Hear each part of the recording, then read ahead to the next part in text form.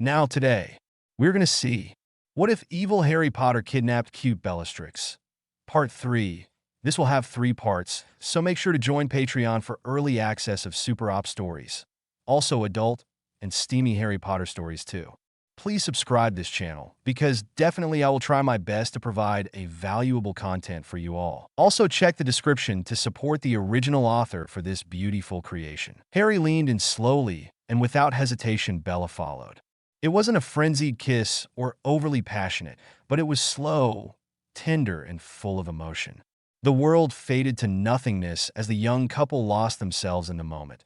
They were sharing an emotional bond so strong with each other that it took their breaths away. They only broke apart when the need for air became too great.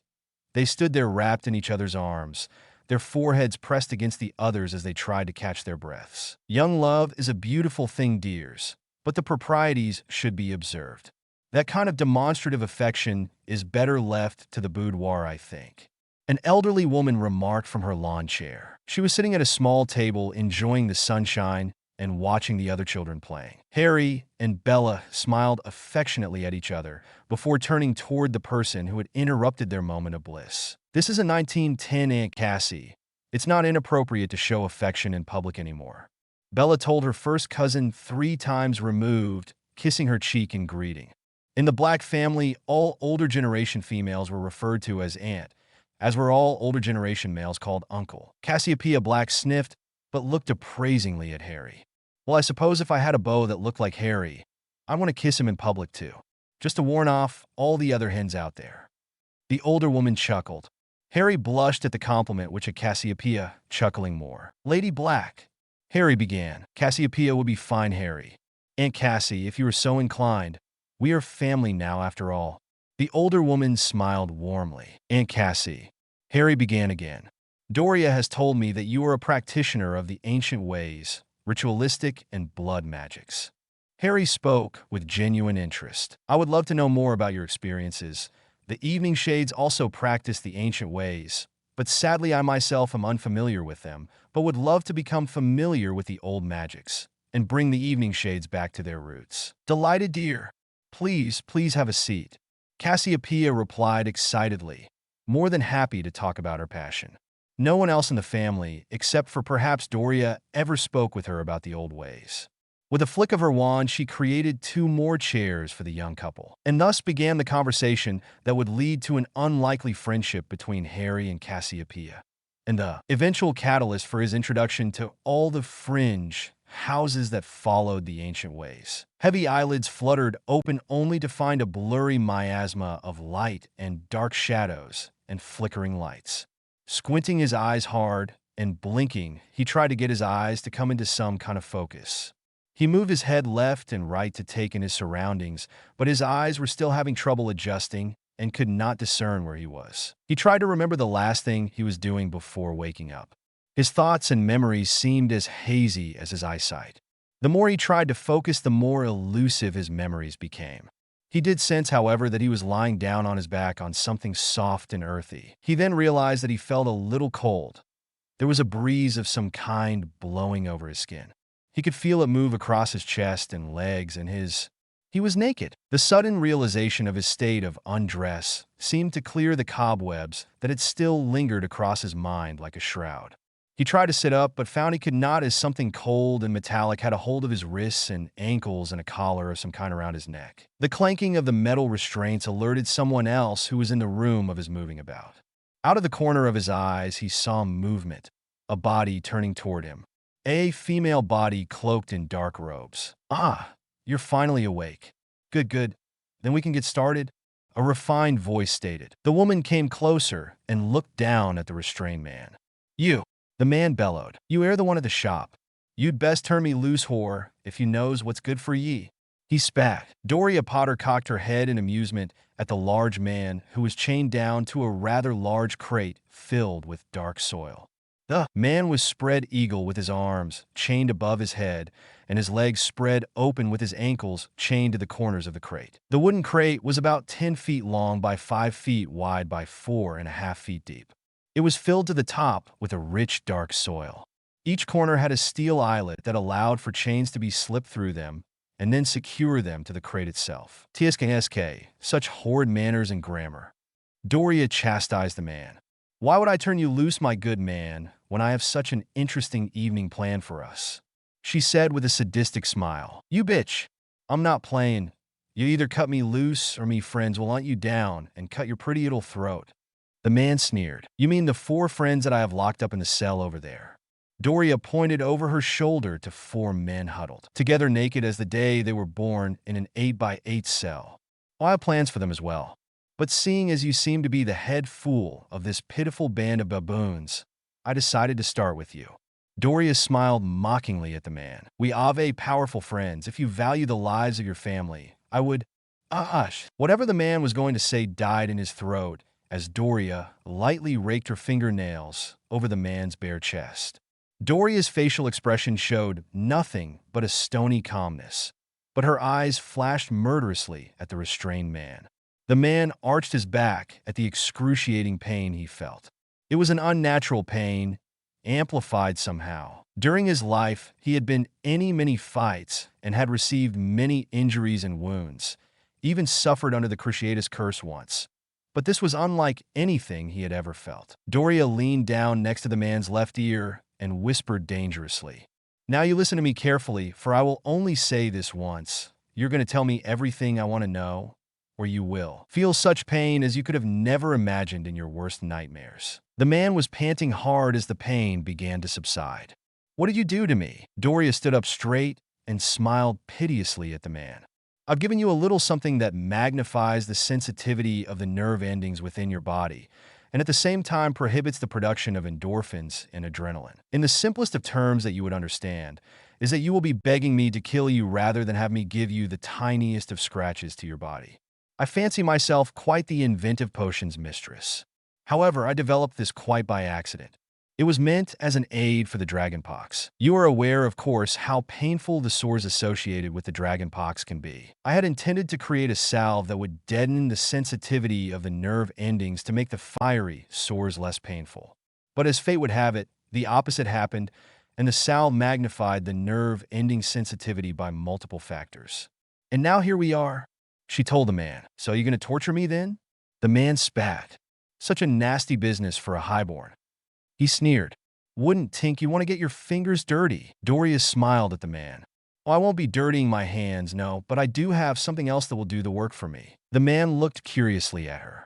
You haven't asked me about the crate you're chained to yet, Doria stated as she walked slowly around the crate, sliding her hand around its edges. Argyle Mansfred suddenly felt a bit worried.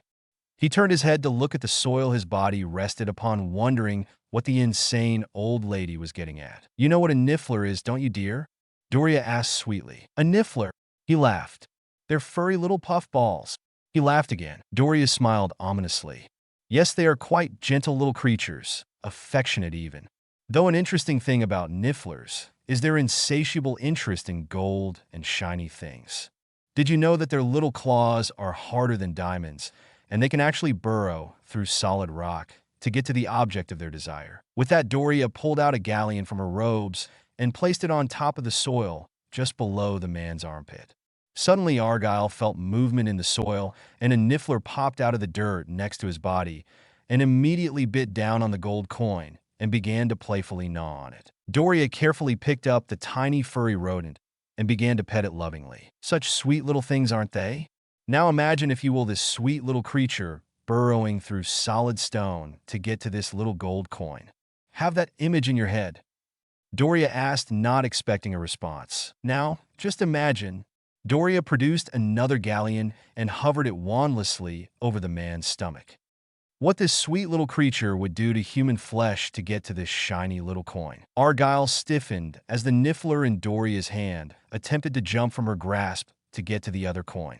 He was now starting to worry. The old lady was insane. He couldn't tell her anything even if he wanted. He had taken an oath not to betray the Brotherhood. Now, young man, tell me, what is your name? Doria asked, placing the niffler on top of the soil, but removing the galleon from over the man's stomach. The niffler dived into the dirt and began to search for glittery things. Okay, he thought he could at least give her that. He was not bound by oath to not reveal his name. Hey, Argyle. Argyle Mansfred. Well, that wasn't so hard, was it? Doria smiled. Now, Argyle, I want you to tell me why you were following me and my companions. She asked sterner this time. He hesitated, briefly thinking how he could best answer her without answering her. However, his pause was too long for Doria, who tossed the coin into the crate. It landed flat against the side of his right ankle with a thud. Argyle screamed. But it was too late, as the little niffler launched itself up out of the dirt and bit down on the coin, its little claws scratching his exposed bare skin before diving back into the soil. Argyle screamed out in agony at the superficial cuts to his skin. I'm not a patient woman, Argyle. When I ask a question, I demand a quick answer. Her voice was hard and unsympathetic. Saw you at the cauldron. Tea-talking with the oars. He spoke through gritted teeth. What were you doing there? Did you kill Marjorie Dunkel? Did you kill the woman on the 3rd floor? Doria demanded. Again, he was too slow to respond for Doria, and she tossed another coin into the crate, this one landing on his left knee. Another niffler jumped out of the soil and dove for the coin. Its razor-sharp claws sliced into the prisoner's kneecap, shredding flesh and creating bone splinters. The amplified nerve endings fired off toward the pain receptors in the brain, and an immediate response was felt. Arf! Gods, please! Argyle screamed out. The pain was like burning acid slowly eating away at his flesh. Did you kill Marjorie Dunkel? Doria demanded again. Yes. Gods help me. I killed her. The man confessed. Doria took a large breath and let it out slowly. Why? She hissed. She wouldn't tell us where the books were, or what she knew. He cried, tears flowing down the sides of his face. Why did you want the books? She asked slowly. We were sent to get them. We weren't told what they contain. He sobbed. Who sent you? Doria asked dangerously. Argyle Mansfred began to cry again and shake his head. I can't. Oh, please. You will give me someone's name, or I'll place coins all over your body with sticking charms and watch as the nifflers shred your body to pieces. Now, give me a name, she demanded. Argyle sobbed. His chest was heaving up and down, his eyes red and burning from the flow of tears. He fought desperately to speak, knowing that should he reveal anything his magic would be ripped from him, which could result in his death. Doria reached in her robe and pulled out a handful of galleons. With a murderous look, she approached the crate. No, please wait, he begged. He was forcing himself to betray his oath. He knew the price, but he could not take the pain anymore. He just couldn't take any more. A name. She pressed. The B Brotherhood of the F Fox. Borgin. Marius Borgin. He screamed. Suddenly his whole body arched and his mouth opened, unnaturally wide in a silent scream as his body and magic paid the price for the betrayal of his oath. Marius Borgin? She asked herself. Of Borgin and Burks? She knew of the man and also knew that he had dealings with the wizarding underworld. He had actually been a smuggler and profiteer during the Great War, something Doria absolutely detested.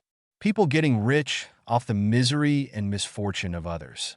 He was crafty and dangerous, but she did not believe he could be behind this alone, a middleman perhaps. But then again, he must be somehow connected if this Argyle had suffered for revealing his name. She turned back and looked upon the restrained man. This man was a murderer, and if was given the chance would have murdered her or Harry and Bella. She felt no pity or sympathy for the man. He had chosen his path, and now he would reap what he had sowed. She watched as his chest began to slowly rise and fall. He was still alive, but she could feel no magic in the man now. He had indeed been stripped of his magic. Doria reached in her robe and pulled out a single galleon. She walked over to the man and placed the gold coin on the center of his chest and cast a permanent sticking charm. She turned toward the door to leave and was about to close it behind her when she heard the blood-curdling scream of the man who would never again hurt another living soul. She turned to look at the 4 other whimpering men in the small cell. No one threatens my family, she said with deadly calmness as she glared at the 4 men. We will chat later. The men sobbed as they were sure they would meet the same fate as their brother. With a satisfied and determined look, she closed the door behind her. A new target had been revealed, and there was much to plan and 2 books to read through. Comein albus. Comein. A stressed voice called, "Minister Bagnold, always a pleasure to meet with you." Dumbledore smiled congenially at the current Minister for Magic. "Troubling times, Albus. We're in troubling times." Minister Millicent shook her head as she poured the rest of the amber liquid in her glass down her throat. She stared out of her window down at the ministry atrium, watching as the many ministry employees went to and fro. "I assume you're talking about the murder of Marjorie Dunkel?" Dumbledore asked. "That's just the latest layer to this mess, Albus. I've just returned from meeting with the Muggle Prime Minister, Edward Heath. And do you know what he told me?" Albus conjured a large stuffed chair and sat down and then waited expectantly for her to answer her own question. "He had the nerve to tell me to, and I quote, 'Get your house in order before I am forced to do so for you.'" She spat. Minister Bagnold grabbed a manila folder from her desk, shaking it in her fist. "These," she stated, slamming the folder back down on her desk, "are lists of recent Muggle homicides, all of which had residual magical signatures on them. For Merlin's sake, I didn't know the Muggle government had a team of magical investigators. Muggleborns most likely." Dumbledore offered. "It doesn't matter who they are. What matters is that over the last 6 months, 30 murders of Muggles were magical in nature." She growled. "And what's more is that every crime scene, some darn image of a snake and skull is seen floating above each attack. Now I know from Crouch's security reports that this is the mark these Death Eaters have tattooed on their arms. I want to know who these people are, and I want to know what connection they have to this Voldemort and the Purist movement." "Take a calming breath, Millicent." Dumbledore gently told the woman who was pacing back and forth like a caged animal. "I'm assuming again that Director Crouch has already mobilized the Aurors to investigate these incidents." Dumbledore asked. "I met with Crouch prior to your arrival. He requested that we give the Aurors license to use deadly force to bring in those responsible should they put up a fight." Albus stood and cleared his throat menacingly. "I hope you did not authorize such tactics." "Not yet, but I'm seriously considering it. We have had 2 attacks in our communities, Albus. Children have been killed for Merlin's sake. You know my position on this matter, Millicent. We cannot afford to lose any more old blood. With each loss, we stand to lose precious magical gifts only passed down through each new generation of old families." He defended his position. "So we should just allow Muggles and Muggleborns to be killed and hope that the Muggle government continues to ignore us?" She fired back. "Of course not, but we must find a more peaceable solution." He replied. "The purists want to purge our society of the Muggleborn." She shouted. "You know as well as I that we cannot allow that to happen. We need them not only for promulgating our people, but they are a large economic resource. We can't afford to purge them from our society. It would collapse our economy." "Of course I know that, but there are many in the Wisengamot who do not believe the same." She replied. "They fear that our cultural and heritage will be destroyed by allowing them to remain. They see them as a real danger, Albus. I know the dangers of Muggle ideology better than most. My sister was a victim of Muggle intolerance." A flash of anger lit his eyes, but was quickly gone before the minister had seen it. "They despise that which they don't understand, and in many cases demonize it, persecute it, and in some cases destroy it. They can be arrogant and have a tendency for violence. It is why I proposed so long ago that we respond to every recorded Muggleborn birth. If we take them into our world as infants, we avoid any Muggle ideological contamination into our world. Dumbledore aside, we are not in the business of kidnapping infants out of their mother's arms. Sweet Morgana." The Muggles would be in an uproar. She replied hotly. Albus shrugged. "Then we are left with what we have. The problem is that the Muggleborns see our culture as antiquated, obsolete, and in need of reform.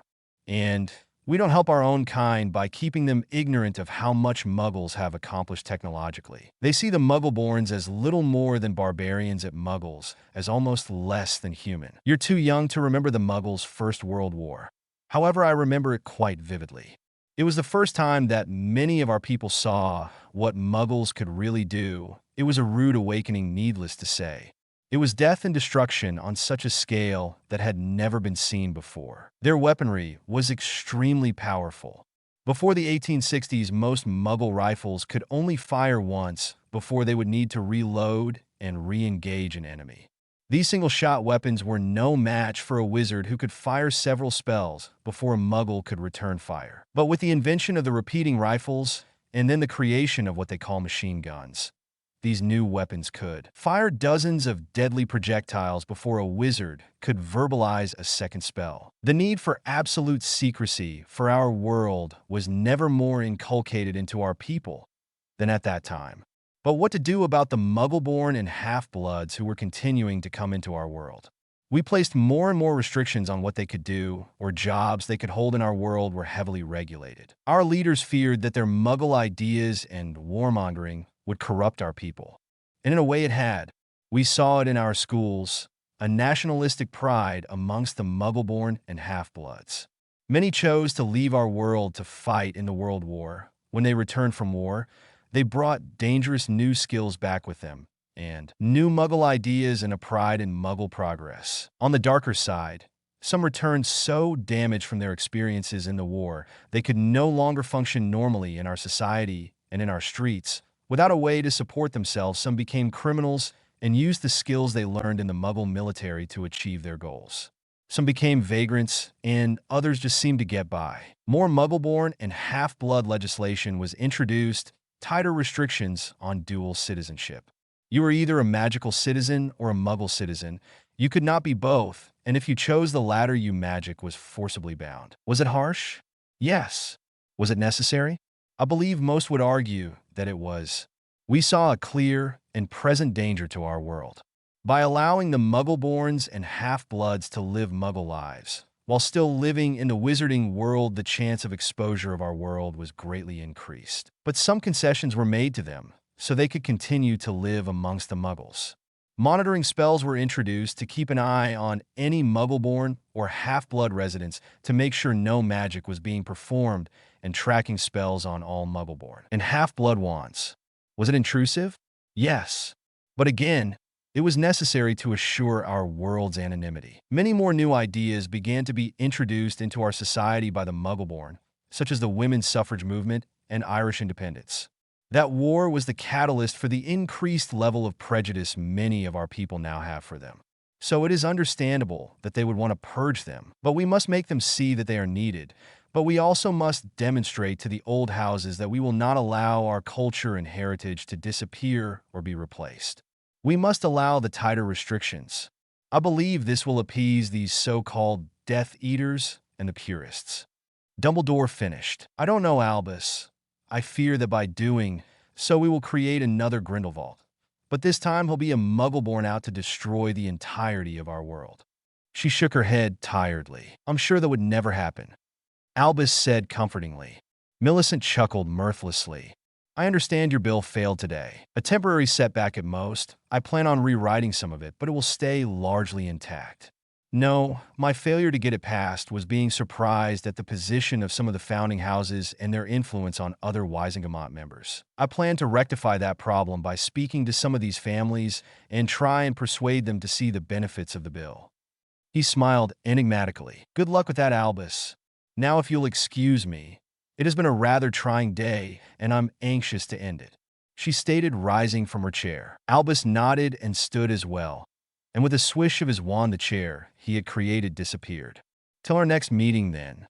Albus bowed and then left the office. Albus' smile fell as he walked back to his office.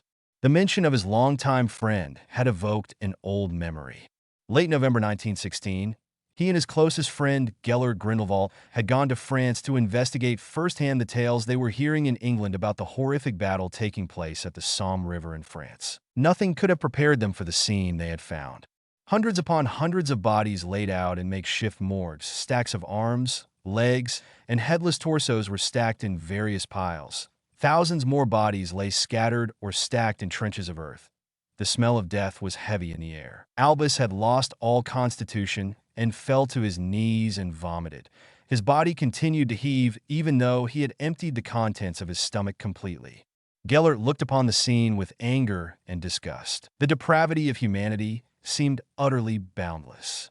Filthy muggles, he was heard to whisper. Albus recalled that it was several months later that Gellert had approached him about the muggle problem. It was there that they discussed what was for the greater good of the wizarding world. If Muggles were left unchecked, they would eventually destroy the world. They needed to be stopped at all cost. The most plausible course was to somehow take control of the Muggle world and subjugate the violent Muggles. Albus had agreed that the Muggles were incapable of governing themselves in a peaceful manner. For the next 20 years, the two friends would plot, plan, and recruit those of like mind to their cause. "Oh, Gellert, we had such good intentions," Albus quietly spoke. Lily Evans was in her bedroom, just turning in for the night, when a tapping at her bedroom window made her jump. Seeing a rather large owl at her window was a bit surprising, but then she noticed a letter attached to one of its legs. She quickly threw open the window, and the owl hopped in and flew over to the headboard of her bed. She approached the magnificent fowl, which stuck its leg out for her to take the envelope attached there. "Aren't you a handsome owl?" Lily cooed and stroked his breast feathers gently. The large owl seemed to enjoy the attention and was bouncing from foot to foot as she stroked his feathers. "If you like, you can finish my ham sandwich." She pointed to a plate on top of her dresser. "There is water in the glass next to it." The owl spread his wings and glided over to her dresser and began to make quick work of the sandwich. While Eros was busy, Lily sat on her bed and opened the note. "Oh, it's from Bellatrix and Harry." She read the note and frowned a bit. "Why would I need to keep my heritage quiet?" she mused. "And I love my new wand.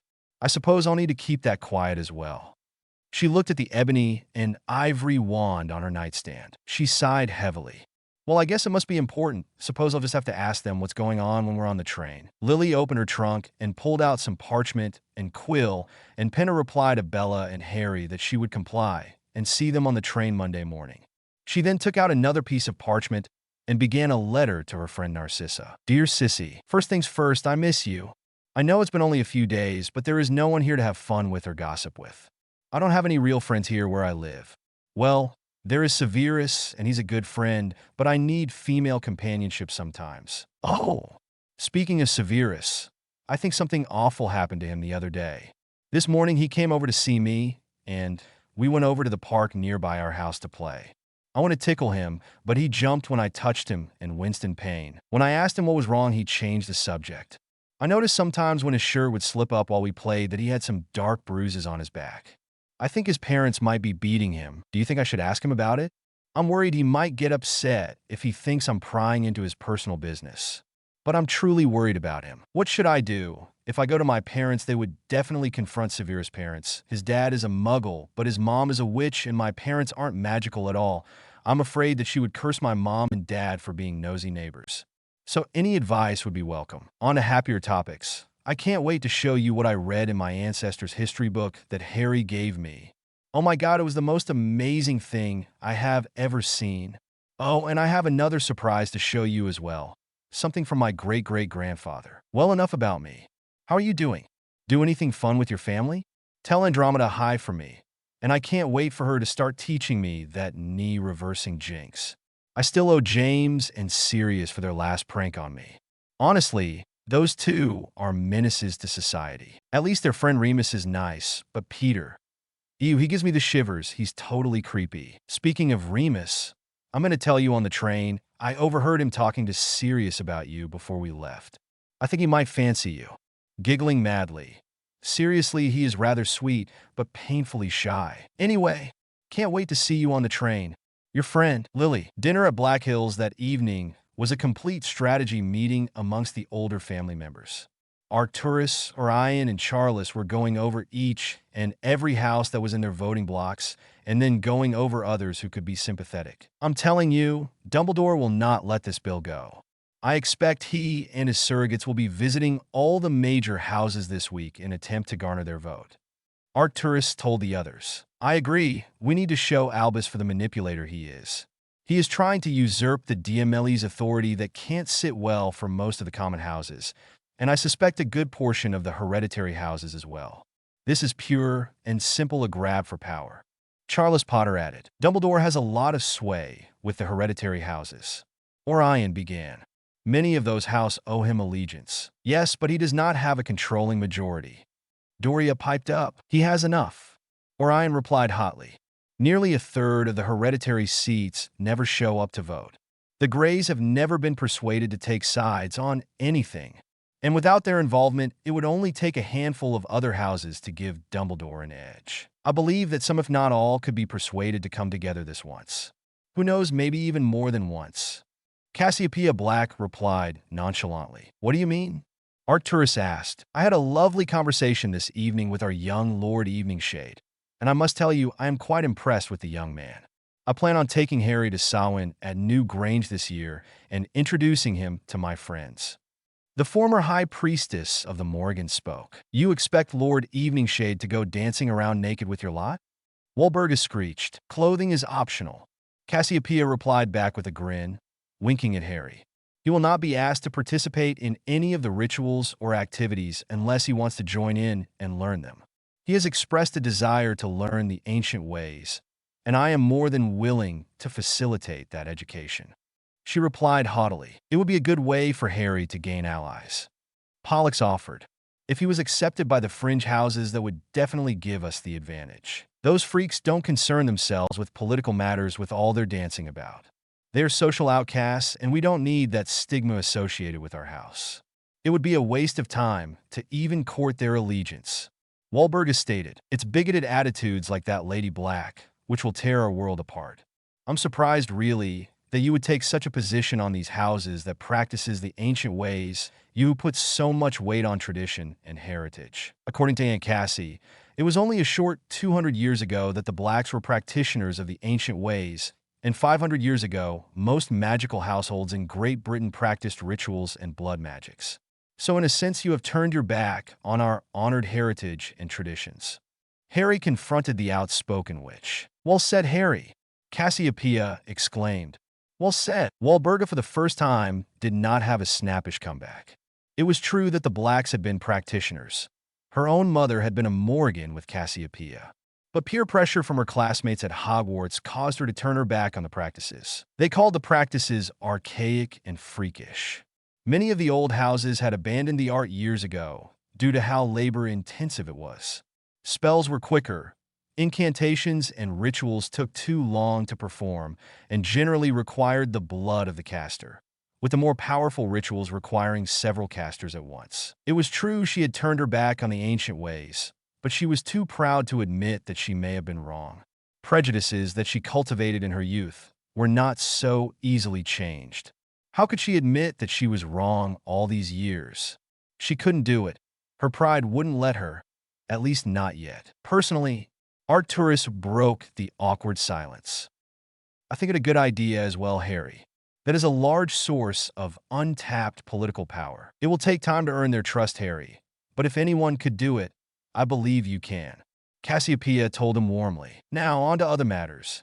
Pollux, have you spoken with your contact about the lost founding houses?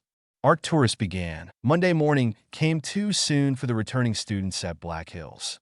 After some parting counsel from Arcturus and the other adults about watching out for each other and keeping secret Bella's marriage to Harry and anything dealing with Harry being an Eveningshade, the children, accompanied by Doria and Cassiopeia, all fled to the receiving hub on platform 9 3/4. Doria had cast a notice-me-not charm on Harry that would work on anyone except for the family. Before they boarded the train, Cassiopeia had pulled Harry aside and placed a goblin-made thin silver chain around Harry's neck. At the end of the chain was a circular medallion. The medallion depicted 3 ravens surrounding a triple Celtic spiral. This is the symbol of the triple goddess, the Morgan. She is the goddess of battle, victory, and prophecy. This will identify you to others of our coven that you are an apprentice of our order. You will be surprised, young Harry, how many of us there are that keep the old ways, and how much help you will have when you are in need. Cassiopeia then kissed his forehead and both cheeks before letting him go. Doria had then pulled both Harry and Bella to her. I'll visit you every weekend in the room of requirement to continue your clemency training. I suggest you invite Lily along as well. Doria told the two. What about the others? What about Sirius and Maida, James and Andy and Sissy? Harry asked. I've been training James since he was 8. He has a good foundation already, and he knows he is supposed to continue his exercises nightly before bed. As for the others, all children in House Black are taught it. However, it may be wise to check them, but for the next month I would like it just to be you two and Lily. We will need to start from the very beginning with her. I know the portrait of Walburga had trained you some, but I'll expand and improve on what she started. I want you to, and perhaps Lily as well, to really begin studying the Evening Shade journals and grimoire and begin to learn as much as you can. I'll be looking through the 2 books from the records department, and I will let you know what I find. Doria then looked at the pair worriedly. Take care of each other, she quietly whispered, hugging the both of them together. We will, grandmother. Harry replied, thickly, his voice hitching at the emotion he was feeling being held by his grandmother. Now get going, she replied, straightening up, trying to look like the strong woman that she was, but a slight misty look in her eyes told of the emotion she was feeling for her grandson. S/N. Hope you enjoyed the chapter. I hope that everyone's opinion of Doria has not been soured. I felt that as a Black and a Potter, family is paramount, and thus she would react in an aggressive manner toward anyone who would threaten her family. Plus, as a Black, she does have a darker side, and she let that show here. We learn a bit more of the Dumbledore backstory and where his opinions and thoughts began to form, and we're not done yet exposing his history. Harry has made a new strong ally within the Black family, and although I did not go into detail about Aunt Cassie, in coming chapters when Harry visits her coven, we will learn more about her and the fringe families. Please leave a comment, critique, or review, and let me know what you thought. Chapter 24. Disclaimer. See Chapter 1. A/N. While we have hit over 2,600 reviews and nearly 3,000 followers. How awesome are you guys? A lot of wonderful reviews for the last chapter and a lot of support. Everyone seems to love my Doria, and I have to say that she totally does rock. She will be letting her inner Black really shine in the coming chapters, so hold on. I hope to get at least one more chapter out by next week, but it could be iffy.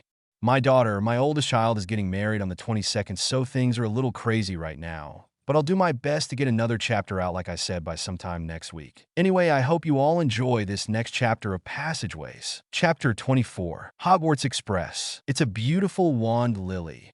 And you say it just jumped into your hands when you reached for it? Narcissa asked with wide eyes. Lily nodded her head vigorously. It did, but what's more amazing is that when I hold it, it seems to sing, she replied in a wistful voice. Sing? How do you mean? Andromeda asked the red-headed girl. Harry and Bella were also listening closely. It's hard to explain, but it's like it's connecting with my magic, and the two energies seem to blend, harmonizing with each other like singing. She shrugged at not being able to describe it better. I feel this incredible connection with it. I've never felt this with my wand that I bought at Ollivander's. I feel more connected to it. I feel more powerful with it. Everyone in the compartment noticed that Lily's emerald eyes began to glow slightly as she spoke. Everyone in the compartment shared a glance with each other, but no one said a word. Lily, Harry began softly, placing a hand over hers. I know what I'm asking you to do may seem unfair, but it is for your protection. You need to keep your true heritage and your new wand a secret, and only use your old wand for your classroom work. It would raise too many questions that we don't want people to ask, Harry told his young mother. But we do have a place where you can train with your new wand, and there, Harry and I will begin to learn more about and train with the Evening Shade family magic. Bella told the girl, squeezing her shoulder gently. Why would you need to learn about the Evening Shade family magic, Harry? Aren't you Lord Evening Shade? She asked inquisitively. Harry sat back in his seat and pondered for a moment on what he should say. He couldn't tell her the whole truth. There were just too many problems that could arise if his true connection to her was learned. It twisted Harry's gut to mislead his mom, but he knew that for her sake and for all their sakes, he needed to carry on the charade. I won't go into the minute details of my life, but to say that I was orphaned when I was but a baby. My parents were killed by a very dark wizard. Though my parents were magical, I grew up in the Muggle world with an aunt that I now suspect was probably a squib. I knew nothing of the magical world until I was 11 years old. The details of my life, from when I re-entered the magical world at 11 until just a month ago, are difficult to explain and perhaps best left untold. But recently, I was made aware that I may be a descendant of a house that was thought long lost to the magical world. I went to Gringotts Bank and had an inheritance test performed. The test proved that I was a member of the previously thought extinct house. The ritual involves a process wherein blood infused with family magic coats the inside of a rune-covered basin. It identifies a family member by the spilling of their own blood into the basin. But that is not all it does. It can also identify or choose the next lord and head of house. It found me worthy and chose me to bear the title of Lord Eveningshade, and so I became the head of the ancient house of Eveningshade. But like you, it wasn't until that moment when magic that had previously been bound within me was let loose. And I'm only now beginning to understand just the tip of it. Similar to what you told us about feeling your magic suddenly feeling unbound after you held your new wand. Together, Lily, I hope that we can explore what it is to be evening shades. We are family, Lily, and know that family means everything to me. And as family, I will always be there for you, and I hope you will eventually feel the same for me.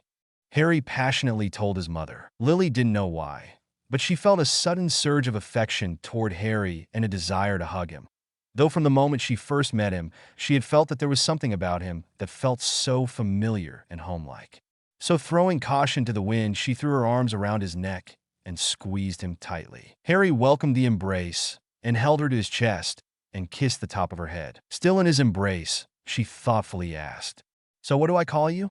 Uncle? Cousin? Brother? How about just Harry, and I'll call you Lily?"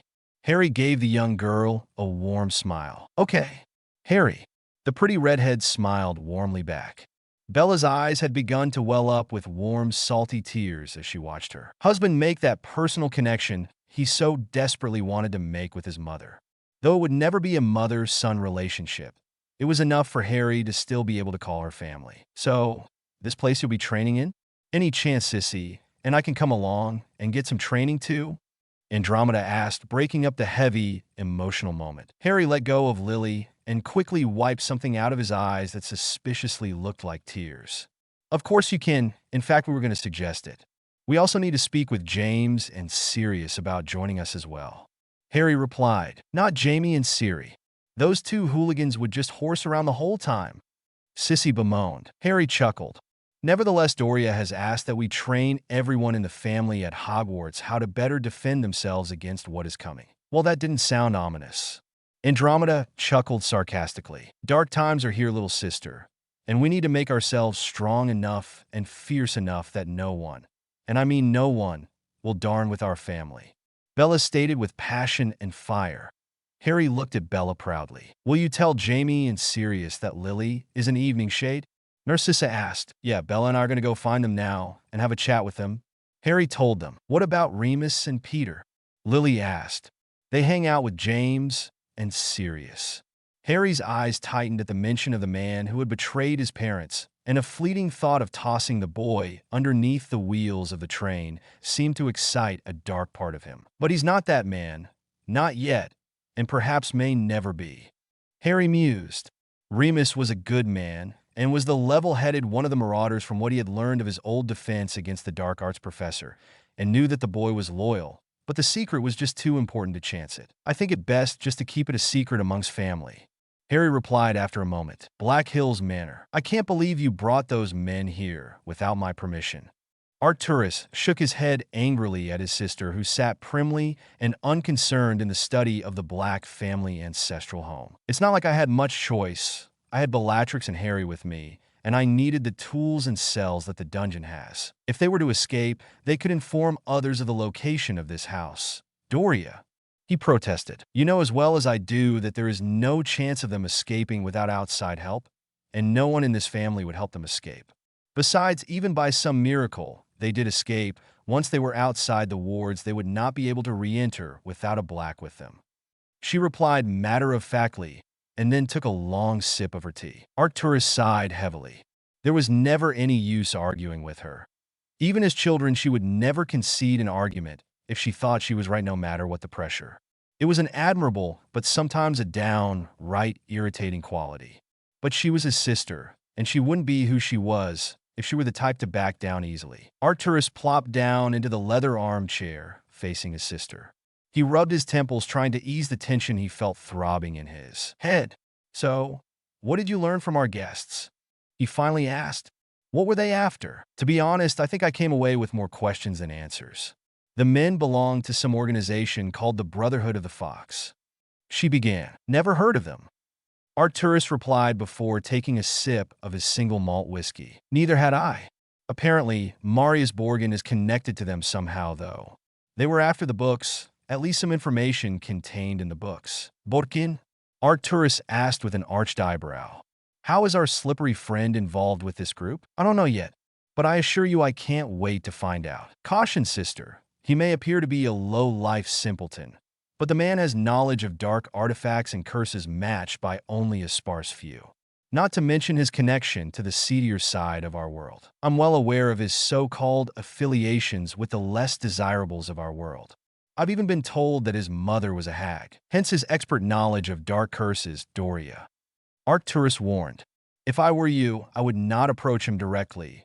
You don't want his eyes looking in your direction. I'm not a novice at covert espionage, Artie.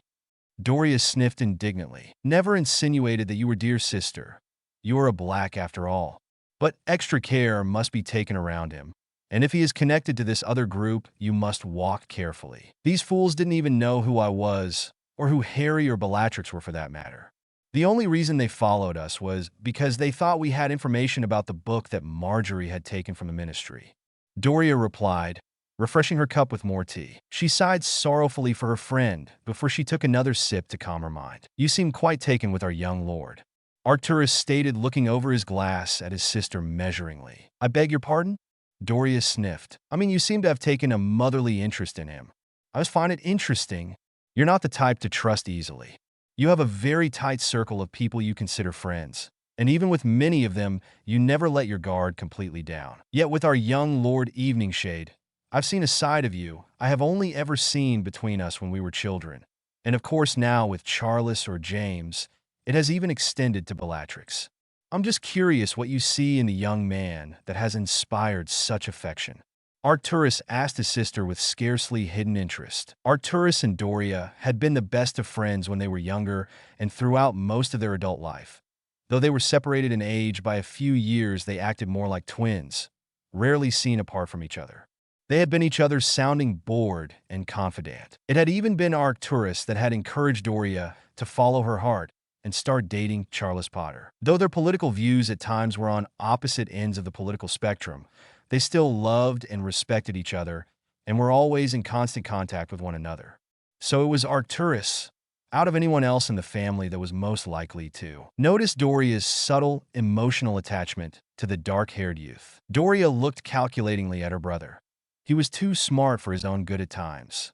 She mused.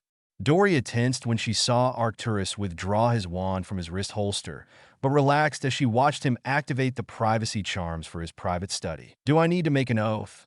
Or will my word to not reveal anything you tell me suffice? Arcturus smirked playfully at his sister. Prat. She chuckled.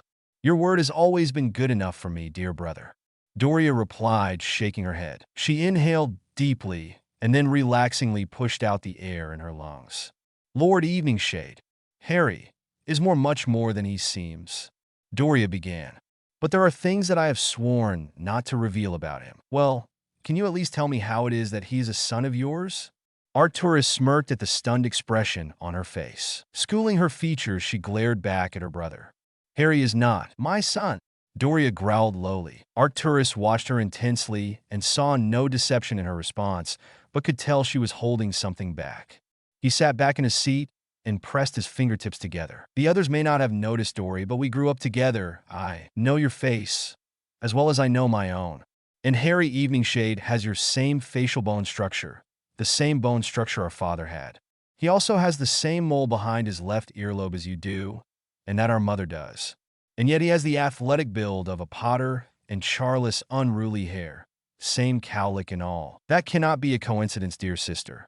And despite all that, there is the fact that the wards of this house recognize him as a black. The wards are still tied to me here, and if I choose, I can feel the presence of everyone who enters this house. And the wards identify him as having the blood of House Black. Why else do you think I was so willingly to listen to him, and so quick to ally myself with him? I have no doubt that he is an Eveningshade, but I am equally convinced that he is a black as well, and possibly a Potter. Still, there was a shadow of doubt. But seeing how intimate you have become with him, there is something more to your relationship than mere acquaintance. I'd like to know what that relationship is. Arcturus asked sincerely, without accusation. As always, you are as sharp as ever, my brother. I can't tell you everything you want to know, because I gave my oath to Harry. But your instincts are correct. He is of our noble house and also a true evening shade. If you take the time to get to know Harry and earn his confidence, he may reveal everything to you. Doria replied, "Do you trust him?" Arcturus asked. Doria knew what he was really asking. He was asking if she would trust him with the safety and welfare of the family by allowing him fully into their confidence. It was a trust that was not given lightly or capriciously. Completely, was her only response. Arcturus nodded and downed what remained of the amber liquid in his glass. "Then I shall trust him as well. Now what have you learned from these books, your friend liberated from the ministry? Hidden location. Have you heard from our contact in London? Were your brothers successful in recovering the book?" A heavily accented voice whispered.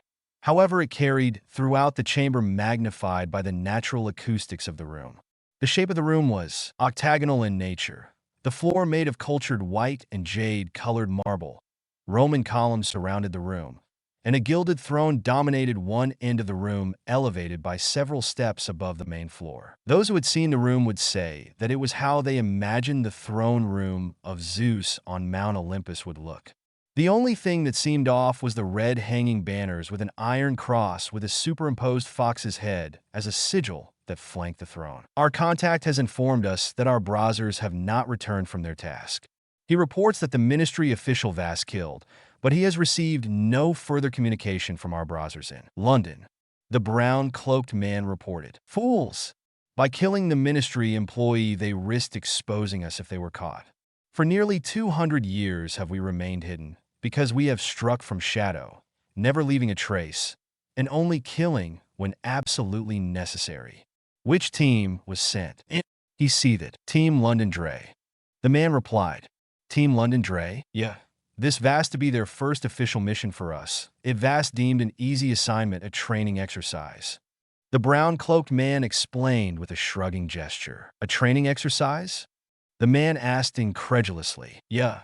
The information contained in the book was deemed inconsequential, but our London brothers saw an opportunity for training and so dispatched Team Dre to gain experience. Those inconsequential books contain the whisperings of our beginnings." The man stood from his throne, roaring in displeasure. The brown-cloaked man fearfully dropped to his hands and knees. "My lord, the books will be of no use to anyone who doesn't know what to look for. They could not make a connection from what is in the books to us now. It would be inconceivable." "Oh no," the mysterious lord replied sarcastically. "If someone were to look closely, they would see the systematic eradication of certain Wisingamot members in 1810, and if they connected those to the whispered conspiracies of that year, an intelligent person would be able to deduce that some sort of organized group was formed to perpetuate the deeds and the names of those involved. Our forebearers were careless and learned too late that every conversation within the Wisingamot is recorded." He spat. "Why did they not just destroy the books as soon as they found out?" The brown cloak asked. "The books are protected by strong wards against destruction or changing what is written, and only the department head can remove them from storage. They did what they could by slipping into the department and casting a notice me not ward on the shelf it was placed, and then a notification ward on the books themselves to make us aware if our other protection had failed and that someone had opened the book and performed a search." "I see." The brown cloak nodded. "We must ascertain what happened to those books. Speak to our man in London and tell him to send Team Eins to investigate, and only to investigate what happened to Team Dre and the books, and then report back as soon as possible. And tell Borgin that if there is another mishap like this one again, he will not like the consequences. Es wird geschehen, mein Herr." The brown-cloaked wizard clicked his heels together and bowed before turning and marching out of the room. Magical England was slowly being pushed to the cusp of civil war, and he would see it to its complete descent. He had learned from his past mistakes and would use more subtle means to achieve his end goals this time. He would gently push Albus and the Ministry into an inevitable conflict with Voldemort and the Purists. He would not let anything or anyone stop him this time. He would take a page from Julius Caesar and divide and conquer, pitting the British wizards against one another. If successful in Britain, he would move to the continent next. But the disappearance of the Wisingamot books unsettled him. If someone knew what to look for, it could eventually lead back to his family name and then back to him. He needed to find out who had the books and for what purpose they wanted them. and then destroy them. Hogwarts train. Harry and Bella made their way down the train corridor looking for James and Sirius. They needed to make them aware of the family training together and where, and also to let them in on the secret of Lily's true lineage. Harry wondered if this revelation would be harmful or not to his parents' eventual coming together.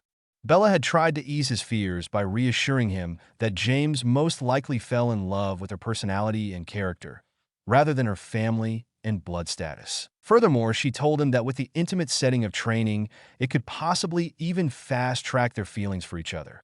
That is if James would take the training seriously and not goof off with Sirius. Finding the compartment, Bellatrix slid the door open and stepped in followed by Harry. One of the boys let out a very unmanly squeak of surprise or terror that caused both Harry and Bella to wince at the high-pitched noise. Peter Pettigrew dived under his seat to avoid being seen by the new occupants. Harry and Bella looked at each other and shook their heads at the display of cowardice. Harry noticed a young Remus Lupin rolling his eyes and then heard the loud guffaws coming from his father and Sirius. "Peter, come out from there. You're embarrassing us."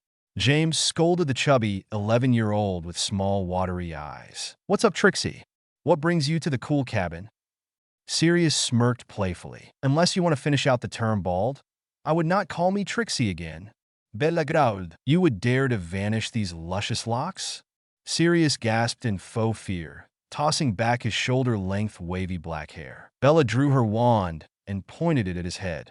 "Try me, dog boy." Bella threatened. "Dog boy." Peter chuckled, crawling out from under his seat. "The star cluster Sirius, the dog star?" Bella rolled her eyes at the small boy, who looked away as if scolded. "No need for hostilities, cousin," James stated with his hands up in surrender. "We need to speak to you and Sirius, James." Harry spoke, stepping out from behind Bella. James and Sirius immediately jumped to their feet. "Of course, my lord. Our apologies, we didn't see you standing there," James replied a bit nervously. Harry had to stifle a laugh at his father's and Sirius' sudden change in demeanor, as they stood with perfect posture and then bowed slightly at the waist. "Lord," Remus asked. "This is Lordy." "Harry." Harry interrupted his father. "You may call me Harry. And your names?" "My name is Remus Lupin, sir," the 11-year-old werewolf stated. "I'm only 4 years older than you are, Remus." Harry chuckled. "You don't have to call me sir, but aren't you a lord?" Remus asked respectfully. "I am, but I give you leave to call me Harry." Harry smiled warmly, clapping the small boy on the shoulder. I'm Peter Pettigrew." The pale first-year stuttered. Harry's face reflexively tightened, but managed to give the boy a genuine smile. "Nice to meet you, Peter. Would you and Remus allow us a few moments alone with Sirius and James? We have a few things we need to discuss with them." "A yes, sir. A yes." "Harry, we can do that," Remus stated. He grabbed Peter by the shoulder, and the two boys stepped out of the compartment. Bella slid the door closed, and with a few swishes of her wand had placed a silencing ward on the door and the surrounding walls. "Have a seat, boys," Harry told his father and Sirius. "James, did your mother talk to you about what was expected of you for the rest of the year?" Harry asked the dark-haired, bespectacled youth. "Yeah, she mentioned that Sirius and I would be receiving some extra tuition in dueling," James replied. "That's right. You and Sirius will be joining me and Bellatrix with Andromeda and Narcissa for some advanced training," Harry told them. "Why?" Sirius asked. We have defense against the dark arts. Why would we need more training?" He pouted, folding his arms across his chest. "Are you serious?" Bellatrix began. "Don't even go there, dog boy." Bellatrix threatened at seeing a cheesy grin appear on Sirius' face as he opened his mouth to speak. Bella glared Sirius into submission before continuing her reply. "You are aware of the recent attacks in Diagon Alley and Hogsmeade?" Bella asked the two 11-year-olds. "Yeah, everybody knows about that. Dad and Aunt Doria were involved," Sirius replied. "So, do our parents think there's going to be more attacks?" James asked worriedly. "I don't want to frighten you, but there is a war coming, boys," Harry began. "And a lot of people will be hurt and many killed. The family, the Blacks and the Potters, and the Evening Shades," Bella put in with a proud smirk. "And the Evening Shades," Harry winked at his wife. "Feel that it is extremely important that we prepare the family as best we can." An enemy can be anywhere and be anyone, which is why we will be training every weekend to sharpen not only our physical skills, but our mental skills as well. Do you mean accomancy lessons? Sirius whined. I hate those. I can never clear my thoughts. That will be part of the training. Aunt Doria will be the one teaching us. So man up, Poochie.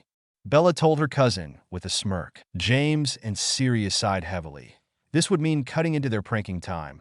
Not to mention that James would be seeing his mother every weekend. Oh, he loved his mother, but she was a real stick in the mud, never relaxed or had any fun. His weekends now were officially worse than Mondays. He pouted to himself. Oh, there will be one other that will be joining us as well. Harry informed them. Oh, who? Sirius asked Lily Evans. Bella replied. James popped up from slouching in depression. Maybe the weekends wouldn't be that bad after all. He mused. Harry noticed the sudden change in his father's attitude and had to stifle a chuckle. Evans? Why her? She's not family. Sirius stated confused. She is family. Bella corrected. She is? James and Sirius asked together with increasingly confused looks on their faces. She's my family, boys. Harry stated. James gulped and Sirius' eyes widened. As she's an evening shade? Harry nodded. Merlin's balls? Sirius exclaimed. We've been pranking her since the start of term. Shaking his head in fearful disbelief. Bella was grinning madly at her two younger cousins who were beginning to realize that they had been pranking a member of one of the most infamous families in Britain. Now that brings up a very important thing I want to discuss with you too. I'm sure your parents instructed you to keep my identity completely secret. The two boys nodded. That promise extends over Lily as well. No one can know her true heritage. Is that understood? Harry asked. How are you going to get into the school, Harry? You're not a student.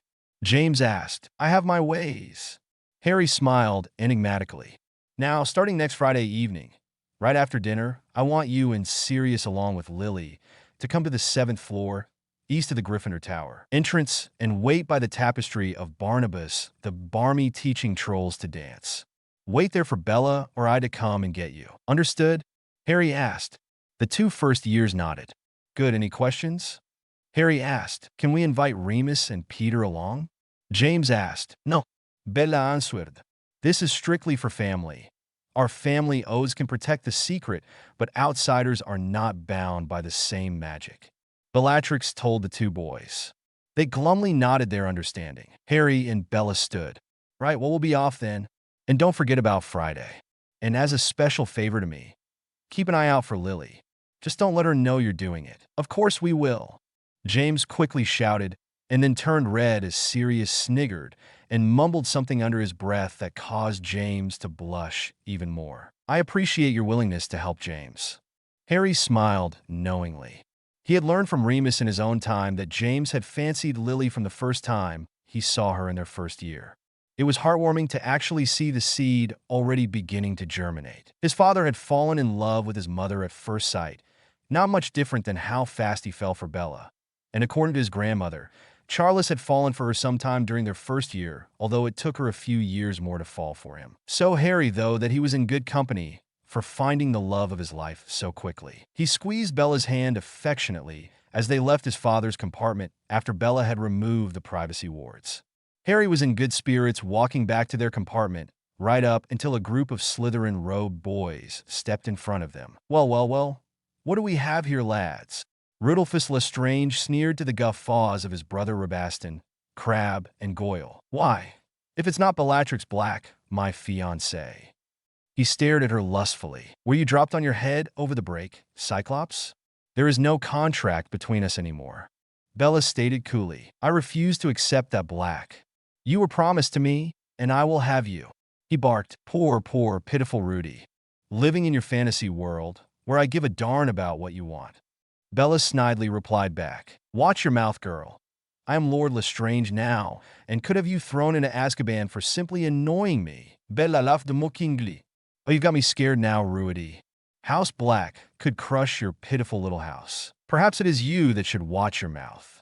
Harry spoke up threateningly from behind Bella. Who the darn are you?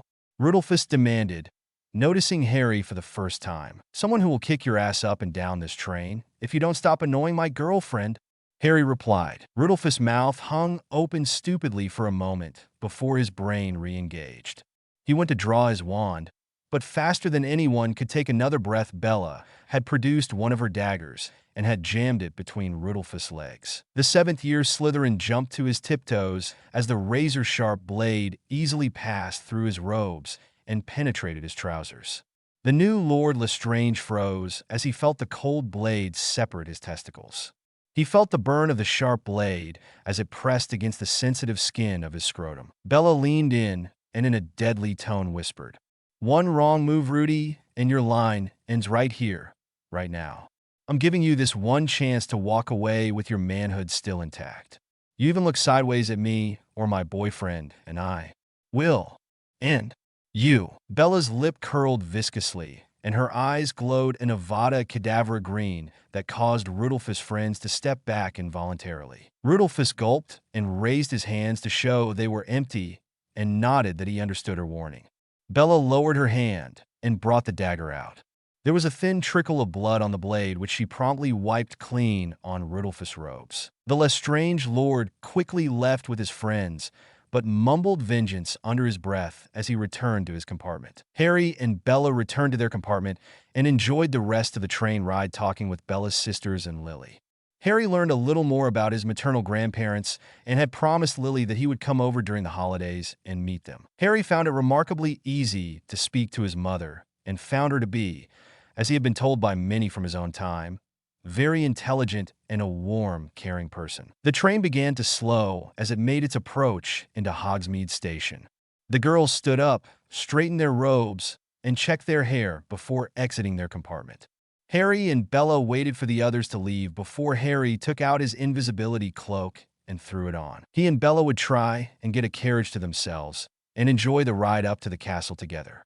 Harry had made new allies and had set in motion events that would change the future dramatically.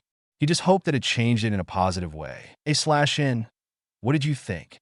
So, Arturus is a very astute man, and I figured that out of all of the other family members, he would be the one to pick up on Doria's attachment to Harry and notice the family resemblance. Bella has an evening shade moment. You will see her, as well as Harry and Lily, begin to have more of the family magic begin to assert itself in coming chapters. Short filler chapter 1, no, but it felt like a good place to end it. But I hope that you will still feel inclined to leave a review or a comment. The next chapter will have the gang back at Hogwarts and will be significantly longer. Thanks again for reading. Chapter 25. Disclaimer. See Chapter 1. A/N. I apologize for the long delay in getting this chapter out. My daughter's wedding had diverted all of my attention. The wedding, though, was quite beautiful. It was a traditional Celtic hand-fasting ceremony.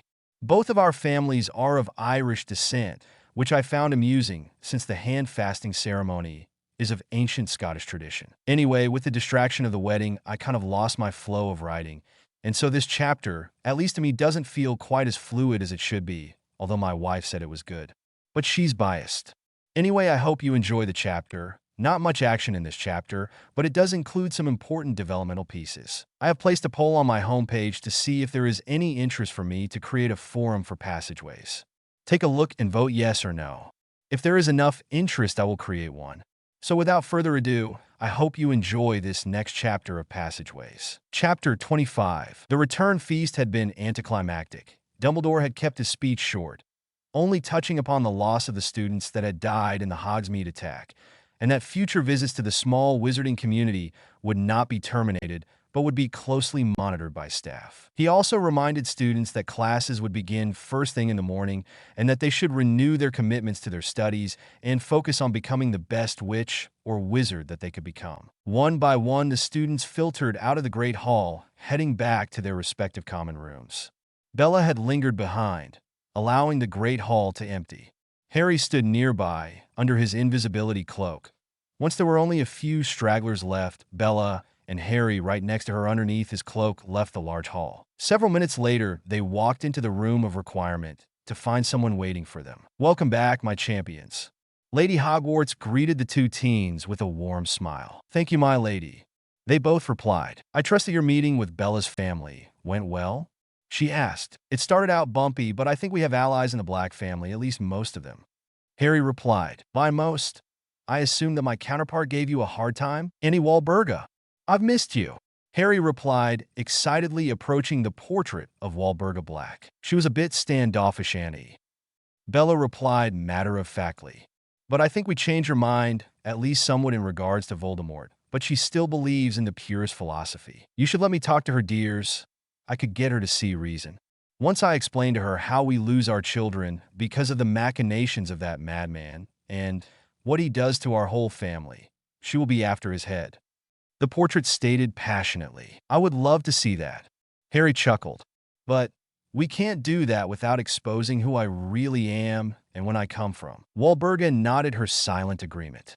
Knowing herself as she did, she knew that her counterpart would try and use that knowledge for self-gain and would most likely harm their goals.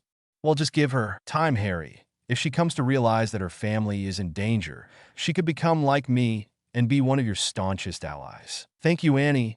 I hope we can sway her as well. Harry sighed. Master Harry Potter has returned. A gray blur suddenly attached itself to Harry's left leg. Dobby, Harry asked, surprised to see the quirky elf. I brought them all here while you were gone, Harry. Lady Hogwarts replied, appearing in front of the couple. Your timeline has been completely altered, and I knew that you would not want to leave them behind. Hedwig suddenly flew over to him from a perch near the fireplace and landed gently on his shoulder and nipped at his earlobe affectionately. Hey girl, I've missed you, Harry told his oldest friend. Hedwig nuzzled her head against his cheek and barked softly. Harry noticed, also taking a look around, that the ancient-looking creature and Winky were also in the room shuffling about. Bella noticed the little female house elf fidgeting about and looking sullen. Is there something wrong, Winky? Bella asked the elf. Winky suddenly looked nervous. No, mistress, it's just what? She asked. Winky is not knowing what to do. This room is small and needs little cleaning. Winky is hoping that she would be working in a proper home. Now that Hughes and Master is married, Winky is wanting to be a proper elf and takes care of her family. The little elf was twisting the hem of her frilly yellow dress nervously. Oh, well, Master Harry and I, that is to say, we don't have an official residence yet, Bella explained. Turning to Harry, she followed up. Are there any evening shade houses still in existence? Bella asked her husband. I'm not sure, to be honest. Harry began. Used to being having a house, Master Harry, sir. Dobby jumped up and down. Ido. How do you know, and where is it? Harry asked. When you's bonded Dobby to you, your family magic now flows through Dobby. Dobby is knowing where all properties of Evishades, Blacks, and Potters is. Oh, well, that's great, Dobby. So are there any evening shade properties that are still in existence, and are they habitable? Harry asked. Oh yes, Master Harry. The manor in Yetholm is still standing and has been in stasis and hidden since the last Evishade left for Muggle World, Dobby said excitedly. Well then perhaps you, Winky, and Creature could go there and prepare it for us. Would you like that, Winky? Harry asked the little elf. Yes, Master. Winky wants a proper home to take care of, and perhaps to take care of babies soon too, Winky stated hopefully. Bella blushed, and Harry nearly choked at the seemingly innocuous comment. I don't think we're quite ready for that yet, Winky. Harry stammered. Not for a few years anyway, Bella added, and subconsciously placed a hand on her belly, the thought not entirely unpleasant to her. She never thought about being a mother. She was only 16, for Maeve's sake. But now that the idea had entered her mind, she smiled at the thought of one day being a mother. It's settled then. Go and open the manor and prepare it for Bella and I to visit in, let's say about 2 weeks, right before Samhain. Harry told the 3 elves. The 3 elves bowed to their master and mistress, and with 3 small pops were gone. Once your residence is active again, I can create a secure flu link from there to here. Hogwarts added helpfully. What do you think? Harry asked Bella with a smile. I think that we need a proper home. We are after all Lord and Lady Eveningshade. We should have our own place, she stated with faux pomposity, before a smile broke through. Well then a place of our own you shall have, m'lady, Harry replied, sweeping into a low bow, grinning from ear to ear. Prat, she giggled, slapping his arm playfully. Now that your home is settled, I think we must speak about plans for your education and training. Lady Hogwarts interrupted the 2 teens. It is not possible for you to return to your own time, Harry. The time currents are chaotic now, To try and return would be dangerous, and I could not guarantee in what reality you would be stepping back into. Your timeline, in essence, is being rewritten and is no longer stable. So no going back then. It was a statement, and Harry surprisingly felt a sudden loss. He had left everything behind, including Hermione and Luna. Though he felt sadness at the loss of his friends, he was comforted by the fact that he had found family here in the past. No, he rethought, not the past, this is my present and my future, and realizing for the first time that he felt like here was where he was meant to be. Anticipating your need for tuition, I have arranged professors for you to complete your studies. The image of Helga Hufflepuff informed him. Who? Harry asked curiously. Helena Ravenclaw will be teaching you ancient runes and arithmancy and astronomy. She was a very clever girl, so like her mother. Lady Hogwarts sighed with a hint of sadness. She continued, the Fat Friar will be teaching you herbology and potions.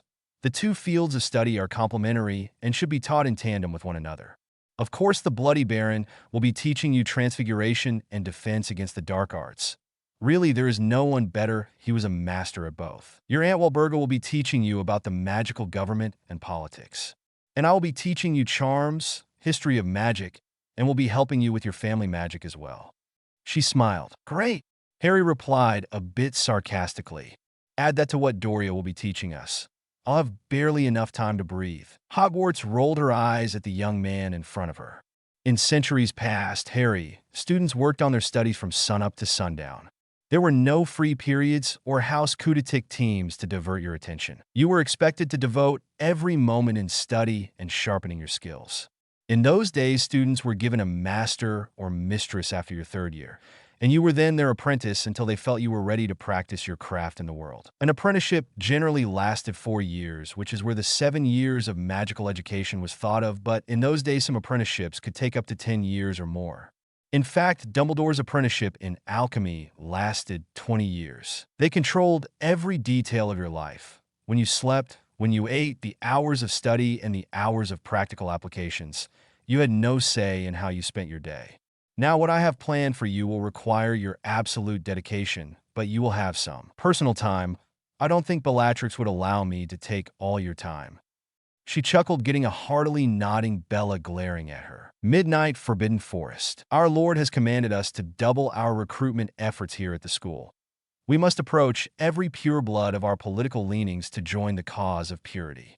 Rudolphus Lestrange instructed his inner circle, the inner members consisting of his brother Rabaston, Greg Goyle, Vincent Crabbe, Amicus Caro, Evan Rosier, and Walden McNair. Lucius had been pulled from school and was rumored to be in France with his mother and fugitive father. How are we to persuade them? Evan Rosier asked tersely. He was still not happy with Rudolphus and his treatment of his sister Olivia, who had been beaten by the newly ascended Lord Lestrange for losing the communication ring she had been given, by not giving them a choice. Rudolphus replied heatedly, those who do not join this noble cause are traitors to the pure blood that runs through their veins. Let them know that they would be seen as traitors to their own kind and would not be looked upon favorably once our master takes the government. Many of the lighter families and even some of the darker families will not join, especially after what happened in Hogsmeade. Our Lord's men were cut down in the street. The Black family, the pinnacle of pure blood society, and a dark family were leading the charge. How are we to convince the others of our strength with this kind of failure?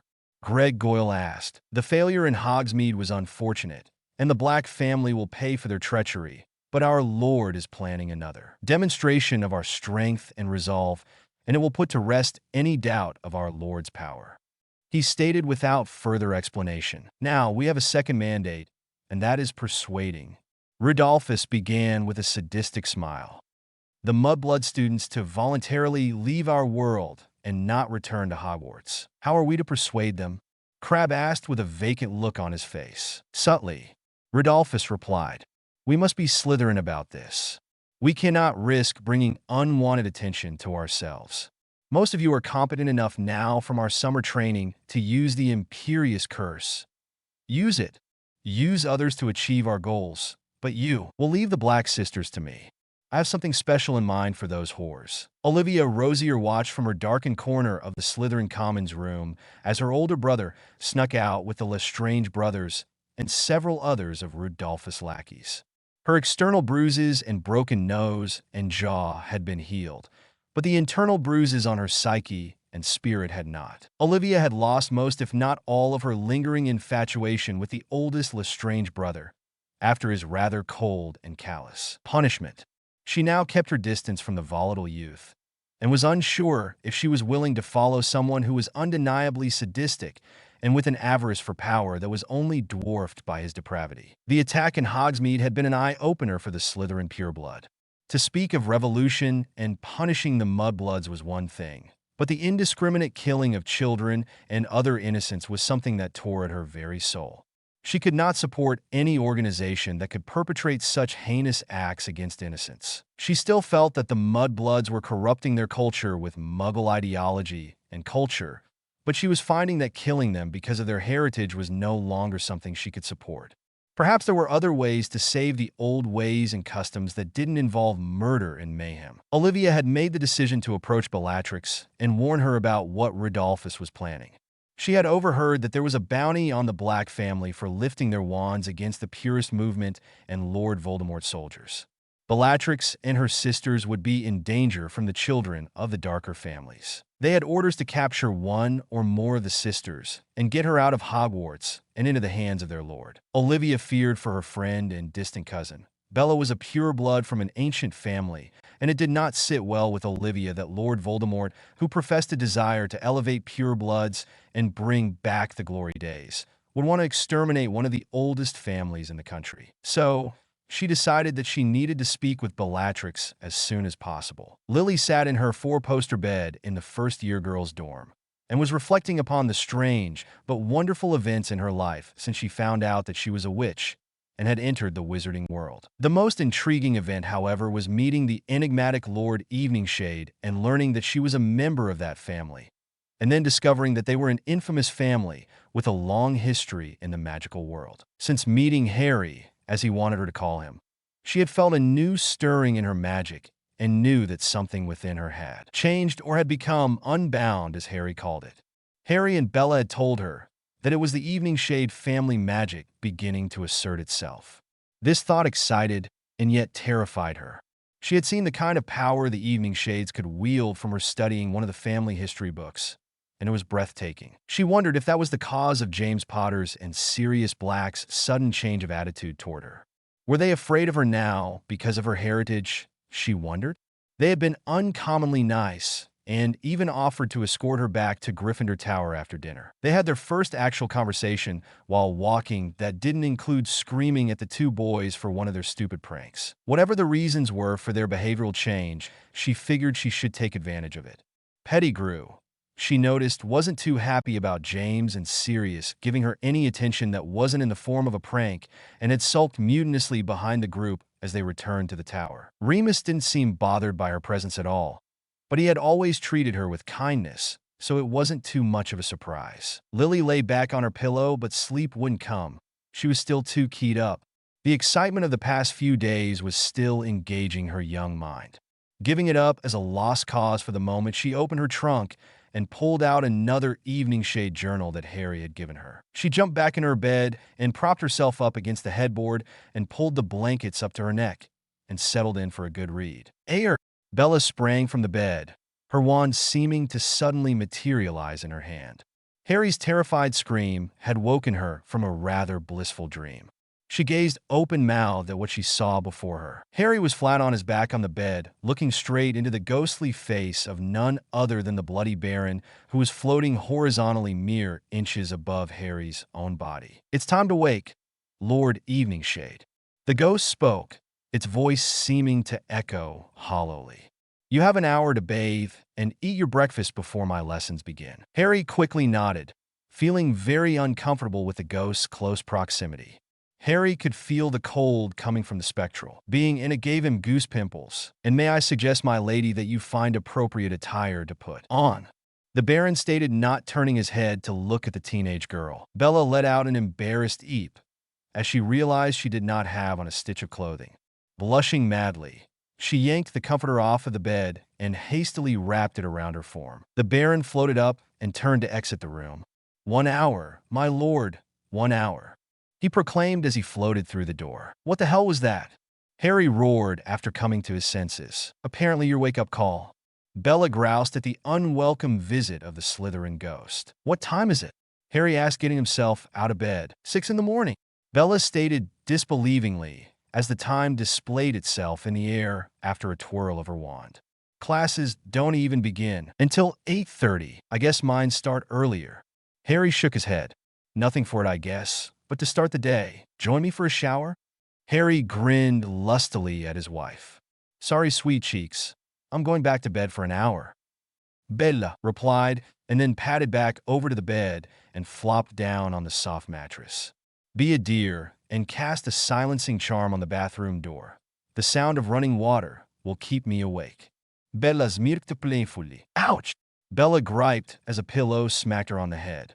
Harry smiled triumphantly before quickly closing the bathroom door behind him before his wife could retaliate. An hour and a half later, a showered and dressed Bella walked from her and Harry's bedroom into their common room.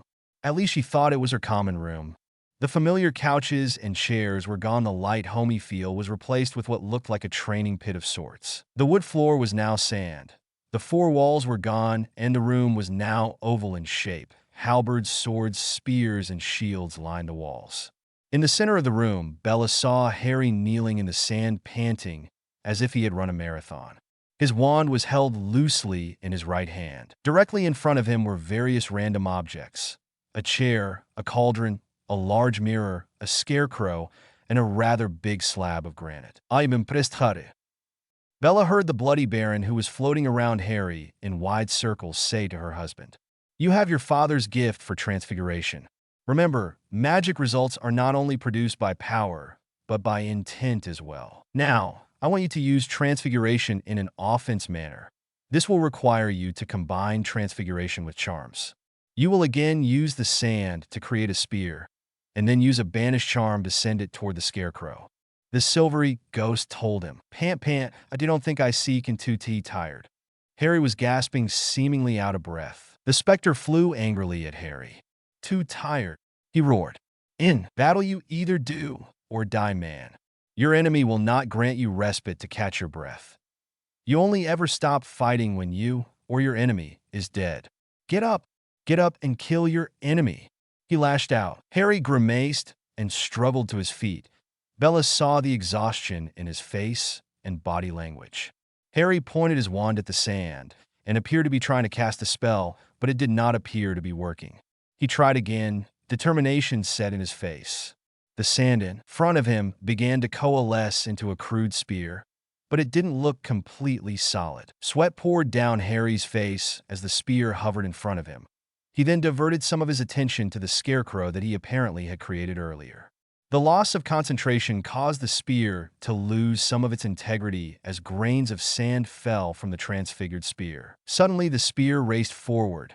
Harry managed to banish it toward his target. Bella watched as the spear collided with the scarecrow, but immediately turned completely to sand upon impact. Bella sighed sympathetically as Harry slumped to his knees, panting harder now. The spear hadn't done any damage to the scarecrow, and frustration was evident on her husband's face. Not good enough. Not nearly good enough at all. The ghost shook his head. We have much work to do. You must be able to split your focus without losing your concentration on holding your spells together, Mr. Eveningshade. I'm doing my best, Harry groused from his kneeling position. Obviously, your best needs work. The Baron replied, unfazed by Harry's sour demeanor. Take 10 minutes to greet your wife, and then it's back to work. Slave driver, Harry mumbled under his breath, staggering to his feet. What are you chuckling at? Harry turned to his wife, who looked amused. Oh, nothing, dear. Bella smiled, going to him and kissing him tenderly. Have you eaten? She asked. Yeah, the very git told me I would need my strength today and to eat a big breakfast. Harry replied. How long will he be teaching you today? Bella inquired. Till dinner. Harry sighed heavily. He wants to see what I can do and test my limits. That's good though, love. That way he can focus on areas you need to improve upon and strengthen what you already know, she said, grabbing some porridge from a table of breakfast items that suddenly appeared along one of the walls. I guess, Harry replied, morosely, filling up a large glass of pumpkin juice and then downing most of it in one gulp. Have the elves come back yet? Bella asked curiously. Oh, yeah, Creature was here earlier and said that the manor is ready for us to visit. They must have worked through the night to get it so. Creature looked absolutely exhausted. Harry told her, maybe we can go visit it after dinner tonight? Bella asked hopefully. Lady Hogwarts did say that she could connect the flute to the manor and hear. Yeah, I guess we could go tonight. I'm a little curious to see what it looks like. Harry replied, I'm curious to see if there is a family library there. Bella said excitedly. Harry could not help but grin. I think you and Hermione would have gotten along. He told his wife with a chuckle. Do you miss her? Bella asked curiously. Harry thought for a moment. Yeah, a bit. She was my closest friend at one time. Harry sighed. But that's in the past now. Or the future. Well, whichever. I do know that I'm where I belong now. Harry stated passionately, hugging his wife to him. Good to know? She stated with a wink. 'Cause I'm not giving you up. So, what class do you have this morning?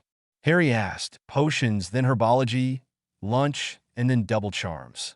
She replied, reciting her schedule for the day. In fact, I should get going. I wanted to meet up with Andy and Sissy before classes start this morning. She told her husband, tell them hi for me. And would you check on Lily as well? He asked. Will do, lover boy. Now give us a kiss. Harry gave Bella a smoldering kiss that left her speechless. With a goofy grin on her face, she grabbed her book bag and headed out of the room of requirement to meet up with her sisters. Doria Potter had spent most of the night and a good portion of the early morning poring over the 2 books from the ministry that her late friend Marjorie had smuggled out.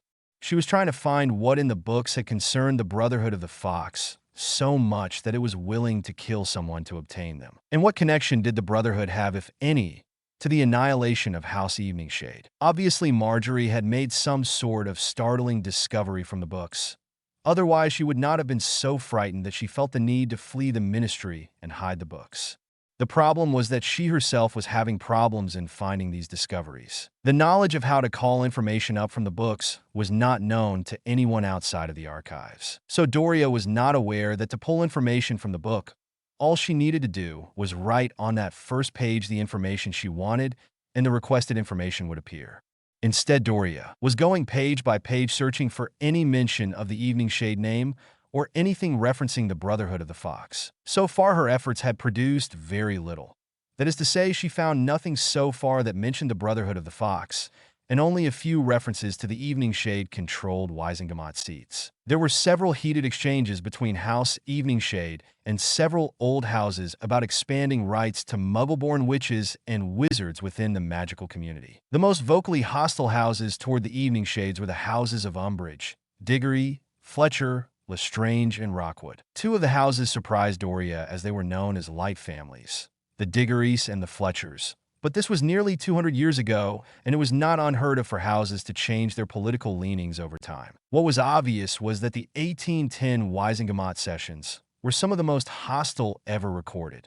There were threats not only made against the Eveningshades, but several other families as well, including a few of the founding houses. The uproar seemed to begin in the January session with the introduction of a bill sponsored by the founding House of Granger, a bill written and proposed by the Eveningshade Coalition. The bill proposed sweeping reforms to the current laws that oppressed Muggle-borns and other magical sentient beings from owning magical businesses or working in a magical government, as well as other discriminatory laws and regulations. From what Doria had read, there was wide support within the common houses and a strong coalition amongst a quarter of the hereditary houses. From what she was seeing in print, it appeared inevitable that by the fall Wisingamot session that the bill would pass. But by the fall session, where the bill would have been voted upon, things had radically changed. Several of the common houses that had supported the bill were no longer members of the Wisingamot, and others had changed their vote. 9 hereditary houses, including the Eveningshades, had been silenced as well, their seats gone, and other houses had been sworn in. These hereditary seats had been taken up by the Malfoy family, the Thomas, the Fudge, the Reinhold, the Pritchard, the Crouch, the Borgin, and most interesting was the additions of the Dumbledore family and the Grindelwald. To add to this disturbing occurrence was that 2 founding houses suddenly becoming extinct, the houses of Boswell and Granger. These 2 houses had been the sponsors of the new legislative bill, and by all accounts were allies and supporters of House Eveningshade. For them to suddenly become extinct was beyond coincidental. It was highly suspicious, if not downright obvious, that they were murdered to stop the bill from being passed. With the two sponsors of the bill gone and House Eveningshade wiped out, as well as several other hereditary and common houses who supported the bill, and the others, in Doria's opinion, intimidated it to changing their vote. The bill died before it ever got the chance to be put up for a vote. The signs of a conspiracy were evident, and though she had her suspicions on which houses were most likely involved, she had not found supportive evidence, at least not yet. She was determined, however, to search every page, inspect every paragraph, and read through every sentence until she did find something. She did have one lead, and that was Borgin. She needed to learn of his involvement with the Brotherhood. Was the Brotherhood responsible for the 1810 shakeup in the Wisingamot? Was it merely a coincidence that his family became a hereditary house that year, and he being linked to this mysterious group who killed because of the historical information in those books? No, she did not believe in coincidences. Her instincts told her that Borgin was only the first stone uncovered in what could be a wide conspiracy to stop legislation that would have drastically changed the social and political structure of magical Britain. And that conspiracy led to the extermination of several Wisingamot families, including the Eveningshades. It was a sobering thought that there was some occult organization making sure that the status quo was maintained, and that this organization would kill to keep anyone from discovering them. It made her task all the more precarious. She had no idea how far the conspiracy went and who all the players could be. And with the names of Dumbledore and Grindelwald possibly connected, it made it just that much more dangerous, not only for her, but for her entire family. She would have to use all of her skills and wits to stay in the shadows while she investigated this conspiracy. She would definitely have to speak with Arcturus about her suspicions. She would need the network of black informants, spies, and muscle to go to places where a lady just did not go, especially one as well known as the Lady Potter. Bellatrix. Olivia Rosier called out, seeing the raven-haired girl about to enter the Great Hall. Can't talk. I'm meeting my sisters for breakfast. Bellatrix told the girl as she continued walking toward the Great Hall door. Please, Bella. It's important. Olivia replied nervously. Bella stopped. Olivia rarely used the word please. It was enough of a shock that it had stopped her in her tracks in disbelief. What's so important that you are delaying my breakfast? Bella asked impatiently. Olivia looked around nervously as if she was afraid of something. I need to tell you something very important, but not here. Olivia grabbed Bellatrix's hand and led her to an empty classroom near the Great Hall. This better be important. No, I hate being late for breakfast, Bella warned. Olivia led Bella into the empty classroom and closed the door, and then cast a locking charm on the door. Bella looked suspiciously at her friend and had surreptitiously drew her own wand. Do you know any privacy charms? Olivia asked, turning toward her cousin. It's just I don't want anyone to overhear us, she pled. Bella could see the fear in her friend's eyes and her nervousness. Sure, Bella said slowly. I know a couple of charms. Bella pointed her wand at the door, and then at the four walls, and finally at the ceiling and floor, casting her spells. Okay, Olivia, what's this all about? Bella asked sharply, wanting to get to the point quickly, so she could go and find her sisters. You're in danger, Bella. You and your sisters. She replied quickly. In danger? From what or who? Bella asked. From Rodolphus and the others in his group, she replied. Bella rolled her eyes. I can handle Rudy, Bella replied flippantly. You probably could, but what about Andromeda? How about Narcissa? Olivia interjected. This got Bella's attention. What does he plan to do? She finally asked in a dangerous tone. I don't know, but there's a bounty on your family, on every member of it. Lord Voldemort has put out the word that any member of the Black family should be captured and then brought before him. And what about you, Olivia? What's your feeling on the matter? Is that why you brought me here? To try your luck at capturing me? Bella sneered, raising her wand at the girl. And no, of course not. I wanted to warn you about Rodolphus, to help you and your sisters. She replied hastily. Why should I believe you?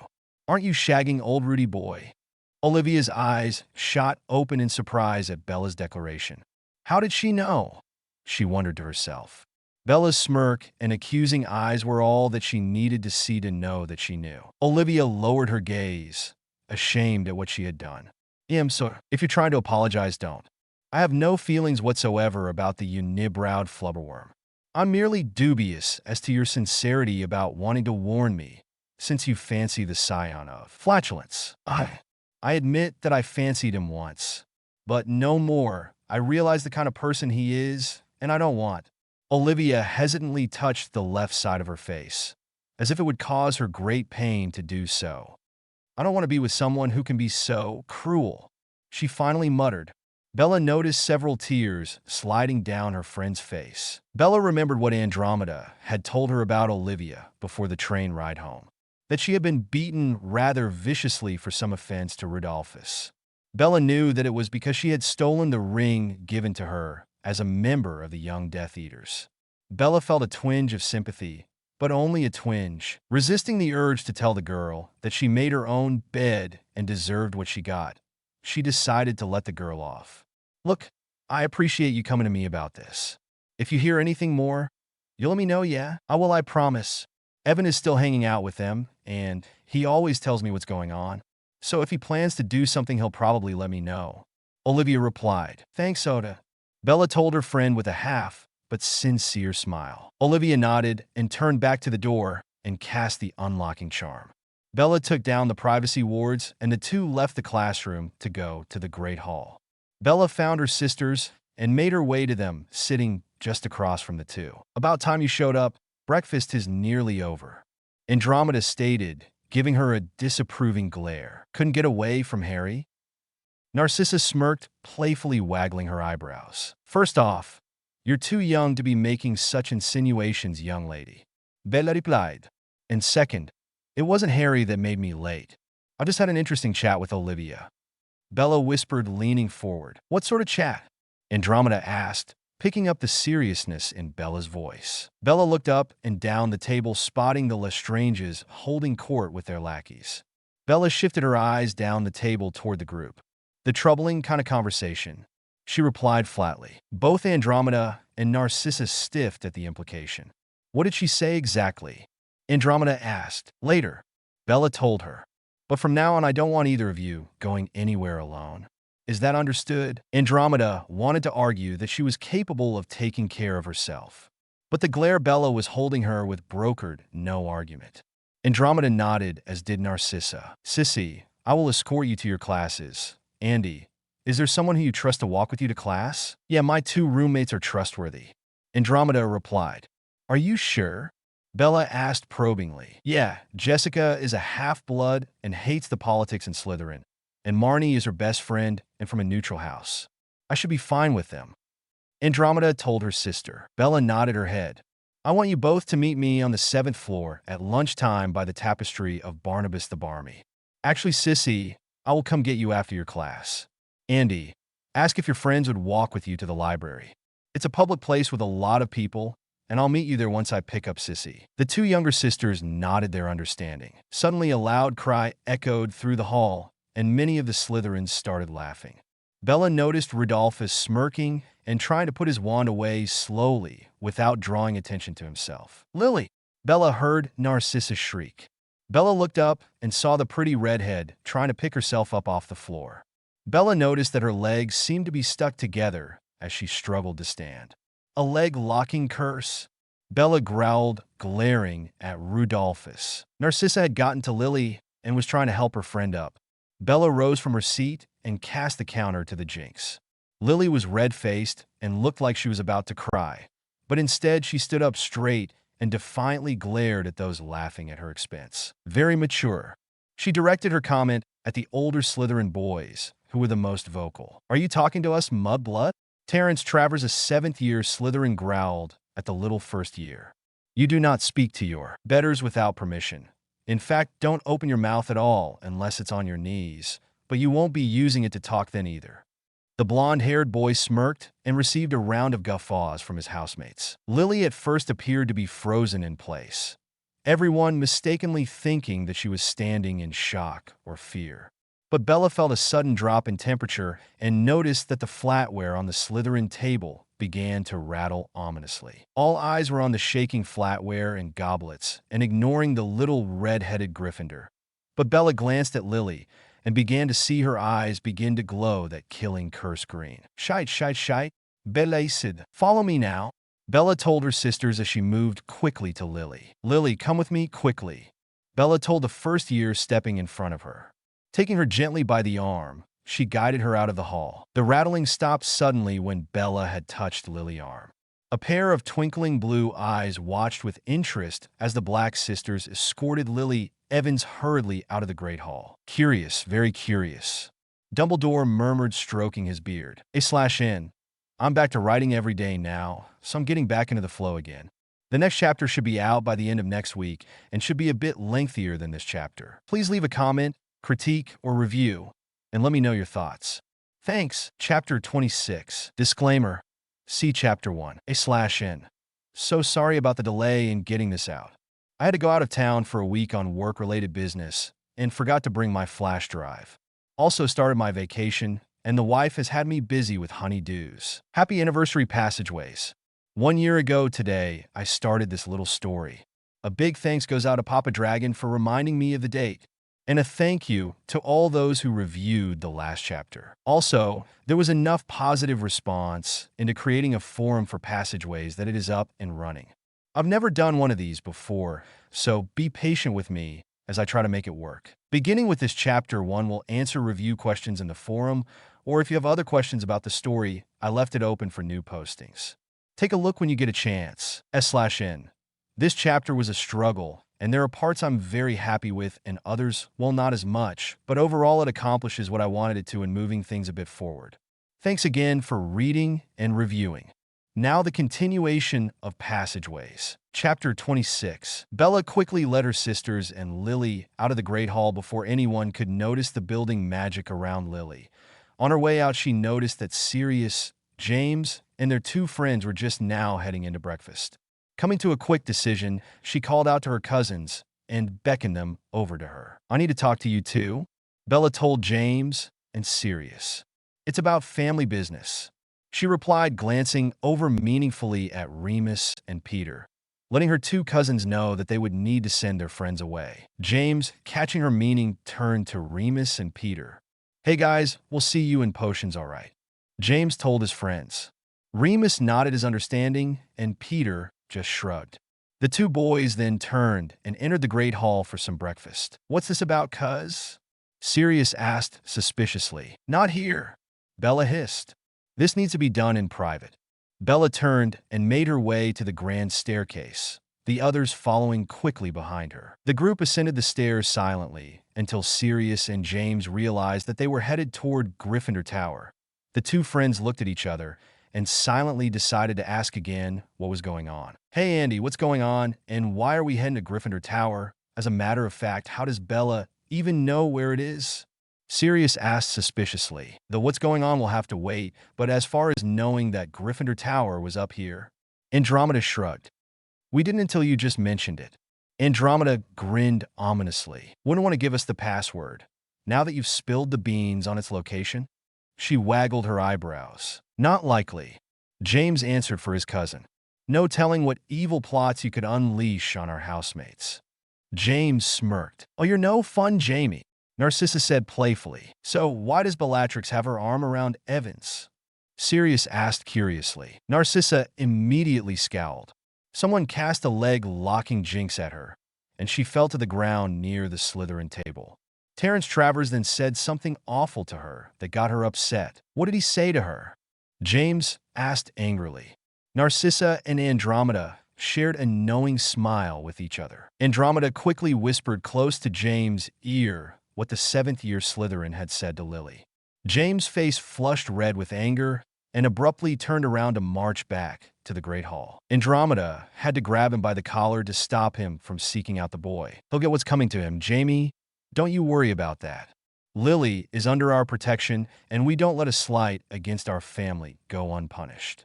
Andromeda told her cousin meaningfully. Why didn't the professors do anything? Sirius asked. Not sure they heard. Andromeda replied. Most of the professors weren't even there. Only Dumbledore and Slughorn. Slughorn is useless, and Dumbledore likes students to work out their own problems. The group had reached the top of the stairs of the 7th floor, but instead of turning west toward Gryffindor Tower, they turned east. Not that you don't know where you are going, cuz, Sirius began. But there is nothing down the east corridor. No classrooms or bathrooms, just an unkempt and unused part of the castle. Sirius told Bellatrix, who had suddenly stopped in front of a bare wall. There was a tapestry of a wizard trying to teach ballet to a group of trolls on the opposite wall, but nothing else around. Bella turned to face the group. I will have all of your words that you will not disclose anything you may see or hear from this point on. This falls under family secrets. Do I make myself perfectly clear? Bella said sternly as she looked at her cousins, sisters, and Lily. Noticing the serious, if not deadly expression on her face, all present nodded their agreement quickly. Bella turned away from the group and began to pace. The others just looked at each other in confusion and curiosity. Suddenly, a large door appeared on the previously bare wall. The group looked at the door in stunned silence. Bella smirked at the incredulous-looking faces and then took a step toward the door that opened of its own accord. The group quickly followed the dark-haired witch into whatever was hidden behind the wall. 3 girlish eeps came from Andromeda, Narcissa, and Lily as they walked in and saw a shirtless Harry, whose bare chest and defined abs were glistening with sweat. Andromeda and Lily immediately turned around to avoid gawking at him. Narcissa, on the other hand, continued to stare with a flushed face but a wicked grin as she let her eyes roam unashamedly over her brother-in-law's body. "Oh," Harry said in surprise. "I wasn't expecting company," Harry said, picking up a towel from a chair and wiping off the sweat from his body, and then reached for a t-shirt. "No need to get dressed on our account," Narcissa breathily stated. Bella rolled her eyes at her prematurely hormonal little sisters. "That's quite enough of that, you shameless flirt," Bella told the small blonde, trying to cover her eyes with little success as Narcissa kept bobbing her head up and down to get another look. "I see you have visitors, Lord Eveningshade. We shall continue our training tomorrow morning," the Bloody Baron stated before drifting through a wall. "Sorry, love," Bella said, giving him a quick kiss on the lips. "But there was an incident in the Great Hall, and I was also given some disturbing information about a plot against the family. I felt it was important that we gather everyone together to discuss it." "No, it's all right. I'm grateful to take a break." Harry breathed heavily as he flopped down in a chair and grabbed a large glass of water, gulping it down. "If there is a threat, do you think we should invite Doria over?" "It might not be a bad idea," Bella replied. "Well, I think we need better accommodations if we are having a family meeting," Harry told his wife. He closed his eyes, and to the surprise of everyone except for Harry and Bella, the room suddenly seemed to spin in a blurry rush, causing them to stagger, nearly falling over themselves. Suddenly, the room stopped, and a large fireplace materialized with several comfortable-looking couches and chairs surrounding it in a semicircle. A serving table also appeared along the left wall, with an assortment of breakfast items, tea and coffee. They all had looks of stunned disbelief on their faces as they tried to process what had just happened in their reeling minds. Harry and Bella chuckled at their family. "Help yourself to something to eat," Harry told them in a friendly gesture.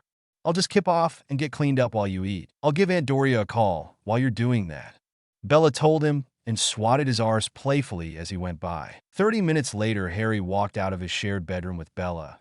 He immediately noticed his father and Sirius with their heads together, whispering back and forth to each other. When they would stop, one of them would scrunch up their faces till they were red and then go back to whispering, looking confused.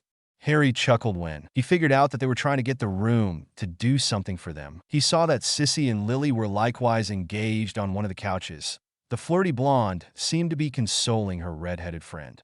They seemed to be very close friends, and Harry briefly wondered what caused the friendship to end in his reality. Bella and Andromeda were at the bookshelf examining a plethora of books that normally could only be found in the restricted section of the library. Harry chuckled at the glassy-eyed look on Andromeda's face as she lovingly stroked the spine of a particularly ancient-looking book. Harry came up behind his wife and wrapped his arms tightly around her waist and hugged her to him. Bella giggled and turned her head to the side and leaned back and gave him a quick kiss. You smell much better," Bella told her husband. She turned around in his arms and pressed herself against him and gave him a proper toe-curling kiss that left him breathless. "I thought I was being called to an emergency meeting, not to watch my niece snogging her husband senseless." Everyone jumped at the sudden appearance of Doria Potter stepping out of the floor. Harry blushed while Bella just smirked saucily. He's just too delicious not to want a taste of every few minutes. Bella replied with a grin on her face. As delicious as he may be, I believe you called me here for a reason. The Lady Potter stated with an arched brow. I did, Auntie. Bella replied grimly. And I was told by a reliable source that Voldemort has put a bounty on every member of the Black family, including us. Bella motioned to herself and her sisters. Doria sat back in a large wingback chair and let out a deep, resigned breath. Tell me everything. This wasn't what he signed up for, not what he was told would happen to him. They had assured him that everyday witches and wizards would flee when they were threatened with violence, and that if the Aurors did arrive unexpectedly, they never cast a kill. But it wasn't Aurors who showed up, but a young witch and wizard who retaliated. They retaliated with such speed and brutality that it had surprised him and his hit team. What the hell was that ribbon-looking curse? It was supposed to be an easy mission. Lord Malfoy guaranteed that there would be no resistance. Alan Pratt had joined the militant arm of the Purist Party 2 years ago. He had graduated from Hogwarts 3 years previous, and although he was a pure blood, granted from a lesser house, he could not find a job that would pay him what a respectable pure blood deserved. His parents, however, had no political or social clout to get him a job with the ministry. So he starved for a year trying to find employment. He did notice, however, that a classmate of his, Bert Stanwich, a half-blood with a mudblood mother, was now running his father's apothecary. Where was the justice in that? One night, as he was expressing his frustrations over a few pints at the Hag and Troll pub down Knockturn Alley, he was approached by a man who was sympathetic to his plight. A few more pints, and 3 days later, and he was a new recruit for the Purist movement's military wing, the Death Eaters. He was all too happy to join with like-minded wizards and witches who saw the disease that was the Muggleborns with their unnaturalness. He remembered with glee how he passed his initiation test. He had to kill a mudblood or a half-blood. He did both, killing the half-blood Bert Stanwich and his mudblood mother. Unfortunately, his pure-blood father was there and tried to protect the filth. Well, his death would serve to warn other pure-bloods from polluting their bloodline with Muggle filth. But now, here he was with magic suppressing manacles on his wrists, chained to an interrogation table like a common criminal in a small, windowless gray room. He shook his head again. This was not supposed to happen. No one was supposed to fight back. Now all but 3 were dead. Out of 12 on his team, only he, Bryce Murdoch, and Lord Malfoy had survived. The heavy metal door that kept him locked in the small room creaked open. Alan could see 2 red-cloaked Aurors standing guard just outside. 2 people then walked in and took the 2 chairs just opposite him. The first was an older man with several scars on his face and had a hardened look of a soldier who had seen his fair share of war. The other was a pretty red-haired witch somewhere in her early 20s. She looked somewhat familiar. She was about his age, probably had seen her at Hogwarts. Definitely not in Slytherin House. He would have remembered her if she had been in his house. Alan Percival Pratt, 24 years old, Hogwarts class of 64, mother deceased, father, Percival Jonas Pratt of Londonderry, bookkeeper. I see here you have several minor offenses to your record: drunk and disorderly, petty theft. And what do we have here? Oh, well, it looks like several arrests for assault. Or Captain Alastair Moody read from his file before looking up at the shackled young man in front of him. My name is Captain Alastair Moody, and this is Auror Bones. We will be conducting this interrogation, and it is my duty to inform you that this interrogation can and will be submitted as evidence for pensive viewing by both counsels, and at your arraignment and hearing, the court date is not yet set. Now, is there anything you wish to confess or state for the record before we start questioning you?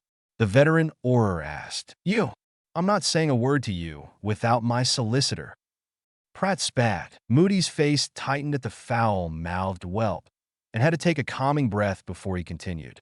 Moody looked down at the information sheet in front of him and grinned evilly. It says here that your solicitor is one Lord Abraxas Malfoy. I hate to tell you this, laddie, but Lord Malfoy is a wanted fugitive and is not able to represent you at this time. Moody smirked. The shackled man's face paled as he realized that he, like many of the Death Eaters, had Lord Malfoy listed as their solicitor. There were other solicitors in Lord Voldemort's employ, but he did not know who the others were. Can't think of anyone else? Moody mocked. Why don't you do yourself a favor and just tell me what I want to know, and we'll see if we can persuade the courts to be easy on you. What do you say? Lad, I don't know anything. I was just in the wrong place at the wrong time. I didn't do anything wrong. Pratt shrieked. Moody looked piercingly at the young man in front of him, pure loathing on his face as he stared at the Death Eater trash, the vacant stares of Hogwarts students still fresh in his mind. Moody pushed away from the table, the legs of the metal chair screeching across the stone floor. He stood and slowly began to circle the table, like a shark circling his prey. The eyes of the young Death Eater nervously watched the progress of the old Auror as he made his way around the table until the man was directly behind him. He twisted his neck from one side to the other in an attempt to keep an eye on the older man, terrified what the Auror was doing. Asterisk smack asterisk Alan Pratt saw stars as his head was suddenly smashed into the metal table. Small rivulets of blood streaked across the cold surface from the newly shattered nose. Captain! Amelia Bones shrieked in shock. That was an attention grabber. Moody growled near the dazed Death Eater's ear. Next time I ask a question, you had better answer me. You didn't ask me a bloody question. The man spat, blood flying everywhere. Amelia produced her wand, and with a quick evanesco, vanished the splattered blood. Oops, my bad. The old Auror chuckled darkly. Amelia cleared her throat to get the attention of the shackled young man. I apologize for my partner's rather abrupt actions. He can be quite temperamental at times, but he hasn't killed a suspect in over a week. A personal best, really. Amelia casually explained, and had to stifle a grin as the young man's eyes widened in panic. Soothingly, Amelia continued. Now, we know that you are a member of the illegal vigilante group known as Death Eaters. We also know that you were involved with the burning of the bistro in Diagon Alley, endangering the lives of the 17 people who were patronizing the establishment at the time, and that you participated in the murder of Gerald Bell, the bistro's proprietor. Your wand was tested by Priori Incantatum and was found to have cast the killing curse. This curse, of course, being an unforgivable and has a mandatory sentence of life in Azkaban prison. You were also witness to having taken part in the subsequent battle that left many surrounding businesses damaged or completely destroyed, as well as injuring at least a dozen other innocents, including 3 children. These are the facts, and you are looking at life in Azkaban prison, and most likely will be held in its maximum security floors, which you are aware is guarded by Ministry Dementors. Amelia finished reading from her file. Dementors, lad. Moody repeated over the young man's shoulders. Those soul-sucking devils that strip you of every pleasant thought, every happy emotion, and leaves you with your darkest fears and memories as you scream your throat raw as their unnatural cold chills you to your very bones. He growled. Alan Pratt visibly began to shake. This definitely was not what he had signed up for. Dementors, for Merlin's sake, you do have some options available. The pretty red-headed Auror stated with a hint of sympathy in her voice. Options? The man asked hopefully. Again, Amelia had to stifle a smile at how easily she and her mentor were leading this terrorist slime. Of course, Amelia replied sweetly. If you were to help me, I in turn would help you. What do you mean help you? He stammered, looking back and forth between Moody and Amelia. I want you to give me everything you can on Voldemort, his purist party, not the propaganda, but the real goals of the organization, and everything about the Death Eaters. Such as, how many are there? Where do they gather and train? What are the requirements? I want to know about any and all former attacks and raids that you are aware of. And most importantly, I want names of every son of a bitch that has raised a wand to harm, maim, or kill in the name of that sick bastard you call Lord. She said, dropping the sugary voice into a hard, demanding one that she would one day become renowned for. The man silently shook his head before speaking. If I do that, I'll be dead before the next dawn. You'll be worse than dead if you don't. Moody snarled. Ever see anyone who has been too close to a Demena? Have you, lad? He spat. Not a pretty darneen sight. Most pray for death after the first week under their tender mercies. But we don't allow you to die in their sea. Oh no, you'll slip further and further into madness, as their ungodly existence slowly destroys your very will to exist. But you do, and the torment never ends. Think on that, boy. Alan Pratt was now openly weeping as the dark realization of his predicament finally was made manifest. He, like all magical raised, knew of the Dementors and what they did and could do to you. He also knew the punishment for betrayal. He had witnessed his lord torture a fellow Death Eater into insanity for expressing a desire to leave the Death Eaters. If I do this, if I help you, I will have a target on my forehead," Pratt whispered, looking down at the table that was dotted by the drops of blood that were still leaking from his broken nose. "If I do this, will you protect me? Or get me out of the country? Maybe America?" He asked. "No guarantees, but I'll speak to the DMLE director and have him pass it by the head warlock and the minister. But you have to be able to give me some darn good intel, or it's no deal." Moody spoke. Pratt nodded his head and then proceeded to relate to them all the Muggle attacks he had been part of and those he had heard about, from his fellow Death Eaters and the names of those involved. He explained that the Death Eaters were usually divided into 12-man cells that received instruction from a handler who received direction from Voldemort's inner circle, who had received it from Lord Voldemort himself. At least that was what he was told. He explained that there was a command structure, and that information came through those lines. The average Death Eater grunt rarely saw the Dark Lord. Only the inner circle, and on occasion the cell captains met personally with their lord. Apparently, Abraxas Malfoy had been an inner circle member as well as a cell captain. Pratt was not aware of how many of these Death Eater cells existed, but was confident that there were at least a dozen or more. There had been 36 people in his training group a little over 2 years ago, and knew that the facility he was trained in was just one of 3 that the organization had. He had little information, that is to say no information on Voldemort himself or who the inner circle members of the Purist movement were. In the end, the information that Pratt provided gave the DMLE a place to start, a training facility near Inverness, and a few names of people he knew were in other Death Eater cells. "We need to go public with this. The people should be warned about this threat," Amelia told her mentor as they stepped out of the interrogation room. Moody gave her a stern glare. "What should they know, Bones? All we have right now is hearsay. That supposedly there are terrorist cells of Death Eaters lurking about, and that they receive third-hand orders from Voldemort. We cannot prove that any orders came from the bastard. All we have here are leads we need to follow. Only good detective work is going to bring down this dark son of a bitch. As of the moment, we cannot substantially connect the Purist Party with the Death Eaters. But Lord Malfoy is a known member of the Purist Party and was captured at the Diagon Alley attack."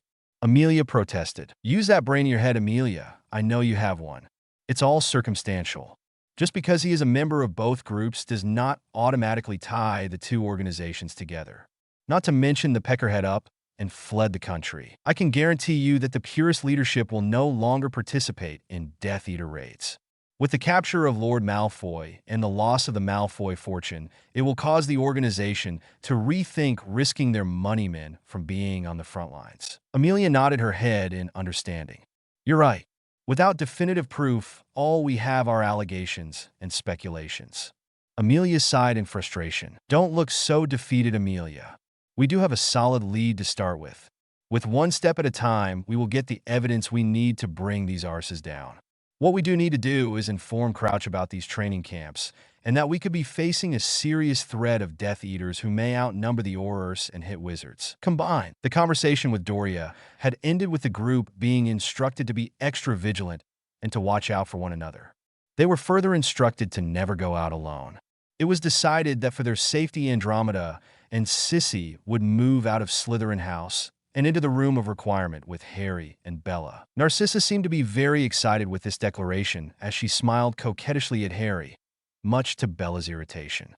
The little flirt had mentioned to her and Harry earlier that it was quite acceptable for a lord to have a mistress and that she wanted to be considered for the position when she was old enough. Harry wasn't sure if she was joking or not, but either way, Harry had to politely rebuff her when he saw Bella staring daggers at her youngest sibling. Narcissa had just shrugged and skipped away, giving Harry another dazzling smile as she left. As soon as the decision had been made for the sisters to stay, another door had appeared that led to a large bedroom with 2 full-size canopy beds, a fireplace, 2 student desks, and a spacious walk-in closet and large bathroom with a sunken tub. Doria's mind was a whirl of plans to protect her family, and would be contacting her longtime friends Poppy Pomfrey and Minerva McGonagall the next day. It was time to have a serious chat with her 2 former schoolmates. She knew from Harry's former time that the 2 witches had been strong allies of Dumbledore. She would need to sway them to her, before Albus got his claws into them this go around. With a war coming, she needed to start gathering her allies, and it didn't hurt to have a couple of reliable spies within the school to inform her of the goings-on and to be two more pair of eyes to watch over her family. With their shared history together, it shouldn't be too difficult to enlist the two powerful witches. She also needed to speak to Alastair. He was uniquely positioned within the DMLE to keep her abreast of anything Death Eater related, and she also wanted to bring him in on the whole Brotherhood of the Fox problem. She, of course, had the enigmatic resources of the Black Underground Network, a web of informants, spies, and thugs that were at the beck and call of House Black. The threat to her family seemed to be coming from multiple sides, and she knew that she would have to determine which the greatest threat was, and take them out as quickly as possible. Charles and Arcturus had agreed that they could not fight on multiple fronts and hoped to succeed, even with the combined resources of the Potters and Blacks. She would trust Harry and Bella to protect the family at Hogwarts, and Charles, and the other Black family members would work on dealing with the problems outside of the ancient school. Friday had arrived.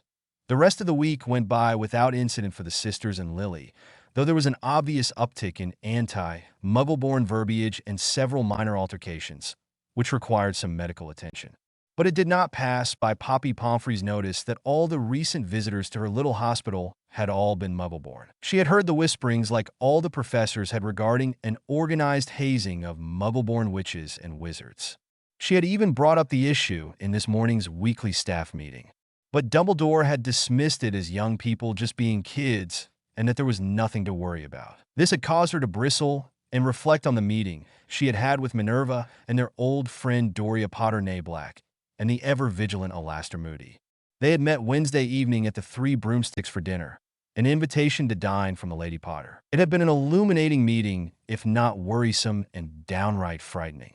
Doria had told them that another blood war was on the horizon, and that this Lord Voldemort and the Purist Party would be the ones to throw magical Britain back into the horrors that all three women had faced nearly 30 years ago. Minerva had been skeptical and told her friends so. Doria told the pair that the recent attacks in Diagon Alley and Hogsmeade and the several attacks they had heard of on other small Muggle villages had been executed by a group calling themselves Death Eaters and were the de facto militant wing of the Purist Party. At first, Minerva could not believe what she was hearing, until Moody had confirmed the Lady Potter's comments. He shared with the assembled ladies some information that he had extracted from the interviews with the captured Death Eaters. He laid out before them a picture of the radicalization of disenfranchised purebloods. The Purist Party was grooming young, angry purebloods to be its own military, a militant group which they could mold into heartless and mindless killing machines. The hit-and-run raids on unsuspecting Muggle villages, the rape, and the torturing were tools to desensitize their young minds to the mayhem that they would eventually unleash on the magical population. Poppy recalled how Minerva absorbed what was being said, and when she no longer doubted Doria's words. She had immediately suggested that they speak with Dumbledore and that he would know how they should respond to this new threat. He was, after all, the chief warlock of the Wisingamot and could put the ministry into motion. Doria immediately launched into a vicious diatribe of how Dumbledore took a neutral stand during the Great War and the Grindelwald situation. He constantly voted against giving Aurors and hit wizards more discretionary powers to defend life and property. And as for why he all of a sudden took interest in Grindelwald at the end of the war and the supposed duel that killed the Dark Lord, she had her suspicions. After all, no body was ever shown to the International Confederation of Wizards. They just had Dumbledore's word that the deed had been done. Well, she had her suspicions about that too, and the relationship between the two of them. Poppy and Minerva had been stunned at the acerbic characterization of the headmaster coming from their longtime friend. Doria explained to them that this threat needed to be met not by passive negotiating or backroom politicking, but by an aggressive policy of cross this line and UING die. And in Doria's and Alastair's minds, that line had already been crossed. The deaths in Diagon Alley and in Hogsmeade were merely the preamble of a much darker agenda. They needed to stop this threat before it became unmanageable, and Dumbledore was not a proactive leader.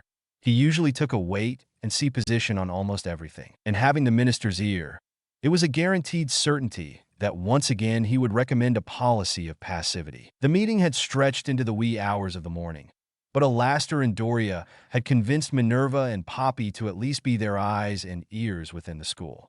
Minerva would not actively spy on students who might be junior Death Eaters, but that she would keep her eyes open. Poppy would continue to document all assaults on students, both victims and perpetrators. Documents that could be presented not only to the school governors, but also to the DMLE as well, to force Dumbledore's hand in expelling students who have shown a history of violence toward their fellow schoolmates. This was one way she could protect the children who attended the ancient school. Doria had made Minerva and her aware of the price put on the heads of her family, including those within Hogwarts. The two of them vowed that they would try to keep an eye out for the 3 Slytherin sisters and the 2 Lions and Lily Evans as well. The explanation Doria gave for her interest in Lily was because of her friendship with her niece Narcissa, and that she had already been targeted by bullies in Slytherin who do not like the relationship between the 2 first years. With a promise to all meet again, soon the group went their separate ways until a new meeting was called. Terence Travers strutted his way to the Great Hall for his Friday morning breakfast. And why shouldn't he strut? He was a 7th year, a pureblood from a wealthy and influential family, and he was a Slytherin. The other pathetic students from the other houses ran from his mere presence. Such was his awesomeness. Everything was right in Terence's world as he sat at the Slytherin table amongst his friends and bragged about his latest sexual conquest of a 5th-year Hufflepuff. So he had stunned her before he took liberties with her. But his friends didn't need to know that. Besides, she should be grateful that a pure blood used her half-blood body for his pleasure. Bellatrix entered the Great Hall walking with Olivia Rosier. The two had rekindled their friendship and were making their way toward the Slytherin table. She smirked evilly as she saw her intended victim laughing it up with his friends. Quickly schooling her features to a more aloof facade, she directed herself and Olivia to pass, just behind the oblivious 7th year. Slowing down, Bella turned toward Olivia and spoke as they were just behind Travers. "Did you hear, Olivia, that a horny dog was spotted in the castle, trying to hump everything in sight?" Bella smiled enigmatically as she and Olivia took a seat near Bella's sisters. Bella was particularly glad that Lily had joined Narcissa for breakfast this morning. Terence Travers suddenly began to feel a bit strange. His friends noticed that he began to pinch his legs together and was squirming around in his seat. The boy began to sweat, and his eyes looked like they were glazing over. They watched in confusion as their friend, who had been boasting just moments ago, had become suddenly silent. They jumped as Terence's hand slapped down on the edge of the table, gripping the wooden surface tightly. He began to rock as he crossed his legs and was grinding his thighs together. His breathing quickened and his eyes began to dilate. Terence suddenly lurched at another male Slytherin student who happened to walk by just then. The 7th year wrapped his arms and legs around the other student and began to jerk his body up and down the side of the now frightened boy. The boy tried to push Travers off him, but he held on tight and continued to dry hump the younger boy's leg with increasing fervor. "Travers, what are you doing?" Rabaston Lestrange yelled as he tried to separate the two boys. His effort to separate the two was successful, but had the unfortunate effect of Travers' trousers falling down around his ankles, and now an obvious erect Travers was now trying to mount him with wildly thrusting hips. Who knew that Travers went commando? Andromeda roared with laughter. "Not that he needs boxers with such a minuscule organ as that." Bella replied with a smirk, sending many around them into fits of laughter. "Mr. Travers, Mr. Lestrange, by Merlin's beard, what are you two doing?" Professor Slughorn bellowed as he was hurrying to the scene. "I'm not doing anything, Professor!" Rabaston screamed as he and his brother were trying to pull off a very excited Travers. "I think he's been put under a spell, Professor," Rudolphus replied as he deflected Travers' attempts to jump on him. The entire hall had erupted in unrestrained belly laughs at the sight of the two Lestrange brothers being sexually attacked by a horny Terence Travers. Bella winked at Lily and mouthed the words for you. Lily gave her a grateful grin that went from ear to ear. "Finite incantum." Slughorn cast without success. "Finite incantum." He cast again, trying to end whatever spell had been put on the still-humping boy. No success. "Allow me, Horace." Dumbledore arrived at the scene with a superior look on his face. "Finite incantum." He cast casually. Dozens of eyes widened as the all-powerful headmaster's counterspell failed to stop the boy whose lower appendage was becoming raw from constant friction and starting to bleed from micro-tears in the skin. "That's not going to work, you old fossil," Bella thought superiorly to herself. She was an enchantress, and when she cast an enchantment, it could only be removed by her. Dumbledore tried 3 more times before giving up and stunning the boy. By the time he had knocked the boy out, his manhood looked more like ground beef than an actual cock. And Bella felt no inclination to remove the curse ever. She smirked again, knowing that when they awakened him, he would once again feel the overwhelming urge to copulate with the nearest male leg. Though no one could ever prove it, the feeling in Slytherin House was that the Black Sisters were somehow involved with whatever happened to Travers, seeing as they had previously warned that the Gryffindor red-headed first year was under their protection, and since Travers had insulted the girl, it stood to reason that they were involved. Lily Evans would never be targeted again, at least by the male population of Slytherin. Not one of them wanted what happened to their housemate to happen to them. After the last class of the week finished, Bella escorted Lily back to the room of requirement to begin their training in Evening Shade family magic. Harry had immersed himself all week in the family grimoire, searching for some chapter or passage that would explain how to access and develop the unique magic that flowed in his blood. He had found many unique spells, curses, and hexes that he had never heard of before. He also found several blood and sex rituals, which left him feeling a bit disturbed and a bit turned on if he was being honest with himself. Harry suspected that many of these later rituals involving blood would be classified as dark magic, and almost all blood magic was banned and criminalized by the magical government. He did learn from the book about the tablets within the family vault. He would have to tell Doria that she had been right, that some of the tablets were written in ancient Sumerian. They were summoning rituals, but the grimoire was cryptic as to what exactly they summoned. He was disappointed that he could not find a list in the book that detailed all the family magical gifts. He did discover, however, that some gifts were shared with all those who possessed the Evening Shade blood, but that there were also other gifts that only manifested in witches of the family, such as summoning. Only the most powerful females of the clan possessed the gift of summoning and the ability to decipher the ancient tablets. But again, the book was cryptic as to why this was. All members had the ability to slow time in battle. It wasn't time manipulation, but the chemical and electrical impulses in the brain firing information so fast that it appeared that everything was moving in slow motion. Harry had actually heard of this in the Muggle world, time seeming to slow down when someone was under extreme physical or mental distress. But it seemed that the Evening Shades could do this at whim. This gave them a distinct advantage in battle, where they appeared to anticipate an enemy's move before they even began. These same electric impulses from the brain also gave the Evening Shades heightened reflexes and speed during physical altercations. One of the most interesting abilities was the power to affect the environment around them, from dropping the temperature to raising it, as well as creating mist and fog. He discovered that the Evening Shades had taught themselves how to have complete control over their minds and bodies. They could control every single muscle individually or collectively. They could slow their own blood flow, they could manipulate their metabolism, and even temporarily change their body chemistry. Harry was disappointed, however, to learn that these techniques took years to master and that Evening Shades began this training at a very young age. The realization that he had no way to know how to begin this training or how to even understand the magic settled on him like a bludger in his stomach. He tried to remember how exactly he moved so fast in the Hogsmeade attack, and how his body had gone from solid to whatever he was when the spells from the Death Eaters went right through him. He needed help, and he did not know who could provide it. Doria was not an Evening Shade and could not read from the family grimoire. Bella could, but she would be just as in the dark as he was. Perhaps there was something in his family vault that could help, but the vault was large and had hundreds of old tomes and scrolls. It could take a long time to find anything, if they found anything at all. He supposed he would just have to rely on the visual text that showed the various documented battles that his family had fought and glean what he could from them. His thought was that seeing the magic in action might trigger something within him. It was a long shot, he admitted, but it was all he could come up with at the moment. "Lady Hogwarts?" Harry called out to the room. The beautiful image of Helga Hufflepuff appeared before him, with her long braided red hair and flowing emerald green gown. "You have need of me, Harry?" she asked. "Yes, well, a question really," Harry replied. "My family history books have a unique charm on them that brings what is written to life. Well, a projection anyway. The reader sees and hears everything that is written as if they are a spectator watching it unfold.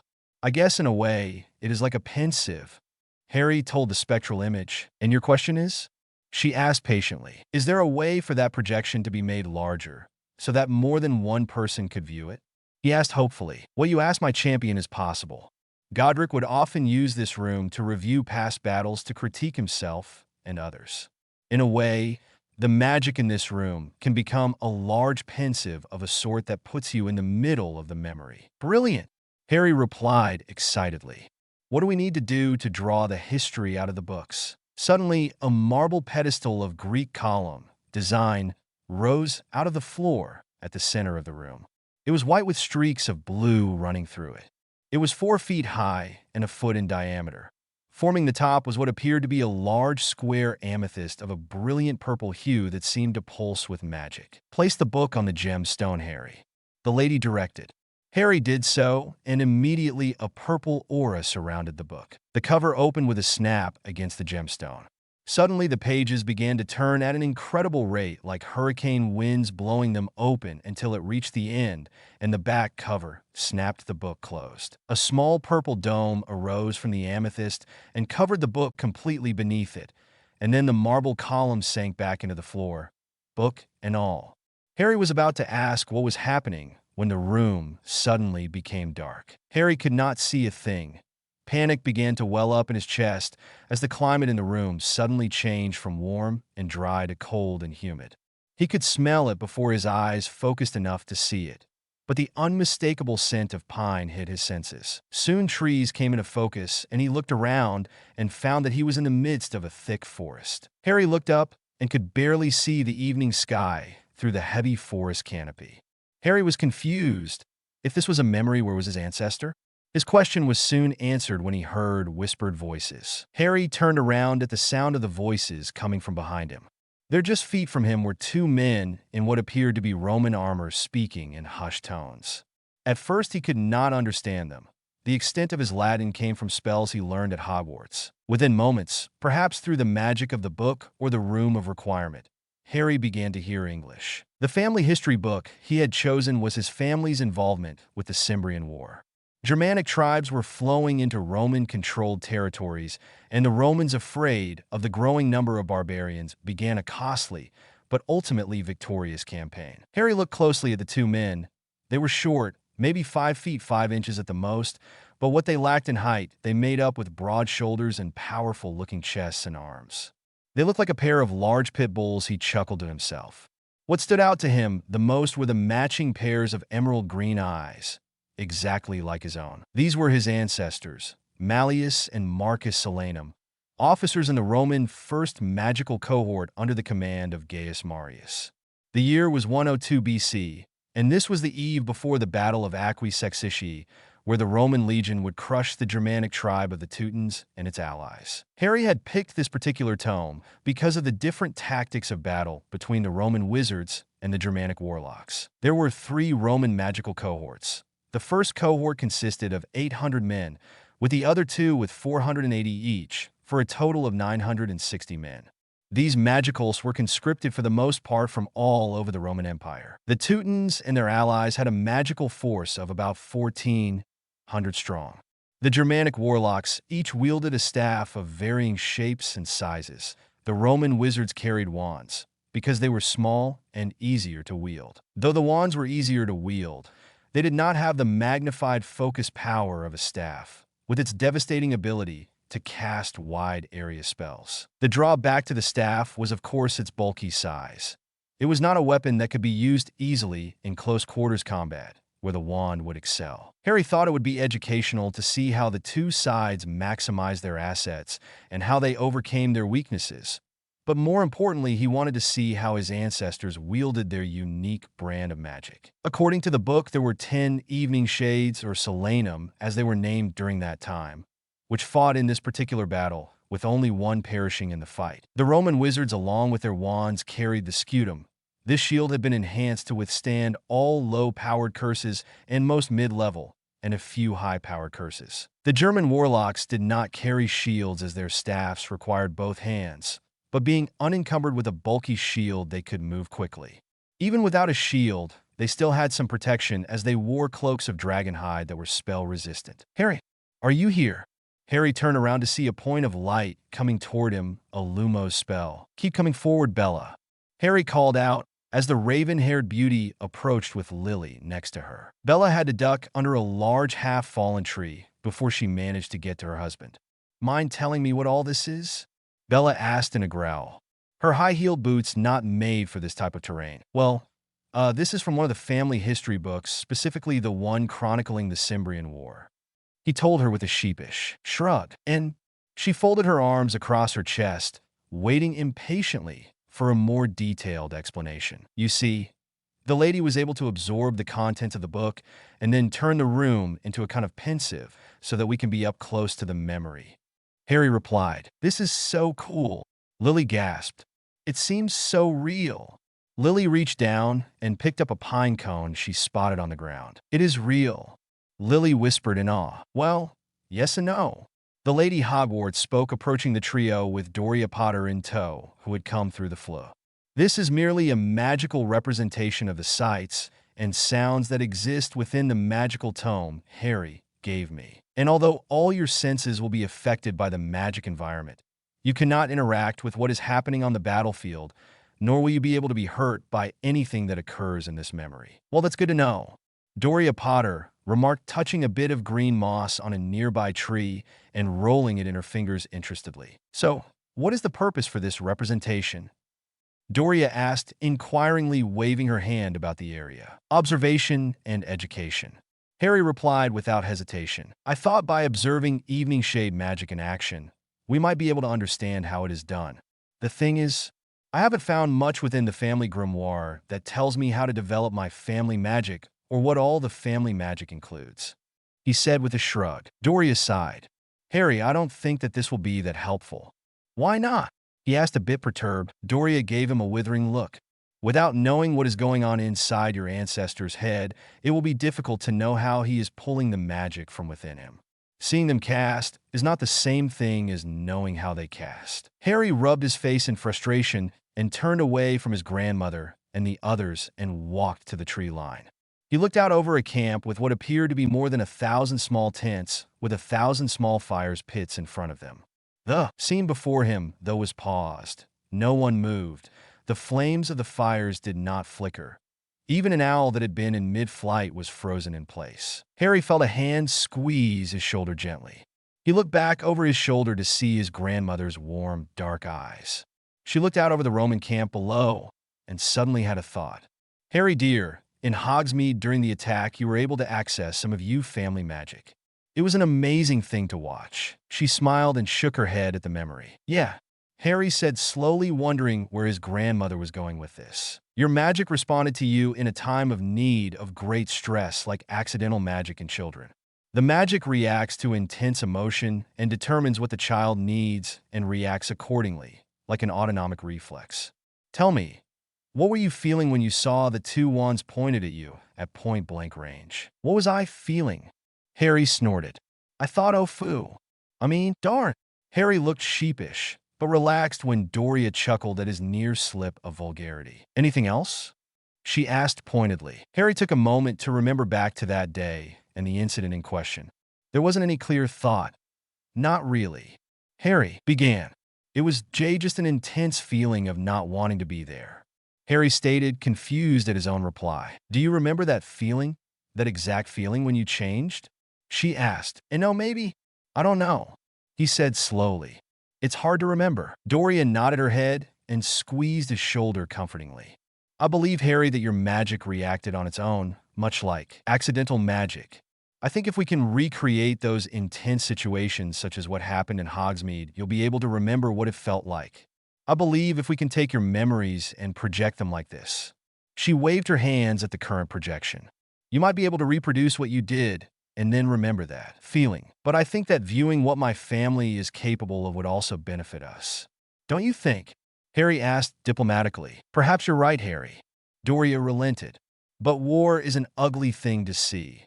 And although you may think you are ready to see man's inhumanity to man, Let me assure you that no one is truly prepared for the horrors of war. Believe me, I know, Doria stated with a faraway look. Whether I'm ready for it or not, war is coming grand. Lady Potter. Harry quickly corrected himself. Bella had caught the slip and gave him a warning look. Lily seemed to have not heard the slip and was still looking around at the forest they found themselves in. Doria closed her eyes sadly as she remembered the pensive memory of Harry being used to resurrect Voldemort in his timeline.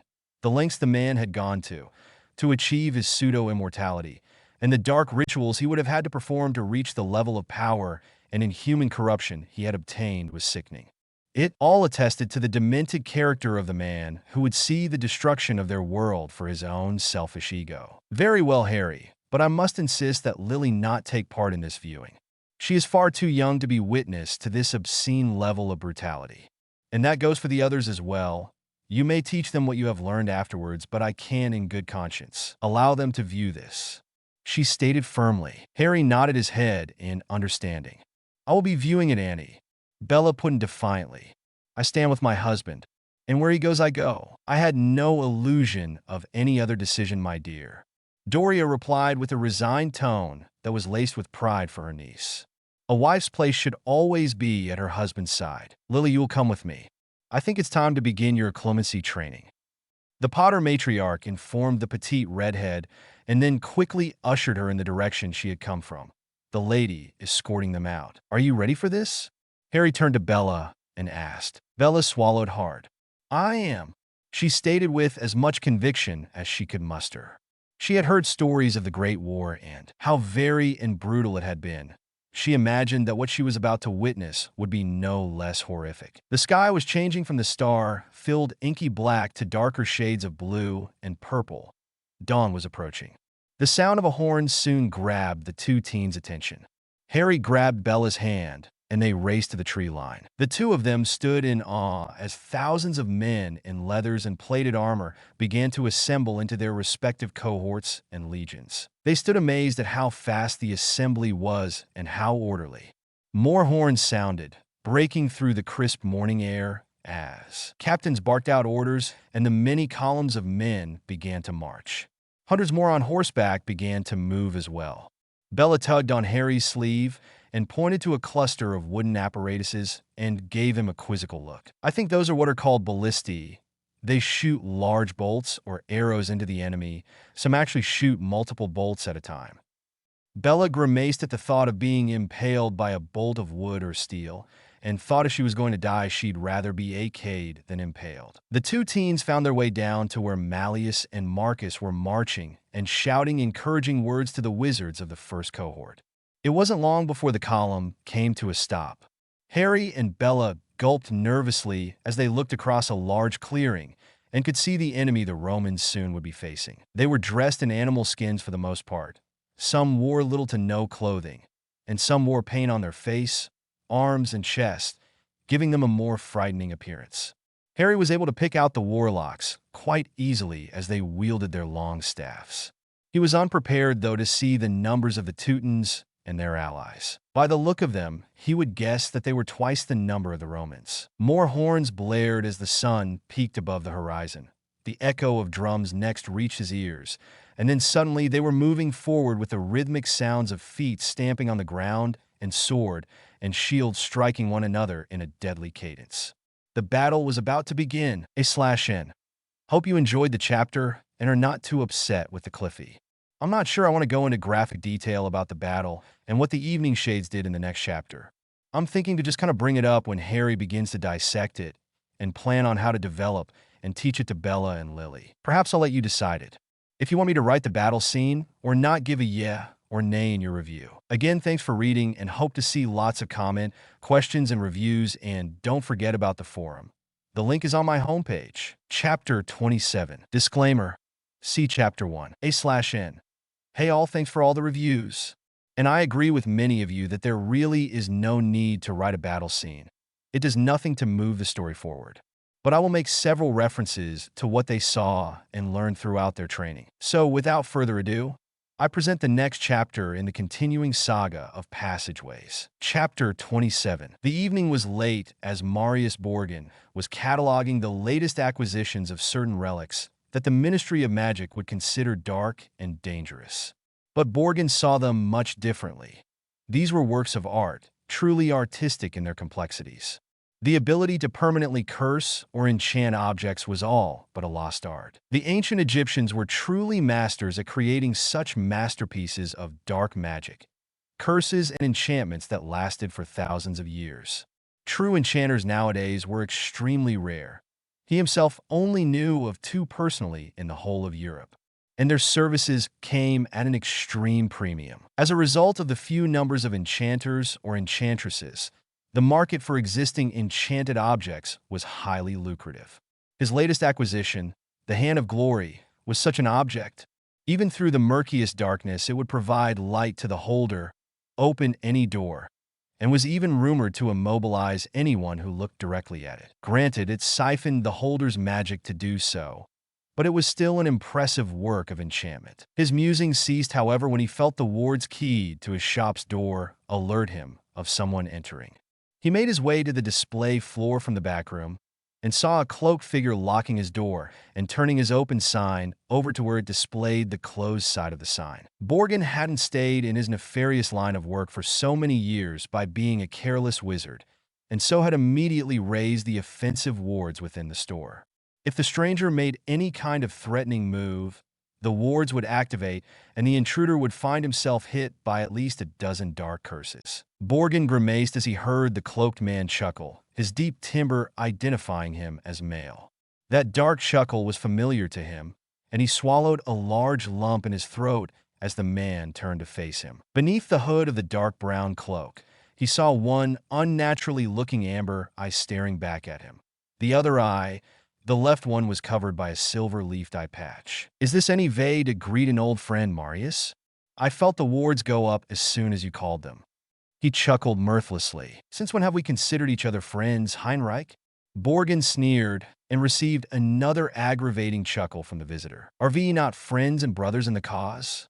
he asked silkily, lowering his hood to reveal long silver hair pulled tightly into a ponytail at the base of his skull and held in place by a silver clasp of a wolf's head. "You are nothing more than a thug, Heinrich, and no friend of mine," Borgin replied through clenched teeth. Yes, I am a lowly foot soldier, while you belong to one of the 13," Heinrich said with faux pomposity and waved his hand airily. "And look where your house name has brought you," Heinrich said insultingly as he looked at the rundown shop. Borgin fumed at the dismissive attitude of this low-born slug.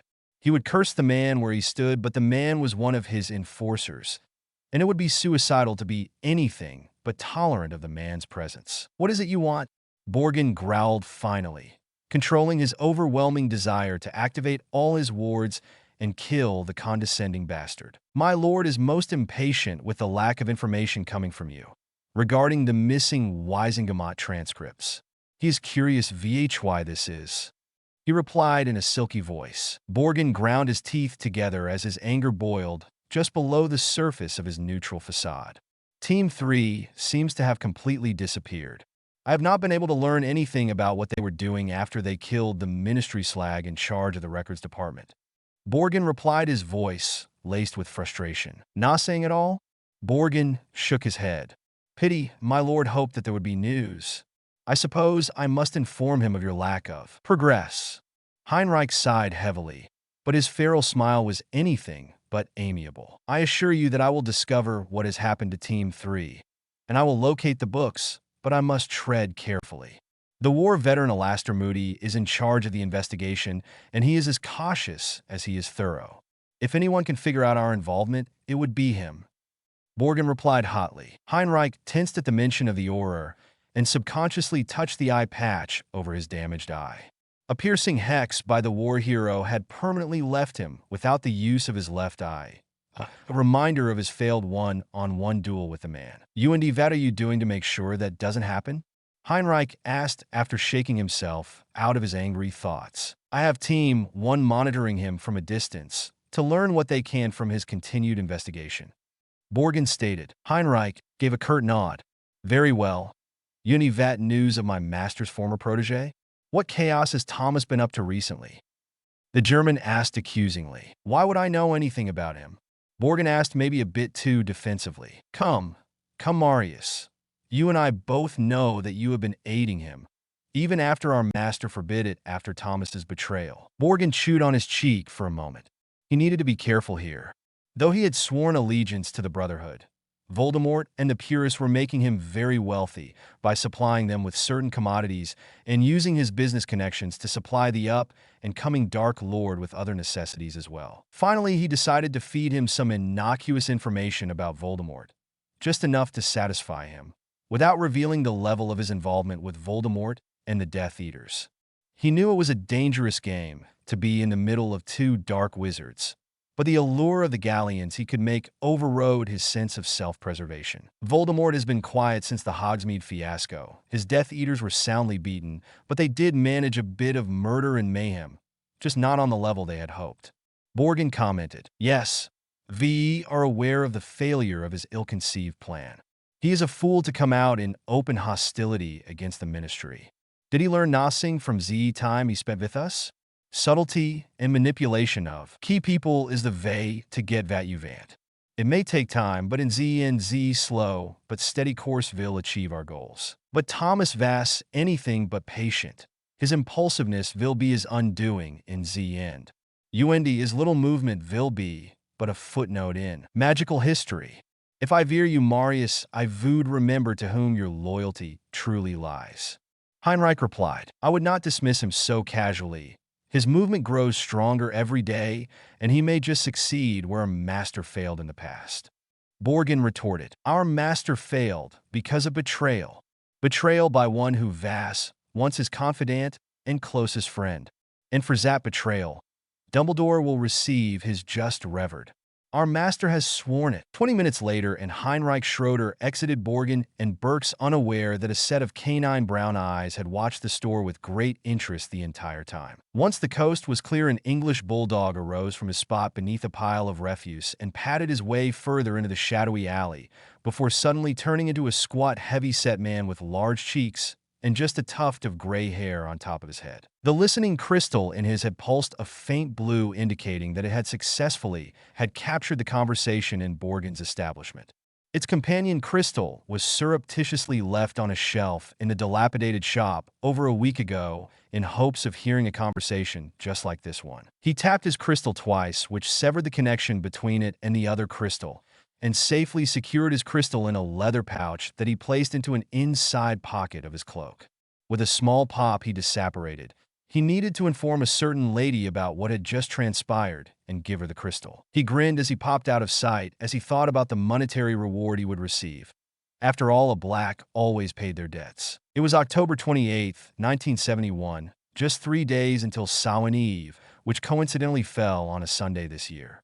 Harry was becoming nervous about the upcoming Sabbath. He had received a letter from Aunt Cassiopeia just the other day reminding him that he would be accompanying her to visit the Morgan Coven on that holy day where he would be introduced to the Fringe families. She had informed him that he would be the guest of honor at the Sabbath and hinted that there may be someone of interest to him there.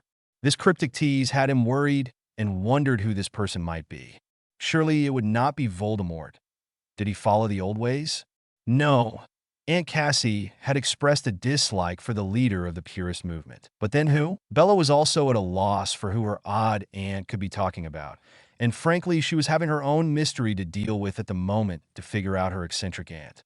Ever since their peek into the evening shade passed, in particular the Battle of Aquae Sexici, she had had dreams of a disconcerting nature. Some, sure enough, were because of the carnage she had witnessed in the memory. It had been very and barbaric, and though a part of her became almost euphoric with blood, lust, she quickly suppressed that part of her psyche, warning herself about the lure of the dark. She was committed to the gray now, and to her husband, and so tried to look upon the display of violence as academically as possible. But something else had awakened within her. The blood of her husband's heritage began to whisper to her in her dreams, calling out to her, beckoning her to do something, to go somewhere, to unleash. It was all fuzzy after that. It was maddening, and yet she kept it to herself, because her husband was also feeling the effects of their historical trip. The sights and sounds of the battle seemed to transform her husband for a time. His green eyes glowed like eldritch fire as chaos overtook the battlefield, and a spectrum of color coming from every wand and staff as the two opposing forces clashed. He ran into the fray next to one of his ancestors. Though this was all projection, it felt real to the senses of the young couple. Harry began to move like he did in Hogsmeade, inhumanly fast between combatants. His spells, though never hurting the combatants in the memory, however, were impressive to behold. Bella had wondered why Harry's spells had not done damage to the Room of Requirement, but surmised that the lady must have certain protections built into the magic of the room. Harry continued to cast and was visibly becoming exhausted. Suddenly, Harry seemed to fade into nothing, but then had reappeared and had collapsed, blood pouring from his nose and the corners of his eyes. Bella immediately had the lady stop the projection and return the room back to their living quarters. She rushed to her husband's side, swearing at her unconscious lover as she levitated him to their bedroom. Doria and Lily had appeared when the room changed back. A furious-looking Doria and a fearful Lily watched as Bellatrix carefully laid her husband on their bed. It took Harry a full 2 days to recover from this latest episode of draining his magical core. When he did awake, it was to a furious Bella who beat on his chest, all the while kissing him passionately in relief. Doria had not been pleased, no, not at all pleased, and had chastised her grandson for a solid hour for being so foolish. His foolishness did, however, bear some fruits, as he was able to explain to Bella and Lily what he was feeling when he was able to slow down his perception of time, and how he felt when he moved with enhanced speed. They had worked on it together afterwards.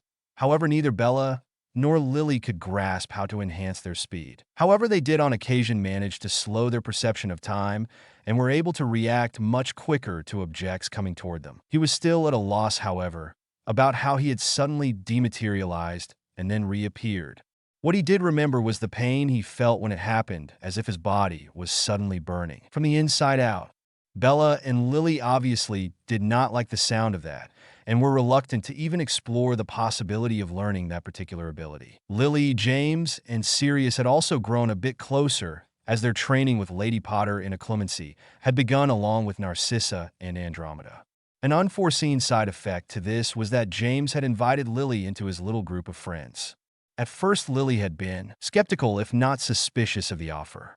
She and Narcissa had been on the receiving end of too many of the young marauder's pranks. But over a short period of time, he was able to convince the pretty redhead of his sincerity.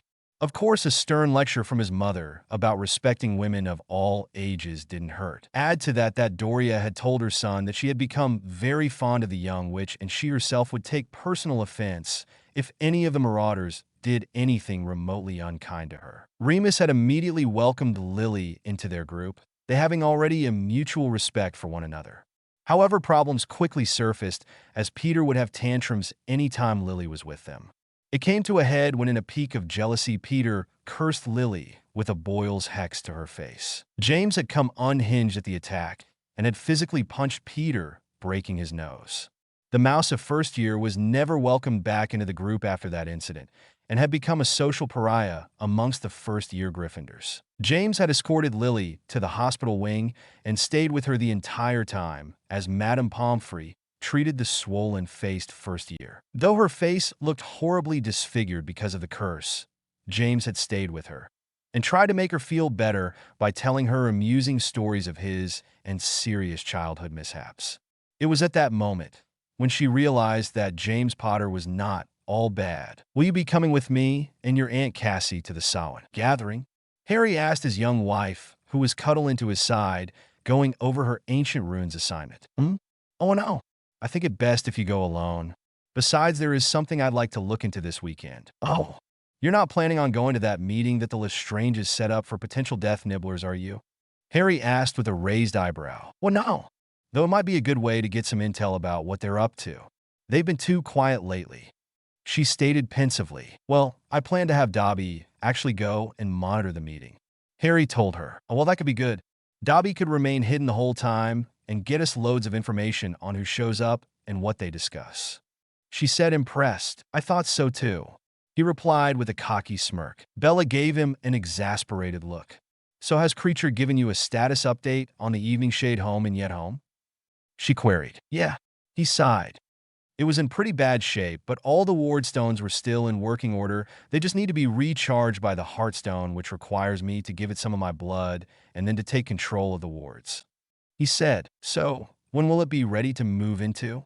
She asked. He estimates at least another month or so, but definitely by Christmas. Harry smiled at the thought of him and Bella celebrating the day together in their own home. So, are you going to tell me what you have planned then while I'm gone? Harry asked her again. Bella sighed heavily and sat up and faced her husband. I wanted to go to the evening shade vault. Oh, Harry asked in confusion. Yeah, Bella stated, twisting a strand of her hair nervously. Harry noticed her nervousness and continued. Is there something you needed from it? He asked. Bella looked down in her lap for a moment before speaking. I think something there is calling to me, she said with a nervous shrug. Calling to you? I don't understand. He looked confused. Bella blew a loose strand of hair out of her eyes and looked at Harry again. I don't understand it either. I just have this feeling that I need to go there. I can't explain it better than that, she stated sincerely. Okay, Harry replied, still feeling concerned about Bella being called somehow to the vault. Well, maybe Doria could go with you, or at the very least take Winky along. Harry offered. Yeah, I'll ask Aunt Doria to maybe come along. Bella agreed. She turned back around into her husband's arms and picked up her homework again. But this time her thoughts were not on rune placement and sequence, but to the feeling she had once more about what was waiting for her in the vault. Will everything be ready by Samhain? Why, yes, my lord, the kneeling man said nervously. But what? Was Borgin not able to procure the items I require? He W's my lord, it's just my lord, this may not be the right time to perform the ritual. The man blurted out in a hurry before his courage faltered. Lord Voldemort, a.k.a. Tom Riddle, stared furiously at his potions master, his lip twitching in annoyance at the man. We have been over this before. Voldemort growled. Why, yes, my lord, but you have already performed a strength-enhancing ritual a mere 3 months ago. My lord, another this soon see could cause unintentional see consequences. Perhaps if you waited another 6 months. He stammered. Samhain is the single most powerful night where magic is at its greatest potential, and you would have me wait another 6 months until Beltane. And my lord, Crucio, you dare to question my order? Voldemort roared at the twitching man on the floor. You will assure that everything is ready on Samhain, or I will be in the market for a new potions master. Why, yes, my lord. The man spoke in a labored, pain-filled voice, and then crawled out of his lord's presence to make preparations. Sunday, October 31st, came early for the occupants of the room of requirement as they all sat down to a large English breakfast.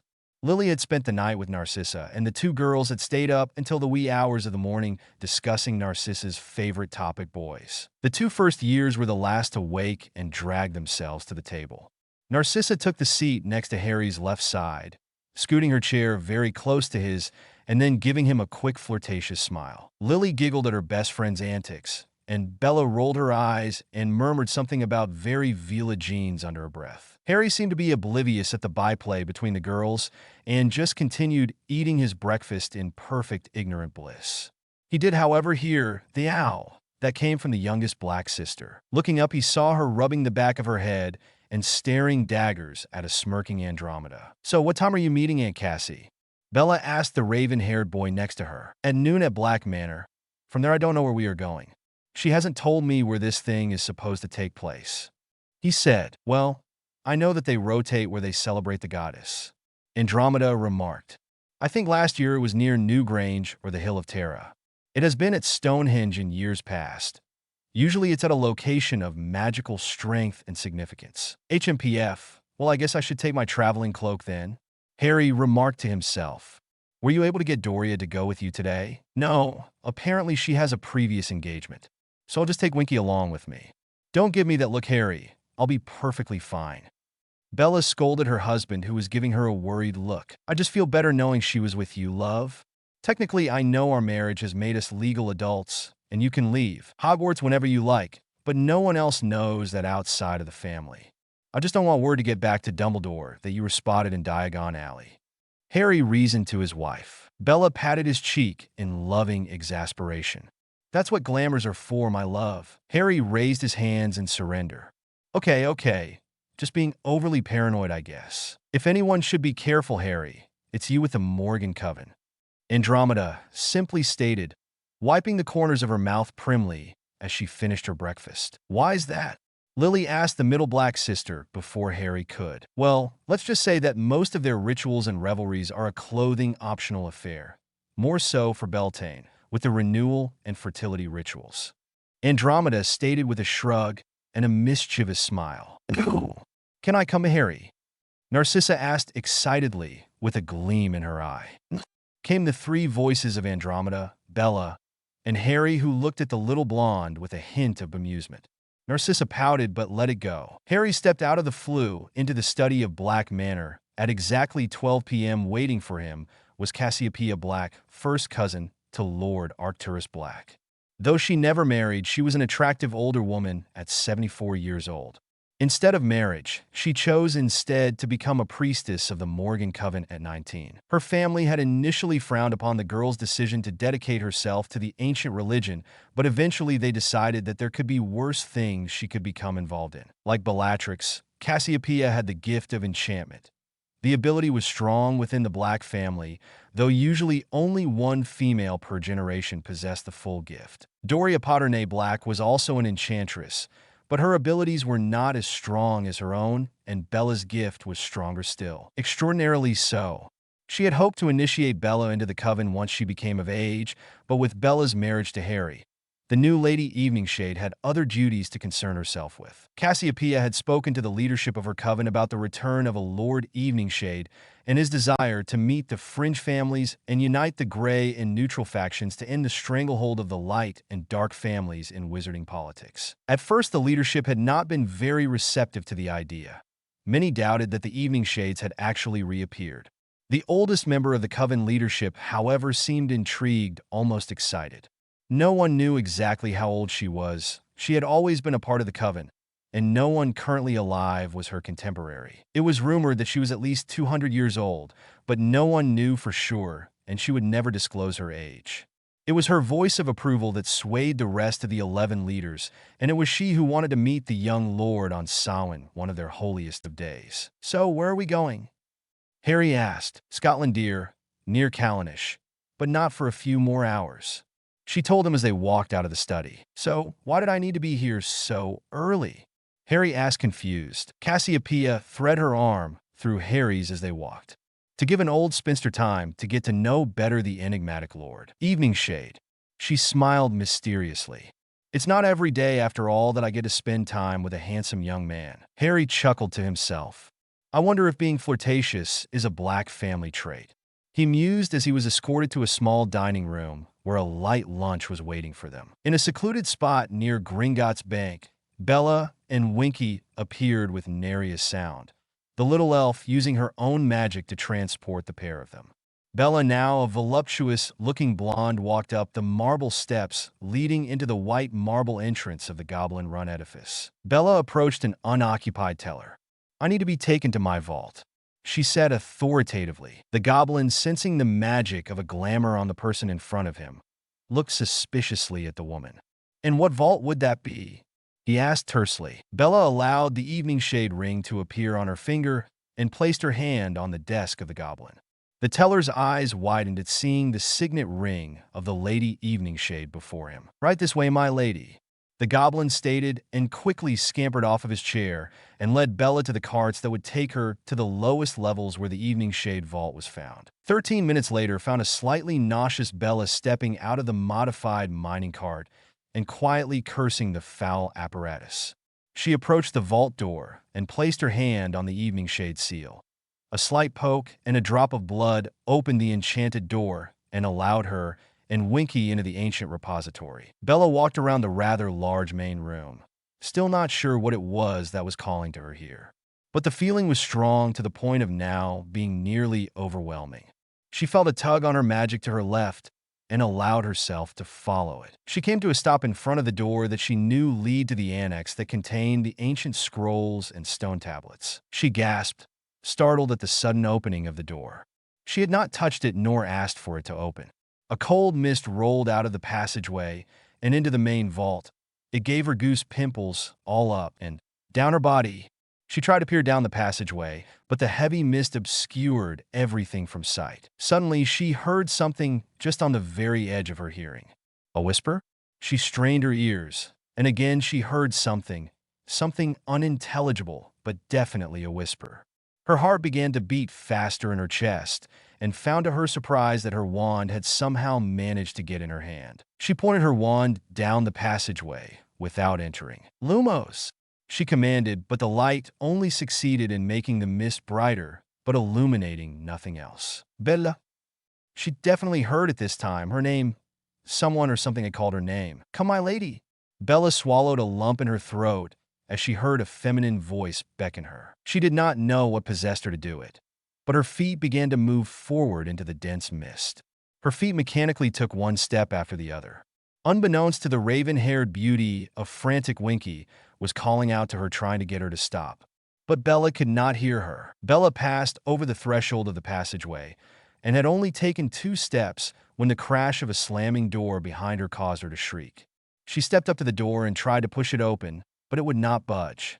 Frantically, she called out for Winky, but the small elf did not or could not respond. "Bella." The voice called to her louder this time, echoing throughout the passageway. She spun back around, her wand pointed directly in front of her. "Bloody hell! What have I got myself into?" She chastened herself. "Come, Bella. Come, Lady Evening Shade, it is time." "The time for darning what?" She called out to the disembodied voice. "Come, my lady, it is time." "Who the bloody hell are you?" Bella shouted, inching forward. "Come, my lady, it is time to take your rightful place." The mist began to thin, and she noticed that directly in front of her, further down the passageway, there was a gently pulsating green light. "It is time, my lady. You must take your rightful place and receive the gift as those before you have done for over 5 millennia." The voice echoed. Bella reluctantly proceeded toward the voice. As she went farther into the passageway, she noticed a large cavernous opening that she had not noticed before when they were here last. "Come, my lady, do not fear. Come, receive what is to be yours." The voice was hypnotic and urged her forward. Bella came to the large opening and had to swallow several times to get the lump in her throat to abate. With one last deep breath to steady herself, she walked into the cavern. A blood-curdling scream left her throat, and then darkness overtook her. Now the compound itself should have a minimal presence due to it being Samhain. The majority of these Death Eater trainees will most likely be spending the evening with their families. The information that we received on these facilities is at best unreliable, but it is suspected to at least have 30 recruits training there at any given time. Let me repeat myself that this is a reconnaissance op only. I want intelligence on ward emplacements, sentry rotations, and the names of those coming in and out of the facility. I want you to observe and document everything that goes on there. If they take a dump in the woods, I want to know about. Or Captain Alastair Moody growled. "Sir, what if we are discovered and fired upon? How should we respond?" Or a second-class John Dawlish asked. "Let me make myself clear, people." Moody began. "We are not to engage these wankers, unless..." He quickly added as he saw several faces about to protest. "You are directly fired upon.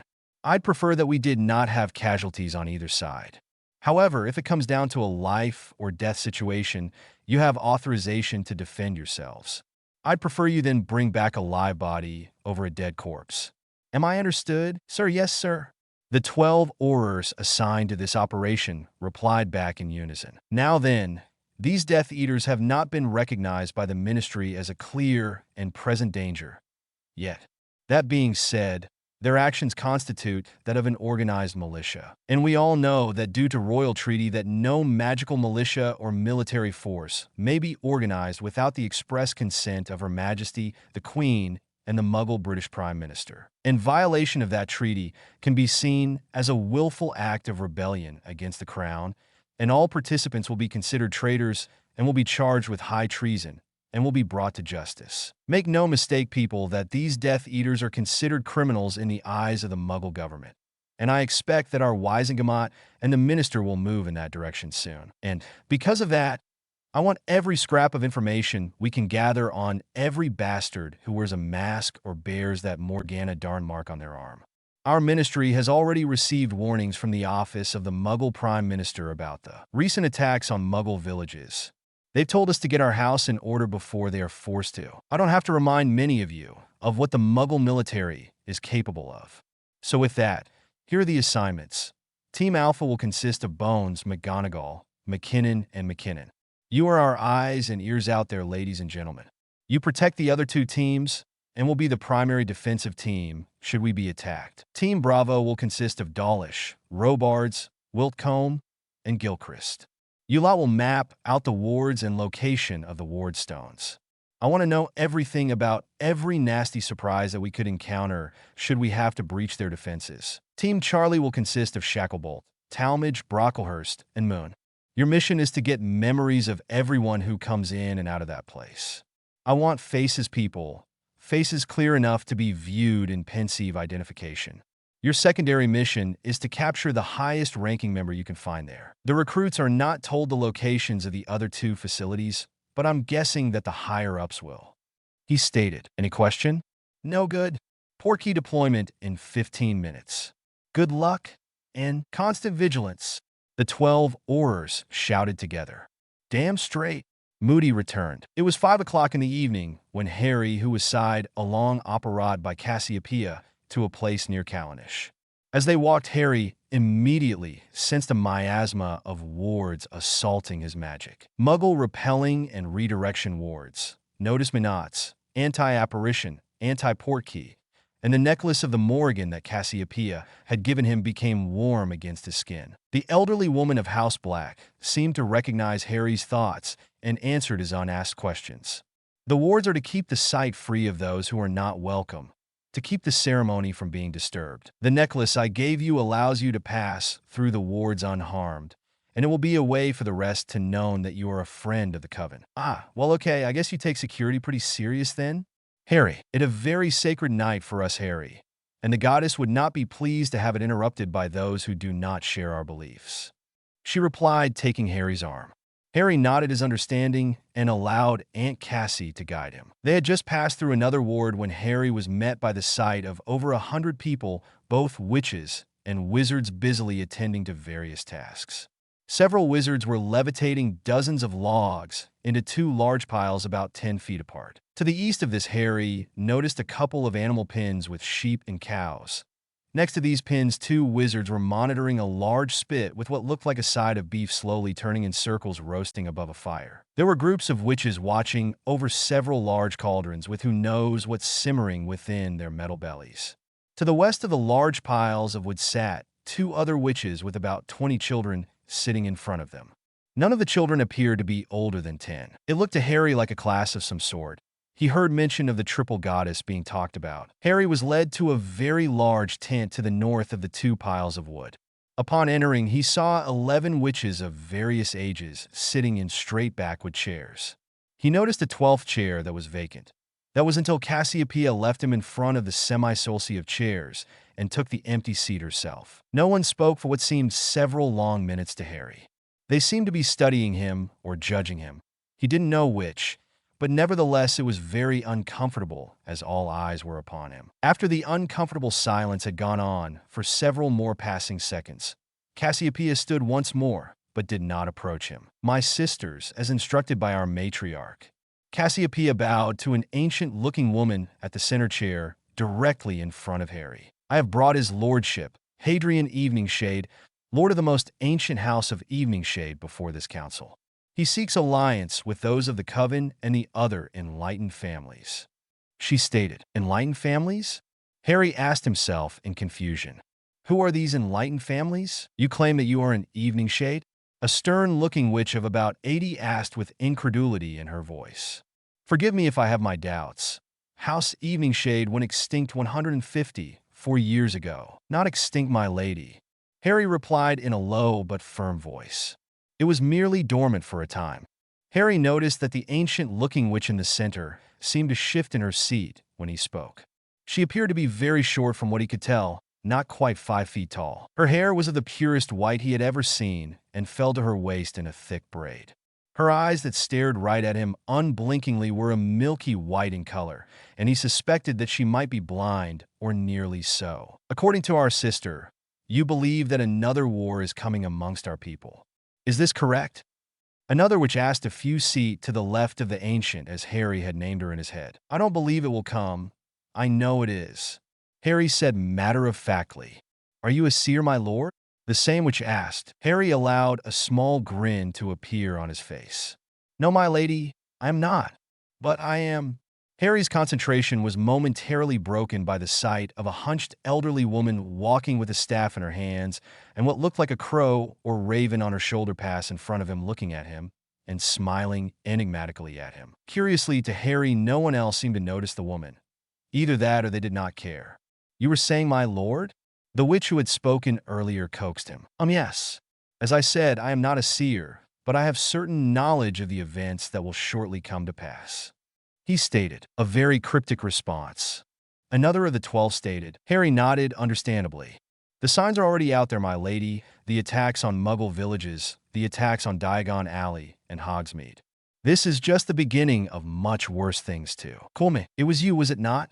The ancient witch asked in a voice that was something between a whisper and a murmur. The one who stopped the attacks with such impressive magic. Harry turned to the witch and nodded. It was my lady. A smile appeared in the ancient face, pushing the folds of age up. I felt the stirrings once again, my lord. My magic returning to me. The woman said. She struggled to stand. The two witches next to her immediately stood and assisted the matriarch of the coven to stand. Slowly, her short steps took her to stand directly in front of Harry. He was right, she was very petite, maybe 4 feet 10 inches tall and frail. As kindling, she lifted a shaky hand and cupped Harry's cheeks. Tears began to fall from her milky eyes. I knew you would one day return to us. Her voice cracked, full of emotion. I have waited for over 150 years to see a lord of our house return. Our house? Harry asked in surprise. Igrigus. The ancient woman began to tremble with happiness in her small frame. My name is Lilith Maran Sim. Nay, evening shade, my lord. Harry's eyes widened as the ancient witch's eyes glowed a pale green. Gasps were heard around the tent. Apparently no one knew the true heritage of their coven's matriarch. They watched as their leader tried to kneel before her lord. Harry quickly came out of his stupor and grabbed Lilith's shoulders and brought her to his chest, where he embraced the trembling witch. Welcome back, my lord, she whispered and kissed his cheek. A/N. So this chapter is the build-up for a very exciting and surprising next chapter. I hope that you all enjoyed this latest edition and would kindly leave me your comments, critiques, or questions as you review. I hope to have the next chapter out by next Sunday, but don't hate me if it's a little late. It's football season, American, and I have a son who plays, and I enjoy going to watch him practice and play his games, so that does eat up some of my free time when I usually write. But don't worry, the next chapter is already partially written. Thanks again for reading and reviewing. Hoping to break the 3,000 TH review mark. Chapter 28. Disclaimer. See Chapter 1. A/N. Sorry about the delay, everyone, but between work and football, this took a little longer to post. Not to mention that I rewrote it a couple of times because I was not happy with the first 2 drafts. And yesterday was my birthday, so I didn't get to it then. I'm selfish that way, tongue sticking out. Anyway, WOHO. Over 3,000 reviews. What a wonderful milestone. Thanks to everyone who reviewed. You guys are awesome. Well, I hope this chapter lives up to the standard you guys have come to expect. So without further gilding of the lily, here is the next chapter of Passageways. Chapter 28. 50 minutes till portcu deploiement. I want to see final equipment checks from all teams. Or Captain Alastair Moody ordered the 3 teams. This was protocol for all deployments where the likelihood of hostile engagement was high. Sir, yes, sir. 12 voices replied in sync with each other. Each team checked and rechecked their equipment they would need for the assignment. They would not be wearing the standard red Aura robes. This was a covert operation. All teams would be wearing matte black uniforms with 1-inch thick dragonhide inserts that covered their torsos, backs, and thighs. Knee-high dragonhide boots would protect their legs and feet. Each member had been issued an individual emergency port key for immediate extraction. This port key would take them to the Aura Medic Station at the Ministry. Every member was also issued a secondary wand and tactical boot knife that had been rune-etched to be able to cut through any physical bindings and pierce any body armor, whether magical or mundane. Status. Moody barked. Sir, Team Alpha is status green, sir? Amelia Bones replied. Sir, Team Bravo is status green, sir? John Dawlish replied. Sir, Team Charlie is status green, sir? Team Leader Shacklebolt replied crisply. Outstanding. Team Alpha. Moody directed his gaze to Aurora Bones. Sir? Amelia asked, standing at attention. Your team will arrive on site first. You will cast concealment charms, and your team will immediately take to the air for aerial reconnaissance. If hostiles are present, you will tap your badge 3 times. The Protean charm will then alert the rest of us of the current situation. If the area is safe, you will tap your badge twice. 2 minutes later, Team Bravo will port key in and begin to establish base camp and set up a ward blind to conceal our presence, and then they will begin their preparations for ward mapping of the area. Once the blind is operational, our ward breakers will slice into the ward scheme and create a temporary undetectable hole into their detection wards. Dawlish will send the signal for Team Charlie to port key in. This could take some time, depending on the strength and complexity of the wards. Team Charlie, once you've been notified of success, you will then proceed to enter and inspect the facility and get us a layout of the structure and any documents listing personnel or recruitment lists. This is critical. Anything that mentions the other facilities is a must-have, and if you can find any operational plans or raid deployments, wouldn't go amiss either. Make copies of everything. We don't want to alert them to our presence if at all possible. Your secondary mission is to capture one of their higher-ups for interrogation, if the opportunity presents itself. Team Alpha, you are our eyes and ears, and our shock team if things go pear-shaped. If you are fired upon, you have permission to respond in kind. In other words, if they start shit, I want you to finish it. Is that understood? Moody barked out. Sir, yes, sir. Out very standing. Team Alpha, you're up. Countdown to port key deployment in 5, 4, 3, 2, 1. Amelia and her team felt the familiar tug behind the navel, and within moments they appeared in the cold night air near Inverness, Scotland. With military precision, they immediately took up a defensive posture and observed their surroundings quietly. They were less than about half a kilometer from the objective. The ward boundaries around the training facility extended 300 yards in all directions around the complex. Seeing no immediate danger, Amelia communicated to her team with hand signals to mount their brooms and cast concealment charms upon themselves, and then to proceed to their assigned areas. They would now communicate with each other through light signals to each other with their wands. Amelia tapped her badge 2 times to signal Team Bravo that they were a go for deployment. 2 minutes later, and Team Bravo had appeared and immediately began to set up a ward blind. Once the blind was constructed, Team Charlie was then notified, and 2 minutes later they appeared within the safety and concealment of the blind. Team Bravo then began to work on a ward splice to allow Team Charlie through the wards undetected. It took them nearly an hour to achieve the correct runic algorithm that would allow them a temporary entry point. The access point would not hold long before the wards would reassert themselves and close the opening. You have about 2 hours at the very most before our splice deteriorates and the wards are back up at full strength. Dawlish informed Shacklebolt and his team. With a curt nod, Team Charlie passed through the wards and made their way to the large warehouse-like building 300 yards away. Amelia and her team watched nervously from 100 feet up in the air as they watched Team Charlie make their way to the building. Shacklebolt's team did not use any disillusionment charms or any other magic while outside the building. They did not want to accidentally trip any other wards that could detect concealment magic. They arrived at a side door toward the back of the building. The door was made of steel and appeared to be secured with just a muggle deadbolt. A quick low-level revealing charm showed no magical locking spell or ward. Shacklebolt withdrew his knife from his boot and pushed it between the edge of the door and the door frame near the locking mechanism. He pushed the knife up and made contact with the lock, and with a quick twist the bolt seemed to snap. Shacklebolt looked at his men, giving them a small nod. The large oar then slowly opened the door. Talmadge was the first one through with his wand out and took a quick scan of the area. The area he had entered was nearly dark. Only a few overhead lights dimly lit the center of the complex. and there were no signs of human activity. He signaled the rest of his team, and they all entered, taking defensive positions that gave them a 360-degree view of what appeared to be at one time a receiving dock. Taking stock of their surroundings, they noticed that the warehouse main floor had been turned into a training facility, littered with spell-damaged training dummies and obstacle courses. They discovered that the wall to their left had multiple scorch marks on it, and several sets of manacles that were bolted into the wall. The four Aurors became outraged as they saw drying pools of blood on the floor along the wall. It appeared that the Death Eaters were using live people to practice their spells on. At least they were alive when they were hung there. The team began to document everything that they were seeing, finding more and more evidence that people had been killed and tortured there. At the far end of the warehouse floor, they found an office and a set of stairs that went up to an upper floor. Talmadge, you and Brocklehurst examine the office.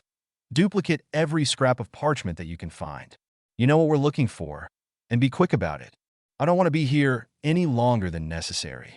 Shacklebolt order. We're on it, Shack, Talmadge replied, and he and Brocklehurst went to work. Moon, you're with me, he told the blonde witch, who nodded in reply. Silently, Kingsley Shacklebolt and Allura Moon ascended the metal staircase.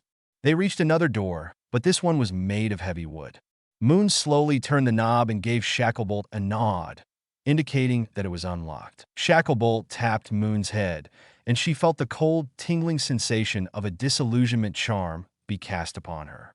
The tall, dark Auror did the same to his own head, and soon the large man was as invisible as his smaller partner. I'll take high, you take low, Shack quietly told his partner, who whispered a got it. Moon slowly pushed open the door as Shacklebolt pied the room, looking for any trouble. Shack noticed a cafeteria-style lunchroom in front of him, and further down noticed about 3 dozen cots divided in half on either side of the aisle. Several voices caught his attention further down the floor. Moon had entered and gave 2 light taps of her boot on the ground, letting Shack know that she was in the room. He responded in turn, and Moon stepped closer to him until they were touching. Shack reached for her arm and then the top of her hand. With a series of long and short taps to the back of her hand, he instructed her to stay where she was and take up a defensive position, and that he would move forward. Though she wanted to argue and go with him, she followed his orders and would wait for his return. The veteran Auror moved forward and soon found himself looking at about 15 magicals, 9 wizards, and 6 witches in what appeared to be a large commons area. His fist tightened on his wand as the group of men was taking advantage of 2 naked teenage girls, most likely muggles. They had several cuts and bruises all over their bodies. Eyes were red and swollen, as tears fell from their eyes. The wizards appeared to be taking turns raping the 2 girls. The witches had their own plaything stuck up against a wall with most likely was a sticking charm. They took turns in brutalizing the man's testicles with a combination of stinging hexes and minor bludgeoning charms. All the fingers on both hands were pointed in unnatural directions, indicating that they were most likely broken. The poor man's left eye was dangling from its socket, and his right leg below the knee was totally black and misshapen. Like the girls, the man's body was covered in cuts, bruises, and burns. The man's nipples appeared to be completely burned off, and Shack watched as a witch cast a summoning charm on the man's mouth and saw a tooth forcibly yanked out of the man's gums. Kingsley Shacklebolt wanted with every fiber of his being to blast these witches and wizards into oblivion, but he was severely outnumbered and he was under orders to not engage the Death Eaters if possible. He knew, however, that these 3 muggles would most likely continue to be tortured, and this did not sit well with him. He closed in on the witches and wizards and looked carefully at every face, so that he could identify them all later in the Aura Department pensive. Knowing that he was doing something rather foolish, he stepped closer to the witches so that he was nearly flush with them, and then taking up a position between 2 of them who were casting spells at the man, he cast his own, a silent piercing hex straight through the man's heart. Blood started to flow from the man's chest, and within a few moments the man was dead. The 2 witches that had been casting yelled at one another, accusing the other of killing the man and ruining their fun. A witch fight erupted with the 2 women hexing each other. The ruckus caught the attention of the wizards, who grinned and began to egg the 2 women on. The distraction was enough for Shacklebolt to make his way over to the 2 women who were already in a catatonic state from their ordeal. He apologized to the two women internally before casting the same curse at the two women. He would try and tell himself that it was a kindness to end their suffering, but he knew he would carry the guilt of his actions for the rest of his life. Shacklebolt made his way back toward his partner. He tapped his boot twice and heard her reply with the same. They made for the door and returned to their comrades down below. He just hoped that they had found something worth this very trip. Bellatrix groaned as flickers of consciousness began to ignite her senses. The first thing that she felt was a dull pain that encompassed her entire body, from the roots of her hair down to her toenails. It was as if she had been hit by bludgers repeatedly. The second thing she knew was that her head felt like a hippogriff had run rampant inside her skull. She still hadn't managed to open her eyes. The effort was just too painful. Next, she realized that she was lying on the cold, hard ground. This confused her. Why was she on the ground? Where was she? She asked herself. She tried to focus her mind on the last thing she could remember and found the process frustrating. Let's see. I remember breakfast this morning with Harry and the girls. I remember him saying something about going to the Samhain festivities with Aunt Cassie. I needed to be someplace. Ah! Bella grabbed her head and pressed down on it. Think, Bella. She groaned. I think I was supposed to meet with someone. She began to reason. No. I was being called. I was somehow being called to Gringotts. I came to Gringotts. I entered the evening shade vault. An echoing chuckle startled Bella from her thoughts. And then everything came back to her. Entering the vault, hearing the voice, and walking into the archive passageway. There was a large opening she had not seen before, and a female voice calling to her. She remembered entering the large open cavern and feeling an intense cold, then seeing a tattered and torn cloak hovering a few feet above the ground fluttering in an invisible wind and glowing green eyes. A Dementor! She recalled trying to back away, but tripped and fell on her arse.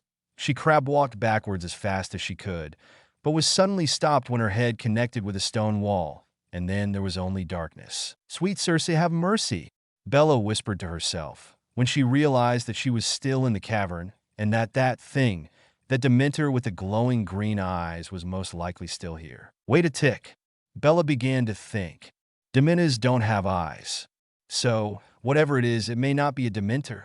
She thought hopefully. Low, feminine laughter caught Bella's attention, but she was still too frightened to lift her gaze, afraid of what was there in the flickering emerald light.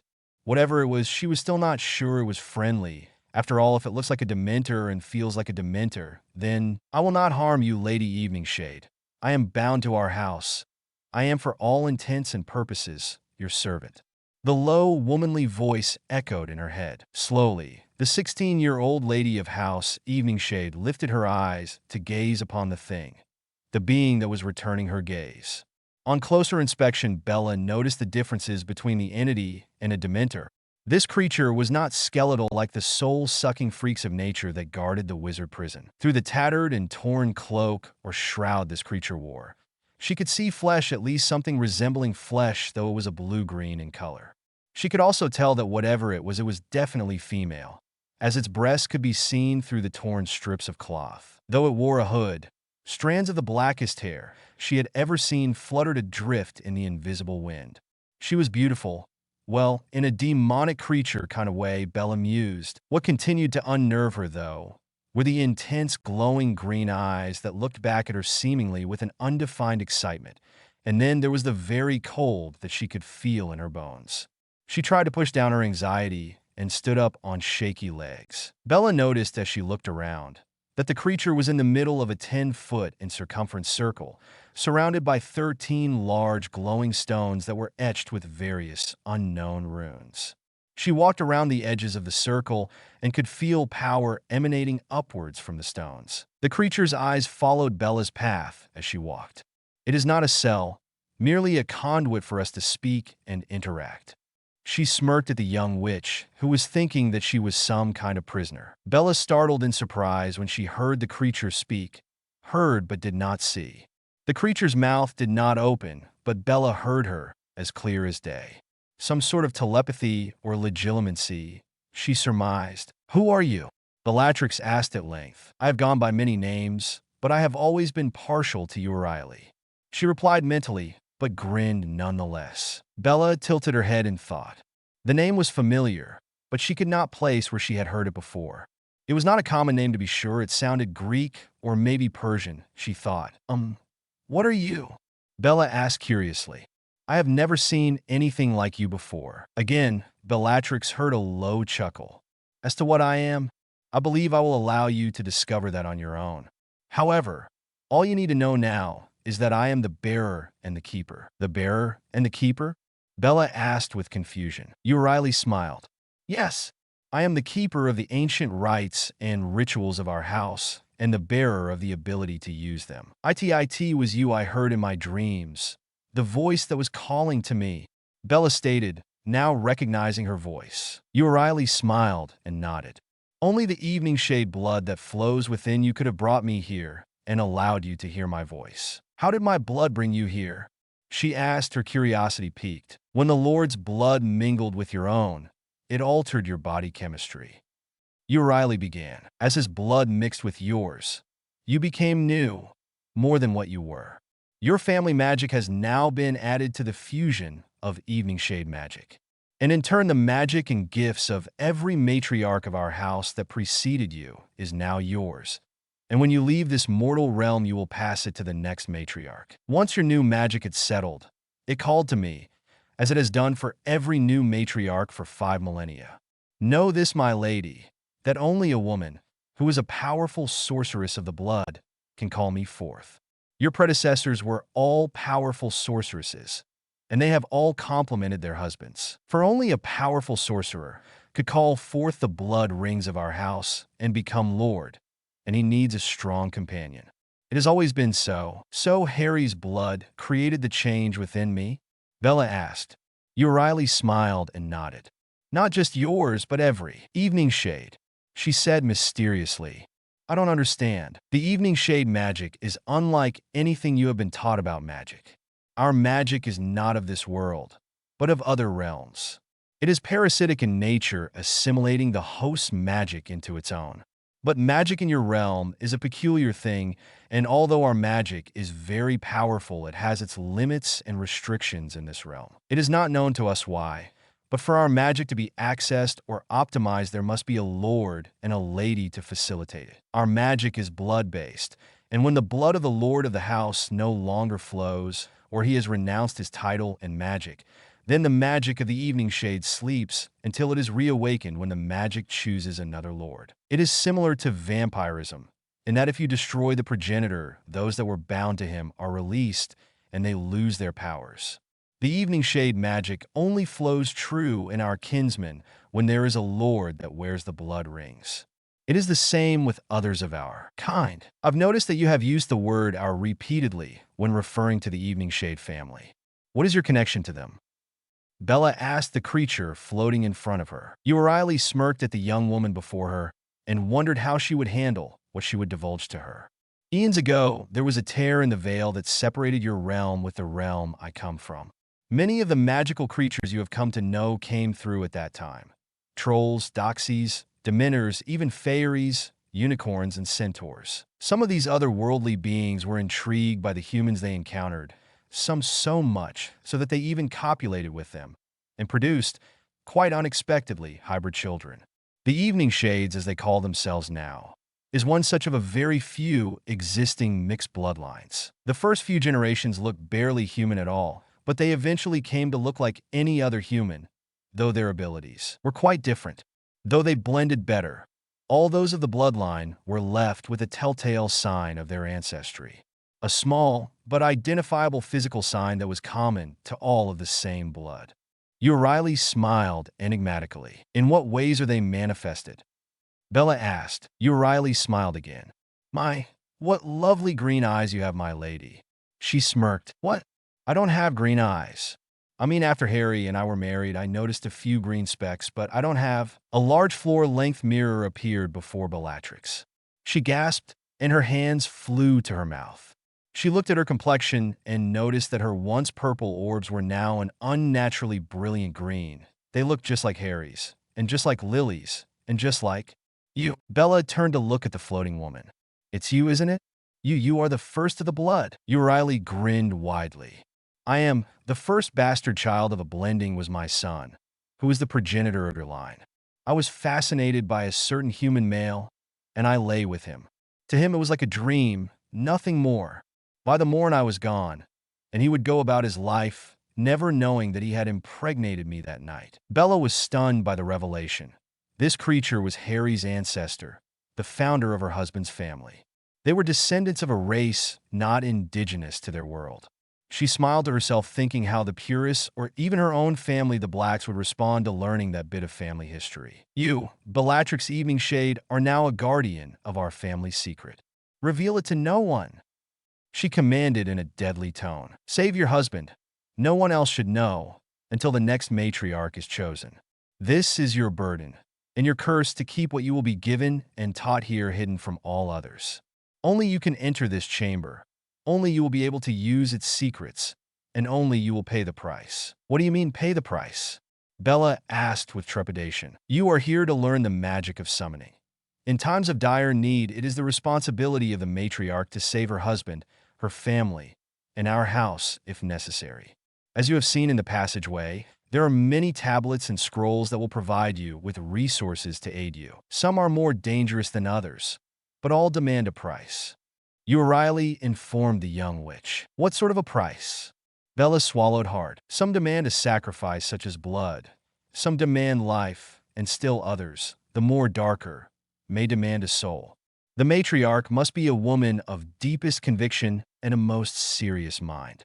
This part of our family magic is extremely dangerous, and it is why this knowledge is not shared. We can touch the heavenly and the horrific, and because of that connection to what men call heaven and hell, we are bound by the laws of both.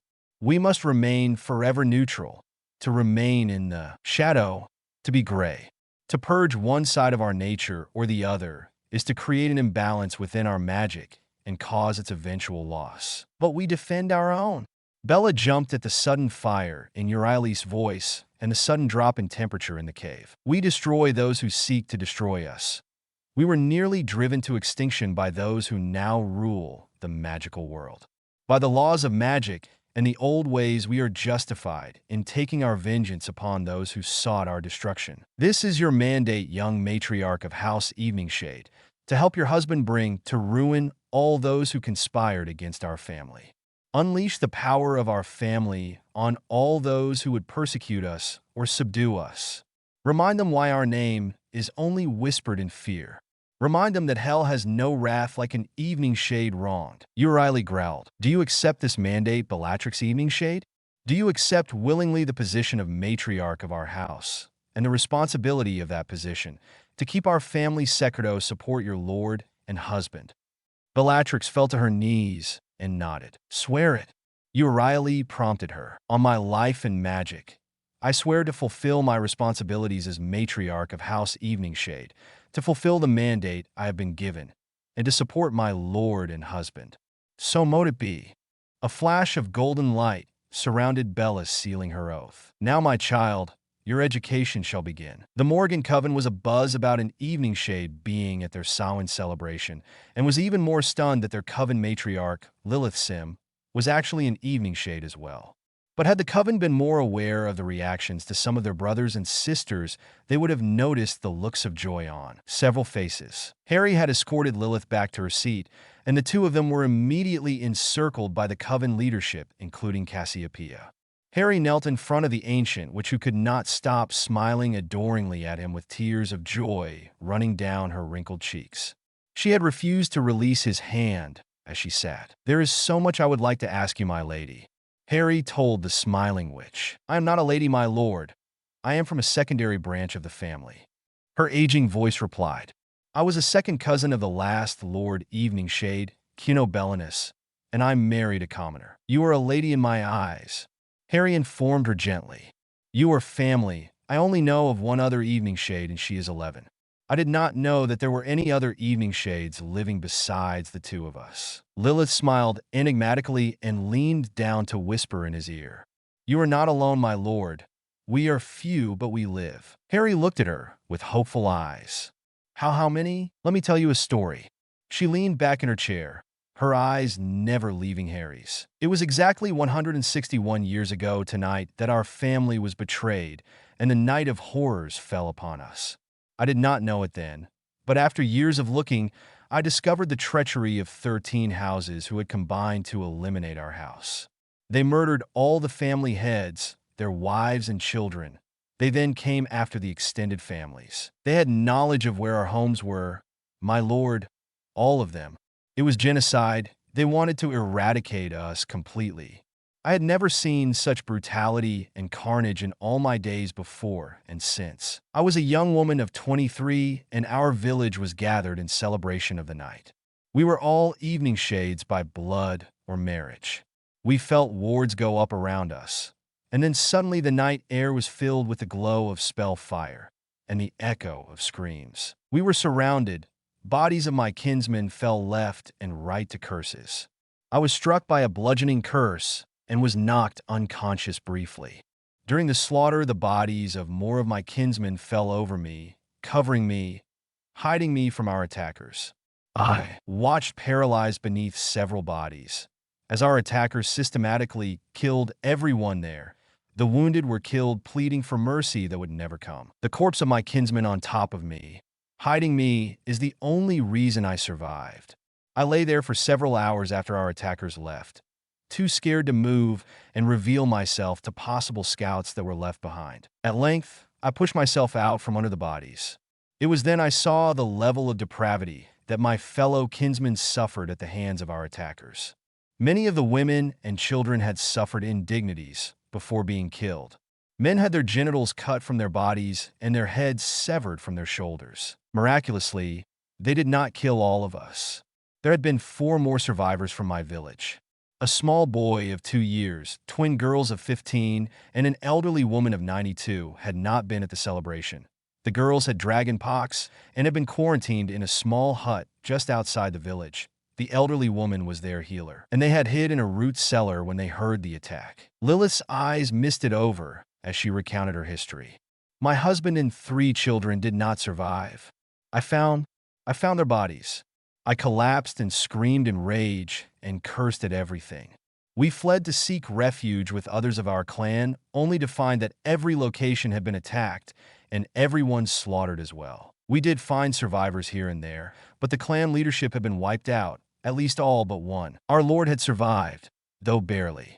When he recovered, he sought vengeance, but our house had lost all its warriors. In desperation, he decided to purge the dark side within him. He felt that his power would increase with just holy magic. He learned quickly the error of his beliefs. There is no light without the darkness to define it. In his haste for vengeance, he forgot about that part of our nature, and instead of doubling his power, his magic was stripped from him. He left our world in shame and never returned. Those of us who were left felt the loss immediately.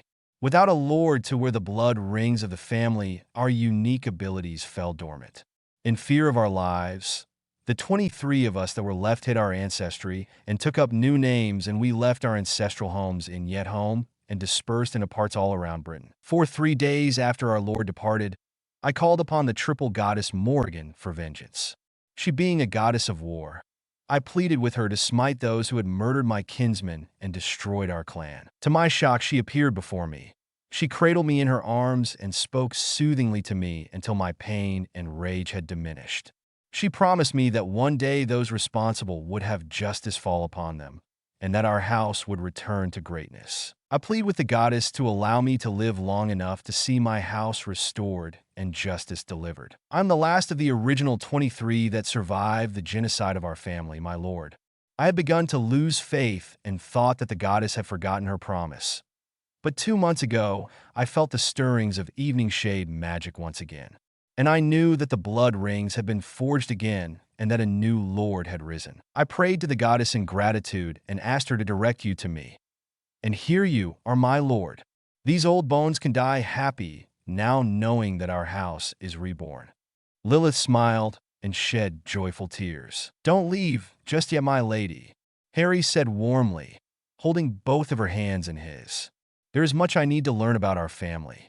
And besides, you must stay around to see our enemies destroyed. Harry grinned, the ancient which giggled, which stunned the other coven leaders.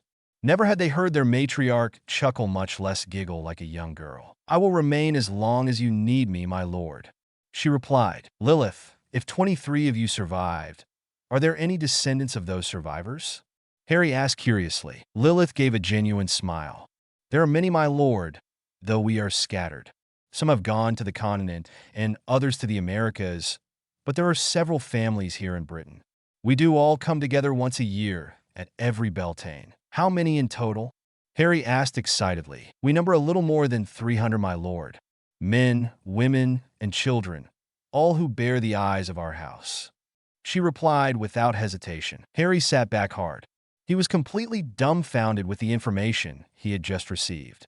That there were over 300 evening shades was incredible. "But enough of this talk for now, my lord.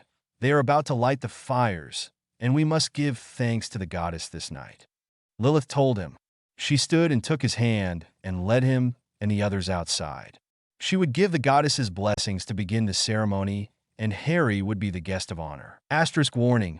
Graphic content to follow asterisk. The moon had reached its apogee in the night sky and shone down upon a secluded and heavily warded clearing. On the ground was a large blood-soaked pentagram with a naked dark-haired man lying in the center of it. His body marked with several arcane runes from head to toe. His head was placed on the top point of the star, and his arms and legs stretched out on the remaining other 4 points. Surrounding him were 13 men equally spaced around the pentagram, all dressed in black robes and silver masks, except for the old man at the head of the star, who wore a dark green cloak with Norse-patterned designs woven throughout it. Above each point of the pentagram, suspended in midair by magic, were 5 female nude bodies, virgins, whose throats had been cut to allow their life's blood to fall on each point of the star, blood which would be the catalyst for the dark ritual. The enchanter from Norway began his recitation as soon as the moon had reached its zenith. The blood-soaked pentagram lit suddenly with unholy black and red flames. Pillars of fire at each point of the star shot up and began to consume the suspended bodies. Skin, muscle, sinew, and tissue sloughed off the burning bodies, falling with a wet thud into the ritualistic circle before being fully consumed by the flames. The chanting became more intense, and the runes on the Dark Lord's bodies began to glow blood red. The Death Eaters who were assembled jumped with a start as a scream of pure agony spewed forth from Voldemort's throat. The hellish flames enveloped the Dark Lord's entire body. His followers watched in fascinated horror as their lord's body jerked and flailed on the ground in seeming torture. The enchanter began to slow, and the flames began to dim in the ritual pentagram. The smell of burnt flesh saturated the air around them. Those assembled began to see movement through the dense smoke that hid the body of their lord. When the smoke cleared, there were startled gasps of shock and of disgust as a cheap imitation of a human stepped forth. Gone was the handsome and aristocratic looks of Lord Voldemort, aka Tom Riddle. What stood before them was some kind of abomination. With rough reddish skin that looked like lava rock, his eyes were black as coal. His once thick, jet-black hair was now white and wispy. He appeared to be taller now and more muscular. The purposes of the ritual had been to make him physically stronger and attune his magic more toward the darkest arts, and purge the weakness of emotion and sentiment from him. The physical changes, however, had not been expected, and seeing the look of revulsion in his followers' eyes, her conjured a mirror to gaze upon his appearance. With one brief look into the mirror, it shattered in the Dark Lord's hand. "What is the meaning of this, Lothgar?" Voldemort roared at the enchanter they had paid to perform the ritual. "My lord, this was an unforeseen side effect. There was always a possibility that your magic had not completely stabilized after your last enhancement ritual. This instability must have reacted poorly to the ritual, my lord." The man fell to his knees, apologizing profusely. "I cannot be seen in public like this. Is this permanent, or will it change?" Voldemort demanded, kicking over the old man. "And my lord, all rituals are permanent, and all ritual magic demands a price." "I am afraid that it is permanent, my lord," he whimpered. Voldemort looked at him in rage and fury, and then almost hissingly stated, "And so is this." Avada Kedavra. Amelia's team was getting worried. Shacklebolt and Team Charlie had not exited the building yet, and Team Bravo had signaled her that only 5 minutes were left before their splicing ward would fail, and the training facilities wards would be fully active again. She was about ready to send her own team in when she noticed Shaq and his team exiting out of the building and began running the 300 yards between them and the edge of the wards. Amelia gripped her broom tightly as she watched the four-person team sprint. They were a mere 20 yards away when Aura Moon suddenly cried out and fell to the ground. Shacklebolt stopped and ordered the other two to keep going.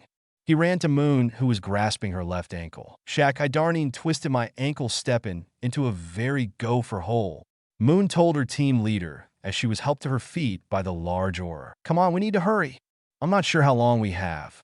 Don't get all pissed at me, but I think we'll move faster if I just throw you over my shoulder," Shaq told his partner. "Fine, but I don't want to hear any crap from the others about this," she huffed. Shacklebolt gave her an amused grin before hoisting her over his shoulder and giving her arse a quick slap, before sprinting to the ward's edge, chuckling all the way at the indignant blustering of the attractive blonde Aura. Amelia was just about to sigh in relief as Shacklebolt, with his human cargo in tow, approached the edge of the wards. But that relief suddenly vanished as the wards tripped before he was able to cross. A dozen pops were suddenly heard as Death Eaters appeared just feet behind Shaq and Moon. "Nothing for it now. Team, Alpha engage," came Amelia's roared command. Shaq had immediately gone to ground with Moon at hearing the pops of apparition. Both Aurors had their wands out and were already picking targets. Shaq heard Amelia's shout and knew that the four broom-riding Aurors from Team Alpha were about to unleash hell on the Death Eaters. "Bombard!" for simultaneous shouts incanted.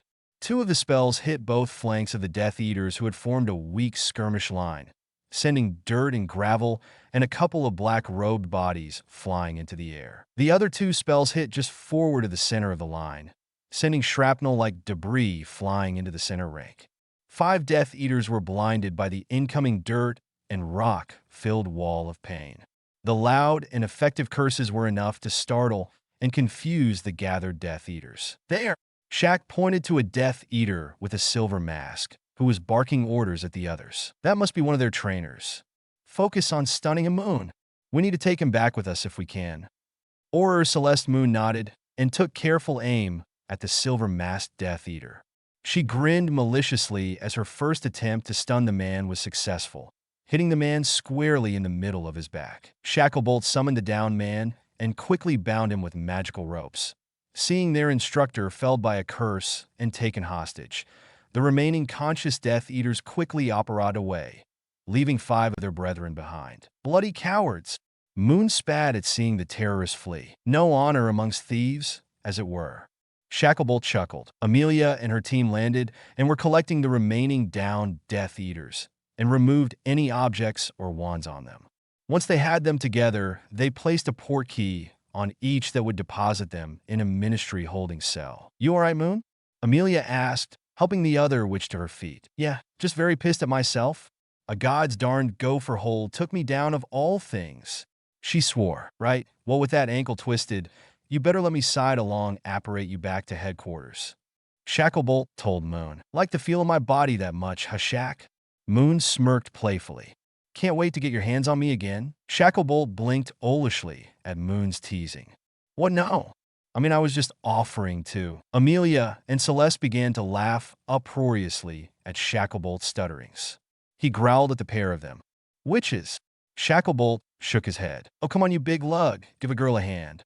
Celeste chuckled as she wrapped her arm around Shacklebolt's neck, preparing herself for side-along apparition. "But I do expect a dinner out of this," she said playfully. Amelia shook her head amusedly at the pair of them. Shacklebolt and Moon had been partners now for 3 years, and the two teased each other mercilessly with subtle flirtations and innuendo. Those thoughts caused her to look over to her own boy toy. She watched as her boyfriend, and she hoped soon-to-be fiancé, was sending the last of the captured Death Eaters back to the ministry. The red-headed Scotsman was as passionate as his hair would suggest. Being a redhead herself just magnified the fiery passion the two Aurors had for each other. But those thoughts were best left for after the mission was complete, and they were off duty, hopefully for a little hour, and are at her place tonight. She mused, because nothing got the lustful juices flowing like a little evening combat. Harry was actually a little surprised by the number of people that were here at the Samhain celebration. From the way that Bella had talked, those that followed the old ways were but a few families. But there were nearly 300 people here. Harry was intrigued by the blessing that Lilith had given and how she paid homage to the goddess and all things natural. The two large bonfires were then lit and roared into life. As the flames grew taller and a smoky mist surrounded the bonfires, people began shedding their clothing and began to dance, laugh, and make merry as they danced through the smoke. Harry's hand was grabbed by a passing young witch and dragged in between the two fires where the smoke seemed to be the thickest. He laughed and began to run, skip, and jump as the scent of sage, juniper, and other scents he did not recognize assaulted his olfactory senses. Harry had made about 3 turns around the bonfires in a figure-8 pattern when he realized that at some point he had lost all his clothing. He wasn't sure when he lost them or even how, but nevertheless he was as naked as the day he was born. As he puzzled on this while he stood between the two fires, he felt a pair of eyes on him. He looked up to see the old crone that he had seen earlier in the tent of the coven leadership. She looked at him appraisingly as she approached slowly. Harry's head was fuzzy and he felt slightly unsteady on his feet. He tried to keep his focus on what was going on around him and in front of him, but he found it more and more difficult to do so. He saw other bodies jumping and skipping by him, but they seemed to move in slow motion. He started as he saw glowing green's eyes occasionally glance at him as they passed. His attention was brought back to the woman who was now just arm's length away from him. She looked at him curiously, searchingly. Harry felt like he was being studied by the ancient-looking woman. "Why are you here, traveler?" she asked with a raspy voice, tilting her head at him inquisitively. What?" he mumbled. She asked why you are her young traveler. Harry jumped as the ancient-looking woman suddenly turned into a stunning, voluptuous-looking woman who could put Aphrodite to shame. "Traveler?" he asked, and then jumped again as the stunning woman turned into a 10-year-old child. "You silly," the young girl giggled. "Why have you come to this time?" she asked brightly. Harry shook his head in an attempt to make sense of what he was seeing and hearing. "Well, you see, I'm not from." Suddenly, the old woman stood in front of him again and placed her hand on his bare chest. "A child of prophecy, I see.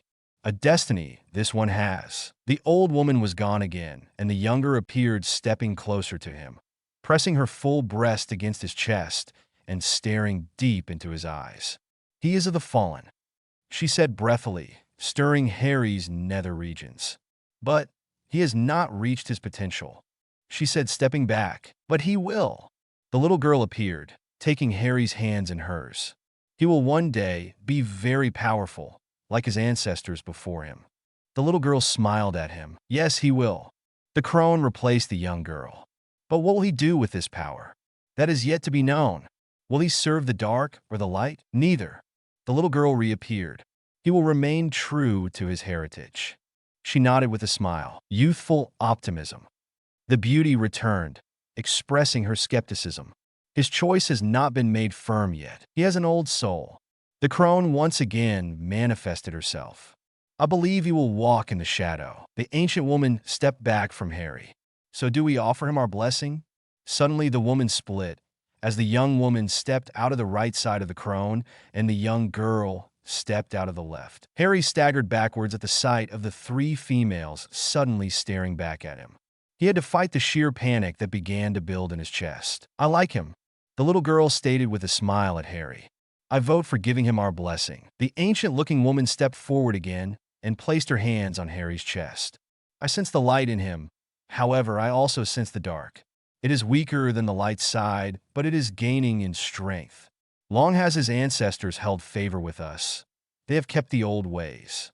This one is not yet bonded with us, but I sense that he will. If he is willing to do so, then I say we give him our blessing." The crone stepped back, and the younger woman with her flaming long red hair stepped forward, stopping mere inches away from pressing herself against him. "What say you, traveler? Harry, Lord of House Eveningshade, will you bond yourself to us as all your predecessors have done heretofore? Will you receive our blessing?" Harry's mind reeled at what was happening and what was being offered. Aunt Cassiopeia had told him about the blessings of the Morrigan, she being a priestess of the coven. The implications for what it could do to him for good or bad were significant. He never truly thought he would actually see the goddess, much less interact with her. and it seemed almost surreal. But as addled as his mind was, he knew that if he were successful in staying in their good graces, they would be a tremendous asset to him and his family, but also knew that he could pay a terrible price for any kind of insult or perceived transgression against them. He looked up at the three expectant sides of the Morrigan and sighed heavily. Harry looked at each representation and then lowered his head in deference. "My ladies, I am humbled by your offer, and of my own free will accept your proposition. Then, let us bond." The three aspects of the goddess merged back into one, leaving one single entity. The voluptuous goddess approached him and slowly wrapped her arms around his neck and kissed him passionately. Harry did not know that he had become erect until warm flesh surrounded his manhood. He felt like he was in a dream and suddenly found himself on his back with the red-headed beauty astride his hips. It was like nothing he had ever felt as she worked her magic over him. Too soon he felt a familiar feeling in his groin and then felt her surprisingly strong muscle contractions around him. The goddess, as she neared her climax, placed both hands on Harry's pectoral muscles. They came together, and as she screamed and his chest suddenly burned like white-hot fire beneath her hands, leaving the mark of the triple swirls on each chest. The mark of the Morrigan. /N. So what did you think? Before I get a ton of remarks about this, I will let you know that I purposely left the blessings of the Morrigan cryptic and will be explained in later chapters. I also know that the Morrigan has many incarnations, and I used the little girl in this story as the rebirth aspect of the goddess and the mischievous side. Would love to get some feedback from all of you. Chapter 29. Disclaimer. See Chapter 1. /N. Awesome reviews from everyone. I know some of you are upset with Harry's actions with the Morrigan, but so much of the religious culture from the Celtic deities to the Greek and Roman gods were heavily influenced by sexual rites and ceremonies, as well as blood rituals. So I felt that Harry receiving the help and blessing of a goddess, especially the Morrigan, should have a sexual sacrifice of some sort. Anyway, I hope that explains the why, but that doesn't mean Bella took it well. Smiles evilly. Also, a few comments were raised about the flirting of the Aurors while in a dangerous situation. Those of you who have been in the military, law enforcement, or other equally stressful professions can back me up in this. We all deal with stressful situations in different ways, and humor and flirting to break the tension is very common, especially with those you work or serve with closely. I fall into this group that has a dangerous profession and can attest with authority that this kind of behavior is not uncommon at all. Anyway, enough on that soapbox. So without further ado, here is the next chapter of Passageways. I hope you enjoy. Chapter 29. Bleary green eyes slowly opened, their owner confused to find himself in a bed and struggling to remember just how he got there and why in the hell he hurt all over. He strained a bit to push himself up against the pillows.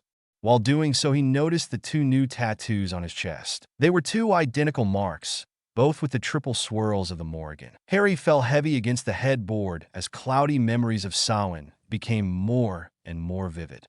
Did he really dance naked around the bonfire? He remembered several pair of glowing green eyes staring at him. And a woman, an old woman. No, it was a woman in her 20s or 30s. No, it was a small girl, maybe 4 or 5 years younger than he was. He rubbed his eyes in frustration, trying to recall all the details of the evening. He sat there staring blankly into the darkness of the bedroom he was in. He realized that this was his room in the room of requirement. He was back at Hogwarts, he surmised. Looking down at the tattoos again, he remembered a pair of feminine hands pressing down on his chest exactly where the marks were. Now, those feminine hands he began to recall belonged to a very beautiful red-haired woman, a very naked red-haired woman. Holy shite, Harry swore. It was a very beautiful, naked, red-haired goddess who had sex with him. He began to panic at the implication of his actions and how his very powerful and very vindictive wife would take this revelation. One word forced its way to the front of his thoughts, and that word was badly. Harry Potter jumped at the sudden light illuminating the room, spilling in from the opening of the bedroom door. A tall, imposing woman entered into his line of sight, and his body was tensed up and ready to flee for his life. "Thank the goddess that you've awakened," the familiar voice stated with relief. "Grandmother?" Harry asked cautiously. "Yes, dear. Thank the stars we hope that you were not permanently. Well, I'm just happy you've awakened." A small sigh of relief escaped her lips as she sat on the bed next to him, and began to look him over. "What are you going on about?" Harry asked. "You don't remember?" Doria Potter asked with concern. She grabbed his face and began to inspect his head for injuries. "Grandmoth! Grandmother! Stop, stop!" Harry growled, pulling her wandering hands off of his head. "What happened?" Doria sat up straight and let her hands fall in her lap and looked into his eyes. "What is the last thing you remember, dear?" she asked. Harry told her what he remembered of Samhain and meeting Lilith and being told about other living evening shades. He told her of the bonfires and the dancing and the disappearance of his clothes, and then embarrassedly related his talk and liaison with the goddess Morrigan and the resulting tattoos on his chest. Harry thought just for a second that his grandmother's mouth twitched a quick smile or perhaps a smirk, but it happened too fast to be sure of either. Harry watched his grandmother a moment, waiting for her to chastise him for his irresponsible behavior or shake her head in disappointment, but neither seemed to be occurring. If any emotion was showing, it was one of humor. "That's all you remember? You don't remember Aunt Cassie bringing you back to Black Hills and then flying back to Hogwarts?" she asked. Harry tilted his head to the side inquisitively. "I did all that?" he asked almost skeptically. "Indeed you did. I was here waiting for your return with Bella." She softly chuckled. "I must admit that her speed in casting has nearly tripled since the last time I saw her cast and caught me quite off guard." "Huh?" Harry asked. Doria tried to stifle another chuckle, but failed in the attempt. "Oh my yes, Harry. You told us all about your night, and then you got this very remorseful, if not pleading look on your face when you explained what happened with you and the goddess to Bellatrix." "Oh no!" Harry dropped his shaking head into his hands. "Oh yes." Doria smiled. "It was very brave of you to confess your little indiscretion. But we black women have a jealous streak a mile wide. And though we appear to be in control of our emotions at all times, we are much like the calm mountain which hides the terrible volcano just beneath the surface." "Sue." "I assume that Bella did not take it very well," Harry asked, rubbing the back of his head nervously. Doria did nothing to subdue the laughter that escaped her lips this time. "I swear I've never seen that many spells cast in what was only a few seconds. Fortunately for you, that none of the spells were lethal or caused, at least we hoped, no permanent damage. I was able to heal pretty much everything, though the testicle enlargement jinx did take several hours to run its course before they returned to normal size." Harry gulped and covered his genitals protectively with his hands. "I really screwed up, didn't I?" Harry asked his grandmother pitifully. "Well, she was pretty angry with you and refused to be in the same room with you for the first couple of days. By the third day of you still be unconscious, she began to worry that she had truly hurt you, and she refused to leave your side and cried herself to sleep each night holding you in her arms. Aunt Cassie had come over that next day and explained to her what had happened, and explained that terrible things happen to those who refuse the goddess once she makes an offer. She completely vanquished any remaining anger she felt, and now felt horrible for how she responded to your confession." "Wait, Aunt Cassie was here? And exactly how long have I been out?" Harry asked in shock. "Relax, dear. Cassie did not know where she was. As far as she knew, she was at the Leaky Cauldron, and you have been unconscious for 10 days. Doria told him sympathetically. 10 days? Harry roared. How? Harry. You were hit by so many spells, and frankly, even Bella doesn't know everything she cast at you. But what I was able to figure out was that one or more spells reacted poorly with each other and destabilized your core. It put you into a magical coma of sorts. But remarkably, I noticed that your magic was beginning to heal itself and reverse the process, however slowly." Doria told him. "So Bella nearly killed me?" Harry shouted. Harry dear, please calm down." She grabbed his face with both of her hands, forcing him to look at her. "Believe me, Bella feels terrible. She hasn't slept in days. She has refused to leave your side for the last 7 days. In fact, I pulled her out of the room only about an hour ago and refused to let her back in until she ate something." "Bella's not eating?" Harry asked, softly, calming down almost instantly. Doria shook her head slowly. "She has been refusing meals for almost a week now. I finally had enough and forced her to eat. I told her she ate on her own power, or I would stun her and force food down her throat." Doria and Harry's attention was redirected to the door that was being pushed slowly open. Silhouetted by the light from the next room, a very thin and hollow-looking Bellatrix Black stood looking into the room. Their eyes immediately found the others, and Harry saw the sadness and regret in her dim green eyes. a reflection of his own regretful and apologetic eyes. Harry had barely time to see a single tear fall down her right cheek before Bella became a blur of motion and within half a heartbeat had launched herself on top of her husband. Wet, tearful kisses rained down on Harry's face and neck. Harry threw his arms around her and tried to hold her tightly to him, while whispering his heartfelt apologies to his wife. Andromeda quietly stood and smiled warmly at the young couple, and then quickly made her way out of the room and closed the door behind her. The two teens needed their privacy at the moment. She imagined that this whole incident would bring the two lovers even closer together. They would undoubtedly come to realize how much they loved each other and reaffirm their commitment to one another. Either that or they would kill each other. But she was pretty confident in the former. It was nearly 2 hours later that Harry and Bella emerged from their bedroom. Both had swollen lips and flushed faces from whatever activity they had been up to. Doria's eyes twinkled knowingly at the pair as they came into the commons area. Andromeda, Narcissa, and Lily shot to their feet as the married teens entered. Lily looked like she wanted to run and jump into Harry's arms, but she held herself back. But definite tears of joy began to fall from her eyes at the dark-haired boy that she had begun to think of as family. Doria and the girls were not the only ones that were present, though. Harry looked around in surprise as he noticed his grandfather Charles, Alastair Moody, and Arcturus Black seated at a table with stacks of parchment spread over the top of it. "Good to see you up and about, Harry," Charles intoned amiably. "You had us worried there for a time." "Well, it never is wise to upset a daughter of House Black." Arcturus smirked with pride at the powerful abilities of his niece. "Yes, be that as it may." Doria began glaring at her brother. "There is much to discuss. Much has happened since your unfortunate incident with your lovely wife." Doria chuckled, lightening the mood after seeing Bella wince at her uncle's remark. "What's happened?" Harry asked worriedly. "A shite storm, boy." My lord," Moody stated gruffly, turning around. Harry had to suppress a laugh. Moody was anything but politically correct in his character, which made him in Harry's mind one of the most honest people he knew outside of his family. "I really think we should have postponed this meeting till Harry was more himself," Doria protested. "Perhaps in a day or two," she offered. Arcturus shook his head.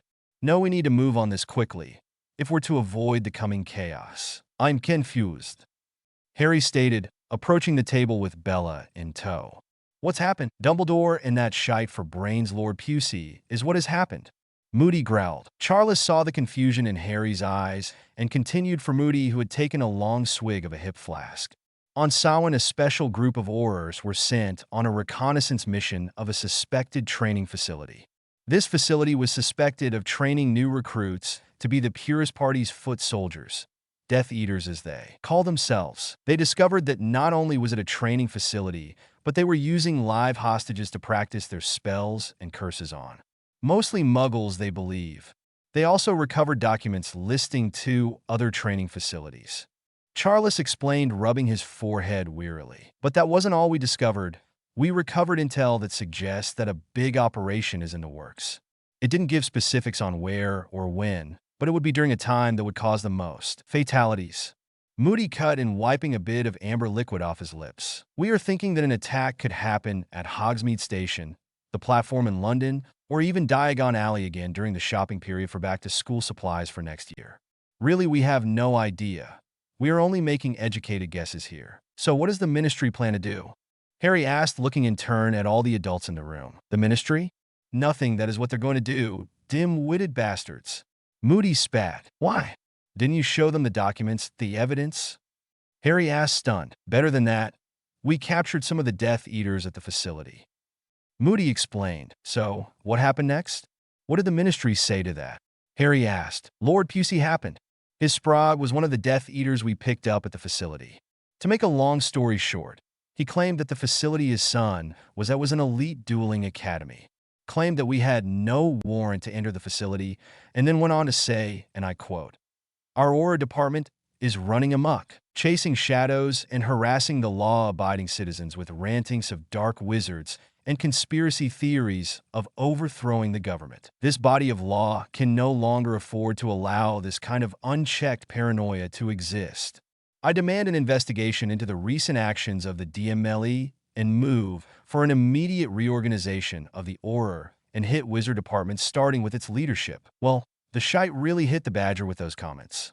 Director Crouch went on a rampage, went on and on about how the ministry had become weak and indolent since the end of the Great War, and we needed to expand the power and authority of the DMLE to deal with the growing threat of these Death Eaters. Then the shouting really began. Even with all the evidence we provided, including the tattoos of the Dark Mark on every arm of the group we arrested at the facility, and those are the ones taken in Hogsmeade and Diagon Alley, it was ruled circumstantial and did not prove any wrongdoing on their part. Most everything was thrown out, and all of our records pertaining to the case were ordered to be turned over to a special review panel for evaluation. Special review panel, my arse. Half of those we arrested were from old pureblood families. That information will mysteriously disappear faster than a snitch before one sentence is read. Moody growled and then shot back another swig from his flask. Dumbledore sided with Lord Pusey in this matter. He was the one that suggested this special review panel. Also, he ordered an audit of DMLE training procedures. He claimed that the DMLE had overstepped its authority and is acting like a paramilitary organization instead of the peacekeepers they were organized to be. He also demanded an investigation into all recent actions of the DMLE. This seemed to encourage Lord Pusey in his rantings about the DMLE. Here, watch this. Arcturus stated, tapping a runic pattern on the pensive that was in the middle of the table. A projected memory of the Wisengamot meeting rose from the silvery liquid and begun to play. Once again, all this so-called evidence is circumstantial, if not a complete fabrication. Where is the physical evidence? Where are these alleged muggles you claim were prisoners? You ask us to expand your powers, and in the same breath ask us to condemn these young people on what amounts to hearsay and the questionable pensive memory of a half-blood Auror who is not a native Briton and undoubtedly holds animosity toward the law-abiding purebloods of elite society. My lords and ladies, what we have here is obvious to even the lowliest of our society. The DMLE is stirring up a false hysteria of dark lords and terrorist armies in a bid to increase its own power, and in doing so would reduce us to a police state usurping the power of the minister and the Wisengamot. Here is the true threat to our government and our way of life. A power-hungry DMLE anxious to use any excuse, including imagined dark lords to pursue its own ends of subverting our government. Pusey pontificated. Shouts rose up throughout the hall as all sides clamored to be heard. Crouch and his office were on their feet, denying such heinous accusations. But a larger group was calling for his dismissal and the reorganization of the DMLE, some even suggesting its dismantle altogether. Bang, bang, bang. Order! I will have order in these proceedings. Albus Dumbledore thundered from his chair as Chief Warlock, bringing the gavel down hard 3 times. The memory ended, and Harry sighed deeply. So, what was the result of the meeting then? Harry asked, almost afraid of the answer. Moody had a look of fury in his eyes as he spoke. They have utterly trashed our training program, cut out everything useful, and left us with a program a 4th-year Hogwarts student could pass. They've neutered us, boy. They've cut our numbers in half, and on top of that the use of deadly spells or curses, even to protect ourselves, has been made illegal and would be cause for immediate dismissal from the DMLE and possible time in Azkaban. Harry grimaced. Bloody hell. So what do we do now? We do what they feared the DMLE was becoming. We create our own army, and we stop Voldemort. Arcturus said with steel in his voice. Albus was sitting in his office at Hogwarts and was reflecting on the passage of much-needed restrictions on Auror response levels. He had been listening closely to all the back and forth during the debate and saw an opportunity to once again push his agenda, but this time he could use the growing animosity toward the DMLE to gain enough support to make it happen. He had seen too much death and destruction over his lifetime, and though at one time he had shared the same beliefs as his old friend Gellert, he could no longer allow the shedding of so much magical blood to happen on his watch. Yes, the Muggles were dangerous. Extremely so, and there was a risk that Muggle-born witches and wizards would bring their parents' same attitudes to the wizarding world. The Muggle called World War II, or the Great War, as it was called amongst the British magical population, truly showed the depravity of the mundane world. The Blitz had not only been devastating to Britain's Muggle population, but had taken a devastating toll on their world as well. It was during this time that Dumbledore and his dear friend came to an ideological impasse. Gellert wanted to bring the Muggle world to its proverbial knees and establish wizarding rule over the world. It was a grandiose plan and was inevitably doomed to failure. There were just too many Muggles to effectively rule over them, and they had weapons unlike anything that wizard kind could match. Albus remembered the day that the Americans dropped hell on Japan. Thousands were killed instantly, and thousands more would perish from the effects of the bombs throughout the years. Wizards could not fight such powerful weaponry. Albus turned from actively supporting a wizard-ruled world to just maintaining and strengthening the existing magical population and keeping it hidden from the rest of the world's insanity. Preserving magic and the magical gifts of the old families was paramount if their society was to survive. Gellert did not take the perceived betrayal by Albus well and made his displeasure known. The ensuing fight would place Dumbledore in the annals of magical history as the wizard who defeated the dark wizard Grindelwald. The truth of the outcome of that fight was obscured by half-truths that soon became myth and legend, and since no one stepped forward to challenge Dumbledore's account, his status as a hero was unanimously bestowed by the people. And yet he knew that Muggleborns would continue to be born, and that in order to keep their world secret, they would need to remove them from their mundane families. He also realized that the Muggleborns were needed. New breeding stock had to be introduced into Wizarding Britain, or the old pure bloodlines would soon breed themselves out of existence. The common practice of interbreeding was producing more and more squibs each generation. Albus was not a fool. He knew that the Purist Party was becoming more radicalized by the hour, and he knew that unlike Gellert, who wanted to subjugate the Muggles, and the Purist wanted their extinction. Three divergent paths. One wanted to rule them, one wanted to destroy them, and he wanted to use them. There was no foreseeable outcome with the other two plans that would not incur the wrath of the Muggles. They were too many and too powerful. Their world would be exposed, and they would be destroyed by the aggressive Muggles who feared anything they did not understand. The witch burnings were evidence of that. No, it was for the greater good of the magical world to remain hidden and use the new infusion of Muggle-born magical blood to reinvigorate the growing stagnation of the old families. But he could not and would not allow for the unnecessary shedding of blood of the old lines. The loss of the many magical gifts and talents in those lines must be preserved at any cost. Tom and his movement must be brought into his way of thinking before things got any worse. The revelation of the training facility had been surprising. It reminded him of similar facilities that Gellert had organized during the Great War. It was time that he took a more active role in information gathering. He needed to know what Tom's plans were, and for that matter, he needed to know what the DMLE was doing. Like Tom, Barty could be extremely unpredictable at times, and he needed to know what the DMLE was doing before they did. It was time to organize his own spy network. Turning to the large, bright red and orange-colored phoenix that was quietly sitting on his perch to the left of him, he asked, "So what should I call this order of spies, my old friend?" /N. I know, this is shorter than my usual chapter length, but things in RL have been crazy, and I haven't had much time to sit and write. But I wanted to get something out to you this weekend. Things should get back to normal here in another couple of weeks, and my updates will become more regular. /N. So this is a bit of a filler chapter, but it does give some insight into Dumbledore and the pre-Voldemort War Ministry and the DMLE. At this point, things will begin to move a bit faster as the lines begin to become clearer. I hope that you enjoyed the chapter and hope that you would leave your comments or reviews.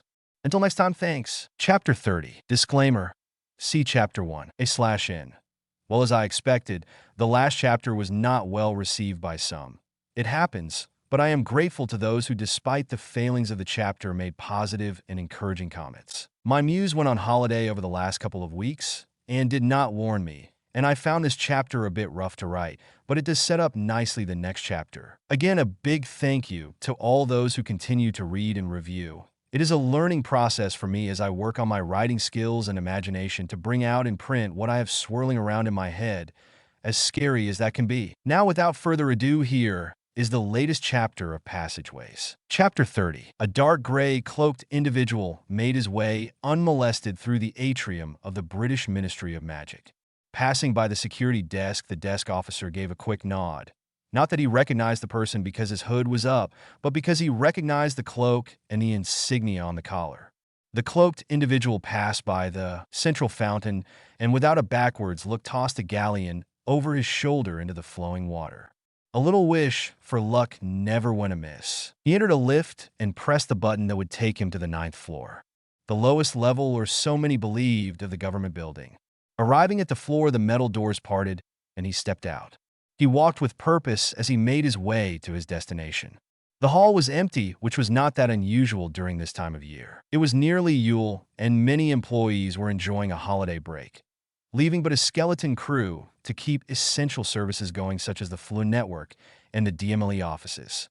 This was the best time to be here if one wanted to go unnoticed. He came to the end of the corridor and rested his hand on a brass doorknob in the center of a large ebony door. He turned the knob and strode forward into a dimly lit room with several other doors that surrounded the circular room. The door behind him closed silently, and then the deucer along the wall began to spin.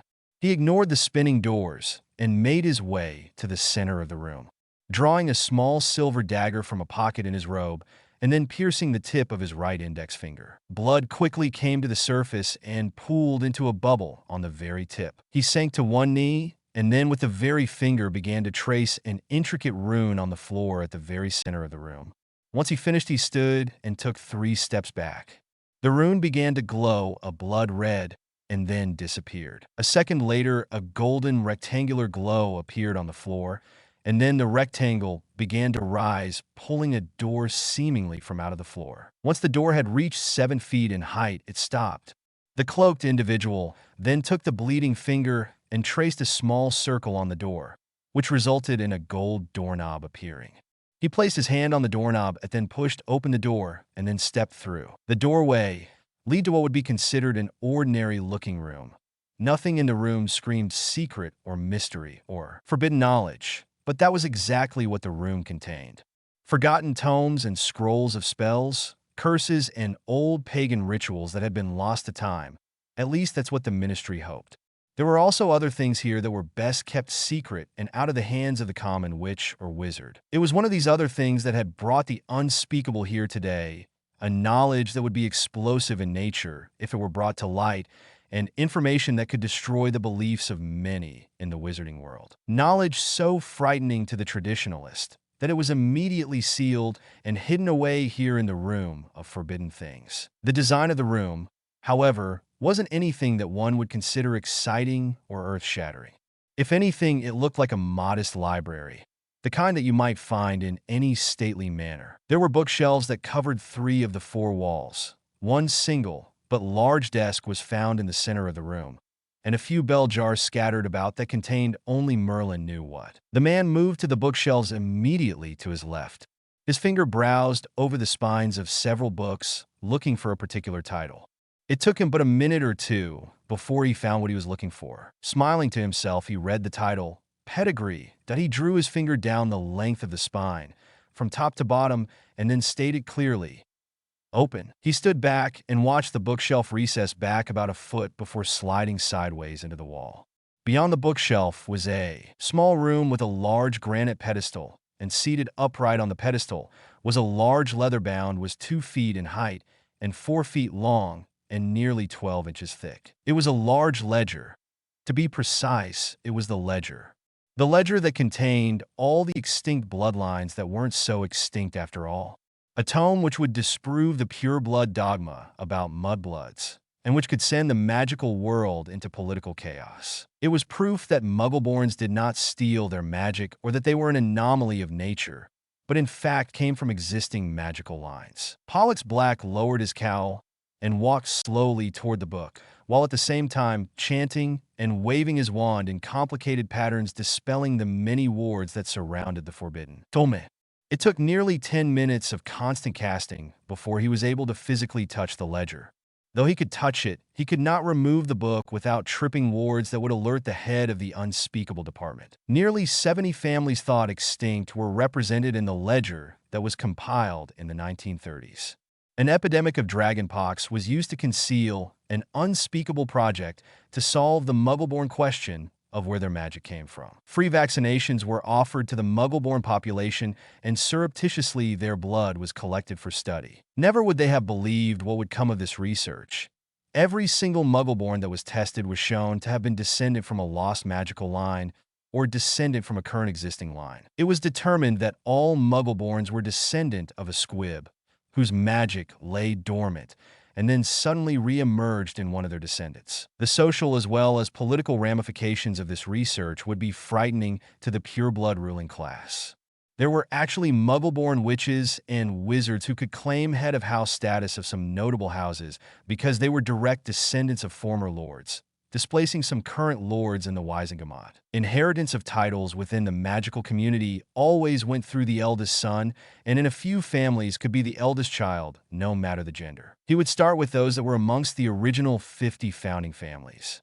There were only 20 founding families still alive, at least that was what was thought, until the lineage check of Muggle-borns occurred in 1932. 24 of the remaining 30 families were found during the Muggle-born lineage research. 6 founding names were still missing: the families of Melville, Sinclair, Granger, Columba, Dassiktak, and Macekdak. 3 hours later, he had his list in hand, and would now begin the process of trying to track down the families in secret.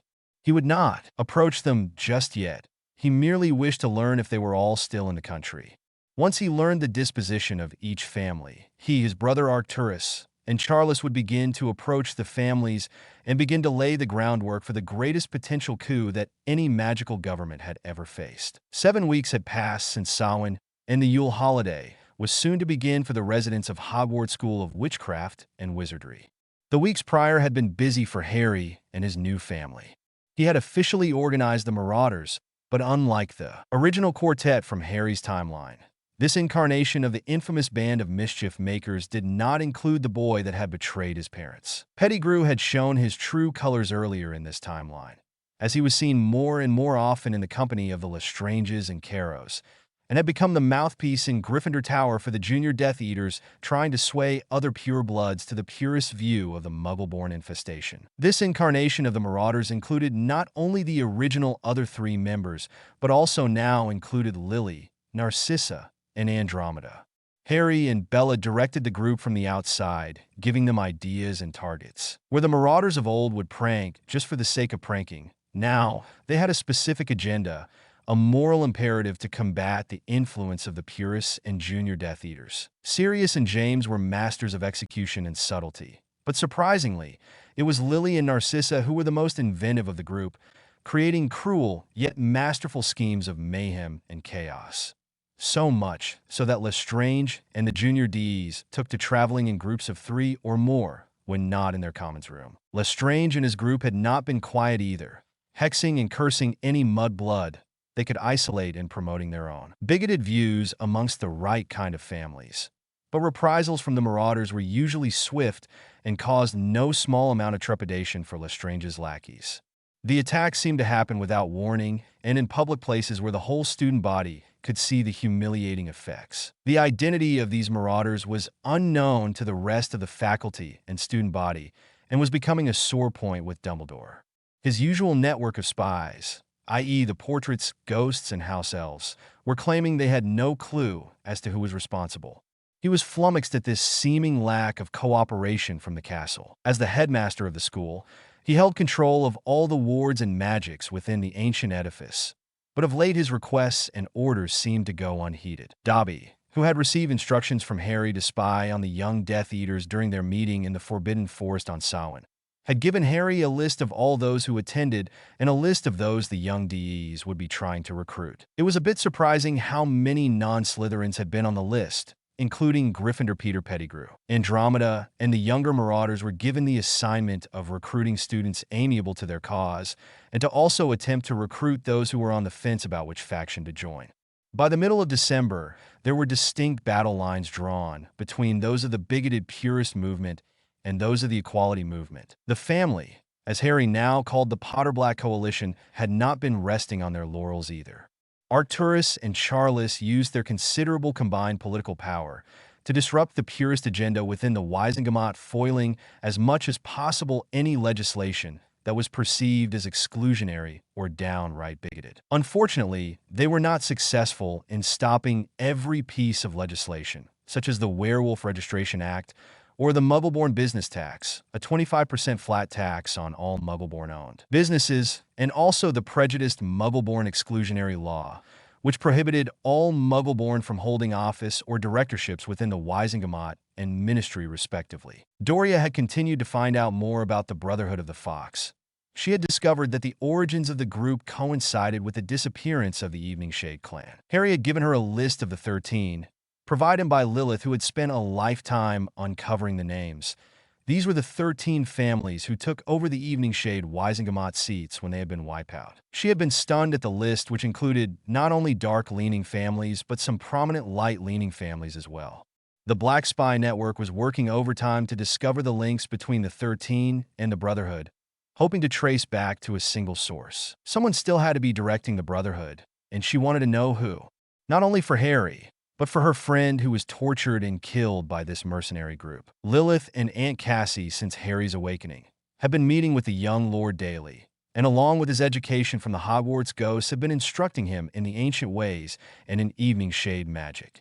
Harry had taken to learning both with an eager and ravenous appetite. He relished the family history he was able to glean from the last living Evening Shade before the genocide, and at the same time developed a deep-seated yearning for revenge on those who perpetrated the heinous crime. He was also taken to meet with the heads of 3 other large covens that represented a large number of fringe families.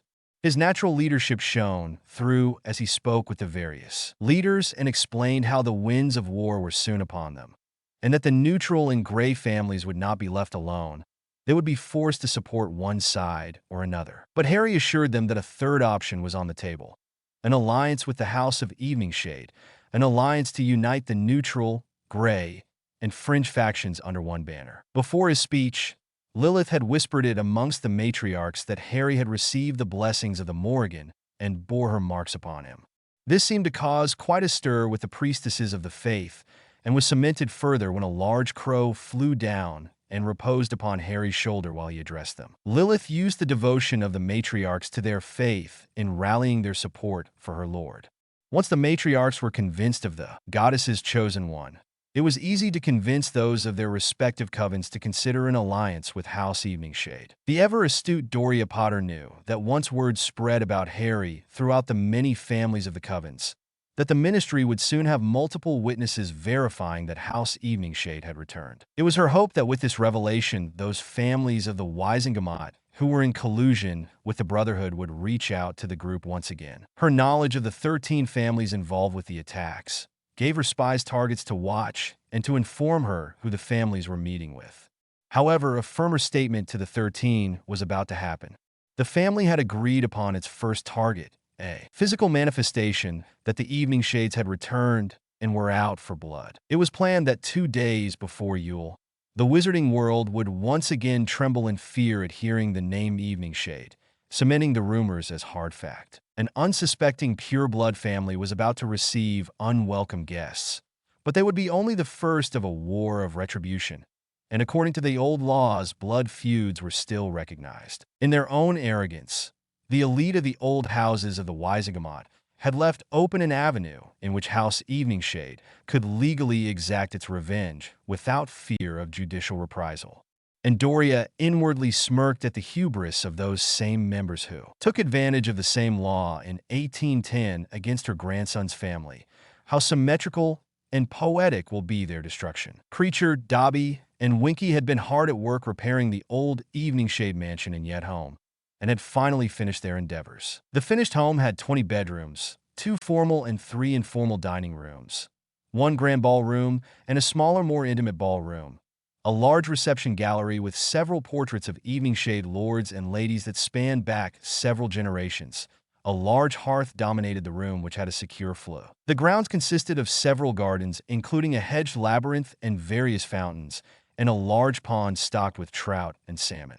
There was a large paddock and stables, though there were no horses yet, but in time there would be.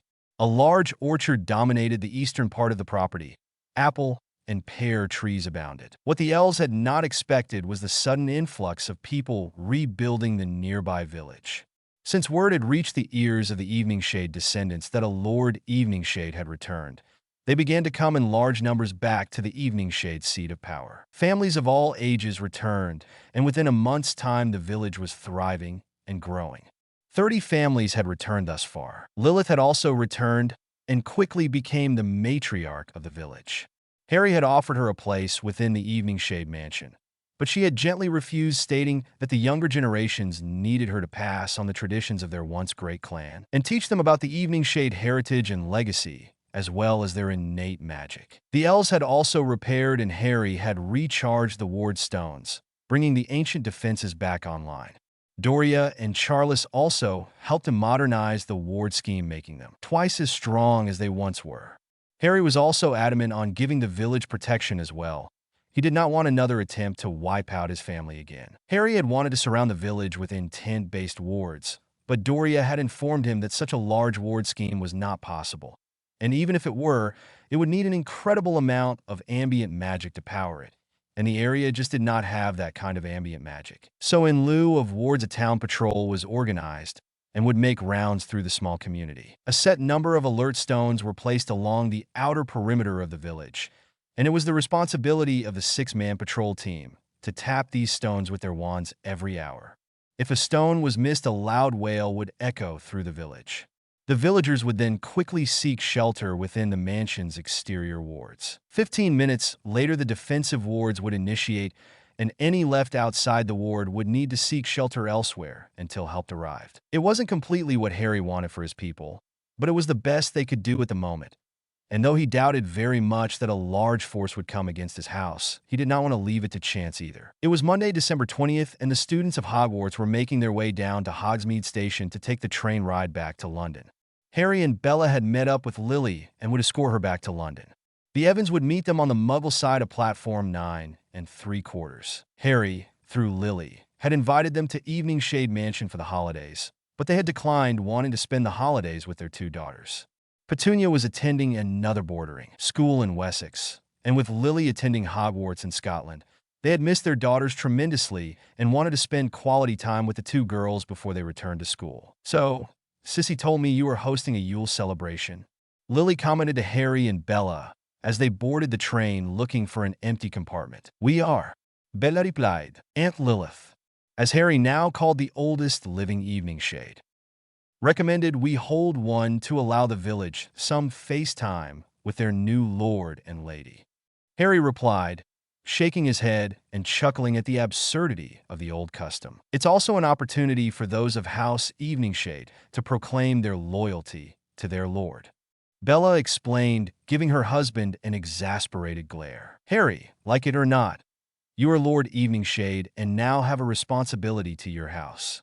They will look to you for guidance and protection as we reclaim our legacy," Bella told him seriously, squeezing his hand. "So, does that mean I need to swear my allegiance or something, since I'm an Evening Shade?" Lily asked with a raised eyebrow as she entered an empty compartment somewhere close to the middle of the train. "I don't think so," Harry began. "Why not?" Lily asked. "If I'm an Evening Shade like the others, shouldn't I do the same?" "Well, technically, yes. But you see, you are a descendant from the main line, and therefore it is not required," Harry stated, unsurely looking to Bella for help with answering this question. "What Harry is trying to say, Lily, is that you are a member of the immediate family, and so it is not required of you." Lily looked at the 2 older teens in front of Harry inquisitively, and then saw the 2 give each other a sudden worried look like they had just said something they shouldn't have. The intelligent redhead had not missed the implications of what the 2 had inadvertently said, piquing her curiosity to astronomical levels. "What do you mean? I am immediate family? That would mean I would have to be a sister or daughter of some sort, wouldn't it?" she asked. She noticed Harry pale at her questions, which intrigued her further. "What aren't you telling me, Harry?" Lily said, taking his hand and looking trustingly into the same emerald green eyes as she had, a trait of every Evening Shade. It was then she noticed that not only did they share the same eye color, but the same shape of eyes as well, and the same shape of ears with the detached lobes. Harry looked to Bella again, his eyes pleading with her to help him out.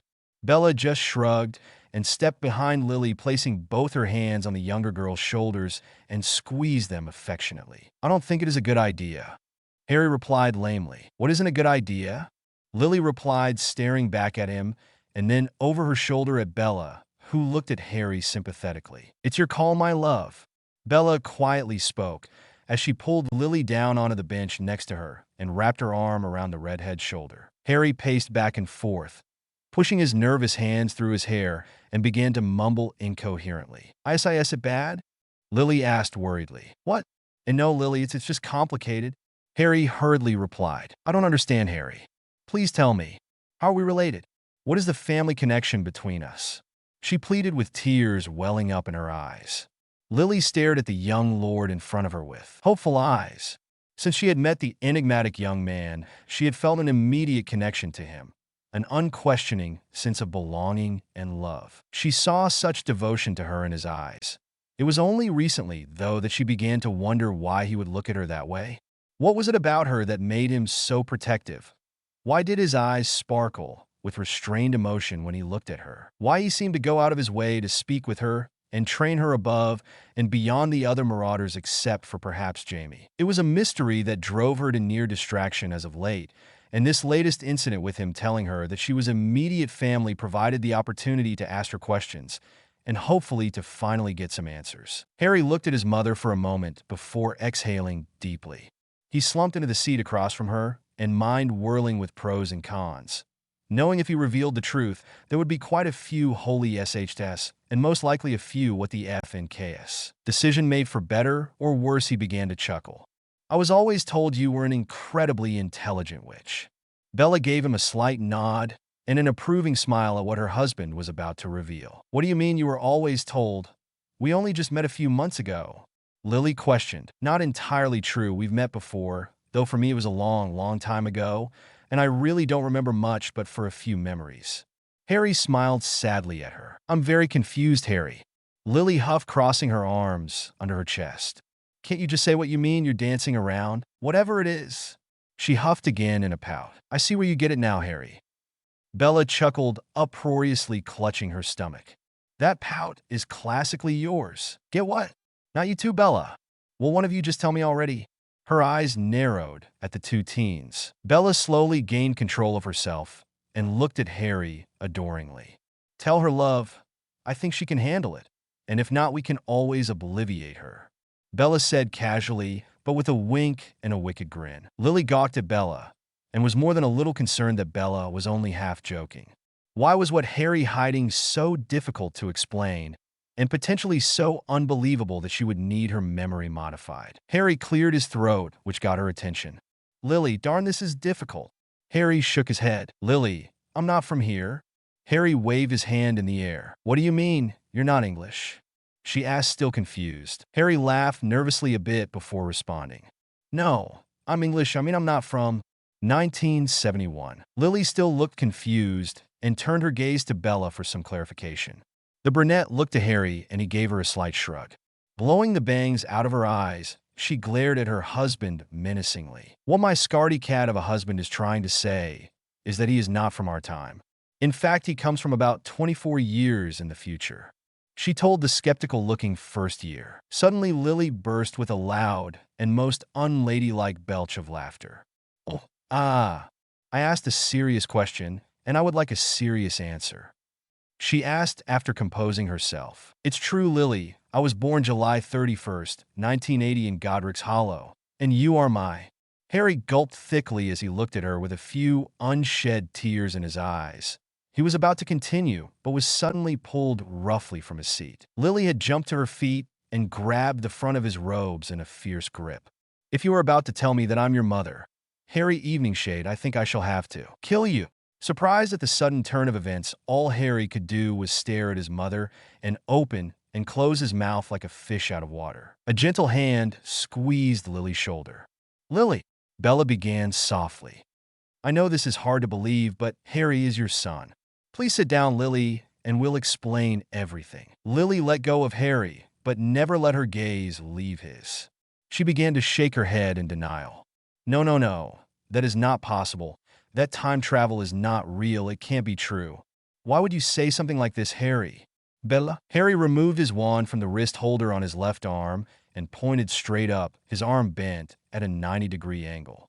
I, Harry James Eveningshade, do swear on my life and magic that what I'm about to tell Lily Evans about my birth and life is absolutely true.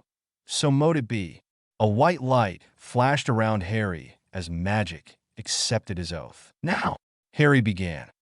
Magic will not allow me to lie about myself without losing my magic. Lily looked stunned and allowed Bellatrix to pull her back down on the bench. Harry then began to cast privacy spells all around the compartment, with Bella adding a few of her own. They had several hours before they reached London, and it would take every minute of those hours to explain to Lily who he really was. Lily's eyes were red and puffy from listening to Harry relate his life to her, the good and the bad. For the last hour she had been in his lap, her arms around his neck in a vice-like hug that threatened to cut off his air supply. She had wept and sobbed, and as skeptical as she was at the beginning of his story, she eventually had accepted the truth about their relationship. Why hiccup? Won't you tell me who your father is? She asked, wiping her eyes on the sleeve of her jumper. Harry had told her everything except for who his father did not want to place that burden on her. He hoped that the relationship between her and his father would naturally develop over time. He knew that they did not start dating until late into their 6th year, and was afraid that he had changed the dynamic between her and James so much that anything more could jeopardize the two of them from getting together at all. I just don't think it is a good idea, Lily. They had agreed that their relationship as mother and son should be kept secret and would continue to address each other as they had been. They would use each other's given names when alone or with family, and she would use his title as Lord Eveningshade when in public. I've already told you too much, and I don't want to somehow ruin things for the two of you. Harry told her. That's just... She began, but then Bella interrupted. Suppose he does tell you, Lily. Then what? Do you march up to the boy and tell him that in 7 years you will be married, and then have a son, who travels back in time to save the world from a megalomaniac? Not very romantic if you ask me. Not to mention it would sound incredibly creepy and would probably chase the poor boy away. Bellatrix told her. Lily sighed and laid her head on Harry's shoulder. I know, besides, I already have a pretty good idea who it is, she said softly. What? Both Harry and Bella gasped. Oh, please, Harry has much told me so, she replied with a sigh. I did not, Harry protested. Lily sat up straight and looked him in the eyes and repeated some of his words before their conversation. I, Harry James Eveningshade vow, Bella chuckled. Most intelligent witch indeed. Harry looked sheepishly at his mother. Harry's expression then grew serious. Lily, Mum, I love my dad as much as I love you, but he is not emotionally or in any other way ready to know this. I don't think he would handle it very well. Grandmother told us as much. Lady Potter, you mean? Lily asked. Harry nodded. Lily sighed heavily again. Frankly, I don't see it. Yes, he's cute in a puppy dog sort of way, but he just so infuriating at times with all the pranks. He's very immature, she said, rolling her eyes and shaking her head. He changes Lily for you, Harry told her with a half grin. Just think, Lily, you can get an early start on him and mold him into the kind of man he's meant to be. He's already smitten with you. Bella smiled conspiratorially at her. He is? She asked. Bella gave her a dull look. Lily bit her lip shyly, thinking about the raven-haired boy and how lately he had shown a more attentive side of himself toward her. Oh, okay. I'll not say a word, I promise, she said sweetly, hugging Harry tightly again before getting out of his lap. The train slowed as it arrived at King's Cross Station, and the trio quickly disembarked and headed for the barrier that would lead them to the Muggle side of the train. Only took Lily about 5 minutes before she saw her parents. She raced to them and jumped into her father's arms, kissing his cheek and then twisting to give her mother a hug. Her father chuckling, but his little fireball back down on the ground. Okay, so the freak is here. Can we go now? Lily turned with a hurt look on her face toward her sister Petunia. Petunia was a year older than she was, and where Lily had vibrant red hair, Petunia had listless, mousy brown hair pulled back into a severe bun. Another difference was that her eyes were hazel, like her mother's, not the emerald green of her father and sister. It's wonderful to see you, Petunia.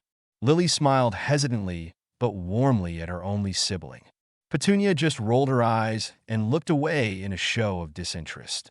Lily's shoulders sagged, and a frown slid onto her face. "Hello, Mr. and Mrs. Evans," Harry greeted as he and Bella neared.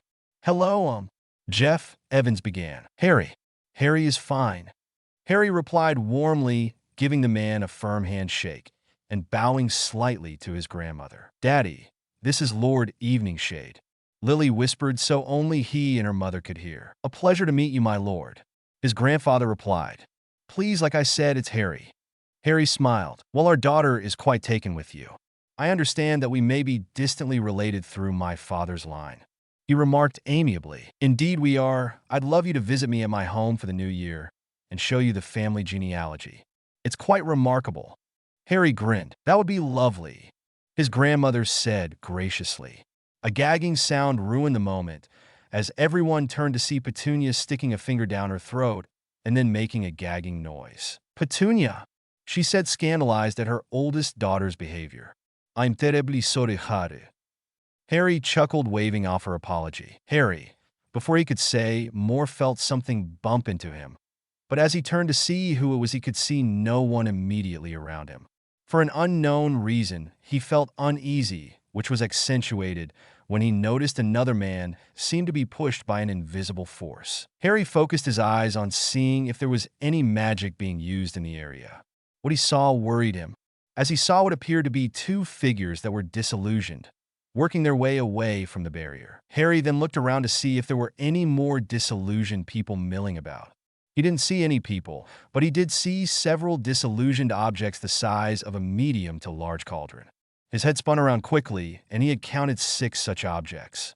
The objects appeared to be strategically placed. They were near the barrier to platform 9 3/4, placed evenly encompassing a large rectangular area. This was bad, very bad. Not only was the platform filled with returning Hogwarts students, but it was also the evening commute home for Muggles. Everyone noticed Harry's sudden pale face and nervousness, watching his eyes dart left and right. "Harry, what is it?" Bella asked worriedly. "We need to get out of here now," Harry suddenly yelled. Harry gasped as the cauldron began to shake violently. "Everybody down!" Harry yelled, pulling Bella and Lily to the ground, throwing himself on top of them. The Evans and others who had heard him scream did not have even a second to speculate what was going on when the entire platform exploded. Fire and red-hot shrapnel tore through the unsuspecting evening commuters. From above, one could see a cloud of thick black burning smoke shoot up high into the air. The blast was felt blocks away, and burning debris began to rain down upon cabs and lorries, shoppers and bystanders alike. The blaring sounds of sirens began to fill the evening air as medical, police, and fire personnel were dispatched to the scene. People were screaming and running for what safety they could find. Panic was in full swing as body parts were seen falling from the sky, painting a macabre fresco over the city streets. Emergency. Personnel struggled to get through the panicked mobs, desperately trying to get to the train station in hopes of finding survivors. Harry's return to consciousness was met by a sharp ringing in his ears, followed by suffocating smoke and debris. He could see smoke and flames all around him. His head felt heavy and swayed uncontrollably as he tried to remember what had happened. He forced his eyes to focus and immediately regretted doing so. He saw dozens of bodies in various states of completeness, men, women, and children. Harry brutally forced down a desire to vomit, knowing that it would do him no good. Suddenly, he felt movement beneath him. He looked down and saw a head of red hair try and move, and another head of black hair shifting below him as well. The awful reality then set in. There had been an explosion, and they had been in the middle of it. He remembered forcing Bella and Lily to the ground, and then covering their bodies with his own as he hastily tried to conjure a shield around them. Looking at the destruction around him, he must have been successful. He tried to move off the 2 girls but screamed out in pain as he did so. Looking over his shoulder, he saw his back was nearly completely black from severe burns and a metal rod of some kind sticking through his left leg. Apparently, the shield didn't stop everything from getting through. Gritting his teeth, he rolled off of his companions. Bella pushed herself off the ground and into a kneeling position. Her eyes took in her surroundings with complete horror. She quickly searched for Harry and screamed tearfully as she saw his condition. Harry could see the terror in his young wife's eyes, but the ringing in his ears deafened her voice to him. She scrambled over to him, and began to cast every healing spell she knew on him. Lily was numb. Her mind couldn't wrap itself around what she was seeing: twisted metal and debris, and bodies everywhere, and the smell of charred flesh and blood. Her constitution wasn't as strong as Harry's and Bella's, and she immediately voided all the contents of her stomach in front of her. Lily panicked as she tried to find her parents and sister. Seeing a large form just to the right of her, she recognized the blackened wristwatch on the form's left wrist. She screamed as she scrambled over to him. She wailed uncontrollably as the body was badly burnt and showed no signs of life. Movement below him caught her attention. She could see strands of red hair, her mother. She tried to push the corpse of her beloved father's body over, but he was still very hot to the touch. Digging deep for a strength she did not know she possessed, she was able to move him. Her mother looked bad, but she seemed to be breathing, though it was labored. Her legs had been badly burned and her hands as well, but it looked like her father had protected his wife's torso with his own body. "Mom!" Lily cried, shaking her mother's shoulder, but her eyes were unfocused and unseeing, and she seemed not to hear Lily's cries. She scooted closer to her mother and placed her head in her lap, trying to give comfort to the woman who gave her birth. It was then that she saw the third member of her family. Sightless eyes stared blankly into the nothingness. Petunia was missing her whole left side. She was gone, just like her father. Lily had lost nearly her entire family and was struggling to keep herself together for her mother. Bella had stabilized Harry for the most part and was now staring sadly at her young mother-in-law.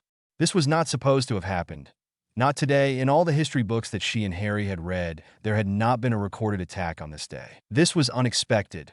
She realized that they could no longer rely on Harry's history from his time, and it was a bitter pill to swallow. Bella wiped muddy tears from her cheek angrily and cried out, "Dobby!" Suddenly, a small elf popped into existence next to his mistress.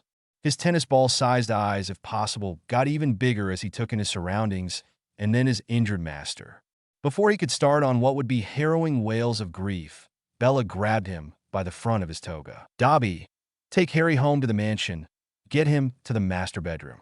Then return here with Creature and Winky and help the rest of us get home," she stated emphatically to the small creature. He nodded quickly and moved over to his master. He placed some sort of stasis spell over him and immobilized him so he would not injure him in transport. Then he placed his hand on his master's shoulder and with a small pop vanished. Bella crawled over to Lily, trying to keep her head below the smoke that was still blanketing the platform. "They're dead, Bella," Lily said, caressing her mother's hair absent-mindedly. "Papa and Toonie are dead." Bella grimaced and hugged the petite witch to her chest. Bella could see the ragged rise and fall of Lily's mother's chest and cast a quick diagnostic spell over her. She had severe third-degree burns over her legs, feet, and hands. She had some minor internal bleeding, but was in shock. They needed to get her medical attention, and fast. "Lily, we need to get your mum back to the mansion, where we can treat her," Bella said as the three elves appeared. Lily shook her head numbly. "I can't leave Dad and Toonie." Bella looked at Lily and could see that she was going into shock as well. "We'll take them with us to Lily, but we must hurry. Your mother does not have much time." Lily turned her head to look at Bella's soot-covered face and nodded jerkily. The elves went to work and carried the living and the dead back to Evening Shade Mansion. Bella then sent the elves to get Doria and to inform her what had happened. Doria, within minutes of Bella sending the elves, was flying into the master suite with an unreadable expression on her face. To Bella, it appeared to be a mixture of rage and anguish, but there was much more there that she could not decipher. Doria was directed to Lily's mother, Rose, who was in critical condition. With a practiced healing hand from treating scores of witches and wizards who were victims of the First War, she set to work in healing her grandson's other grandmother with fierce determination. Meanwhile, Bella was comforting her own husband and casting numbing spells on his back. Winky surprised Bella with her own knowledge of healing spells and had vanished the metal rod from his leg and healed the wound and closed it up with nary a scar. Harry's own magic helped in the healing of the burns that covered his back and the backs of his legs. He would be healed within a few hours, though his skin would feel tender to the touch for several days more. Aunt Cassie and Lilith had also arrived and were helping Doria with Rose Evans. Because Lilith was a muggle, she had no inner magic to help heal her body, and so she would need at least a week or two before she felt strong enough to be up around. Lily had not left her mother's side since they arrived, and was being comforted by Lilith. It amused the ancient witch and warmed her heart that Lily took to her so easily and felt comfortable in her presence. Lilith could feel the power the young witch would one day wield, and began making plans to bring the young witch into the coven as her apprentice. If she could get her interested in the old ways, she would make a very powerful priestess for the Morrigan, perhaps even one day take her place as the coven's high priestess. Lilith knew she was not long for this world, and would soon move on it. She saw in Lily an excellent prospect to pass on her knowledge. Early the next morning, Charles and Arcturus arrived to speak with Harry. Bella had helped him down to his personal study, a large office with a solid oak desk with ornately carved top and legs, with a high back leather chairs sat, facing the desk with a comfortable-looking couch off to the side. A large fireplace with a black marble mantel warmed the room and cast the room in soft light. Dobby escorted the two pure-blood lords into the office. Harry rose from his seat to greet them with Bella a half-step behind him and to his right. "Welcome, Lord Black, Lord Potter, to Evening Shade Mansion. To what do I owe the pleasure?" Harry greeted. The two lords bowed to Harry. "Lord Eveningshade, we bring news about the attack in King's Cross Station. Information we have gathered from ministry sources, as well as Muggle." Arcturus began. "Please have a seat, gentlemen.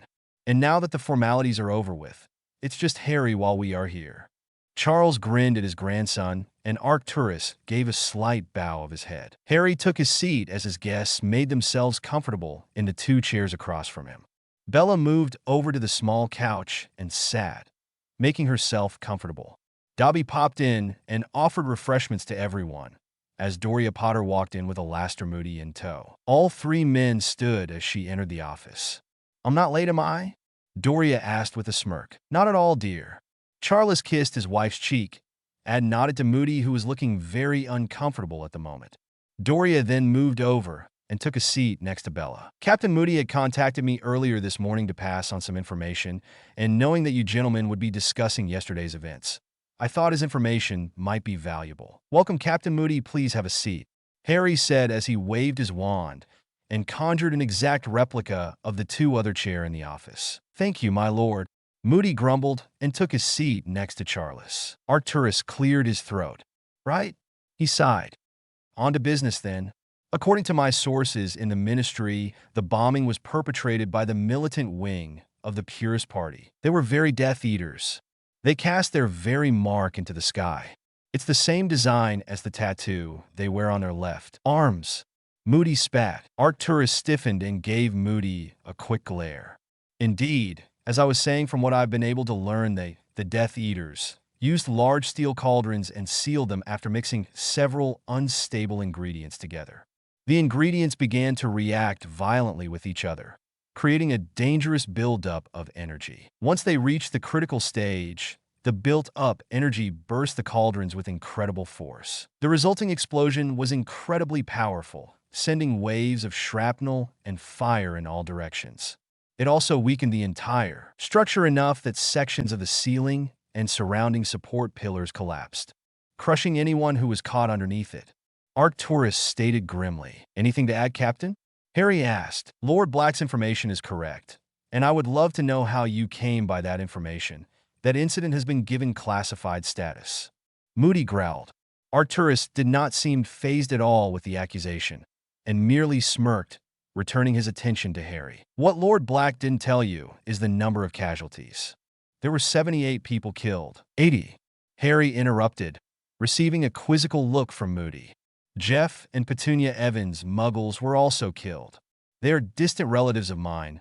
Their daughter Lily is a student at Hogwarts and a close friend. We were all at the train station when the explosion occurred. We brought their bodies back with us." Moody nodded. "Beside the 80 that were killed, there were nearly 300 other injured, many of them critically, we may see. Several more die before everything is said and done." Harry rubbed his face tiredly. "How many were Hogwarts students?" 16. Moody said bluntly. "And before you ask, there were 11 parents of those students that were killed as well." "Anything else?" Harry asked. "The Muggle authorities have begun their own investigations. Our teams got there first, but there was nothing that we could do. There was little of the cauldrons left to piece together, so their forensics people will be hard-pressed to make a magical connection. Moody stated, "Charles, anything from you?" Harry asked of his grandfather. "My sources within the Muggle Ministry have told me that their MI5 division is looking at this as a terrorist attack. They're looking at the IRA at the moment as a possible suspect. But of course the organization has not claimed responsibility. But with the troubles in Northern Ireland right now, they are not ruling them out." Charles informed the group. "MI5? What's that?" Arcturus asked. "It's the Muggles' elite Auror division. They investigate any threats against Great Britain in the country." "Ah," was Lord Black's only response. Although their resources are directed elsewhere at the moment, the Muggle Prime Minister is aware of the location of the barrier onto Platform 9 3/4, and he may begin to investigate this as a possible link to the bombing. Minister Bagnold and Dumbledore have already met with the Muggle Prime Minister and has informed him that they do not believe magicals were involved, explaining to him that our people do not use, or would they know how to use Muggle explosive devices. "I don't know if he bought it or not, but they are focused elsewhere." Moody told the group, "Figures that the meddlesome fool involved himself." Doria spat. "Let's just bury our troubles in a big ripe pile of denial." "Alastair, what is the DMLE doing about this?" she asked. "There is not much we can do. We have no witnesses who saw the perpetrators, and the Ministry will not allow us to confront the Purist Party about it without some hard evidence that they were behind it." He told them, "Even our interrogations are now monitored by a civilian appointee to make sure we are not violating the rights of our suspects. Give me the good old days when we could use Veritas serum on everyone. The whole darn system is bollocks if you ask me." He spat. "Then we don't rely on the Ministry for information gathering. We continue to do it our way, by whatever means necessary." Bella stated firmly, earning a smile from Harry and nods of approval from the others assembled. "Do you have any leads at all, Moody?" Charles asked. "One. There was a bloke who was overheard bragging about teaching the Muggles a lesson so that they would get a big bang out of it. It's a bit flimsy, but it's all I have to go on. I'll get back to you as soon as I learn more." He told them, getting to his feet. "I need to run. Barty wants a meeting with all his people to discuss the ongoing investigation. I'll be in touch." Moody bowed to the ladies and then to the others. Dobby popped in and then escorted the veteran Auror to the floor. "Now, on to other business," Harry replied with resolve after Moody had left. "Which of the 13 are we hitting?" Harry directed his gaze toward his grandmother. "A/N? Well, how was it?" Coming up, more aftermath of the bombing and Harry and company go hunting. Hopefully you found it better than the last. I'm hoping my muse returns soon, or in other words, the crazy busy real life settles down a bit. Please let me know what you think. Reviews, critiques, the helpful kind, and thoughts or suggestions are always welcome. Chapter 31. Disclaimer. See Chapter 1. A/N. Thanks for all the reviews for the last chapter. Your thoughtful reviews always amaze and inspire me. The end of this chapter may be shocking for some, but I give an explanation for why I did what I did in the author's notes that follow. Things in Harry's world are about to get ugly, but I hope you continue the ride with me. And now the continuing saga of Passageways. Chapter 31. It was December 24th, and the plaza of the Evening Shade village of Knight's End, so named by the first Evening Shades that had occupied the area centuries before, had been decorated for the Yuletide festivities for that evening. Evergreen garlands and mistletoe were everywhere, and fairy lights lit the area in warm, illuminating hues. Their lord and his invited guests would join in the festivities, and their town matriarch, the high priestess of the Morgan, Lilith, would bless the proceedings. There was an excited energy that went through every man, woman, and child as they would celebrate the first Yule of the re-established hamlet. Climate control spells enhanced by ward stones had been cast around the village plaza, creating a comfortable temperature for the festivities, which would undoubtedly go well into the early morning hours. Barrels of mead and homemade spirits would be on tap for those adult witches and wizards who indulged, and butterbeer and Yule punch for the younger aged. The Blacks, the Potters, and many heads of the fringe families and covens would be there to celebrate the ancient observance of the winter solstice and to solidify alliances between one another. While preparations for the Yule celebration was taking place in the village, Evening Shade Mansion was also a hive of activity, but for very different and very deadly reasons. A war council of sorts was meeting together in Lord Eveningshade's study, finalizing plans to let loose the first volley of a campaign of revenge and retribution that would end with the annihilation of 13 pureblood houses. Though retribution was indeed a major reason for this war council, it was not the only reason. It was also a calculated strike that would weaken the power of the Purist Party within the Wisingamot and Voldemort. The intended family was not only a part of the 13, but also a financial backer of Voldemort, and its family head was a part of Voldemort's inner circle. They would be killing two birds with one stone, as it were, and Harry was anxious for a little payback for the attack at King's Cross Station. He had hoped that he would have a chance to get to know his maternal grandfather and perhaps even one day bring him into his confidence about who he really was. But that dream had been ruthlessly taken from him, and he had sworn that he would find the perpetrators and personally deal with them in the most horrendous way he could think of. Harry was realizing that something within him was changing. His thoughts were becoming more focused, and his mind became more calculating. A feeling of indifference dominated his emotions when it came to the anything outside of his family. Indeed, his sense of protectiveness for those he considered his family and his people overshadowed any feeling he had toward the magical community in general. Whether this was a side effect from the Evening Shade family magic asserting itself within him or the influence of the Morgan, whose many incarnations included her being a goddess of war, he did not know, but as the days went by he worried about it less and less. Right now, he felt that his new family and his rediscovered people were in danger from multiple adversaries, both dark and light, and he would bring the entire country to its knees in subjugation if it meant that his people were kept safe and prosperous. We've changed the date of the attack to December 31st to allow you more time to fully recover. We will need you at full strength, Harry, if we are to successfully penetrate the wards surrounding the home. Though the wards are minimal, we don't want to alert them of our presence and give them a chance to form a defense. Arturus Black stated from his place at the circular table that he, Charles, Doria, Orion, Cygnus, and of course Harry and Bella were standing around. Will they all be at the manor? Orion asked. They are hosting a New Year's ball. All of their family will be in attendance, as well as a few other families. From past parties I have attended there, it should break up sometime around 2 in the morning. Arturus replied. Will there be any children there? Doria asked pointedly. They have 2 minor age grandchildren, ages 6 and 8. Arturus replied indifferently. We won't harm the children. Harry stated, heading off his grandmother's obvious next statement. It's unwise to leave any witnesses, my lord, especially an heir who could one day do as you are doing and seek revenge. Orion replied dutifully. Harry sighed tiredly and pulled his hand down his face.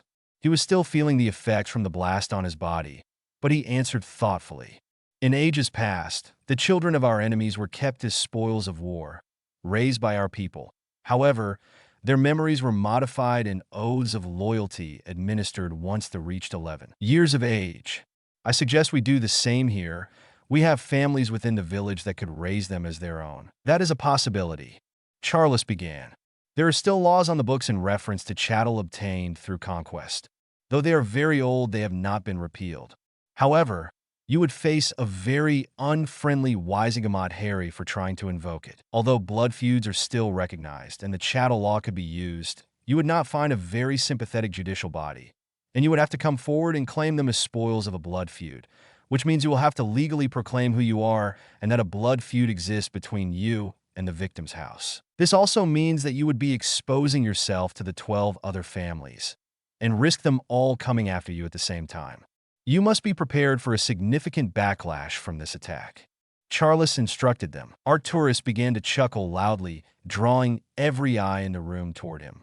Ever the honorable Gryffindor, Charles. Harry gave the Black of Blacks an inquisitive look. Arturus cleared his throat merrily. Harry, my boy, this is an instance where you should be more like a cunning Slytherin. If all goes as planned, there will be no need to inform the Wisingamot at all.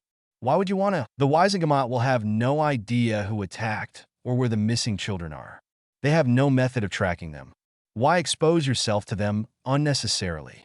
Granted that word will eventually get out that House Eveningshade has returned, but they will have no proof or even reason to suspect your house's involvement. Let sleeping dogs lay Harry, and keep yourself out of the ministry's influence and wand tip as long as possible. Now is not the time to be honorable. Now is the time for misdirection and anonymity. Arcturus finished. Harry sighed again and looked inquiringly toward Bella, who gave a slight nod, and then looked to his grandmother, who gave him a supportive nod as well. Realizing that the clandestine approach would be the better option, he voiced his agreement with Arcturus' suggestion. Focusing now on the diagram laid out on the table of the manor's floor plans and the location of the ward stones, they began to discuss tactics and entry points and individual assignments. Now, the most important aspect of Magic Deer is intent, and especially so for our particular brand of family magic. Lilith explained to Lily as they strolled slowly through the village. As they walked, witches and wizards of every age bowed or curtsied to the ancient Evening Shade Witch. They really respect you, don't they? Lily asked as they walked. In magical society, we are raised to give deference to our elders, especially those brought up in the old ways. And seeing as I am the oldest thing around, I'm always getting invited to dinners and events and given tokens of esteem and such. You'd be surprised what I walk away with. Lilith winked with a conspiratorial smile as they came to the tree line at the edge of the village. Now, as I was telling you about intent in using magic, the Evening Shades have many unique abilities that have been passed down through our bloodline, which did not come from our human bloodline. She looked at Lily meaningfully. Lily nodded her understanding, hearing the same thing from Harry. You mentioned that you would be teaching me one of those abilities today. What exactly will you be teaching me today? Lily asked curiously. Not every ability we have is offensive in nature, my child. Lilith began. Some of our abilities are defensive. Now, not every member of our family can access all the abilities that have come through our heritage. So I don't want you to become discouraged if you are not able to perform one or more of them. Do you understand? Lilith asked gently, laying a withered hand on Lily's shoulder. Ido. Lily nodded, though her voice trembled slightly with worry that she would not be able to access any of the Evening Shade magic. Lilith smiled warmly at her. Now, one of our best defenses is the ability to obscure our opponent's view of his surroundings by creating a cold, dense mist. I've seen that, Lily excitedly replied. In the family history book that Harry gave me, it was used when the McTavish attacked one of our ancestors. They created a mist that seemed to envelop and terrify McTavish's men. Very good, Lily. Yes, the mist has an almost Dementor-esque property to it. It not only obscures our enemy's vision, but it produces a chill that penetrates to their very bones. It is enough to make the bravest of wizards wet themselves in terror. Lilith chuckled softly. So, how do I summon the mist? Lily asked excitedly. Very astute, Lily. There is no spell, but it is a minor summoning that occurs. Now, you must be very focused and visualize in your mind exactly what it is you want. Your intent will guide your magic in the summoning of the mist. She told the young girl. But how is it done? Lily asked. Through our non-human bloodline, you see we have a connection to the environment around us. Through that connection, we can manipulate it for short periods of time, longer if you are very powerful. Watch me and reach out and feel how the magic feels around me. It will help you duplicate the same feeling. Lilith closed her eyes briefly before they popped open and began to glow the evening shade, killing curse green. Lily stepped closer to Lilith and placed her hand on the older witch's chest and immediately felt the buildup of magic. Within seconds, a slow, rolling mist formed at Lilith's feet and spread outward and all around her. Lily was amazed at how fast the small clearing they were in filled with the dense cold mist. Soon the trees and the village completely disappeared from view. Just as quickly as the fog had appeared, it had retreated and then disappeared as if it had never been there. Lily turned her eyes back to Lilith's and saw her smiling proudly. I haven't done that in years, she stated. It felt wonderful to do it again, glad that I could still do it. She chuckled happily. Now did you feel the magic I was using? Every spell, every curse, and every jinx has a specific feel and pull on your magic. The most powerful evening shades could tell what an enemy was going to cast before they actually loosed the spell, giving them an edge in a fight, either countering the spell or knowing deflecting it with the appropriate shield. She stated, I did feel it, Lily told her new mentor. It was like cool running water going through you, and something else like a pulling sensation. Lilith smiled proudly at the young girl. Yes, I was actually pulling in the air around me, and then pushing it back out in the form of the fog, my magic physically changing the composition of the air. Wow, Lily replied in wonder. So, do you think I'll be able to do that? She asked. We'll never know until you try, child. Lilith replied with twinkling eyes. Let's give it a go, shall we? Lily nodded quickly, enthusiastic about learning the incredible useful ability. Lily stood ready to give her best, and Lilith stood behind her with her soft hands on her shoulders. Now, Lilith whispered, remember how the magic felt, and try to replicate it within yourself. Once your magic responds to your desire, the air will automatically begin to flow into you, pulled and changed by that same magic. Lily focused on the feeling she had felt from the older witch, remembering every detail of how the magic ebbed and flowed, and willed her magic to recreate the same fog her mentor had created. It started with a trickle and remained that way for several minutes. Lily began to have doubts that she would be able to summon the mist, and the trickle began to diminish. Suddenly, at the moment she was about to give up, she heard the voice of the ancient evening shade began to fill her ears with soft, encouraging words and told her not to give up. Lily grimaced in renewed concentration, refusing to let her mentor and herself down. Lily lost track of how long she was concentrating, but suddenly, she felt the trickle begin to increase to a gentle flow, and then a feeling of cascading water flowed through her. She heard her mentor whisper, "Wonderful." She opened her eyes without losing focus and nearly gasped as the clearing was once more completely covered in thick, cold, rolling mist. Excitement took over Lily, causing her to lose her concentration, and within seconds the mist dissipated, leaving the clearing as it was before she had summoned the mist. Lily was bouncing on the balls of her feet with joy. "I did it! I did it!" she proclaimed loudly and exuberantly, jumping up and down. "Yes, you did indeed." Lilith smiled as the petite redhead threw her arms around Lilith in a near-bone-breaking hug. "What next? What can you teach me?" Lily asked excitedly. Lilith smiled patiently at her young protege. She could tell that Lily would be a powerful and formidable witch when she matured, and just hoped that she would still be around long enough to train her to take her own place as the teacher for future evening shades and a priestess to the goddess. "Let's try accelerating your reflexes next." The meeting had been exhausting, and Harry just wanted to close his eyes. But Arcturus and Charles had wanted a few private moments with him after the others had left to get ready for that evening celebration. "Harry," Charles began, "once the Wisegamot has learned of the extinction, there will be a 30-day grace period for any remaining family member to claim the seat. Failing the appearance of an heir, the members of the founding families will begin to take and review applications to fill the vacant seat in the hereditary seats. As an ancient house, you would easily qualify, but it is no guarantee of acceptance. You must have the vote of 2/3 of the seated founding families. As of today, we would fall short by 3 votes. However, you have one thing going for you that the others do not. House Eveningshade had a hereditary seat before the 1810 extermination of your family. A well-prepared oration on your part about the circumstances surrounding your house's disappearance may emotionally move enough of the members to convince at least 3, if not most of the remaining votes to reinstate your house." Charles finished. "And if that doesn't work," Arcturus began, "there are other persuasive measures you could take, such as a whispered reminder of what House Eveningshade had done to their enemies in the past. Those horror stories are still whispered in many old houses."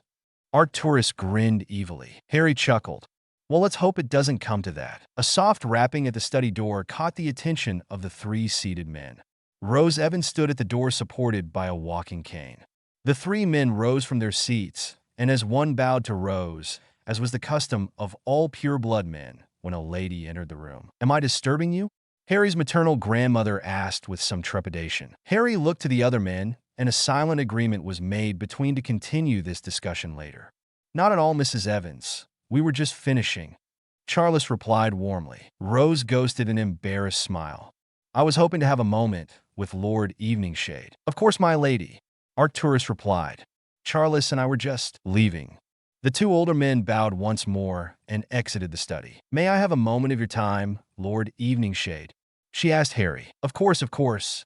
Please come in." Harry replied, congenially. Rose slowly walked into the study, relying heavily on the cane she was using. Harry moved toward her and escorted her to one of the oversized leather armchairs.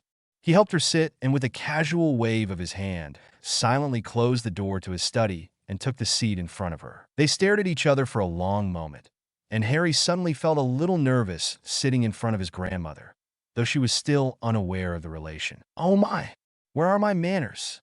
Harry suddenly exclaimed. "Would you care for some tea?" "That would be lovely, my lord," she replied with a half-smile. "Please, I have asked you before. Call me Harry." Harry told her kindly. "Winky," Harry called out, and as if she had been listening in to the conversation, the diminutive elf appeared with the smallest of pops, with a full tea service and biscuits. "Thank you, Winky," Harry told the elf with genuineness. "Yes, thank you, Winky, is it?" Rose asked. "You's welcome, miss," and I's Winky. The little elf curtsied in her toga. Rose smiled at the strange creature. Harry prepared his tea with no sugar and with just a twist of lemon. He took a careful sip and found it to be the perfect temperature.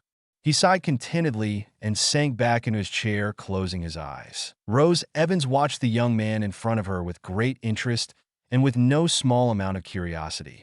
He was no older than 16, yet he was a lord and acted like a man twice, if not 3 times his age. Harry slowly opened his eyes and found his grandmother's warm brown eyes staring back at him, and strangely enough, it did not bother him in the least. She had a kind face and an approachable quality that he found very inviting. Seeing the cane propped against the chair brought reality crashing down on Harry. Rose had just lost her husband and oldest daughter not 4 days ago, and though Harry was extremely busy with other family affairs which kept him from dwelling upon or even thinking about the tragedy, she had been recuperating and healing under the watchful eyes of Doria and Aunt Cassie. The events were still raw and fresh in her mind. She was physically healing at an astounding rate thanks to Doria's healing expertise, but the emotional trauma was not so easily fixed. She had nearly lost everyone she had loved, and though Lily spent most evenings with her and would sleep in the same bed, Harry knew that it would be a long process before she was truly well and whole. "How are you doing?" Harry asked softly and immediately chastised himself for the stupid and insensitive question. Rose caught the self-reproved look in the young man's eyes and smiled internally at his youthful and innocent verbal blunder. "I'm coping a day at a time, Harry. Thank you for your concern," she replied earnestly. Harry smiled sheepishly and then frowned. "I'm sorry that I was not able to save. You saved my little Lily, Harry, and for that I will be eternally grateful. From what Lily has told me about you, I know you would have tried to save my husband." Rose suddenly choked on her words, and her eyes filled with salty tears. Harry was quickly out of his chair and kneeling in front of his grandmother, clasping both her hands tenderly in his own. "I'm so sorry. I wish," he whispered. Rose cupped his cheek and smiled warmly at him through her tears. "I know, Harry," she whispered. "Doria has told me somewhat of your life, and from what I have heard and what I can see in your eyes, I can tell you are a good man and would have done everything you could have." Harry looked down at the floor guiltily. Here this wonderful woman was telling him what a good man he was, and yet just a short time ago, he was planning the annihilation of another family. The juxtaposition was stark. Rose, sensing Harry's self-accusatory silence, continued. "I know about what you're planning to do, Harry." Harry looked up at her and shocked. "I was also told what had happened to your family in the past and about the threat hovering over them today. And although I might not understand the complexities of this magical society, I know what an evil man with followers can do. I was very young, but I still remember the Blitz. My family lived in London, though my father was off to war, so it was just me and my mother. She was a nurse and felt that it was her duty to stay and help those who could not help themselves. Those were dark days in my life, Harry. There was so much death and destruction. I cursed the name of Hitler every day, praying that God or someone would strike him down. If I had the power to stop that horror from taking place, I would have. I look at your situation similarly. At least I try to. Your world is on the brink of war. Add to that the families who wiped out your family still exist today and pose a potential threat, if I understand the politics correctly. Doria has been educating me somewhat on pureblood politics. I like her, by the way." Rose gave a quick smile. Rose took a deep breath to center herself again before continuing. "My daughter, Harry, is a part of your world now. And from what I understand, she is a member of your house, which means she is in danger as well. She is all I have left, Harry, and I want you to protect her. And if that means that you must destroy 100 families, I want you to swear you'll do what's necessary to protect her." Harry was beyond stunned at this new development and seriously considered hexing Doria for her blabbering. But Doria, he realized, had a sense about people that was unparalleled by anyone he knew. And so he knew if she had trusted Rose with these things, she had a very good reason for doing so. Harry looked at his grandmother with hopeful eyes. "You don't think I'm a monster for, well, you know?" Harry asked. She squeezed his hands tenderly. "No, Harry, not that my opinion truly matters, but my heart tells me that I can trust you, and that what you are doing is simply protecting your family. That is something I understand. I consider you my family as well, Rose. This is your home as long as you want it to be. I will do anything to make your stay here comfortable and happy. I know you will, Harry," she stated as she made to get up. Harry helped her to her feet. After all, a grandmother should always feel welcome in her grandson's home. She looked piercingly at him. Harry looked gobsmacked at the red-headed woman in front of him. "Did you know that Lily talks in her sleep?" She smirked. Harry blinked owlishly. "Doria had entered my room this morning just as I had asked Lily about what she had said in her sleep. Needless to say, neither Doria nor Lily would confirm or deny what Lily had spoken in her sleep. Doria merely told me it was not her story to share, but that I should ask you. So please, Harry, tell me, are you somehow my grandson? Do I really have another family member to love?" she asked, staring tearfully at him. Harry stood and turned away from her and approached the large window just behind his desk that looked out upon the lush grounds surrounding the mansion. He closed his eyes tightly and sighed heavily. "It would seem that fate has its own timeline for revealing my secrets." He laughed almost bitterly. Harry was then silent for several minutes as he stared out upon the grounds, and Rose did not interrupt him, allowing him to collect his thoughts. At length she heard him speak in a low voice, almost a whisper. "It is true. I am your grandson, but this, you knowing, complicates things." Rose pressed her trembling lips together tightly in a bid to calm herself at his confirmation of what she had heard Lily speak. "I don't understand how this is all possible, but why does it complicate things? Did you not want me to know? Do you not want me to be your?" she asked urgently. Harry quickly turned around and held up a hand to stop her. "I am very happy and honored that you are my grandmother, Rose. The how is a long story, but begins with a magical room and a 1,000-year-old spirit of a castle. However, now is not the time to go into lengthy details," Harry told her gently. "So explain to me this complication." She swallowed thickly. Harry sighed and pushed his hands back through his hair. "There are people here, family and allies, which do not know about my true origins, and I rather they not know. I can keep our secret, Harry," Rose insisted. Harry smiled at her warmly. "I believe that you wouldn't purposefully disclose my identity, but here, while you're living amongst magicals, there is a danger of someone pulling it from your mind. There are people here that can view your surface thoughts at a glance, and others with greater skill that can enter your mind and shuffle through all your memories. It is illegal for someone to do so, but nevertheless it is still done. Andromeda, Bella's sister, to give you an example, has a gift that allows her to know when someone is being deceptive or false. If she were to ask you a direct question regarding our family relationship, she would know immediately if you were telling the truth or not." "Oh my!" Rose exclaimed. "There is a solution to that particular problem." Harry looked up, and Rose turned around to look at the new voice in the conversation. Doria Potter walked into the room with the grace of a queen. She was holding in her hand a rectangular velvet box. "Oh, don't look so surprised, Harry," she addressed her grandson. "How long have you been listening, grandmother?" Harry asked the regal lady. "I've been disillusioned since she first entered. I'm surprised you did not notice me." "Grandmother," Harry scolded. "Well, I was a little focused on Rose's presence. I didn't think I would have a spy in my own study." He smirked. "Oh, please, dear, I may be a Potter in name now, but never forget that I am also a Black, and we are most expert in the art of espionage." She smirked playfully. "So, what is it we can do for you, grandmother?"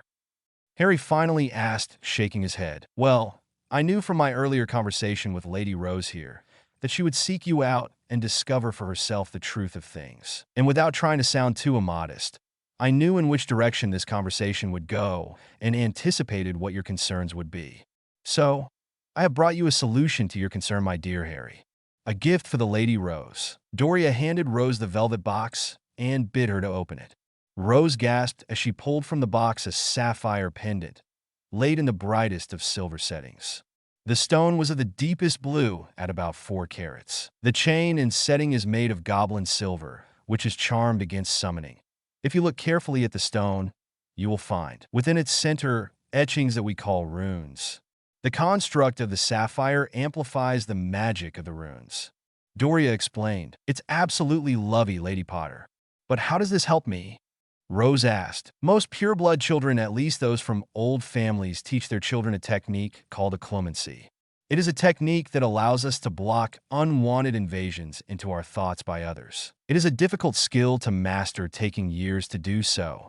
Many families such as ours have many secrets that we wish to guard and protect, and a child's mind is quite easy to read. Their thoughts are never far from the surface. So in order to safeguard those thoughts, many families have charms such as this one, which blocks most legilimency attacks. She explained, "What is legilimency? It is the technique used to enter your mind, dear. This amulet will protect you from all forms, except from a direct attack from a particularly skilled witch or wizard. But it will block anyone who only tries a surface scan of your thoughts."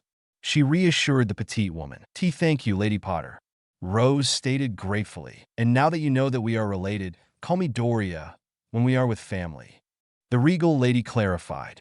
Rose nodded in understanding. "Now I think we have had about enough excitement for now, Rose. You are healing wonderfully, but you still need a few more days of rest before you are completely up to snuff. So let me help you back to your room," Doria informed her, threading her arm through one of Rose's. "Thank you, Doria.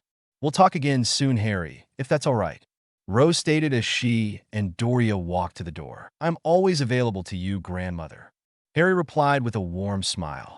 Rose returned a watery smile back at him and then left with Doria. Harry fell back into his chair and drew his hand down his face, massaging his head briefly. It had been a very long day, already filled with plan-making and familial surprises, and he still had the Yule celebration to attend. Hopefully, there would be no surprises waiting for him there. The quick vibrato of violins filled the air, and the thumping tattoo of a dozen bodhrans excited the hearts of all. Squeeze boxes, pipes, flutes, all resonated merrily in every soul as the village square was alive with music, dancing, and merrymaking. Children were squealing with delight as performers thrilled them with magnificent displays of magical fireworks. Puppet shows where the marionettes were animated to move and perform on their own. Prepared foods and sweets of all kinds were devoured and shared amongst friends and families. The earth was moving to the stomping feet of young lads and twirling dresses of young lasses of every age, each celebrating life, love, and family.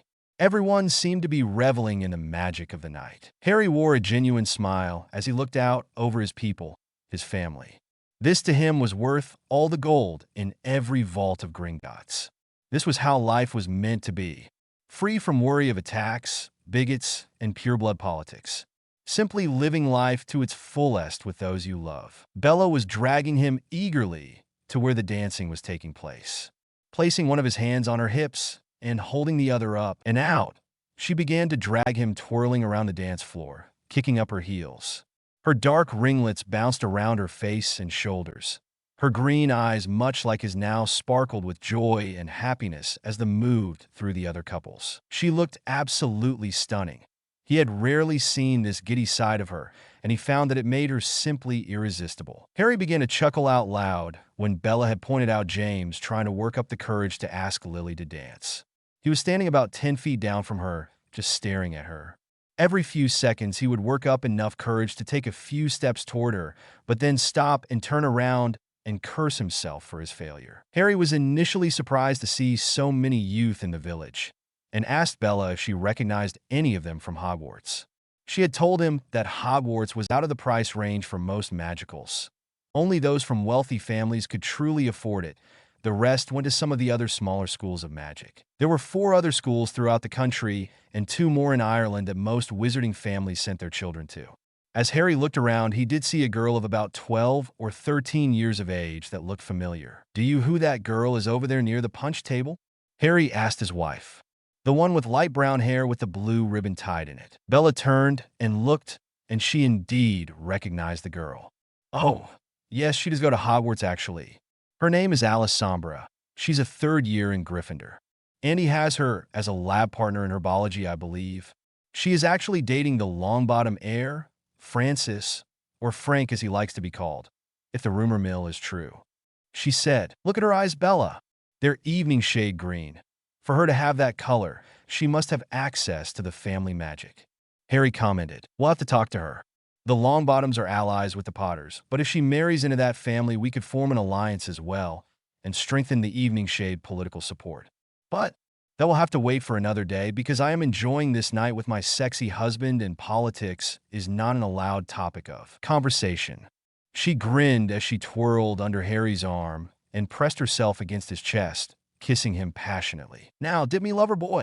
She gave him her best seductive smile. He promptly dipped her and placed a playful kiss where her should and neck meet, much to her delight. Christmas morning came very early for the residents of Evening Shade Mansion, many of whom were suffering from the after effects of last night's merriment, including a very grounded Sirius Black who had managed to get a hold of several pints of mead and had three-up rather spectacularly on his mother's costly acromantulous silk robes. Needless to say that his mother Walburga was not amused by what her oldest son had done by bringing assumed shame upon their family name by his unacceptable behavior. He was not allowed to visit the village for the rest of the holiday break, which was a compromise hard fought for by Sirius, whose mother wanted to have him flogged. The Potters, Blacks, and Evening Shades all gathered in the large family room, where gifts were exchanged and hangover drafts were downed. After everyone had been completely sobered up and gifts opened, everyone slowly filtered out and went about their day until they would meet for the family dinner that evening. Harry and Bella made their way back to the warm blankets and soft mattress of their bedroom, divesting themselves of what clothing they had on and quickly melting into each other's embrace. This was their first Yule as a couple and in their own home, and they meant to spend it in the most lascivious fashion possible. Harry awoke sometime later with Bella's warm body pressed against his. He loved the velvety softness of her breasts as they pressed into his chest and the suppleness of her leg that lay across his waist. He even liked the way her hair tickled his nose as her head lay snuggled into his neck. Checking the time with a quick Tempest spell, he discovered that it was near 3:30 in the afternoon. They had returned to their bedroom around 10 a.m. So they had been up here roughly for 5 hours, not that he minded, but he had promised Rose and Lily that he and Bella would meet with them to give his grandmother the full story of his time travel and his life before coming to 1971. They say confession is good for the soul, but how do you tell your grandmother and mother what hell your life had been in your time and who it was that caused his childhood to be so terrible? He believed it was bad to speak ill of the dead, and Petunia in this reality was dead, and it would serve no purpose or good to speak ill of her. Now, so maybe an edited version would be better than the unvarnished truth. Yep, that was what he would do. As Arcturus had stated earlier, it is better to let sleeping dogs lay. Time jump. January 1st SD, 1972, 2:16 a.m., McNair Manor. They had been lucky. The wards had been turned off while the party was going on, and were now just coming back up as the last guests left. But they were well inside the wards now and would not trip the boundary wards that encircled the manor. All they had to deal with now was the wards on the home itself. But with Harry's evening shade ability to pass through wards, he would be inside with no one the wiser. The raiding party consisted of Harry and Bella, Orion and Cygnus, and Doria. Also in their company were 2 men from the village, both Evening Shade descendants. The oldest was Jacob Siskett, 44. His family had fled to Australia soon after the 1810 massacre. He was a bounty hunter and had the Evening Shade ability of accelerated speed that made him one of the best in the business, always catching his targets off guard by his swiftness. He rarely killed his targets, but he had no problems taking a life if it was necessary, and had done so on many occasions. The second man was Anthony Tonalida, 38 years old. Like Jacob's family, his fled, but to Sicily where they became successful fishermen. Antonio had enlisted in the Italian army at 17 and had joined their elite special forces of the 9th Regiment the calm motion. He had retired after 20 years and felt the call to return to England and Knight's End where his great-grandfather had been born. He was a warding expert, gifted really. He had an uncanny ability to bring down even the most complicated of ward schemes. It was an evening shade gift that allowed him to see the individual magical lines that connected each ward stones to the keystone which powered all wards.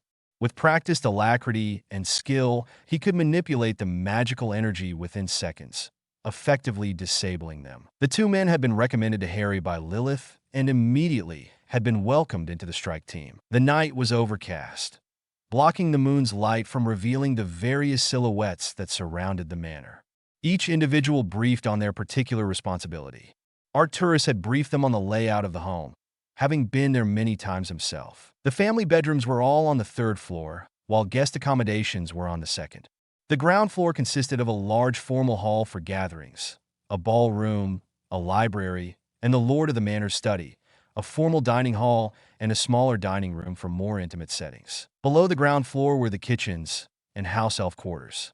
They were known to have 2 elves. Arcturus informed them that it was customary for the entire main family to stay in the manor during Yule and other holidays, and that they should expect anywhere from 15 to 20 people, including the 2 underage grandchildren. The stillness of the night air drew Harry into self-reflection as he considered what he was about to do. He found himself in conflict with himself, realizing that he was about to wipe out an entire family. But for what cause? Revenge? For crimes they have or have not yet committed. Could he really justify to himself that he was judge, jury, and executioner? As he warred with himself, he heard the distinct caw of a crow somewhere behind him. He glanced over his shoulder, looking up at a low-hanging branch of a large oak. Perched upon the branch was a large crow whose black eyes stared at him unblinkingly. It spread its wings and dived off the branch and fluidly changed forms into the now familiar visage of the crone. "My lady." Harry kneeled on the cold ground and bowed his head in deference to the goddess Morrigan. "Foolish boy, why do you worry your mind with such nonsense?" The harsh voice of the ancient woman admonished. "And my lady, I only fear that I may be crossing a line, hurting the innocent, punishing those who had no part in the murderings of the past." Harry breathed. "Foolish boy, this is not only about vengeance or retribution. This is about balancing the scales, righting the injustice of our people," she said in a feral voice. She walked toward him, again her appearance changing to that of the seductress he had laid with at Samhain. She circled him like a shark in water. "Do you hear that, Harry?" she asked as she continued her orbit. Harry looked at her confused. "I hear nothing, my lady," he replied, keeping his eyes down. "You hear nothing?" she mocked. "Do you know what I hear, my lover? I hear the voices of over 1,000 souls of your kin, crying out from the dust, their blood demanding justice. Did your enemy worry about the innocent, the weak, or the old, or the children? Let me reassure you that they did not. What you are doing is bringing balance to that which was skewed, forcing equilibrium back from those who wronged you and yours. But if that is not enough for you, shall I remind you of the world you came from, the war that stole your family? Here in this very manor are those who have and will kill the innocent, just like those who killed your maternal grandfather and aunt. They will not stop till the wizarding world is torn asunder, and everyone they deem unworthy to possess magic. Is this not why the Lady Hogwarts brought you here? To stop the threat before it grows too powerful, to save those innocents who are targeted merely by the happenstance of their birth, to bring order to the chaos. Here, Harry, here is where you make your choice. Here is where your destiny begins. Take up your wand, Harry, and fulfill your destiny. Rain down hell upon all those who would rise against you and threaten that which you love and cherish. Be my warrior, Harry, and bring magical balance back to all people who possess it." Harry lifted his head, and the Morrigan smiled in satisfaction as she witnessed the emerald flames within his eyes burn brightly and with an intensity of pure resolve and determination. Harry stood proudly and bowed to his goddess. "Blessed be thy name. I shall not fail you or my family." The Morrigan grinned and nodded her acceptance of his pledge. She raised her arms, quickly changing instantly into the form of the crow, and flew quickly from sight. Harry turned back to the manor and let his instincts take over. Soon a cold, Dense mist spread out across the manor grounds, leaving the manor as if an island in a sea of fog. It was the signal to the others to move forward. The team of 7, all dressed in gray cloaks that seamlessly blended with the swirling mist around them, made their way unseen to the very walls of the manor. Doria and Anthony cast their own anti-apparition and portkey wards. The flow would have to be taken care of once they entered. According to Arcturus, there were only 2 active flows in the manor. The first was in the main receiving hall located on the main floor, just left of the front doors of the manor. The second was in the west wing of the manor, Lord McNair's study. Orion and Cygnus would head to each one respectively. Harry and Bella would then head to the 3rd floor and stun or render any family there. Anthony and Jacob would search the 2nd floor and take care of anyone there. Doria would remain at the entrance and would be responsible for the 2 minor children when they were found. She also had another task that would create a misdirected suspicion on who had attacked the manor. Harry approached the front door and concentrated intensely but briefly before stepping right through the solid and warded door. He decided that the feel of passing through solid objects was much like striking your funny bone, but having that stinging feeling all over your body. Not very pleasant. Harry looked around the empty receiving room, gaining his bearing and taking in the vast wealth on display.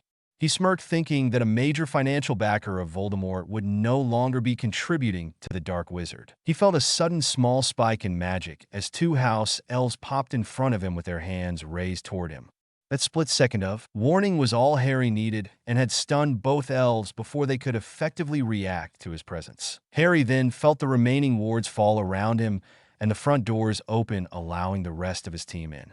Without further word, each went to his assigned area and task. Bella and Harry quickly moved up the large staircase, quickly passing by the 2nd floor, and within moments was on the landing of the 3rd floor. The family suites were in the west wing, so they turned with their hoods over their heads and made their way carefully down the hall.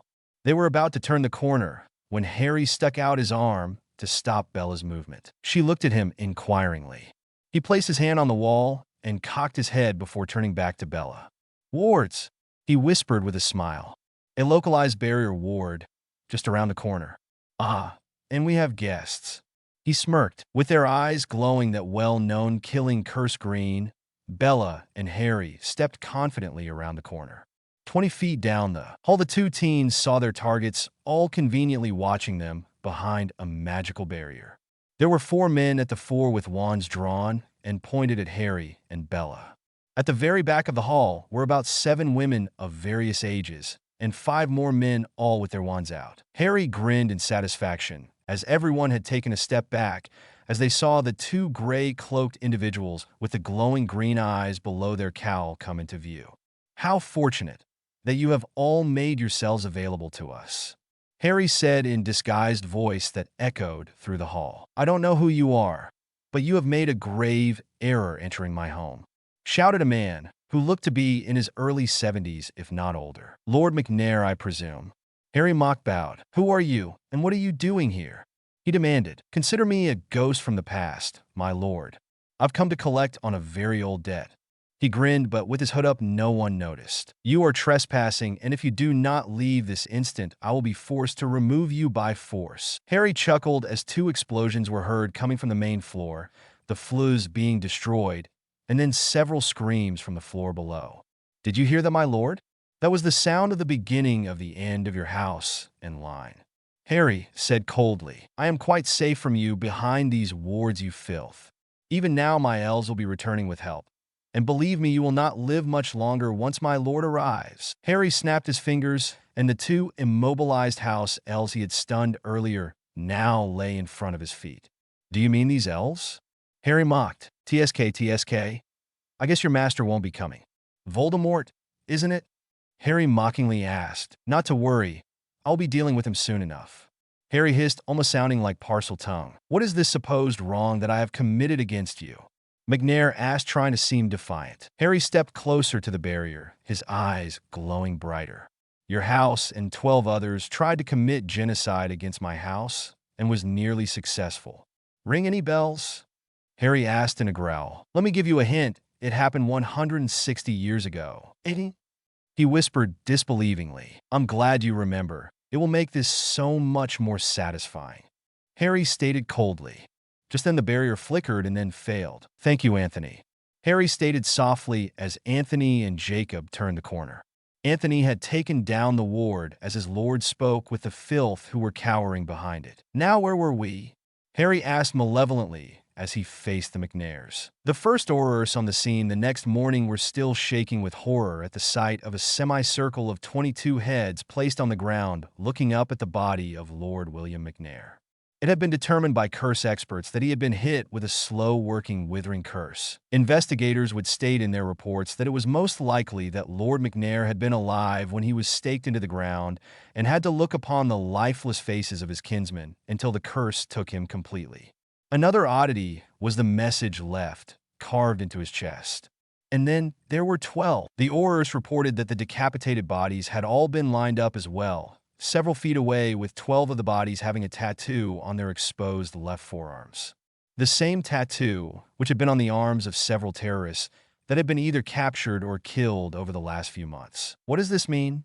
Asked a horrified Amelia Bones to her mentor and partner. Obviously, someone is sending a message. Alastair Moody replied with a huff as he was going over the identification reports in his hand. But what is the message? And to whom? She asked as she took in the charred remains of McNair Manor. Captain Moody, sir. And red-cloaked Auror came walking over swiftly. What is it, Gilchrist? Moody asked curtly. We found 3 more bodies, sir. The Auror told him. More McNairs? Amelia asked. No, we don't believe so.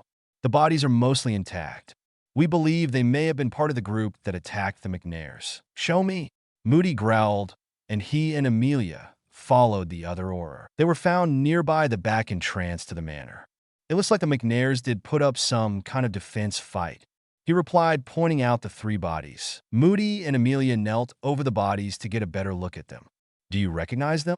Amelia asked. Moody scowled and flipped one of the bodies over with a wave of his wand to get a better look at him, and then the others. 2 of them look familiar. Can't place where I know them from, though. The third, I can't place at all. Look at this, sir. Amelia said, pointing to a small tattoo on each man's right wrist. Looks to be a tattoo of a small dog. Gilchrist stated. Nope, it's a fox. Moody stated thoughtfully. Gilchrist, make sure this is in your report. I believe what we have here might be a rival group of the Death Eaters. Moody informed him matter-of-factly. Sir, that's quite an assumption to make. Amelia commented to her mentor. Not an assumption, Ami, a lead that we need to explore. I want the description of that tattoo out to all media sources. He told her, but sir, if we leak that information, it could compromise our investigation. And if it is a rival group, it might force them to ground, and we'd never find them. Or, Moody said tersely to his young protege, it will cause these Death Eaters to expose themselves by looking for this other group for some payback, and we follow the trail they leave behind. That way we get information on both organizations, and we bring them down at once. Amelia wasn't so sure of this plan, but she trusted her mentor and would defer to his years of experience and training. Alastair Moody looked out over what could be considered a battlefield, the Aurors under his command gathering what evidence they could. The bodies had been identified and tagged, and were being sent to the morgue beneath Street Mungo's for further investigation. So it begins. He whispered, I hope you know what you and that grandson of yours is doing, Doria. With that last thought, he turned on the spot and disapparated. It was going to be a very long day, and he had a bottle of Ogden's finest with his name written on it back in his office. /N. Well, I hope you enjoyed the chapter. I know some of you will be upset with how Harry acted in this chapter and will say it is completely out of character for him. Or at least it was too sudden of a change. But I think I have provided sufficient reasons for why Harry would suddenly take a harder outlook on what he is doing in this time. With the recent King's Cross incident, coupled with what has already happened in Diagon Alley, and Hogsmeade and the slap in the face with a heavy dose of reality from the goddess, and I think I have created an evolution of sorts for Harry's change in attitude. As always, your reviews, thoughts, and critiques are welcomed and encouraged. Flames are ignored but well thought out, and explained criticism is accepted and considered. Stay tuned as the fallout of this incident is felt in all camps. Thanks again for reading my little story. Chapter 32. Disclaimer. See Chapter 1. /N. I'm so sorry I have not updated in so long. I've been dealing with illness for the past couple of months, and it has taken quite a toll on me, not only physically, but creatively as well.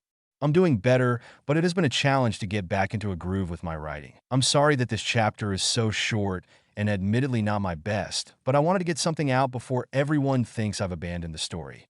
The next chapter is already percolating in my brain and will be much longer and hopefully better written than this one. I sincerely appreciate all the reviews and for all of you who have PM'd me wondering about an update. I hope this satiate you for now. Expect my next chapter in about 2 weeks. Thanks again to everyone who takes time out of their personal lives to read my little story. So until next time, I hope you enjoy this latest chapter of Passageways, Chapter 32, Platform 9 and 3/4 on Monday, January 3rd, 1972, was unlike anything that anyone had seen since Grindelwald's reign of terror during the mid-1940s. Red-robed aurors and purple-cloaked hit wizards were positioned all along the platform. No less than 5 were monitoring the newly repaired portal that leads onto the platform from the Muggle side of King's Cross. More were watching the 3 connected flues in a reception area of the platform, and another half dozen watching the only apparition point at the far end of the platform. Parents were only allowed 10 minutes on the platform before they were required to leave, and the students had to board the train and not linger on the platform. It was a new ministry protocol. Its purpose was to avoid large congregations of people that could be seen as potential targets for whatever terrorists that happened to be lurking about. Though there was no intelligence to suggest an attack was pending, the ministry felt it had to do something to show strength and try to calm and reassure the understandably terrified witches and wizards of the United Kingdom that all was well in hand. The events of the last 2 weeks had the citizenry very much on edge. First, it was the attack on King's Cross while students were returning home for the Yule holidays. And then the horrible massacre of the McNair family on New Year's Eve, and of course the most recent attack happening just yesterday in broad daylight in Knockturn Alley. The ministry, unfortunately, was demonstrating quite effectively its ineffectiveness during a time of crisis.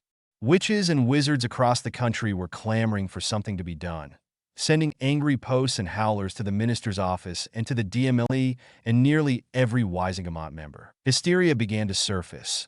Many were beginning to believe that Grindelwald had somehow made a return from the dead and was launching a second campaign of world domination. Only a handful of people knew the entire truth, and they were keeping their silence.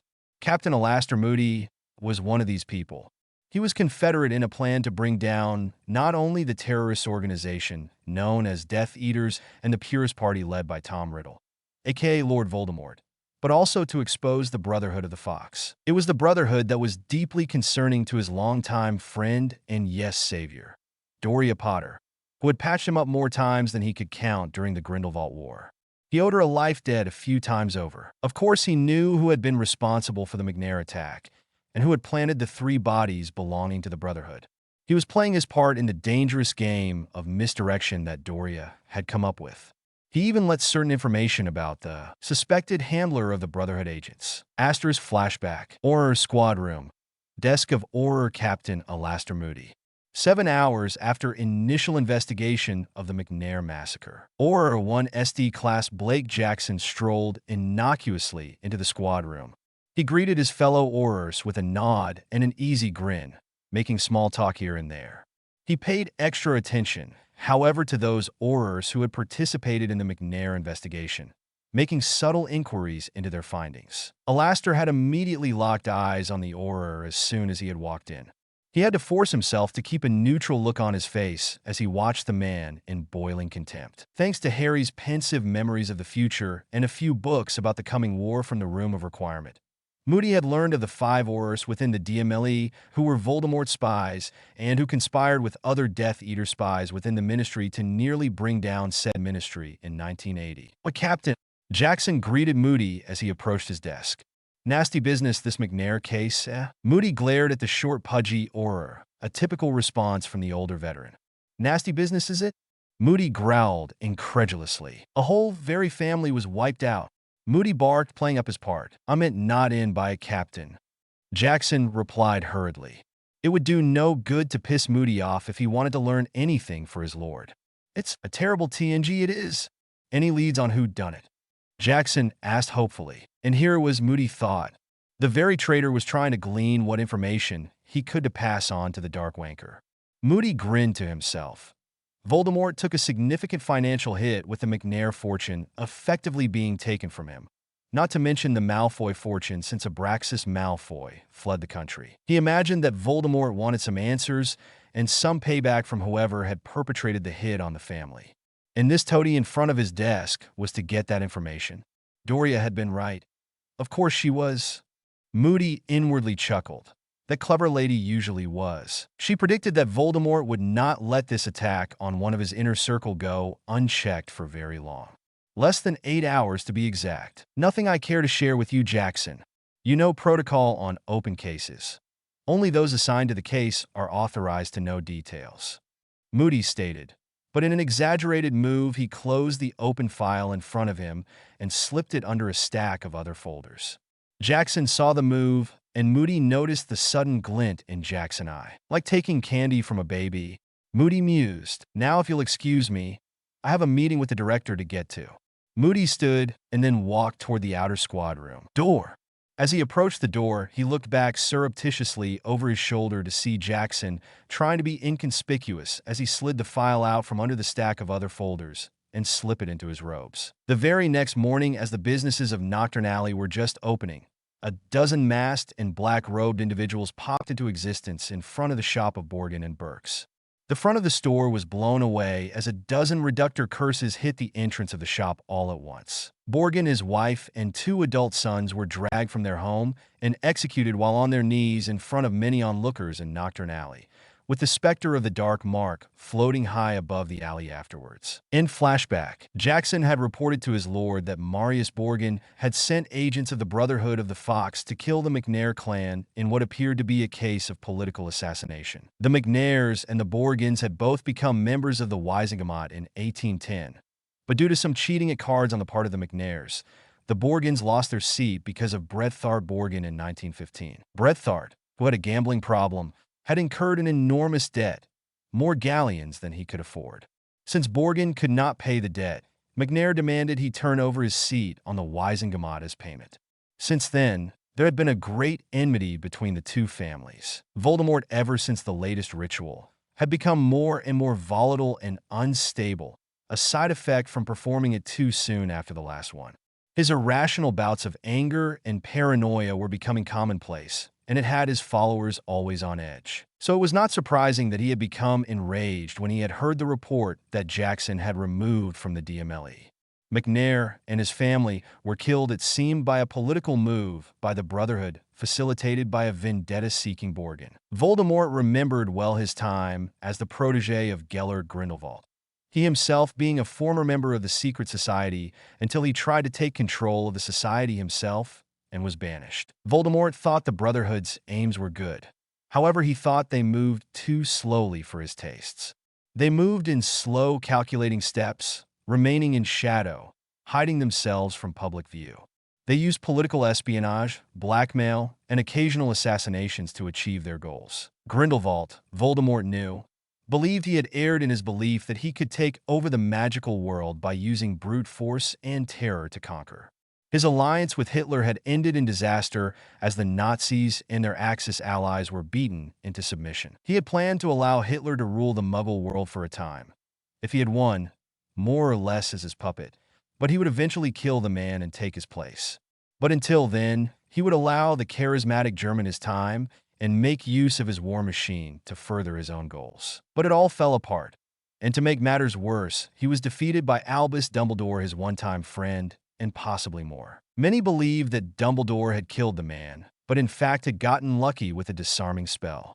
Grindelwald was then imprisoned in the very edifice he had built to hold others. It was a humorous mistake on the Allies' part. Grindelwald would of course have made a way where he could escape should he somehow be forced to take up residence there. Grindelwald would allow Dumbledore and the Allies to think he was safely put away, and he took the time to rethink his strategy. He never would, however, give up his dream to rule the world and subjugate the Muggles. It was for the greater good, of course. The Muggles were warlike and destroyed everything they touched. He and Albus saw the inhumanity of man firsthand. Muggles needed to be subjugated so that the world could finally achieve the peaceful wizarding-ruled utopia he and Albus had envisioned. But Gellert went from one extreme to the other, from brute force to clandestine chess playing. But Voldemort believed there was a middle ground that would be successful. Gellert's first attempt had been too large in scope, trying to conquer the world in one go. He, on the other hand, planned to take the British magical world first, then England, and then move on from there. He would have left Gellert alone in his German home, but that was before this latest incursion against him. Gellert's interference with one of his financiers and inner circle members meant that Gellert was making some kind of political play in the Wisengamot and in England, which was not acceptable. England was his to take, and he would not let the Brotherhood get a foothold. He would send them a message to keep out of his isle, a message to Gellert himself to stay out of Britain. The head of Marius Borgin and his family would do nicely for a start. Moody stood on platform 9 3/4 watching the Hogwarts students being dropped off by their families and allowed his thoughts to mull over the events of yesterday morning. Doria's plan had set Voldemort and his ilk on the road to war against the Brotherhood. It had been her plan to get the two organizations' ire turned toward one another so as to camouflage hers and Harry's actions. From what she had gathered from the 3 men she had captured and tortured, Borgin was an important intermediary and handler for the Brotherhood in Great Britain. He provided not only intelligence but resources. Truth be told, he was an equal opportunist, a true capitalist who saw profit in playing every side. However, his great-grandfather had been a member of the Brotherhood at its inception and felt some loyalty to the organization. Marius was the handler of 5 Brotherhood cells that operated throughout Great Britain and Ireland, each cell operating independent of the other.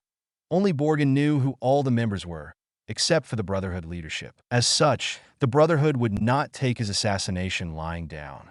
It was only a matter of time before the Brotherhood would answer the assassination back with one of its own, and Voldemort, being the egocentric megalomaniac that he was, would of course retaliate.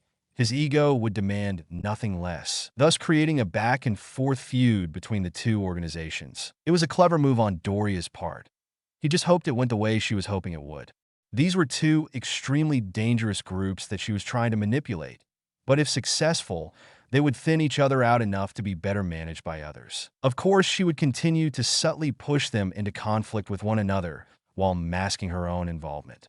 Their infighting would be enough to disguise what they were planning to do with the other members of the 13, now only being 11. Harry and Bella had decided that they would not return to Hogwarts as students, that is, but would use the Room of Requirement as a base of operations and coordinate with the Marauders, including Andromeda and Narcissa, as they quietly recruited students of neutral and gray families to the Evening Shade cause. Harry decided to actively pursue the remaining families that made up the original 13, and begin the political maneuvering to take back the hereditary seats that his family had lost.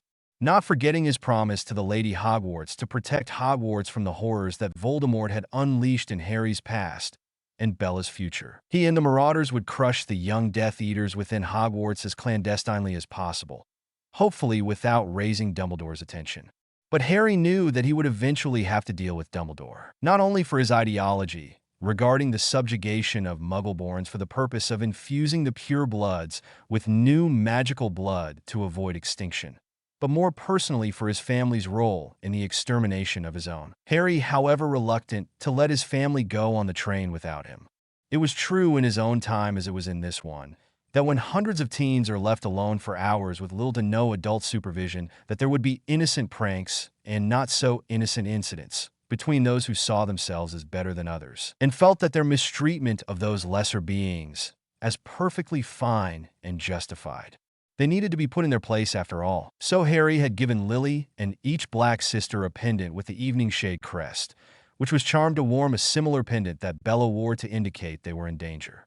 It was charmed to activate when the girls uttered the word Betelgeuse, and also acted as a homing beacon so that Harry and Bella could apparate to them. It was an altered scrying enchantment that Bellatrix placed on each pendant, hers being the master. Alastor Moody noticed the arrival of the Potters, Doria, Charles, and James, along with Lily, Evening Shade, and little Remus Lupin at the approved apparition point on the platform. Doria and Charles gave him a nod of recognition, but did not stop to talk. They moved forward onto the platform where other families were seeing off their Hogwarts-bound students. A few moments later, Cygnus and his wife arrived with the 3 black sisters, While two were still blacks, the other was now the Lady Evening Shade, though that information was still very much a secret. They were accompanied by a young man, tall with an athletic build, long dark chestnut hair, pulled back in a low ponytail, as was pure blood fashion for the elite, and piercing green eyes that could stare down a rampaging hippogriff. This group ignored Moody completely, keeping up appearances of an elitist family, though he did see an almost imperceptible nod from Harry as he brushed by. They moved forward and were in mere feet of the Potters. The two pure-blood men then nodded to each other, as was pure-blood custom. The niceties must be observed. They were soon followed by Lord Orion and Walburga Black with their sons Sirius and Regulus, who quickly joined Cygnus and his family. Sirius, upon seeing James, Lily, and Remus, peeled away from his family to chat with his friends. Orion, Walburga, and Regulus approached Cygnus and his group. "Is it wise for you to be so exposed, my lord? Out in public like this?" Walburga asked Harry in a hushed voice. "No one knows who I am, lovely lady. At least not yet, so I still have some anonymity." Harry gave her a charming smile. Walburga blushed at the unexpected compliment. Harry had learned from her painted counterpart that the Lady Black was a pushover for flattery, and it was one avenue for Harry to use that could soften the lady enough to sway her to him. In reality, the austere woman had already decided to support the young lord, but not because he was a handsome young man, or his use of flattery. No, Walburga was moved by his power and ability, and Harry had both to spare. Plus, she saw what he had done to the McNairs, and she liked her head where it was "thank you very much." She deemed it very unwise to get on the bad side of the powerful young wizard. And now, since the blacks were no longer popular with the purist crowd after they pulled their financial support from the organization, she needed to assure the survival of her family. And since the young Lord Eveningshade was technically family, it appeared that an alliance with House Eveningshade was their best hope to survive what was coming. After saying their goodbyes and giving Lily an extra long hug and a cautionary word of vigilance, Harry and Bella operated back to the Eveningshade Manor house. They would remain at the manor until the students' arrival at Hogwarts, and then flew to the room of requirement where they would meet the new marauders. Albus Dumbledore stood staring out his office window, which looked down on the main gates of Hogwarts. It was a perfect view to watch the many carriages carrying the future of Wizarding Britain toward the ancient castle. His thoughts were troubled, though, as he knew that they carried far fewer students than they carried at the start of the Yule break. Several Muggleborn and Half-Blood students had been killed or seriously injured by the explosion at King's Cross Station and would not be returning. It was a serious waste of magical blood, he ruminated. This generation of witches and wizards had already lost too many. With birth rates among the established magical families at an all-time low, he feared for the future of his people with such loss among the newer witchborn. It was now more important than ever to hold on to the Muggleborn and not let them stay or return to the Muggle world.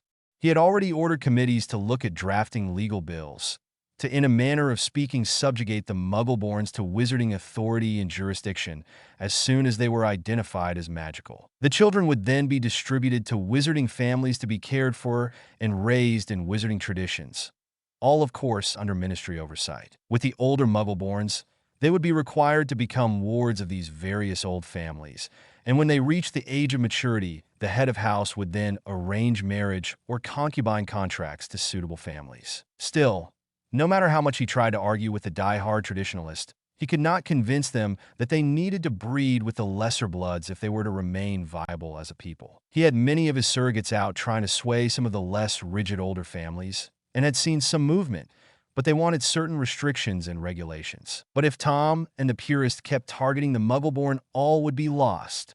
His antipathy for the Muggle world would be the ruin of the magical. He needed them to see reason. The Muggles were far more dangerous than the purists realized, and if they kept provoking them, eventually they would awaken a sleeping titan that could literally obliterate their world. Those disturbing thoughts led his mind to consider the other events of the last week. House McNair was wiped out. By whom? Was still unclear, though according to his sources in the DMLE, it may have been an organization that he had not heard tale of in many a decade. If they were indeed the architects of the McNairs' demise, he could not fathom the reason why. Then there was the execution of the Borgins. Retaliation perhaps for the McNairs? But what if any was the link between the two massacres? Was the young couple that had fought in Diagon Alley involved? Albus did not like being in the dark, no, not at all, and so he decided to call a meeting of loyal friends and associates, and those he thought could be valuable to him to organize an intelligence gathering organization. They would meet after the welcoming feast in his office. It was time, Albus thought, to take a more proactive approach in dealing with these new threats to peace in magical Britain. He would bring order back to his isle, and they would achieve his utopia. It was, after all, for the greater good of their world. S/N. I guess there are a few questions I need to answer. First, it has been asked a few times whether Lily must remain a virgin or unmarried to be the priestess of the Morgan. The answer is no. She is not a Vestal virgin. I have not found anything that would suggest that she would need to be. In the Wiccan religion, the high priestess can be married. My daughter is a practicing Wiccan, and I've heard nothing to the contrary. Next, the 3 men that were found at the McNair house were the 3 men, Brotherhood of the Fox, captured by Doria in Diagon Alley. I thought that was obvious, but perhaps it was too vague. Why were they there? Doria is using a tactic of misdirection, and you will see more of her using this tactic in following chapters. The 2 minor McNair children were not killed, but were taken back to Knight's End, and will be integrated into an Evening Shade family. And finally, I may have not made this clear in the last few chapters, but Moody is aware of what is going on with the attacks and is helping Doria in her misdirection tactics. Remember, he is one of the few that has seen Harry's pensive memories of the future and is actively helping Harry and misleading the Ministry and Dumbledore. Chapter 33. Disclaimer. See Chapter 1. A/N. Sorry for the delay. Real life has been crazy this last month. I also want to give a shout out of thanks to everyone. This story hit over 1 million views a couple of chapters ago. So, here's the latest chapter of Passageways. Chapter 33. Captain Alastair Moody tromped into his office, sat back heavily in his chair, and took out his hip flask. Taking a few gulps, he let out a sigh of relief as he leaned back in his chair and put his feet up on the desk. Standing for 3 hours at the train platform was not his idea of a good way to start the day. But Director Crouch was under pressure from the minister, who in turn was under extreme pressure from concerned parents about the safety of their children. Being on his feet didn't bother him. Dealing with snot-nosed little kids, on the other hand, was something that he found as distasteful as a swig of Skeelgrow. His people were a crack tactical response team, the best of the best, handpicked by him. Being given babysitting duty, he felt, was frankly beneath their talents. But these were troubling times, and he knew that every wand in the AuraCorp would soon be put to the test. His office door suddenly burst open with a loud bang as someone came running and yelling.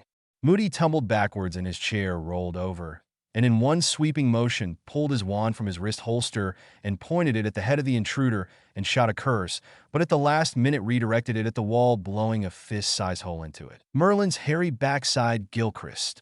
I nearly blasted your head from your shoulders. Moody roared as he recognized the man who entered as one of his team members. For his part, Gilchrist's face had lost all color as he felt the energy from the curse whizzing by his left ear. Sorry, Captain. Gilchrist stammered. What was all that yelling about? Moody barked. What? Oh, there is an attack in progress in Nocturne Alley, sir. Death Eaters? Moody asked, walking quickly past the man and into the squad room.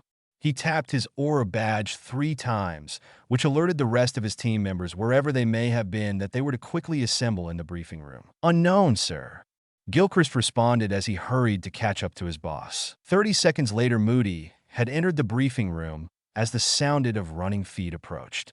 The other 8 members of Moody's team entered, doing last-minute adjustments to their body armor and securing their cloaks around their shoulders. Moody looked at his squad with pride as they waited for the briefing. Right then, Moody began. Gilchrist, update the team and be specific and quick about it. Why, yes, sir. About 3 minutes ago, one of our assets in Nocturne Alley reported that a fight had broken out in the alley inside of the Green Salamander Tavern. Our asset reports that some men with silver masks were being attacked by men in brown cloaks. There are roughly 10 to 12 people involved. Gilchrist reported. During Gilchrist's report, Moody had made a port key that would take his team 2 blocks from the Green Salamander. He stood before his team, who all surrounded an old combat boot. Right, we don't know if we are entering a hot zone, so I want 2 standard 5-man diamond formations. Alpha team will take right side of the alley, Bravo you will take left. The wingmen Upon arrival, cast shields while our front and rear points will immediately scan for hostiles to the front and rear and engage if necessary. Remember, talk to each other. Keep your teammates aware of what you see. Right? On 3 to activate. With a swirl of color, the 10-man aura response team appeared almost in the center of Nocturne Alley. Though midday, the alley was blanketed in shadow from the tall and leaning buildings that lined both sides of the alley. The rundown appearance lent an air of creepiness and foreboding that put the team on edge as soon as they appeared. Shields went up in front and in back of the two teams. The point men looked straight ahead and behind. The center man of each team looked up towards the building's search for movement and threats from the windows above. Not detecting an immediate threat, the two formations quickly made their way toward the green salamander, each team member doing their part in scanning their assigned part of the alley. As they came to the final corner, before coming into view of the seedy tavern, they heard a heavy accented voice distinctly speaking by means of the sonorous charm. The two teams halted their forward motion, but each team member still focused on their assignments. Talmadge, the point man for Team Alpha, peeked the corner, taking in the scene in front of him. 4 men in black robes were in a kneeling position with 4 silver masks on the ground in front of them. Directly behind them were 6 men in brown robes, 4 of which were pointing a wand at the back of the heads of the kneeling men, one who was speaking and the other acting as lookout. Let it be witnessed this day that the Brotherhood will take vengeance upon anyone who does harm to one of their own. For the crime of murdering a member of our order and his family, we sentence these men who call themselves Death Eaters to that end which they extol death.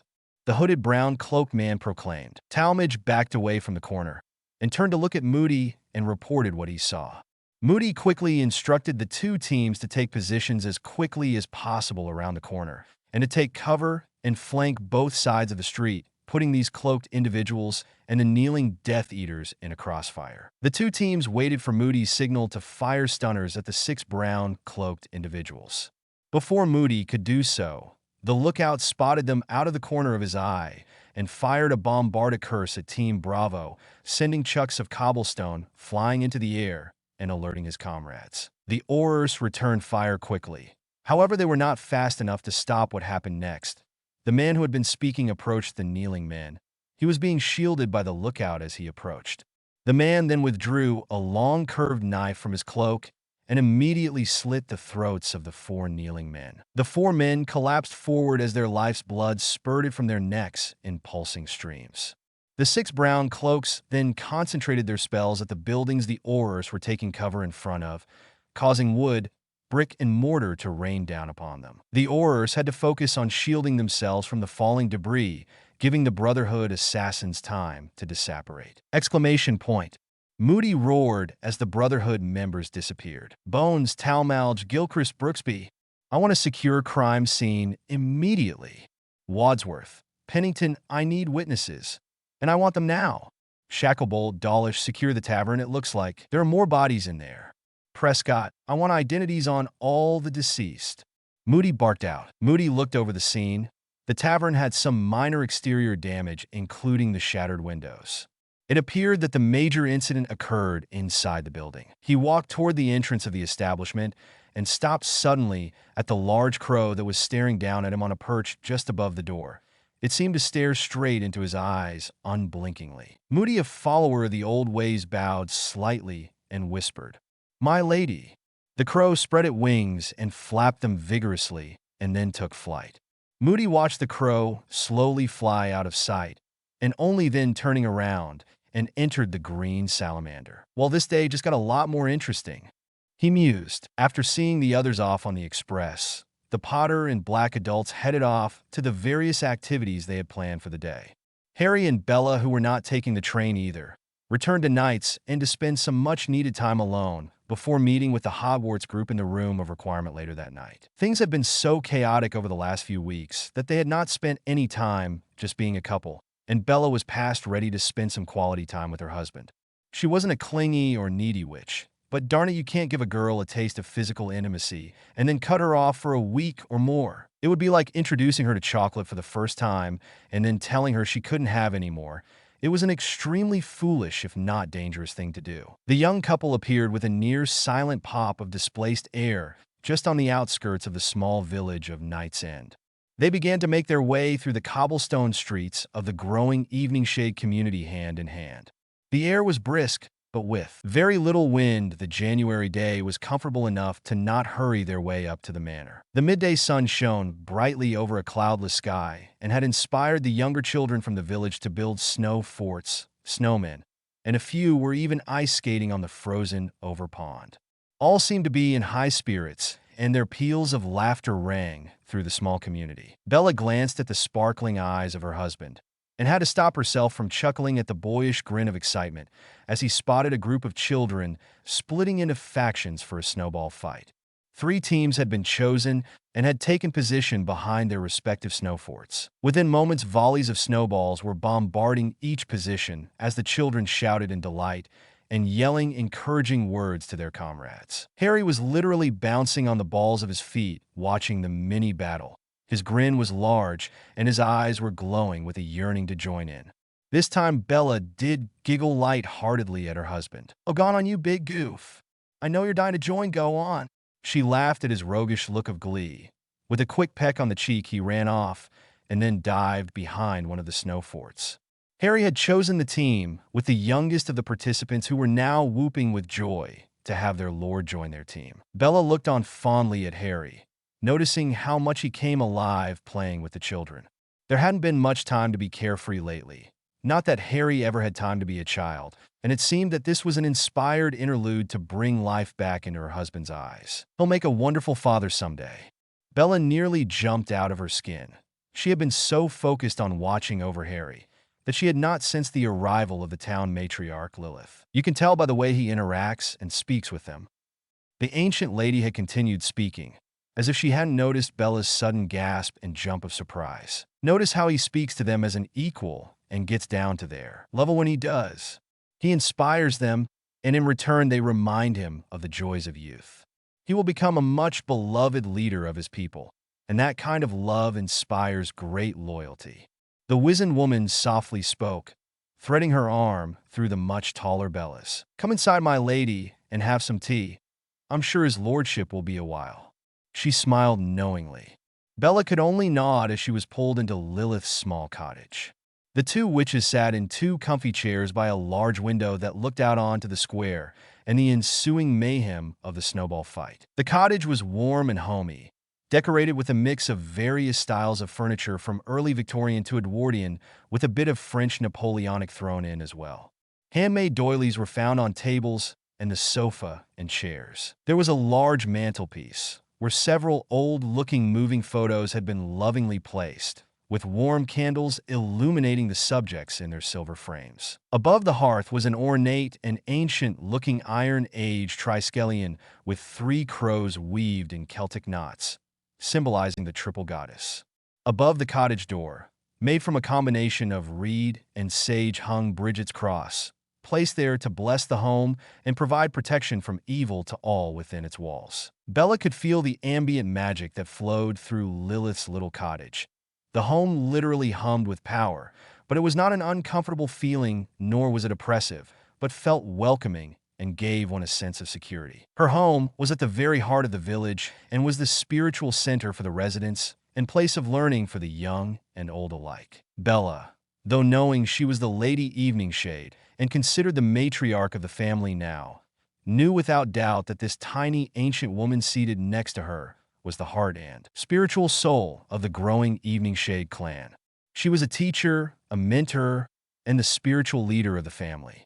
And much to Bella's surprise, she was okay with that, because she knew she had her own role to play within the family. "He will become one of the most powerful, you know," Lilith said casually. "Sorry," Bella asked confused. "Your husband, dear. He has it within him to be one of the most magically powerful lords our clan has seen in centuries." Bella shifted in her chair to face the tiny woman. "Have you seen this in a vision?" Bella asked. Lilith chuckled lightly and replied, never taking her eyes of Harry, who was wandlessly levitating a dozen snowballs before banishing them toward one of the fortified snow forts, getting cheers from his teammates. No vision, child. I do not need to see the future to see and feel the potential of your husband. Not only has he been touched by the goddess, but he has barely scratched the surface of the power that he will one day wield. Great and terrible will be the magic at his command. But at this moment, she paused and sighed heavily. He is at his most vulnerable and most dangerous. Lilith frowned slightly, her gaze still on the young lord. Bella turned to look at her husband, who had the largest smile she had ever seen on his young face. Turning back to Lilith, she asked, "I don't understand. Why do you believe Harry is vulnerable and dangerous?" Lilith sighed and took a sip of her tea, closing her eyes and relished the warmth of the liquid as it made its way down her throat. "You are a daughter of House Black, and from the time you could walk and talk, you have been taught to control your feelings, your emotions, to never show weakness." She began. "You've mastered the art of indifference, never allowing the taunting of an enemy to make you act impulsively. Neither do you allow sentiment to rule you. You are in control of your emotions and therefore have better control of your magical responses. And, though from a dark family, your aura and your leanings are more toward the gray. Neither side has sway over you. You are balanced. You are in essence the perfect evening shade. But the power of our family magic is a blessing and a curse." Lilith told her with a slight pursing of her lips. "A blessing and a curse? Balanced? What is it you're trying to tell me?" Bella asked curiously. "It is a precarious balance that we must keep. Bella, we are not a people of the light. Neither are we a people of the darkness. Yet we have the bloodline of both. We are the bastard children of the two. We are a sacrilege, a heresy. Our bloodline and the magic that binds us is ancient, and in the eternal fight between good and evil, we are forced because of our dual bloodline to remain neutral, lest we lose our magic or worse, be destroyed by violating the magic that bound us in the beginning." Lilith replied, Okay, but what does this have to do with Harry's emotions and him being dangerous?" Bella asked, confused with the direction of the conversation. "Harry has not had the same upbringing that you have. He had no proper upbringing at all," she growled. "He has never been taught how to control or conceal his emotions. His views on light and dark, prejudiced by those who wish to manipulate him and use him for their own purposes. He is at a volatile point in his life where he will set his path for light, dark, or gray. He must remain in the gray, Bella, if he is to survive, if we are to survive as a people. It has only been since he took up his lordship that the true power of House Eveningshade has begun to assert itself. The power of the family, you see, comes from our Lord's blood, and because our forefathers' blood accepted Harry's blood when it mingled with theirs in the Eveningshade chalice, the family magic proclaimed him the new Lord. Abilities that had laid dormant for a century are now manifesting in all those of our bloodline. You see, there is a symbiotic connections with the magical blood that runs through his veins, our Lord's veins, and the rest of the clan. Many years ago, Harry's great-great-grandfather, Gaius Eveningshade, believed that there was a conspiracy by dark wizards to weaken our house. This being in the early 1800s, it turned out to be much worse than he or any of us could ever have imagined. He confessed his fears to someone he thought a friend and ally. This friend played on his emotions for his family and his fears and convinced him that the only way to assure his family's survival against these evil men was to purge himself of his darker half. So to make sure our family was at its strongest, he decided that he would try and purge our dark blood by some arcane ritual this friend had suggested. He was convinced that by being pure light, he would strengthen us so that we would be able to withstand our enemies' assaults. He was wrong. It weakened us and led to the darnable 1810 extermination of our people. It was folly on his part to believe that he could purge our blood.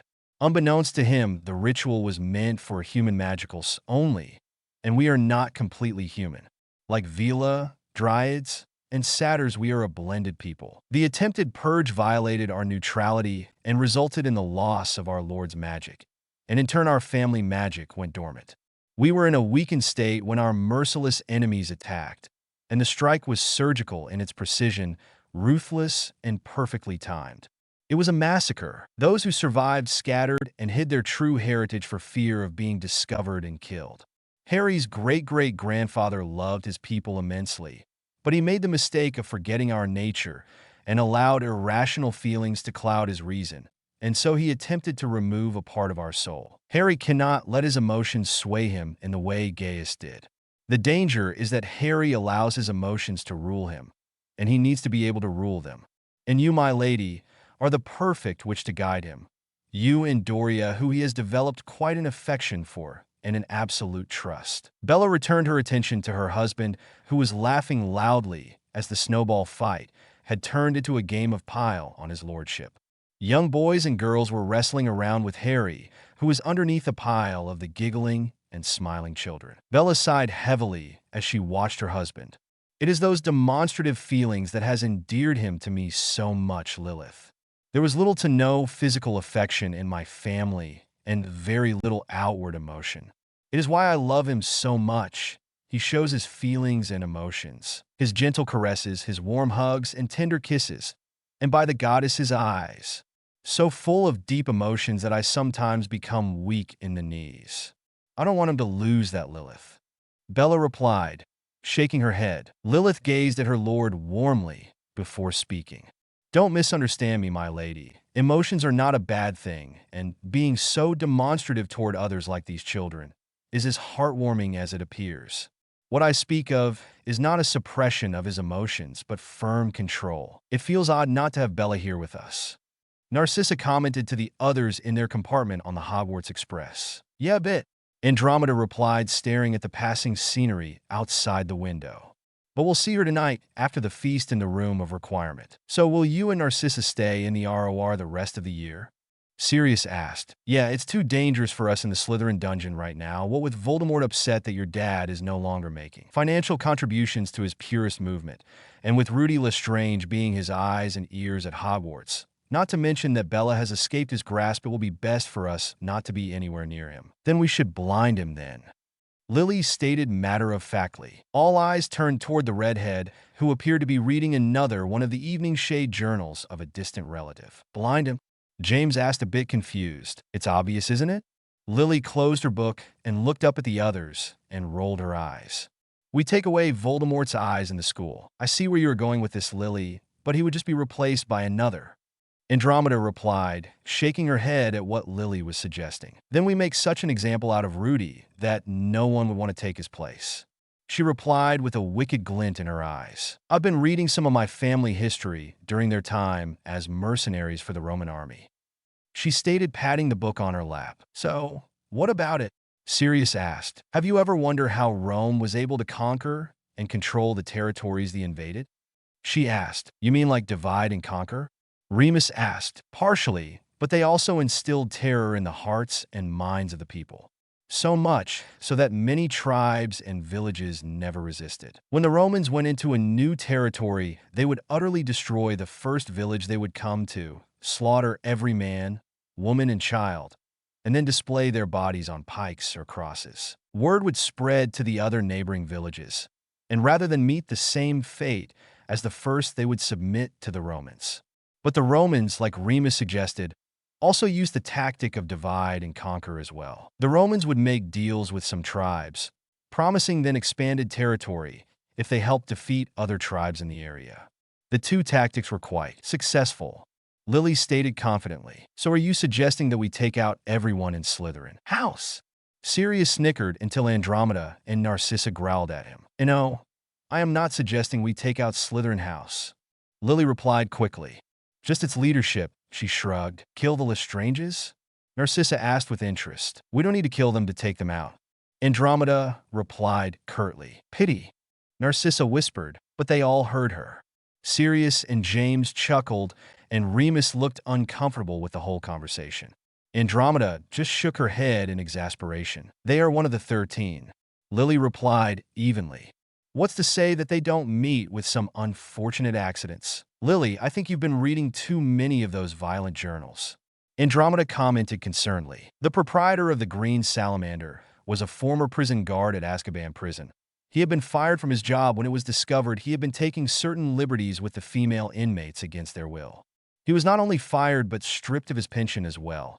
He was then summarily drummed out of the Auror Corp in disgrace. Willem Wickerman was a large man at 6 feet 5 inches and tipped the scales at nearly 22 stones. His once thick red hair had faded to a thin, sickly yellow as he approached the age of 62. He had a deep loathing of the ministry and especially anyone in law enforcement. His uncle had left him the Green Salamander in his will, being the only other living relative he had left after the Great War. So it was no surprise at the sneer plastered on his face when Moody entered his place of business with two other oars. He was already in a foul mood with the near destruction of his tavern at the hands of those Brotherhood arses and the three dead bodies in varying states of completeness. But now he had these gobshites in here poking around, no doubt to make him out to be the cause of the troubles. He should have known that by allowing these Death Eater pukes his tavern for their meetings would one day lead to trouble. But the money to allow them to hold their gatherings here was too good to pass up. Wicker Man. Moody. The two men glared at each other with distaste clearly written on both their faces. Moody had conducted the investigation that led to Wickerman's dismissal and dishonorable release from the Oars. Wickerman was never tried for his offenses. Director Crouch wanted to avoid a scandal within his department, so it was all handled quietly. Moody felt, though, that the bastard should have been tried and then tossed into the very prison that he had guarded, and let it be known to the man. Had quite the Donnerbrook here, didn't you? Moody smirked at the man. Sod off, Moody. I have no inclination to talk to you, Wickerman said stubbornly. Moody chuckled sardonically. Sod off, is it? Well, let's just see what we have here. Looks like 3 corpses to go along with the 4 outside. May have been the cooking, but I doubt it. Spell damage everywhere. Death Eater masks. You do know that Death Eaters have been classified as terrorist, Wiki. I'm not associated with that lot. And don't call me Wiki. Wickerman spat. So you say, but here they are in your little establishment. I'd call that harboring, wouldn't you? You're a right bastard, so I've been told. Moody replied, nonplussed. So let's see now. That's harboring, aiding, and abetting, possible direct involvement. I told you I have nothing to do with that lot. Wickerman roared again, his fists clenching and unclenching. Moody shook his head and smirked. Looks like I'm gonna have to shut you down, Wiki. What? You can't do that. I had nothing to do with them or their deaths. No. Then perhaps you can tell me what the hell happened here. And you know what I'm talking about. I want details. I want names. I want to know of every terroristic bastard that has walked in here in the last 6 months. Im Nosnitz. He replied, your choice. Moody stated, giving him a punitive stare. The tavern owner pulled his hand down his face hard and shook his head, feeling the claustrophobic sensation of being caught between a rock and a hard place. It wasn't much, but his tavern was all that he had left. But if he cooperated with Moody and the Ministry, he would most likely feel the displeasure of Voldemort and his shock troops. Then again, the Ministry could confiscate his tavern, and he would have nothing anyway. Wickerman sighed heavily as he made his decision. Look, I'll tell you what I know about the meetings the Death Eaters have been having here, but I was down in the cellar when the attack happened. I heard spell fire and then shouting. When I got back upstairs, those men in brown cloaks were dragging those 4 men out. Do you know who they were? Moody asked. The brown cloaks? No, just something about some brotherhood. They did mention something about Borgin, though. My waitress was here during the entire thing. You should ask her. He replied, jerking his head toward a rather plain-looking witch. Captain Moody, sir? What do you have to report, Bones? Moody asked his young protege. The Ministry coroner has taken possession of the deceased and is preparing to portkey the lot back to the Ministry morgue. Amelia, Bones reported. Anyone of note? He asked. Amelia knew he was asking if there were any elites of wizarding society among the dead. No one of any political significance, but we did find Thomas Rockwood among the dead. I believe his brother is Augustus Rockwood, who works in the Department of Mysteries. Moody recognized the name. He knew Augustus Rockwood was a traitor and a spy for Voldemort according to Harry's memories. However, he did not know that his brother had been one as well. Very well, that'll be all, Bones. Continue coordinating with Coroner's office. I want every scrap of evidence they find on those bodies tagged and evaluated. Maybe we'll get lucky and find some important intelligence. Also, tell Shacklebolt I want memories from everyone who saw those brown cloaks. If we can identify who they were, it'll go a long way to tracking them down. Moody ordered. Yes, sir. Amelia answered crisply. Moody then walked to the waitress that Wickerman had pointed out. She was sitting in a chair, her face pale, eyes wide. Her hands were shaking in her lap. Shocked, Moody told himself. Hopefully he'll be able to get something useful from the catatonic-looking woman, but it wasn't looking good. Miss, I'm Captain Alastair Moody. I need to ask you a few questions. He began. The dark-haired woman turned her head toward Moody's voice, with a scared and surprised look on her face. She did not respond and looked like she would start screaming at any moment. Moody pulled up a chair and sat down in front of the frightened woman. I'm not going to hurt you, miss. I just need to know what you heard and saw. Can you do that for me, miss? Snape. Excuse me? Moody asked. It's S. Snape, Mrs. Snape. Used to be Prince, Eileen Prince. The woman told him softly. Old family name, Prince. Moody stated. Eileen nodded. They're all gone now. She whispered. Who? Moody asked. My parents and 2 brothers. They died fighting Grindelwald. I'm the last of my family. She said, sniffling. Snape. Snape. That's not a name I'm familiar with. Half-blood. Moody asked the woman, who seemed to be calming down a bit. He's a muggle. I had no dowry for a pure-blood family to take interest in me, and my family was not wealthy. She looked down. Moody didn't know if it was out of embarrassment or shame. Moody nodded and then decided to change the obvious, uncomfortable topic. Eileen, can you tell me what happened here? She nodded. Bryn Cadfael and 6 others came in, as they always do. They seemed to be in a good mood. I heard them talking about being rewarded for making the traitors pay. One of them mentioned the Borgins by name. She looked down again, twisting her hands in her apron. And Mary Borgin was a friend of mine. Eileen commented. My condolences. Were all these men Death Eaters? Moody asked, getting to the point. Eileen nodded. They really like that name. She replied flatly, her eyes shifting left to right. So they were enjoying themselves? And then what happened? Moody asked her. Well, I noticed 2 men dressed in brown cloaks with their hoods up come in and walked to the left far corner of the tavern. About a minute or 2, and 2 more came and dressed the same way and went to the opposite of the bar. Then the last 2 came in. They made brief eye contact with the other 4, who nodded toward the table in the middle of the room where the 7 Death Eaters were sitting. Then everything happened so fast. The last 2 men to enter drew their wands and fired blasting curses point blank at the back of the heads of 2 of the Death Eaters. I was horrific. There was blood and everywhere. The explosion of the 2 Death Eaters sent a piece of bone, I think, into the head of a 3rd, who didn't move afterwards. 3 of the others didn't stand a chance. They were hit with stunning spells from 2 sides. But one managed to throw up a shield and then dive behind the bar. There was an exchange of spells, but 6 against 1. He didn't stand a chance. Not sure what they hit him with, but he let out a scream the likes that I've never heard. The brown-cloaked men then levitated all 4 out into the middle of the street, woke them, and then forced them to kneel on the ground. Then one of them let off a cannon blast from his wand and called for people to bear witness. It was about then that you and your people then showed up. She sighed, sitting back in the chair, and rubbed her face tiredly with both hands. If you'll indulge me a little bit longer, Eileen. Did you happen to see the faces of any of the men in the brown cloaks? Yes. During the exchange of spells, 3 of the men's face were exposed. She replied. Did you recognize any of them? He asked. No. I'm sorry. I didn't recognize any of them. She shook her head, disappointed that she couldn't be more help. That's quite all right, Eileen. He told her.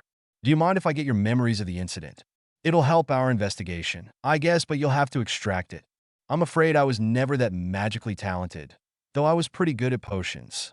She replied with a shrug. I could do that for you. I just need you to bring the incident forward in your thoughts, and I'll do the rest. He told her gently. Eileen Snape pulled the painful images to the fore of her thoughts. She gave a slight nod to Moody, who touched her temple with the tip of his wand and slowly pulled a gossamer strand of memory from her mind and immediately put it in a glass vial he pulled from his robes. Thank you, Eileen. If there is anything else you can think of, whether about the brown cloaks or the Death Eaters, you come see me. All right, Moody told her. She nodded that she would. As Moody got up, he wandered back outside and looked at the puddle of blood that had pooled from the murdered Death Eaters. He then glanced back over his shoulder to look one more time at the green salamander. They hit back faster than I thought. He mused, thinking of the Brotherhood of the Fox. The ball is back in Voldemort's court now. I'm sure this is going to get a hell of a lot more very. A thoroughly soaked Harry was walking toward Lilith's cottage with a contented smile on his face. The children also beginning to head back to their own respective homes. All were exhausted but chatting animatedly in excitement with each other. My lord! My lord! A small girl was running toward Harry. Harry turned as the small girl approached. She looked shyly at him and was fidgeting just a bit. Harry knelt down so that he was close to eye level with her. What can I do for you, Maggie? He asked the 8-year-old little blonde who had been on his team. She suddenly gave him a kiss on the cheek. Blushing madly, she quickly turned and ran for home. Harry watched her as she ran off and smiled to himself. "Do I have competition for your affections, my lord?" Bella asked playfully as she appeared behind him, with a widely smiling Lilith at her side. Harry began, blushing slightly. How could any girl resist such an articulate man? Bella chuckled. "What can I say? Shakespeare, watch out." Harry managed to say, "But if you're feeling neglected, I could give you a big hug." He replied, playfully waggling his eyebrows as he opened his arms and quickly approached her. "Harry, you're soaked," she protested, trying to quickly back away. "You know you want one." Harry grinned evilly. Harry! Harry launched himself at Bella, causing both to get tangled in each other's limbs as they tumbled into the snow. Harry began to pepper her face and neck with kisses as his fingers sought out those more ticklish spots he knew she had. Bella kicked and thrashed as she began to laugh uncontrollably. They rolled over and over each other, each trying to gain the advantage. With a final heave, Harry managed to pin her down on her back on the soft snow. His face hovered just above hers, his body lying on top of hers in just the right position to be deliciously intimate. Their smiling faces glowed red from the cold and their playful exertions. Their green eyes locked onto the others as their breath calmed but deepened. The moment was very intimate and incredibly exciting.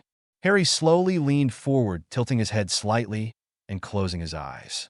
Bella instinctually tilted her head in the opposite way, her eyes closing as well. Their lips met tenderly, but filled with that emotion that only lovers can truly feel. The kiss seemed to stretch on and on until they slowly parted. "Take me to bed, Harry. And I mean now." Bella spoke euskili. Harry didn't need to be told twice. Taking a firmer hold of her, he brought them both back to their bedroom, at evening shade manner from their horizontal position. "Well, I guess no goodbye then?" Lilith commented to the now empty square with a smirk. "Children these days have no sense of etiquette." She chuckled as she returned to her cottage. A cloaked man in expensive acromantula silk robes made his way into the lobby of Gringotts Bank. He was followed by two other men who were obviously not in the same economic or social class as the first man. They passed by the many tellers who were all busy either with customers, counting gold, or otherwise glaring menacingly. The man with his entourage turned left as they passed the teller counters and entered a set of large double doors. Seated at a desk was a secretary who raised an eyebrow in curiosity at the three men. "What is it that you want, wizards?" the goblin asked, not quite succeeding in keeping the contempt out of his voice. "I'm here to see Riptorn, the director of genealogy and inheritance." The well-dressed wizard replied. "And who, may I ask, is making the request?" the goblin asked. "Pollux Black and the potential lords of two ancient and noble houses once thought extinct." Pollux smiled predatorily. /N, a little bit of everything in this chapter, including some foreshadowing of things to come. Thank you all for the many wonderful and helpful reviews. Please let me know what you thought of this chapter with a review, critique, or a comment. In an advanced happy St. Patrick's Day. Slaint Agus Aaron Gobraf. Chapter 34. Disclaimer. See Chapter 1. Author's note. I'm so sorry for the long delay. I have not abandoned the story. Real life and health issues kept me from writing for a while. That being said, it has been a struggle to get my muse flowing after such an extended absence. So I ask you to bear with me for a few chapters while I get my creative juices flowing again. This chapter has been difficult to write, and I'm not entirely happy with it, but it does push things forward a bit. The next few chapters we won't see much of Lily, James, and the other students at Hogwarts, as events mostly happen outside of the school. There will be a lot more Harry and Bella in the next 2 or 3 chapters as they develop together as a couple and as Lord and Lady Eveningshade while bringing the fight to Voldemort. We will also see more of Doria's cunning and influence on events, and especially a strong mentorship that will develop between her and Harry. I am also so grateful to all those who have inquired about my health and about the story. It means a lot and is the main reason I will not give up on the story, than in my wife threatening me with physical harm if I don't continue. So, without further ado, here is the next chapter of Passageways. Chapter 34. Did we lose them? Did we lose them? A mousy-haired man shouted, as he fell to his knees panting from exhaustion. this last apparition siphoning almost all of his magical reserves. "Shut up, you feckin' gobshite. Do you want to alert the whole very countryside?" Another man hissed, slumping against a nearby tree. "Where are we, Travers?" a third man asked, bracing himself, hands on his knees to a fourth. "We should be somewhere near the safe house. It's on the outskirts of Yet Home." Marcus Travers replied to his three companions, and then looking around at the heavily wooded forest, they found themselves in speculatively. "Did we lose them?" The first man asked again, a little quieter than his last outburst, but not by much. "Calm yourself, Sharpton. You sound like a very mud-blooded girl. Gold. We should have operated enough times to confuse them. I doubt they would be able to follow our signatures after that many," he stated, taking in his surroundings once more. "They found our other safe house. They butchered the others. What makes you so sure they won't find us at this one?" Sean Doyle, a 22-year-old pureblood, a new recruit of 8 months to the Death Eaters, hissed. "Shut your gob, you stupid Mick. I was there too. I know what the darn happened." Travers spat back heatedly. "We need to tell our lord. He must be informed that the Brotherhood has hit us again." Rory Sinclair, a 38-year-old disciple of Lord Voldemort, advised. "I don't think I can make another jump without splinching meself in two." Sharpton wheezed. Doyle nodded his agreement. Travers looked at his three companions, taking in their conditions. He hated to admit it, but he was near magical exhaustion himself.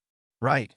We'll make for the safe house and rest for a few hours, and then we'll report to our lord." "Agreed," Sinclair replied, receiving nods from Sharpton and Doyle. "Right. We need to find a clearing so I can orient myself.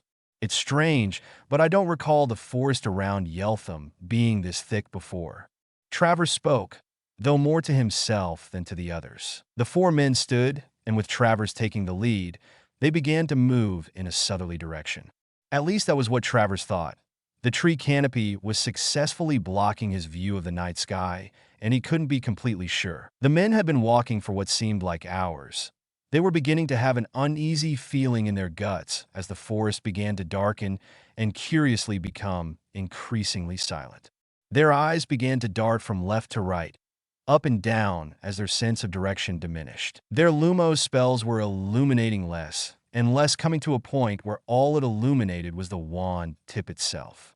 Doyle was the first to allow panic to engulf him as he began to yell, "Lumos Maximus! Lumos Maximus! Doyle, you dozy sod! Lower your voice! Kavelbaked! Lumos Maximus! Lumos Maximus! Lumos Maximus!" The young man shouted in increasing alarm. "So help me, Doyle. I'll AK your arse if you don't shut it," Sinclair hissed, and then backhanded the boy, sending him crashing to rough ground. The young Irishman curled into a ball on the ground and started to whimper, rocking himself back and forth.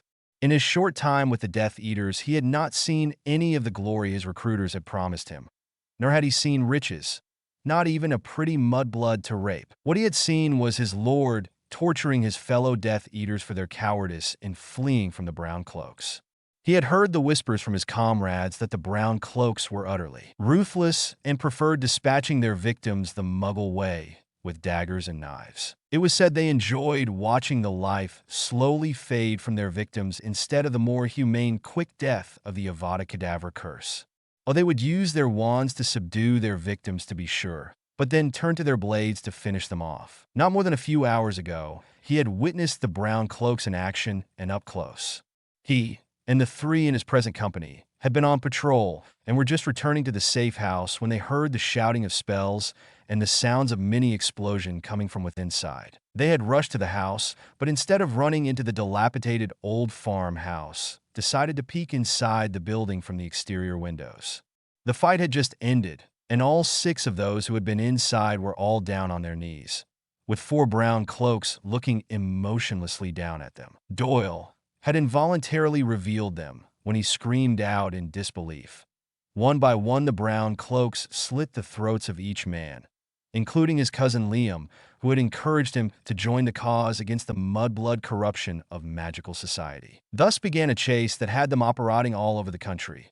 The Brown Cloaks had somehow been able to follow them their first 2 jumps, They didn't appear on their third, but Travers had them jump 4 more times in order to assure they had shook them. Now curled up on the ground of some very forest in the south of Scotland, he was rethinking his membership in this godforsaken movement. He was never one for politics, but this just didn't seem to be what he was sold when he had joined. They were supposed to be fighting for a new golden age for those of pure magical lines. But it was appearing more and more to him that it was just wizards killing wizards, dying for an ideology that espoused one magical birth being better than another. Maybe it was time to just go home. Those thoughts were suddenly pushed from his mind as he felt himself being lifted off the ground and shaken. "Get a grip, Doyle." He heard Travers growling at him mere inches from his face. "We push on," Travers stated angrily, releasing his grip on the young man and turning around to growl at the others. "Caw-caw." All 4 men reflexively crouched down low and bringing their wands to bear, searching for the source of the sound that had suddenly broke the silence of the forest. Each man faced a different direction, pressing their backs against each other in a defensive position. "Caw-caw, there," Sharpton informed his mates, pointing to a high branch on a large tree a mere few feet from them. "Merlin's balls, it's a very crow." Travers sighed in exasperation and no little bit of relief. "Bloody crow," Sinclair growled, taking aim at the large bird. "Sinclair, don't." Lucero. Sinclair incanted the cutting curse at the perched bird. The crow moved unnaturally fast as it dived from the branch straight at Sinclair, the curse traveling over the head of the diving bird. Sinclair threw himself to the ground as the bird cuffed his head with its wings and then gliding to a branch directly behind him. "Sinclair, you very fool. Are you trying to get us found?" Travers hissed at the man as he stood dusting off his robe. "Sweet Mary and Joseph," Doyle whispered harshly. His 3 fellow Death Eaters turned around to look at what Doyle was staring at. They all 4 started as the large crow looked down at them with glowing green eyes. "Bloody hell," Sharpton declared. What is that? It can't be a normal crow, can it?" Before anyone else could offer a reply, the crow dove from its perch again and flew past the quartet of wizards. As they followed the direction of the crow's flight, Travers saw what appeared to be a section of forest that was a bit more illuminated. A clearing, he thought. Finally, he might be able to get his bearings in this blasted wood. "Come on, you fools, this way," Travers stated grumpily as he headed off. It was 9:30 in the evening on a Friday night, it being 2 weeks after the students of Hogwarts School of Witchcraft and Wizardry had returned from the Yule holidays. Albus Dumbledore sat on his throne-like chair on the raised dais in his office as he waited for the last 2 people to arrive to his already packed office. The old wizard had reached out to close friends and acquaintances, and to those who owed him in one way or another. He hoped that they would become the core of his planned organization, a secret intelligence gathering society which would be known as the Order of the Phoenix. It wasn't enough that his former student Tom Riddle was causing difficulties with the Purist movement and his Death Eaters terrorizing Muggleborns and Muggles up and down the country. But now with the appearance of the Brown Cloaks and their seeming vendetta against the Death Eaters, things in his beloved magical England were quickly spiraling out of control.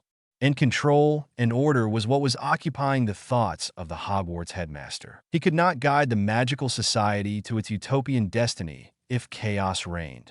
He needed to put an end to this, or at the very least get some sort of control over these hostile factions. But in order to do this, he needed assistance. He already had spies within Voldemort's ranks, but the Brown Cloaks was a more difficult nut to crack. They had not been seen on English soil since 1910, when they were conceptualized by what had become known as the 13. They were created for the purging of a powerful house, which most Wizengamot members felt to be dangerous and too powerful to let continue. The 13 conspiring minor houses were then allowed to split their ill-gotten seats and be counted amongst the members of the Wizengamot. This was all history to Albus Dumbledore, but what he didn't know for certain, although he had his suspicions, was who was now controlling this secret organization. And why did they remerge after so many decades?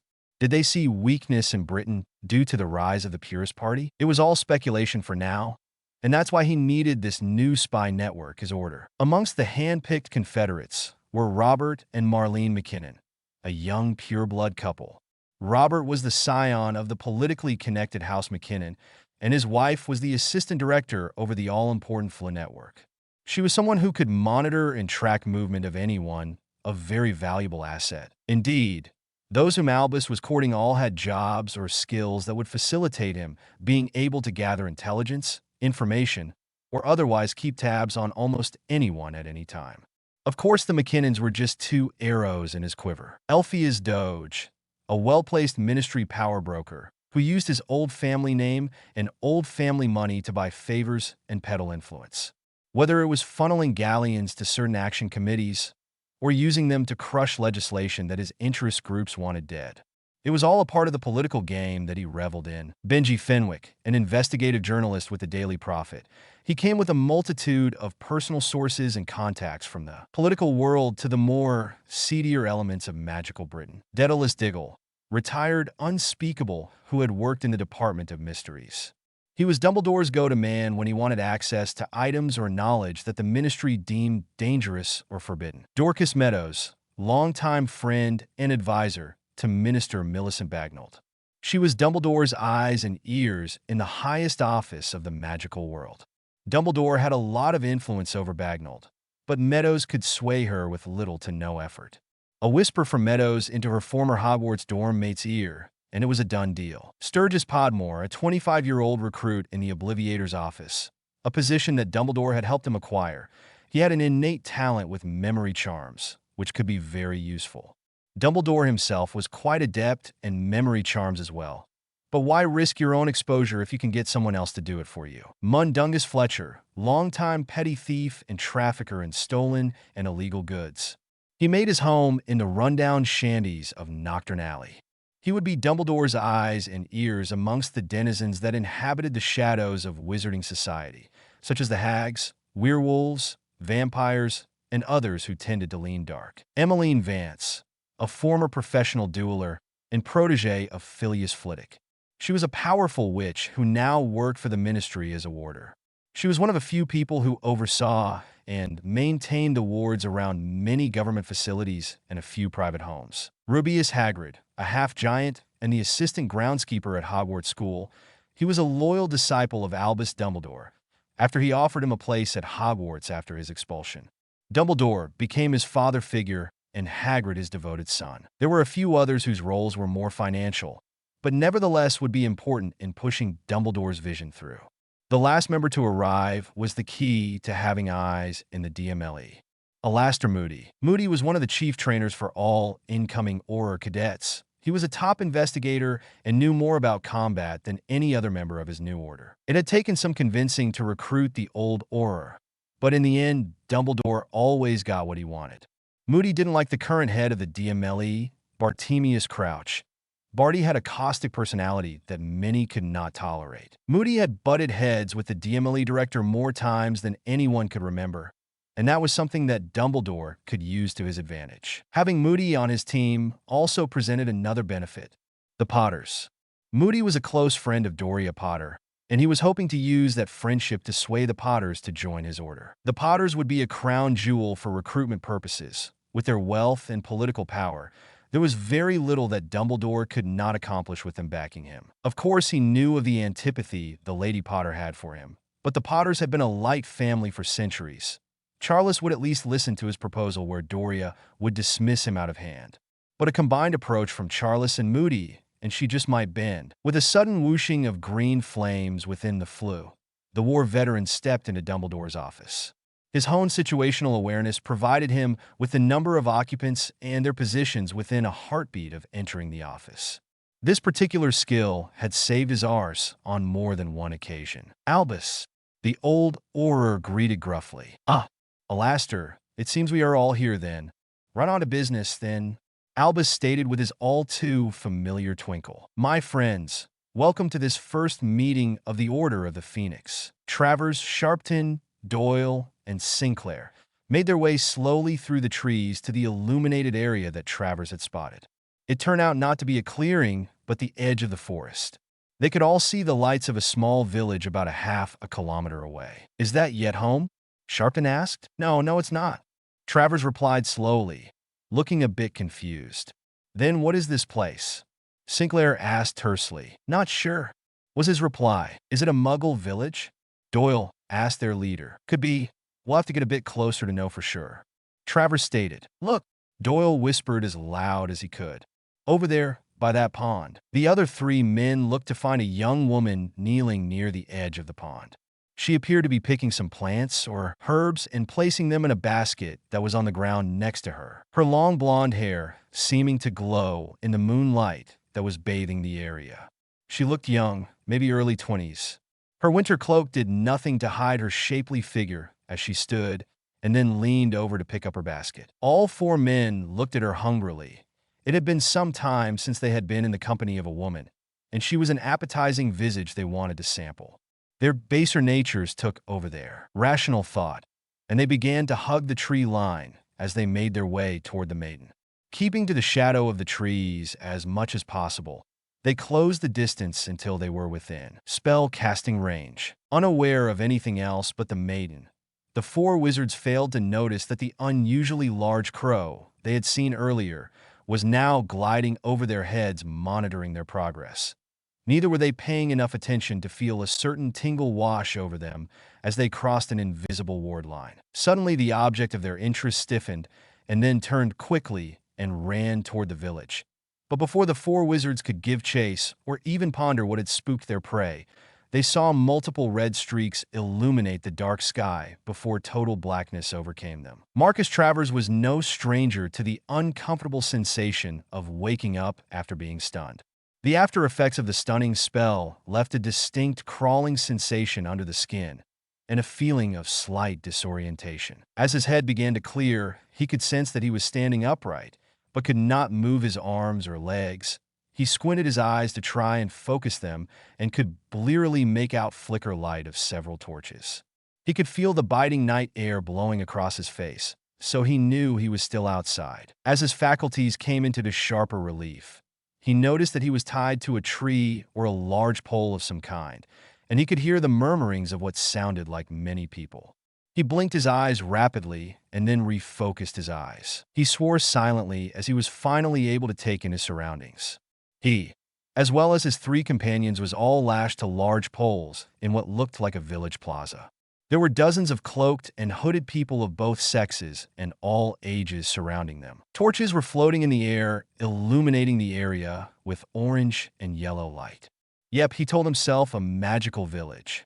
He looked to his left and saw Doyle and Sharpton both waking.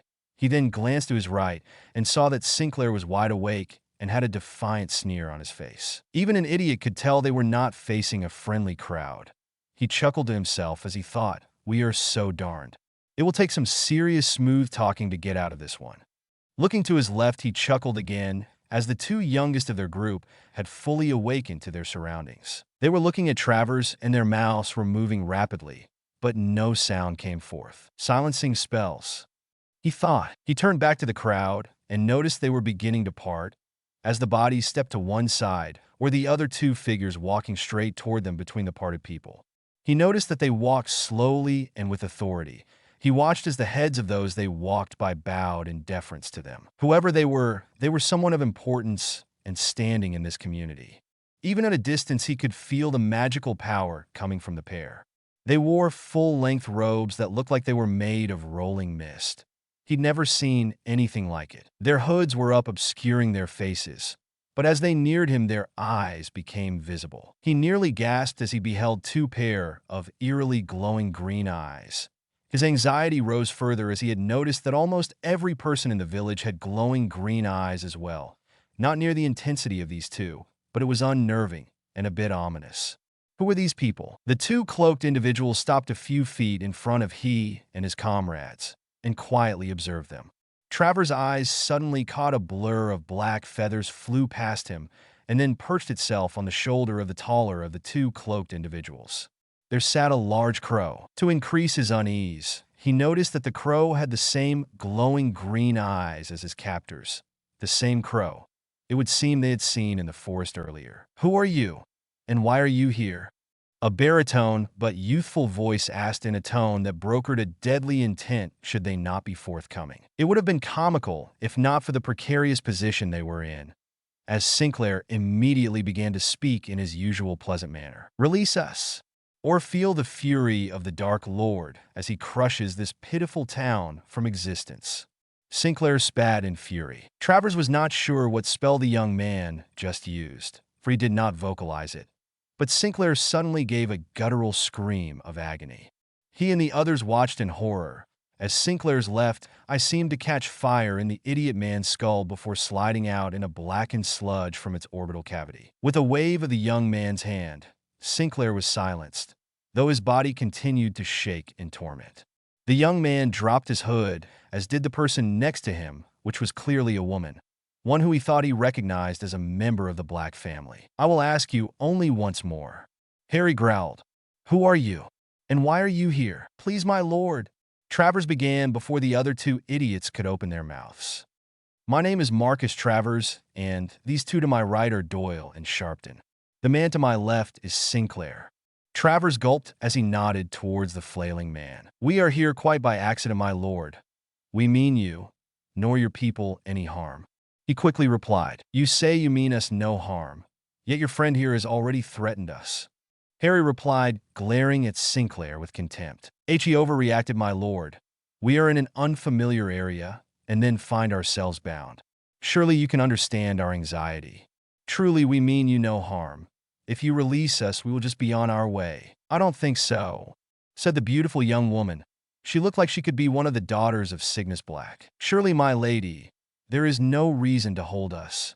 We have made no trespass against you," Travers replied quickly. Bella raised her wand, and with two quick slashes of the magical foci, the captives' left sleeves of their robes disappeared, exposed the writhing black tattoo of the Dark Mark. "Death Eaters, Bella Spot." Instantly, dozens of wands were raised and pointed at the four bound men.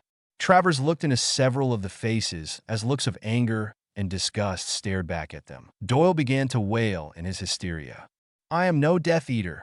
I have never hurt a soul. I just barely joined them." The Irishman sobbed. Please don't hurt me. They were sneaking up on Olivia by the pond." A man shouted from the crowd. "We saw them closing in on her with their wands raised." Travers turned to look at Harry, who seemed to be having a conversation with the crow on his shoulder. The look the young man had on his face worried the Death Eater. The crow suddenly jumped from his shoulder and changed seamlessly into a young, red-headed girl. But Travers could tell there was something unearthly about her. Many in the crowd began to kneel when she appeared and offer up prayers and supplication. The little girl skipped toward the four bond men and rested her eyes on each of them. Her lips curled into something of a smirk, and then she bounced over to stand in front of Sinclair. "Your soul is dark and tainted," the high-pitched voice of a little girl said. She then waggled an extended finger at him. "Such a naughty, naughty human. Can I play with him, Lord Evening Shade?" she said brightly, turning toward Harry. At the Evening Shade name being mentioned, Travers' eyes widened fearfully, as did Sinclair's. They had recognized the name, as ghost stories from both their childhoods came immediately to their minds. Doyle and Sharpton just looked confused. Harry chuckled. "And what would you do with him, my lady?" The innocent-looking girl clasped her hands behind her back as she skipped around the pole that held Sinclair bound, looking at the man speculatively. "Peel him," the girl replied thoughtfully. "Peel him?" Harry asked. "Oh yes, it's ever so much fun. Just like grapes, I like to peel the skin off grapes before I eat them," she said brightly. Doyle immediately fainted, and Sharpton had wet himself after hearing the little girl's response. "My lord, please. Again, we have done nothing to you or your people to warrant such treatment." "Dead. You are an agent of Voldemort," Harry retorted harshly. "I have seen his tender mercies and what he and his soldiers have done to the innocent, and I know what is required to take his mark. But my lord, we have no quarrel with you or your people. We did not even know there was a magical village here. Dead, and that is how it will remain. Voldemort and his followers will bring nothing but death and destruction to the magical world. My people have suffered at the hands of others who felt we should no longer exist. I will not allow that to happen again." Harry hissed. "But we are not at war with you, my lord." Travers pleaded once again. "But I am at war with you," Harry roared. The goddess in her form, as the little girl, clapped her hands enthusiastically and jumped up and down with giddiness. She then turned sharply towards Sinclair, who was struggling with all his might to get free. She lifted both hands and vanished all the clothing that Sinclair was wearing. She then began to curl her fingers back toward her palms slowly. Sinclair's screams echoed through the village. His skin, beginning at his toes, began to roll up toward his ankles, exposing raw flesh beneath. The skin slowly progressed to roll up the length of his body until it fell from the top of his head, rolled up like parchment. With his village now being discovered once by Death Eaters, he knew it could easily happen again. Harry felt the time to go on. The offensive had come, and he felt the need to expedite the destruction of the 13. For now, he would not interfere with the Brown Cloaks, as they seemed focused on the Death Eaters as well, and knew that his grandmother Doria was actively looking into them. Dumbledore would have to wait his turn, but Harry knew instinctually that a clash with Dumbledore and the Order of the Phoenix would come soon. Moody, his spy in the Order, had confirmed that the Order had officially organized and would begin intelligence gathering immediately. With the players all in motion now, the war would truly begin in earnest. Though they were still discovering their abilities and refining them, Harry and Bella were confident. They had their own spy network within the Ministry, Hogwarts, and in the Order. They were still training with Lilith every day to strengthen the Evening Shade family magic and training the young Marauders as well. They had the support of a near majority of the Grey families and nearly all the Fringe families, thanks to Lilith and Cassiopeia. The returning Evening Shade family descendants continued to flock back to their ancestral home of Knight's End and swear fealty to the new Lord Evening Shade. Not to mention he had the ear of a goddess. Even as unhinged as she seemed to be at time, it was an edge. Hopefully an edge he would not find himself impaled upon. A/N. Thanks for reading. Please let me know what you thought. The next chapter has already been outlined and should be much longer than this one. I hope to have it out in no longer than 2 weeks from now. Again, love you guys. Chapter 35. Disclaimer. See Chapter 1. A/N. I can't apologize enough for the time it took to get another chapter out. Real life sucks sometimes. Although short, this chapter leads into a very dynamic turning point for the story in the next chapter. I'd like to thank those who have reached out to make sure I'm doing okay and have continued to offer me encouragement, especially Nick Flammel and Papa Dragon. I have a chronic illness that sometimes affects my ability to write as often as I would like. I am a cancer survivor, but I continue to have occasional problems stemming from it. But I promise not to abandon this story, though updates may be sporadic. But if you feel too much time has passed since an update, please let me know. It might just be the kick in the pants I need to get back on track. Thanks again for sticking with me. You guys are the best, and the reviews and comments really do inspire me. Chapter 35. Harry Potter, that was his name once in another life in another time. It seems so long ago. But in truth, it had been a little more than 4 years in a lifetime, nearly 5 years since a humble half-giant by the name of Hagrid had introduced him to the wizarding world almost 5 years ago when he learned who he really was and what he was. It had been so surreal at the time, exciting and fantastic. A chance to change his life for the better, a means of escape from the Dursleys and the less than pleasant life he had been leading up to then. A chance to have a normal, happy life. That hope for normalcy had been dashed rather quickly, but he still had hopes for happiness. And for a short time, he found that happiness and acceptance in the forms of Ron Weasley and Hermione Granger. But even that had been taken from him during his 4th year at the magical boarding school. Ron's true colors had been revealed, had been magically influenced to turn away from him. Dumbledore had been the biggest disappointment. Even now, the anger and contempt for the old man boiled just under Harry's skin. The manipulative bastard had been the puppet master throughout his young life. He wasn't the man the wizarding world thought him to be. Harry knew that now. The history between the Dumbledore family and the Evening Shade family was proof of that. The only positive thing to have happened to him recently was Hogwarts guiding him to the Room of Requirement and meeting her, Bellatrix Black. Never in 1,000 years would he have thought that the darkest witch in his world would be his soul made in this new one. But he would never deny the instant connection he felt toward her when he first entered that out-of-time room. And now here, he was not 5 months later married to her, and finding himself the lord of an extinct ancient house that was not so extinct after all. Again, the surrealism of what had transpired was almost overwhelming, as he learned of his heritage through his mother's line and became a beacon for the scattered remnants of his house. Remnants that flooded to him in surprising numbers. A once stilled magic began to flow once more within the veins of every Evening Shade descendant, and it beckoned them back to their ancestral home. The village took shape quickly, and Harry soon found himself being the head of a very large and infamous family. a family that looked to him for support and protection and a restoration of their family glory and power, not to mention protection. It was a rather large responsibility for a not quite 16-year-old. But he had found allies in this new world, allies that would help him and guide him through the turbulent waters of uncertainty. Besides, his cunning and powerful wife, who was absolutely devoted to him. He had also found a true mentor and confidant in his grandmother, the Lady Doria Potter Nay Black. Harry was in awe of his grandmother. She was intelligent, cunning, powerful, and was viciously protective of her family, qualities he aspired to cultivate within himself. He found himself turning to her often for advice and counsel, and she freely gave it and would see him destroy anyone that would threaten his family. Though she was the Lady Potter and loved her husband dearly and what the Potters stood for, the Potters had always leaned more light, with the occasional lord leaning a bit gray.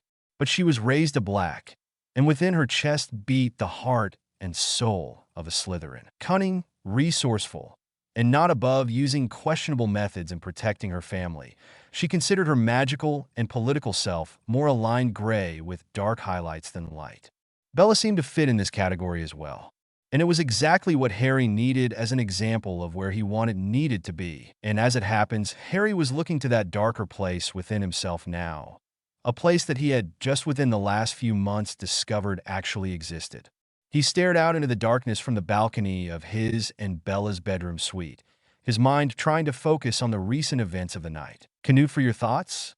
Bella asked tenderly as she walked up to him and pressed her chest into his back and encircled his waist with her arms and tightly hugged him. The master suite was more like a small apartment with a sitting room, a small private office, a large and suite bathroom with a sunken garden tub large enough for 4 people to be quite comfortable in, a breakfast nook, and then of course the bedroom itself with a large canopy bed. The Evening Shade Manor was small compared to the ancestral home of the Blacks or even the Potters, but it was large enough for Harry, who never had a place he could truly call his own. It was a 2-story Tudor-style country estate. The exterior had beautifully manicured lawns and water features. The home itself was a combination of carved stone and Old English oak beams. The interior was richly decorated with tapestries hanging on the walls and from the buttresses. Bella had the home decorated with many family artifacts and heirlooms found in the Evening Shade vaults. She also included several of the portraits that they had found of past Evening Shade lords and ladies. A long hall with a high-pitched ceiling, illuminated by large 13th century stained glass windows stretching to the rafters, greeted visitors and guests who entered through the main entry. The decor was warm but elegant and denoted that a person of high social rank lived there. Each room had its own theme and color scheme, and various works of art that had guests visually stimulated the moment they entered. The family suites were on the 2nd floor in the east wing of the estate, and it is where Harry and Bella would entertain their relatives and closest friends. However, tonight a meeting of the newly formed town council was to be held, and it would be held on the main floor in Harry's personal study. But first he needed time to reflect upon what he would say to his people about this recent development. Harry chuckled morosely. "I'm afraid I would exhaust all the knots in our vault with the number of thoughts I have warring in my head." Bella rubbed soothing circles on his back as her magic flowed like warm honey to comfort him. "We are partners, love. Your worries are my worries, and my problems are yours. My strength is your strength, and yours is mine. We will face what comes together," she stated warmly, kissing and nibbling lightly on his earlobe. Harry turned his head to look at her and smiled gently at her with love and admiration. He reached for her hands and lifted them to his lips, kissing each open palm. "We are partners, aren't we?" he breathed, taking comfort in her nearness. He turned in her arms and hugged him to her tenderly, nuzzling his face within her long, dark tresses. Her scent of sandalwood and spice filling his very soul with the calmness only she could provide. Taking a steadying breath, he spoke. "I knew that eventually the village would be discovered, but I had hoped it would have been much later than sooner, and that we were better prepared," Harry stated, pulling a tired hand down his face. "We don't know for sure that Voldemort knows anything about us or the village, Harry. It may have been just a coincidence that these Death Eaters found us," Bella suggested, cupping his face. Harry sighed heavily and shook his head. "Maybe, but I can't take that risk. I can no longer allow the safety of our people to be lacking. Harry spoke with determination. I want to speak with Moody about forming and training a militia from the villagers. I've already sent word to Lilith to choose about a dozen or so who are strong with evening shade magic, especially those with some advanced magical training or muggle military training. I'll also be asking the village council tonight to begin nightly patrols. Harry stated, then turned and walked toward his desk. If you're going to do this, you should also include Lilith in the training. Moody will not be able to teach them the family magics, which we'll need to take the fight to our enemies. Bella remarked, receiving a nod from Harry. Have you heard anything from grandmother? Harry asked. She was still interrogating the last of the Death Eaters now, the young Death Eater. Duel, I think his name was. She will let us know what she learns. Bella replied with a rueful chuckle. Harry nodded his understanding. He loved his grandmother dearly, but he had never met a more creative person when it came to information extraction. He almost felt sorry for the man, but he and those like him were a threat to his people and, of course, to Wizarding Britain, he reminded himself. But he would not let conscience override his duty to his family. He would not make the same mistake his ancestor made that cost them their magic and the lives of nearly every evening shade. Harry stepped over to the small writing desk in the suite and tapped his wand 3 times on a glass bell jar that sat there. The jar held within it a floating scroll. The glass seemed to melt away, and the scroll unrolled itself and floated in front of Harry. Harry stared down at the list of 13 family names written upon the yellowish parchment. 2 of the names hand lines through them now. Borgin, McNair. He stared at the parchment, stared at the names of those families who had conspired and had attempted to wipe his family out. Some family names belonged to those he knew were Death Eaters. Others he was not familiar with or what part they played in Voldemort's blood war, but there were 2 that he felt conflicted about, knowing that they were light families at least in his time. Part of his soul screamed for vengeance, but another part screamed for justice, but every bit of him screamed for action. Now, let's get you properly attired. Bella chirped, taking a step back and with nimble fingers began to unbutton his shirt. We must look the lord and lady for this meeting, she stated as she removed the shirt from his shoulders and then tossing it on the floor. And I know the perfect outfit, she continued as she tugged on the belt to his trousers, unbuckling it and sliding it through the belt loops with a quick swish of her wrist. She pressed her chest against his bare chest as her nimble fingers got to work again, sliding snugly down between them. Her hands made their way to the trouser's top button. She grinned mischievously at him, keeping her eyes locked on his. Soon he felt the button pop loose, and then felt as much as heard the zipper slowly being lowered. Harry gave an involuntary moan as her fingers ever so gently brushed against his manhood. Bella's grin, if possible, became even more mischievous as she lowered his pants, sinking to her knees as she went. Harry gasped as he felt the warmth of her breath on him through his boxers, and his own breathing intensified, becoming slightly labored.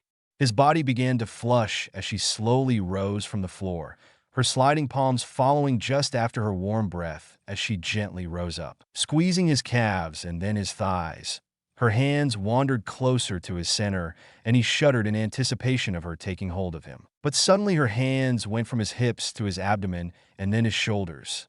He hadn't realized that he had closed his eyes at some point during her undressing of him, but they opened quickly as he felt a gentle kiss to his chin. She had a wicked smile on her bright red, painted lips and a sultry, if not mirthful twinkle in her eyes. He was about to protest, but she silenced him with a finger pressed to his lips. That was just the appetizer, my love. You'll have to wait for the entree until after the meeting. She smirked playfully, and then gave him a bit more teasing by squeezing his erect member firmly through his silk boxers before turning away and entering the wardrobe. Later that evening, repeat the oath, Harry commanded to the 9 wizards and 6 witches who were kneeling in front of him, who spoke the evening shade oath as one. We are the specters that move in shadow. We are the guardians of gray. Our house is our family. Our family is our blood. Blood is life. We give our blood for the family and for the goddess. On our magic, so mote it be. So mote it be.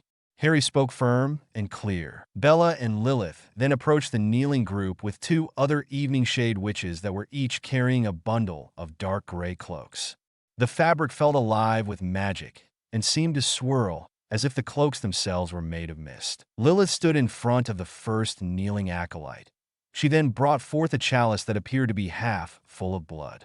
She dipped her thumb into the dark, viscous liquid. "This is the blood of your Lord and our house, and with it I give you the mark of the goddess who is its protector," she stated as she traced a trickle on his forehead with the blood from the chalice. The mark burned green and then faded into the skin. Lilith then stepped back and Bella stepped forward. Bella took one of the cloaks from one of the two witches. She then addressed the kneeling wizard. "Arise, paladin of House Evening Shade, and honor your house and your goddess," Bella said ceremonially. The first of the 15 stood, and Bella clasped the cloak around his neck. The wizard felt an immediate sensation of electricity run down his body as the magic imbued in the cloak took measure of him.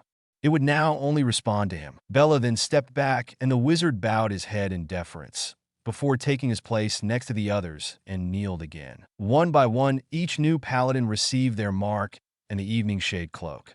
A cloak weaved by Evening Shade magic that offered the wearer complete anonymity when the hood was up, and that was spell-resistant to all low-level spells and some moderate curses. It blended into whatever environment the wearer found himself in so that he appeared to be part of it, seamless and nearly invisible. Harry took stock of his new hit team. These were the most magically powerful of his people, those who had exceptional acumen with their developing Evening Shade magic. These would be the ones he would take with him to exact justice for his family. And from the intelligence that his grandmother had extracted from the captured Death Eaters, he already had his first target. What you're suggesting, while it seems too ludicrous to be true, it could potentially destabilize not only the government, but the country as well. And frankly, I can't see the traditionalists supporting this at all, not to mention the reaction of the Light Coalition. Lord Horace Longbottom snapped. "I can't believe you're even suggesting it, Charles. And you, Arcturus. Your house has led the caucus of the darker families for decades. How are we to take this seriously, a Potter and black-led gray coalition? The very idea seems preposterous." Caius Greengrass, Lord of House Greengrass, stated incredulously. "I am curious about your motivations, my lords. I've heard the murmurings and the whispered rumors. I've seen the after-action reports from the DMLE. We are at a precarious precipice. I can see the shadows of war upon our people, and what you were suggesting could push us over that edge." Lord Bryn Davis added, "I must agree with my colleagues. The Grey and Fringe families have never shown any kind of organized coalition. We cannot suddenly lend our support to legislations from this mysterious new lord you claim has rallied them. I have seen no evidence of this. Not one of the hereditary seats owned by any Fringe family has participated in a session of the Wisingamot in more than 50 years. Any Muggle-born legislation you send to the floor will be dead on arrival. Even with the sudden turn of the Blacks to a neutral house, which, by the way, I am still having trouble believing. We don't have enough support from the other noble house, light or dark. And let me assure you that the Dark Coalition will see and spin this as an attack on pure-blood customs and superiority. This Lord Voldemort's return to the Golden Age propaganda is being positively received by the minor pure-blood houses. Lord Everett Bones argued. An elegant female voice suddenly spoke up. Her tone was soft, but her words piercing as she addressed the 4 lords of the neutral faction of the permanent members of the Wisingamot, for the 20 ancient and noble houses that still existed. "I am surprised, my lords, and not pleasantly so. As Lord Davis has suggested, our world is facing a civil war. The lines have already been drawn. The dark pure-blood families of the elite and those of lesser lines are rallying to the banner of a Dark Lord in the making. His followers have attacked and killed Muggles and Muggleborn without challenge. I assume I do not need to remind you of the attack on King's Cross Station? Our world was nearly exposed, if not for the superb work of our DMLE. How many Muggles were killed? How many Muggleborn students were maimed or killed? And has anyone been brought to justice?" She said a bit more harshly. "Our minister, under the recommendation of the chief warlock Albus Dumbledore, swept the entire incident to oblivion. There has been no follow-up investigation whatsoever. The attack in Diagon Alley, where Gerald Bell was killed in broad daylight. I have not seen one trial for any of those that were captured. What about the attack on Hogsmeade? Why has there not been any resolution? Because Albus and his sheep don't want to upset those in our own Wisingamot who were involved. Your next question, my lords, should be why? Why is he blocking justice from being pursued? I'll tell you, he, like Voldemort, believes in the superiority of blood. The only difference between the two is that Voldemort wants to wipe out the Muggles and Muggleborns. Albus wants to use them as breeders to increase the magical population. He wants to take any Muggleborn infant from the arms of their Muggle parents, so they are not raised with Muggle ideas or values. She stated fiercely, "How do you know this, Lady Potter? Albus has always been a champion of the Muggleborn. I find it hard to believe he would have any such aims." Lord Longbottom replied, "No." The Potter matriarch chuckled mirthlessly. "Have you read any of his recent proposals and sponsored legislation? How about Ministry Bill 1142? Requirements for the positions of Ministry Director, Chief of Staff, Undersecretaries, and other ministerial critical departments, that the applicant must be of no less than 3 generations pure." This was a stipulation that Dumbledore put in the Marriage and Inheritance Act of 1945. This was also sponsored by Albus Dumbledore. This law was enacted soon after the Muggles' Second World War. Many witches and wizards from old magical families were nearly wiped out during the Blitz, including the young. This resulted in a shortage of available purebloods to marry. Many families, in desperation to keep their lines alive, married Muggleborns and half-bloods. But in order to protect the integrity of their fortunes and lineage, a law was passed that Muggleborns could not inherit vaults or titles. Does this sound like a man who wants equality for all magicals regardless of blood status? There are many more examples, my lords, and I assure you that Dumbledore is no friend to Muggleborns. Even so, Lady Potter, we simply don't have the numbers within the hereditary seats to effect real change. The Longbottoms replied tiredly. "But we do." Charles replied, "Yes, yes." Lord Davis waved his hand dismissively. "The fringe families will miraculously appear in great numbers to create a new majority." That is exactly the case. Arcturus Black stated firmly, glaring at the man. "And who exactly is this mysterious lord that will lead them?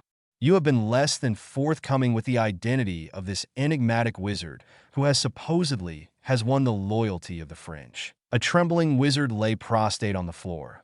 Small rivulets of blood flowed from the edges of his mouth, the result of biting through his tongue, because of the intensity of the Dark Lord's cruciatus curse. His body was in continual spasm and his mind somewhat addled. All he had done was report the safe house in Glenridding had been attacked. 6 were found dead, 4 were missing, including Travers, the cell leader. Why would his lord attack him over reporting information that he himself had asked for? The young Death Eater thought through the foggy haze that covered his mind.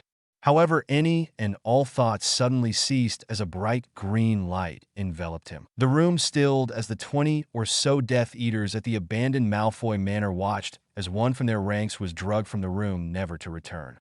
All eyes were looking down, but every ear was sharply listening to their lord's movements about the room. Runcorn, if Travers and the others survived the attack, where would they have gone? The raspy voice of his lord shouted. According to his cell's escape plan, they were to apparate at least 3 times, thereby confusing any tracking spells, and then to finally apparate to our safe house near Yetholm. Runcorn stated as calmly as he could, "Have we received any word from Yetholm?" He hissed. "And none, my lord." Voldemort glowered at the man and began to pace the hall. His dark magic was felt by those in attendance and caused many to shiver involuntarily.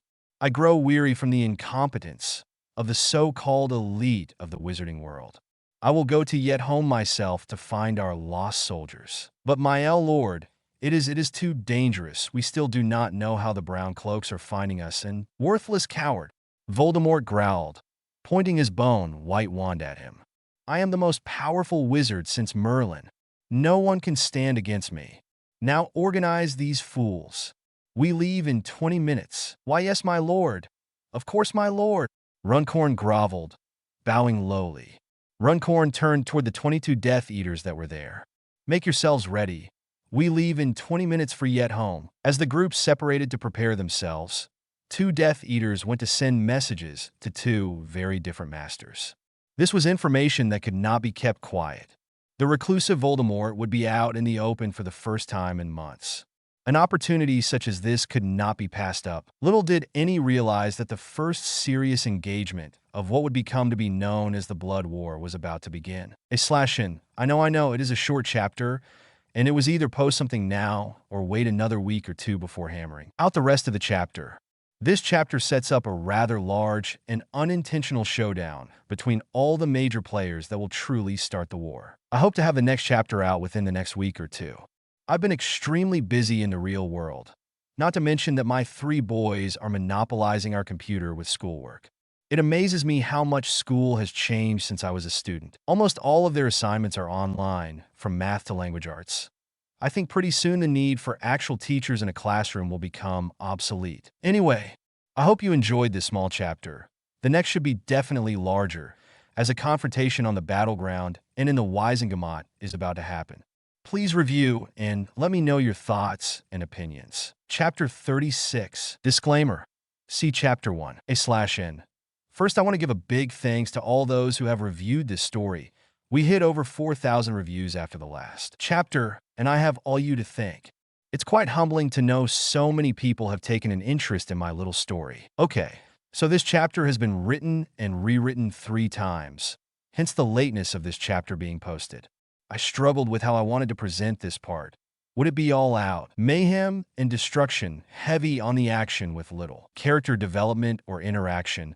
Or would it be getting you emotionally involved with the different factions and characters and consequences of their actions? I went with the latter. And after many rewrites, I hope I have been able to draw you in a little more to the personal and political consequences as the story continues to move the Evening Shade saga forward. The chapter is shorter than I would have liked, but the rewrites and editing has delayed this chapter long enough, and I wanted to give you something.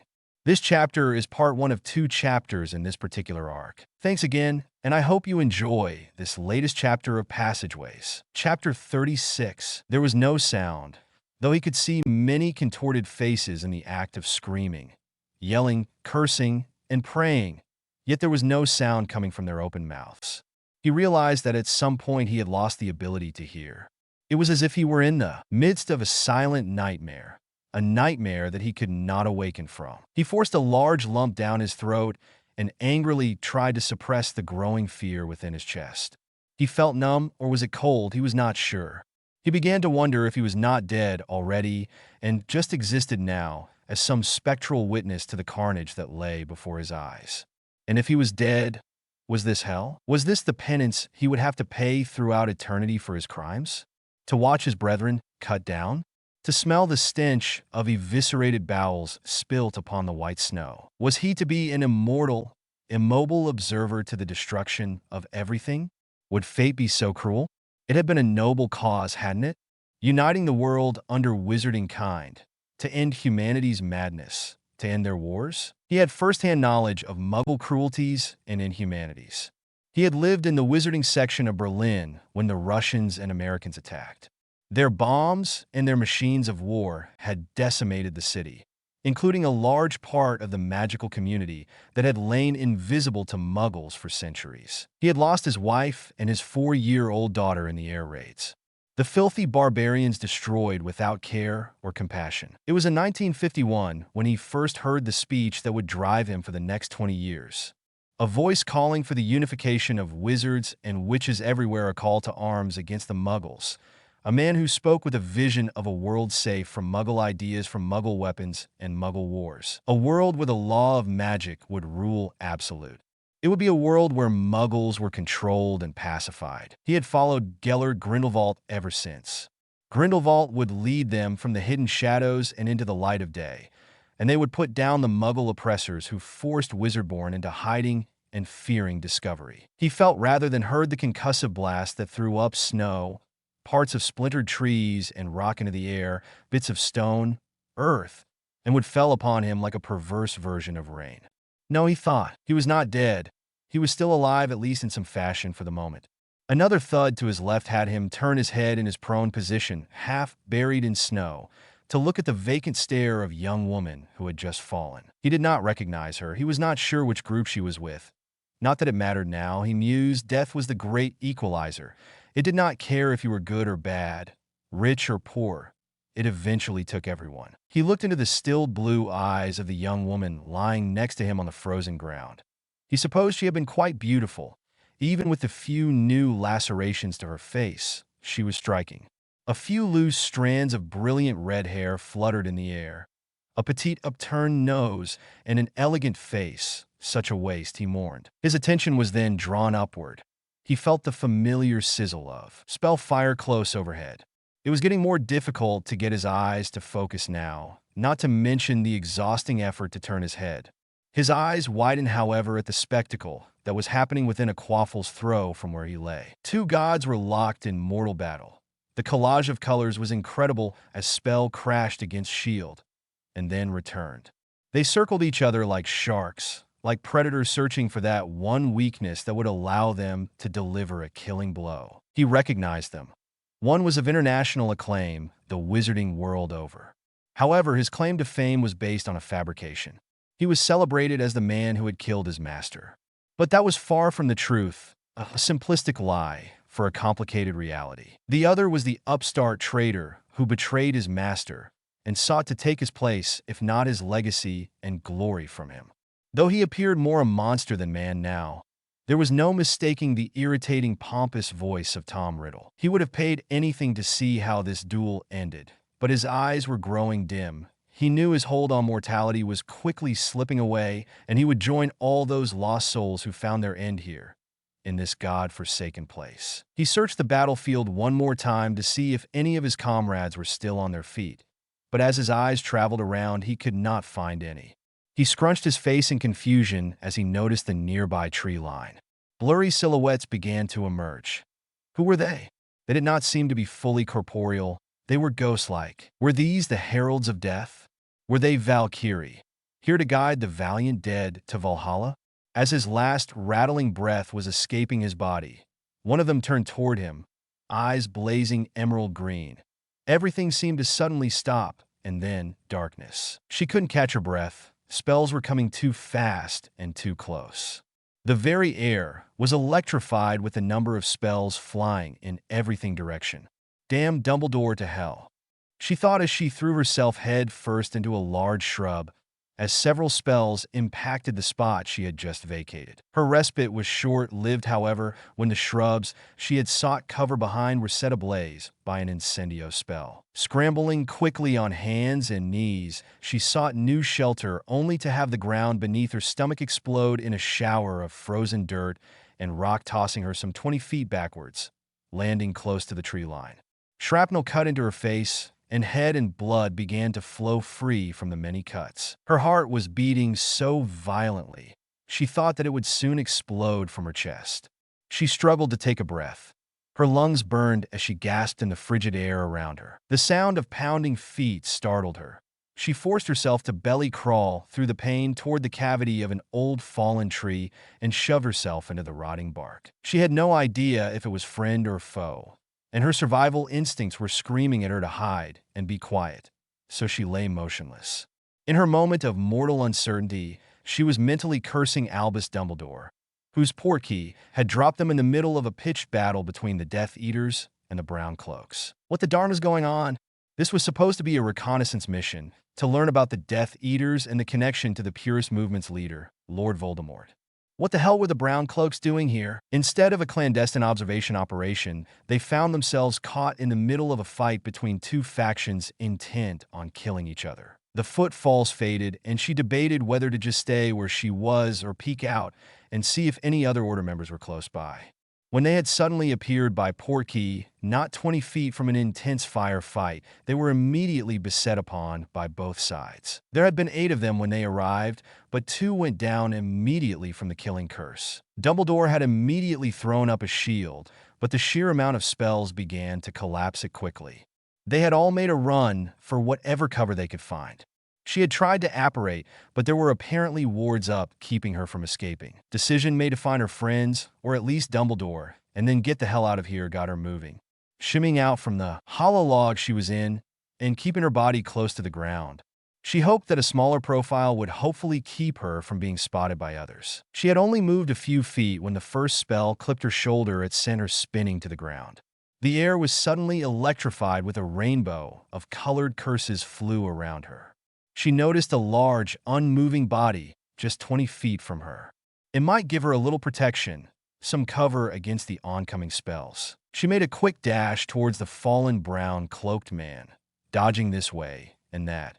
She was almost there when she noticed out of the corner of her eye a flare of powerful magic. She turned to see Dumbledore deflecting a rather nasty-looking curse back at the caster. It was Voldemort. Bile rose in her throat at the sight of the animalistic-looking leader of the purist movement. She felt as if everything would be okay. Dumbledore would get them back to safety, and she would be reunited with family and friends and forget this night ever happened. She grinned as she closed the last few remaining feet to the body that would give her enough protection until Dumbledore drove back the others. She dove the last few feet, but her eyes widened and would remain that way as a sickly green light sped toward her, striking her in the chest. She fell bonelessly to the ground, not even a foot away from her supposed protection. Her glowing blue eyes suddenly and violently dimmed forever. The silence was deafening. Lords Greengrass, Longbottom, Davis, and Bones were gobsmacked as they stood in various positions around the formal head of house office of the ossuary, the seat of House Bones. You can't be serious, Doria. The evening shades are extinct. Their light was extinguished more than a century ago. Bryn Davis exclaimed, I assure you that House Evening Shade lives and has a powerful wizard as its lord and head. And of the greatest importance to us is that he has garnered the loyalty of the fringe and many gray-leaning families. This is not a good omen, Charles. You must see it. If true, we should distance ourselves from this, not form an alliance with this lord. The evening shades were dangerous, though my family never had interactions with them. The stories I've heard about them are terrifying. They are not to be trusted. Everett Bones warned. Arcturus Black stood and rolled his eyes at the lord of House Bones. Grow a spine, Everard. Your grandfather, Merlin bless his soul, would be sorely disappointed at your paranoid rant. He would have looked at this situation logically and separated fact from fiction, and then acted in the best interest of not only his family, but our world. Arcturus then cast a challenging gaze upon the other three neutral lords. House Evening Shade was powerful, very powerful. He said slowly, momentarily recalling the power he felt coming from Harry when he first met him. But they keep their word. They are not oath breakers, but they hold those who enter agreement with them to their words also. Were they cunning? Yes. Were they crafty? Indeed they were. And were they dangerous? None deadlier. He nodded knowingly. But they were also loyal to their family and to their allies. They are neither light nor dark. Lord Evening Shade walks in the shadow and has already set in motion events that will change Wizarding Britain as we know it. And we are offering you a front row seat. And what is your role in this, Arcturus? The House of Black has always been a dark house. Why this sudden change? There must be something in this for you. Some promised element for your support. More power perhaps in the minister's office? Lord Longbottom suggested with suspicion. Perhaps you seek the position of minister yourself. A dictatorship where House Black controls all. Caius Greengrass shouted. Will you turn the evening shades on us? Doria interrupted before an all-out duel erupted between the posturing wizards. Seeing her brother Arcturus's eyes narrow, it was almost inevitable. My lords, can we please not get into a pissing contest while there is a lady in the room? She chided the increasingly blustering man. My apologies, Lady Potter. Lord Longbottom inclined his head in deference, and Arcturus giving a tight nod toward his sister. Greengrass folding his arms against his chest in an angry, childlike manner. Now then, as you can all plainly see in the writ of alliance, that no house will have power over another. Her index finger tapping forcefully to the official parchment spread out on the desk. We act as one body. Every perk, promise, and power meticulously outlined. We cannot act unilaterally. We must have a consensus of all our houses. Only together are we strong enough to effect the change we want. My lady, Lord Bones began. What we are doing is tantamount to treason. If we fail, we could all find ourselves sharing a cell in Azkaban. Then we must not fail, my lord. We will have a slight majority in the hereditary houses and on the permanent council. Doria stated firmly. I must disagree, my lady. The Longbottom of Longbottoms interrupted. There are 20 surviving houses that make up the permanent council. We are only 6. We do not have a majority to bring about the change you want. There is one more neutral house that may agree to join us. The Edgecombes. Charles stated. The Edgecombes? They follow wherever the strongest wind is blowing. Light dark, it does not matter to them as long as there is no risk to them. Greengrass mocked. Even if we did persuade them, that still only makes 7 against 13, Charles.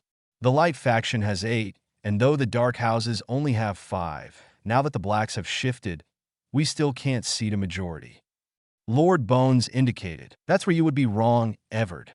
Doria half smiled, half smirked. There are actually at this moment 28 surviving ancient and noble house of the Permanent Council. What nonsense, Doria. There have only been 20 for nearly a century. The others have gone extinct. Lord Longbottom chuckled softly. Just like the evening shades, my old friend. Charles Potter began. They have re-emerged from the darkness and are ready to take up their seats once more. What insanity is this, Charles? The other 30 lines are gone. Lord Horace Longbottom insisted. This time it was Arcturus who chuckled. I once thought so too, Horace. But they survived through their squib descendants. Squibs are not allowed to have any seat in the Wisingamot. Lord Davis shouted. This is ridiculous. He shouted again. Was this your glorious plan? To bring in squibs to sit amongst us? What fools! He chided. Hold your tongue, Bryn Davis, or I shall remove it. Doria Potter Nayblack warned as she stood abruptly from her chair. Such was the power and awe that the older woman possessed that the Lord of House Davis stumbled back a few steps and paled as he fell back into his own chair. These are not some simpletons without magic. These are wizards who are heirs to ancient and noble houses, and it is their right, by all the laws we hold dear, to claim their seats on this council. And you would do well to remember that Lord Davis, as they have already, sworn allegiance to Lord Eveningshade and the Grey Council, that we are inviting you to join. With them joining the houses of Potter and Black, we will have a majority within the Permanent Council. And with the inclusion of the fringe families who will flood the halls of the ministry this next session, we will already be the dominant force in the Wisingamot. Now then, my lords! Doria glared at the other 3 neutral lords, daring them to challenge her. Shall we debate this further, or have we come to an agreement that the Grey Coalition will include your houses, or will you fall to the wayside and let history pass your houses by? Lord Bones stood and approached the desk. He grabbed a quill and dipped it twice into the inkwell.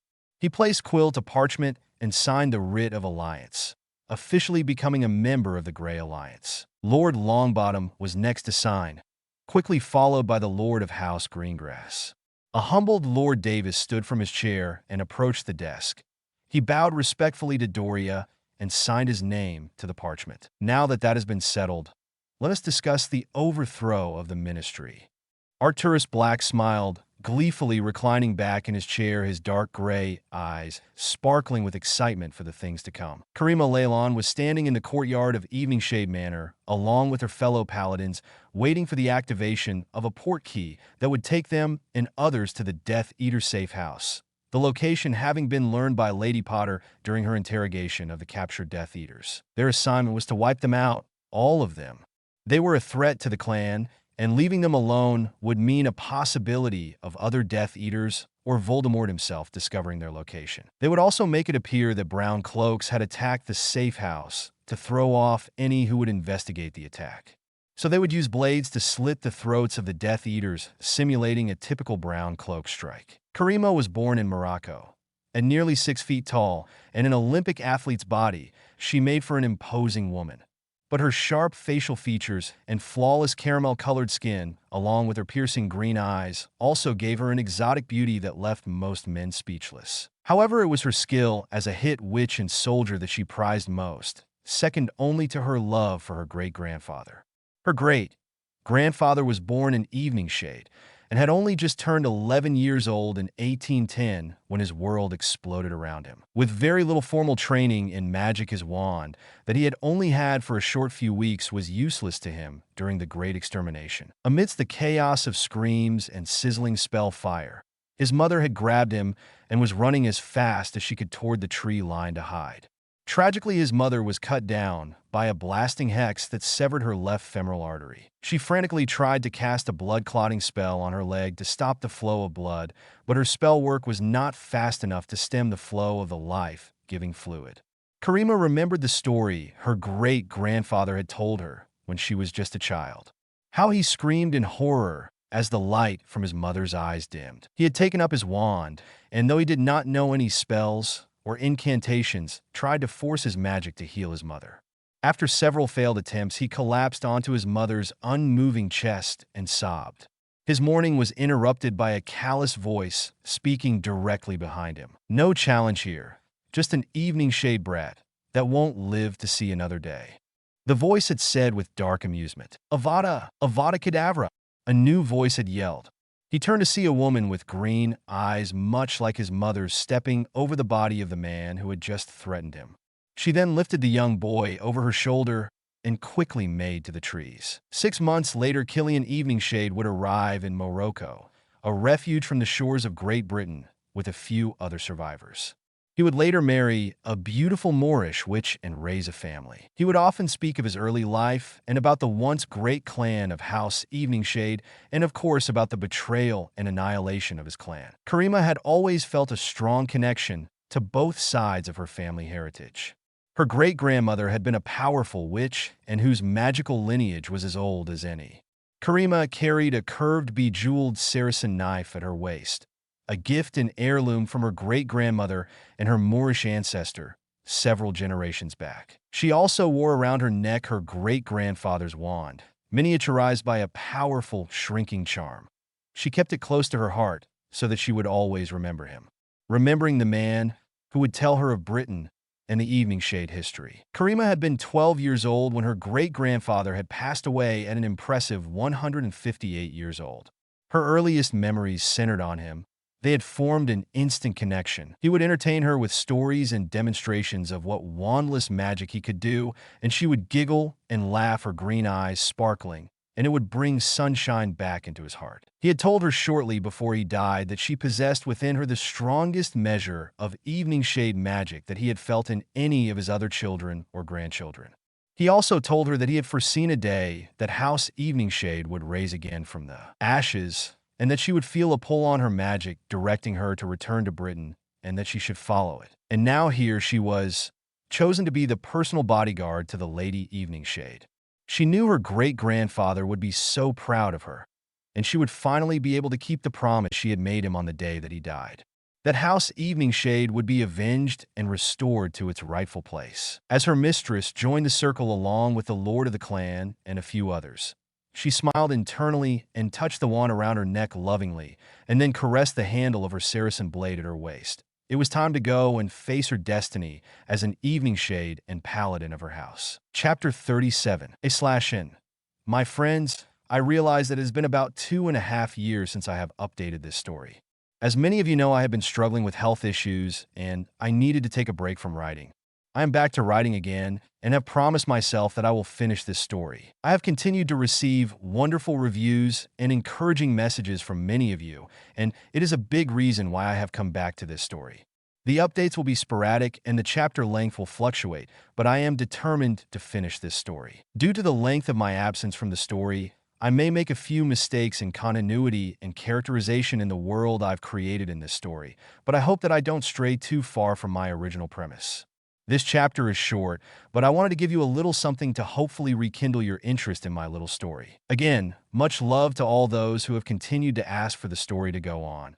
And so to all of you, here is Chapter 37 of Passageways. Chapter 37. I can't believe this shite Sarge. It's half an hour till our shift is over, and they very sent us out to the middle of nowhere to yell at some sprogs that got a hold of some very fireworks. Shut it, Campbell. You'll only be late to the pub. My wife had plans for us this evening, and you know how she gets when her plans get tossed. Sergeant Dumfries of the local constabulary in Yetholm growled at his partner. You married her, you daft sod. I warned you about my sister before you started dating her. You have no one to blame but yourself. Constable Robert Campbell chuckled at his brother-in-law. Right? Dumfries rolled his eyes. Just keep your eyes on the road, you sod. It's looking a bit icy, and I don't want to explain to the chief how you wrecked another squad car. Oi! That last one was not my fault. That cow just came out of nowhere. Campbell defended. It was 10 feet from the very road, in a field. Dumfries smacked the back of Campbell's head. Well, I didn't see the pothole, and that very coffee was hot. Went right down me trousers it did. Whatever, let's just find these kids so we can get back to the station and get our shift report done. Maybe if we're quick enough, the missus won't be too cranky with me. Did you feel that, mate? Robert asked suddenly as they turned off onto an old lane. Hun, where did this turn come from?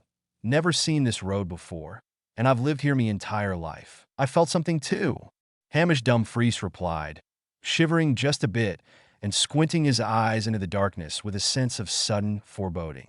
Felt a bit like walking next to a high-voltage power line, all tingling like. Yeah, what the very hell is that? The car had suddenly shaken, nearly causing Constable Campbell to swerve off the snowy lane and into a tree. That was no firework that felt like a very bomb went off. Sergeant Dumfries yelled, his senses now fully alert. Should we call in for some backup?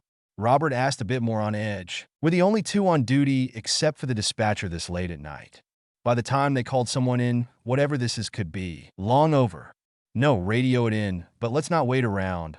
We need to investigate this as soon as possible. Dumfries informed his partner. Right, but as soon as we stop, I'm pulling the shotgun from the trunk. Could be the IRA, for all we know. The junior constable fidgeted in his seat. Dumfries rolled his eyes at his brother-in-law. I highly doubt it's the IRA, you paranoid git. We're far too north for their likes, and there is nothing of political interest up here elseways. St. Andrew preserve us. Robert Campbell exclaimed as he made the sign of the cross, slamming the brakes of their little squad car and sliding to stop. The two men saw dozens of strangely clothed people running around and shooting colored lightning from sticks at each other. Body parts could be seen being blasted from their owners from the lightning strikes. Some of the lightning was creating explosions, tossing up frozen dirt, rocks, and people. Mavis, it's Hamish. We need backup. We need backup. The radio crackled as a female voice responded. Sergeant Dumfries, this is dispatch confirming request for backup. Mavis, we need backup. Call London if you bloody have to. We have some kind of battle going on. I'm seeing dead and injured persons all over the darning place. The police veteran screamed into the radio. Right? I'm on it, Hamish. Sit tight until help arrives. Mavis Breckenridge replied, her voice raising several octaves as she scrambled to get the two constables some immediate assistance. Movement in front of them caught their attention, and the two officers stared in horrified awe as they witnessed a figure in black robes create a long whip of fire from a stick and then watched as it wrapped itself around another man in what looked like a brown robe. The robes of the second man instantly caught fire, and with a tug on his stick, the first man seemed to pull charred flesh from the second man's bones, sending the remains flying through the air. The blood-curdling scream jolted the two law enforcement officers out of their momentary paralysis. This fight was something that was clearly out of their depth of training and experience. It was time to get the hell out of there. Let's get the devils out of here, Robert. Hamish screamed at his partner. Robert was about to throw the car in reverse when a cloaked figure suddenly appeared in front of them. The flashing blue lights from the patrol car illuminated the heavily scarred face of the man. The grotesque face offered an even more grotesque smile. The two officers looked at the man and froze as they witnessed him raise his arm toward them, a stick in his hand. They watched his lips move, and then suddenly there was a blinding flash of red and then an eardrum-splitting sonic boom. Neither man would be filling out any shift reports tonight. The burning, twisted heap of metal that had once been the newest vehicle in the yet-home constabulary motor pool and its two occupants were no more. A sudden wash of color flared just behind the tree line to where a pitched battle was taking place. Harry, Bella, and the Evening Shade Paladin strike team materialized and immediately took a defensive posture. Shield wall. Jacob Sisked, the 44-year-old Aussie and Paladin captain, ordered. 6 paladins stepped forward in front of the others and cast large shields of a golden hue. They overlapped each other, increasing their individual strength exponentially. What the darn? Harry whispered as he took in the battle in front of him. Who are all these witches and wizards? There were at least 50 magicals in an all-out melee. This was just supposed to be a quick hit and run on a Death Eater safe house. but they found themselves staring at a pitched battle. He recognized the Death Eaters with their black robes and silver masks. He also recognized the brown cloaks. But who was the third group? His question was almost immediately answered when his eyes were suddenly drawn to the middle of the fight. Two wizards were locked in a massive duel. Spellfire being exchanged at such a rapid rate, it was nearly at inhuman speeds. He immediately recognized Dumbledore, then focusing on the other, he knew it had to be Voldemort. "My lord, your orders?" Sisked asked his family patriarch and lord. Harry didn't respond. He had not anticipated a scene such as this. It was supposed to be a quick strike to eliminate a safe house. 8 hostiles at most. But this he was not expecting, and honestly, he was unsure how to proceed. If he engaged, he undoubtedly would lose some of his people, not to mention revealing himself to the wizarding world sooner than he would like, and there was just too much chaotic spell fire, and too many unknowns to just throw his people into this maelstrom. "My lord," Sisked asked again, but seeing the hesitation and confusion in his master's eyes, he quickly turned around, sending hand signals to the rest of the team, instructing them to raise their hoods and use the charms in their cloaks to blend into their surroundings and to hold their positions. The veteran soldier placed a gentle hand on Harry's shoulder. "Perhaps we should fall back and observe, my lord. We can use this opportunity to gather intelligence on our enemy's tactics and strength," he gently offered. Harry nodded mechanically, and the team silently fell back to the safety of the forest. Fortunately, their arrival had seemed to go unnoticed by the other combatants. The word was passed down the line to hold positions and not engage. Harry looked over the battlefield and noticed that the combatants slowly began to cease their fighting and instead focused all their attention on 2 individuals who were creating such a powerful light show that the very air crackled with charged ozone. "Sweet Morgana," Harry whispered. He looked at the 2 wizards that had ruined his life and the power they displayed, and a flicker of self-doubt popped into his mind. "How can I defeat these bastards?" Harry growled, forcing his momentary insecurity down deep and turning it to anger as his awe at the display of power turned to loathing. Down the ranks to the left of Harry, Karima also looked down at the fighting going on and wanted to throw herself in a slowing fray, the warrior within her longing to be tested once again in combat. But she knew her primary responsibility was to the Lady Eveningshade, and her honor would not allow her to abandon her charge to satisfy her own lust for battle. Karima looked at her lady in quiet admiration. Though the Lady Eveningshade was young, she could sense her power and potential. She watched the dark-haired mistress of the clan as she took in the battle below them, her eyes scanning and taking in the scene as it unfolded, already mentally preparing herself for what might lie ahead. Karima sighed longingly as she caressed the hilt of her blade. The Saracen enchanted knife seemed to vibrate and sing a song to her of longing for battle and blood. She had resigned herself to just being a spectator, at least until movement to the right caught her attention. Hand signals again. /N. I hope this latest chapter has rekindled your interest in the story. Short, I know, and a bit of a cliffhanger. Don't flame me. Please. I just wanted to get something out there to whet your appetites. Much love, Jer. Please review.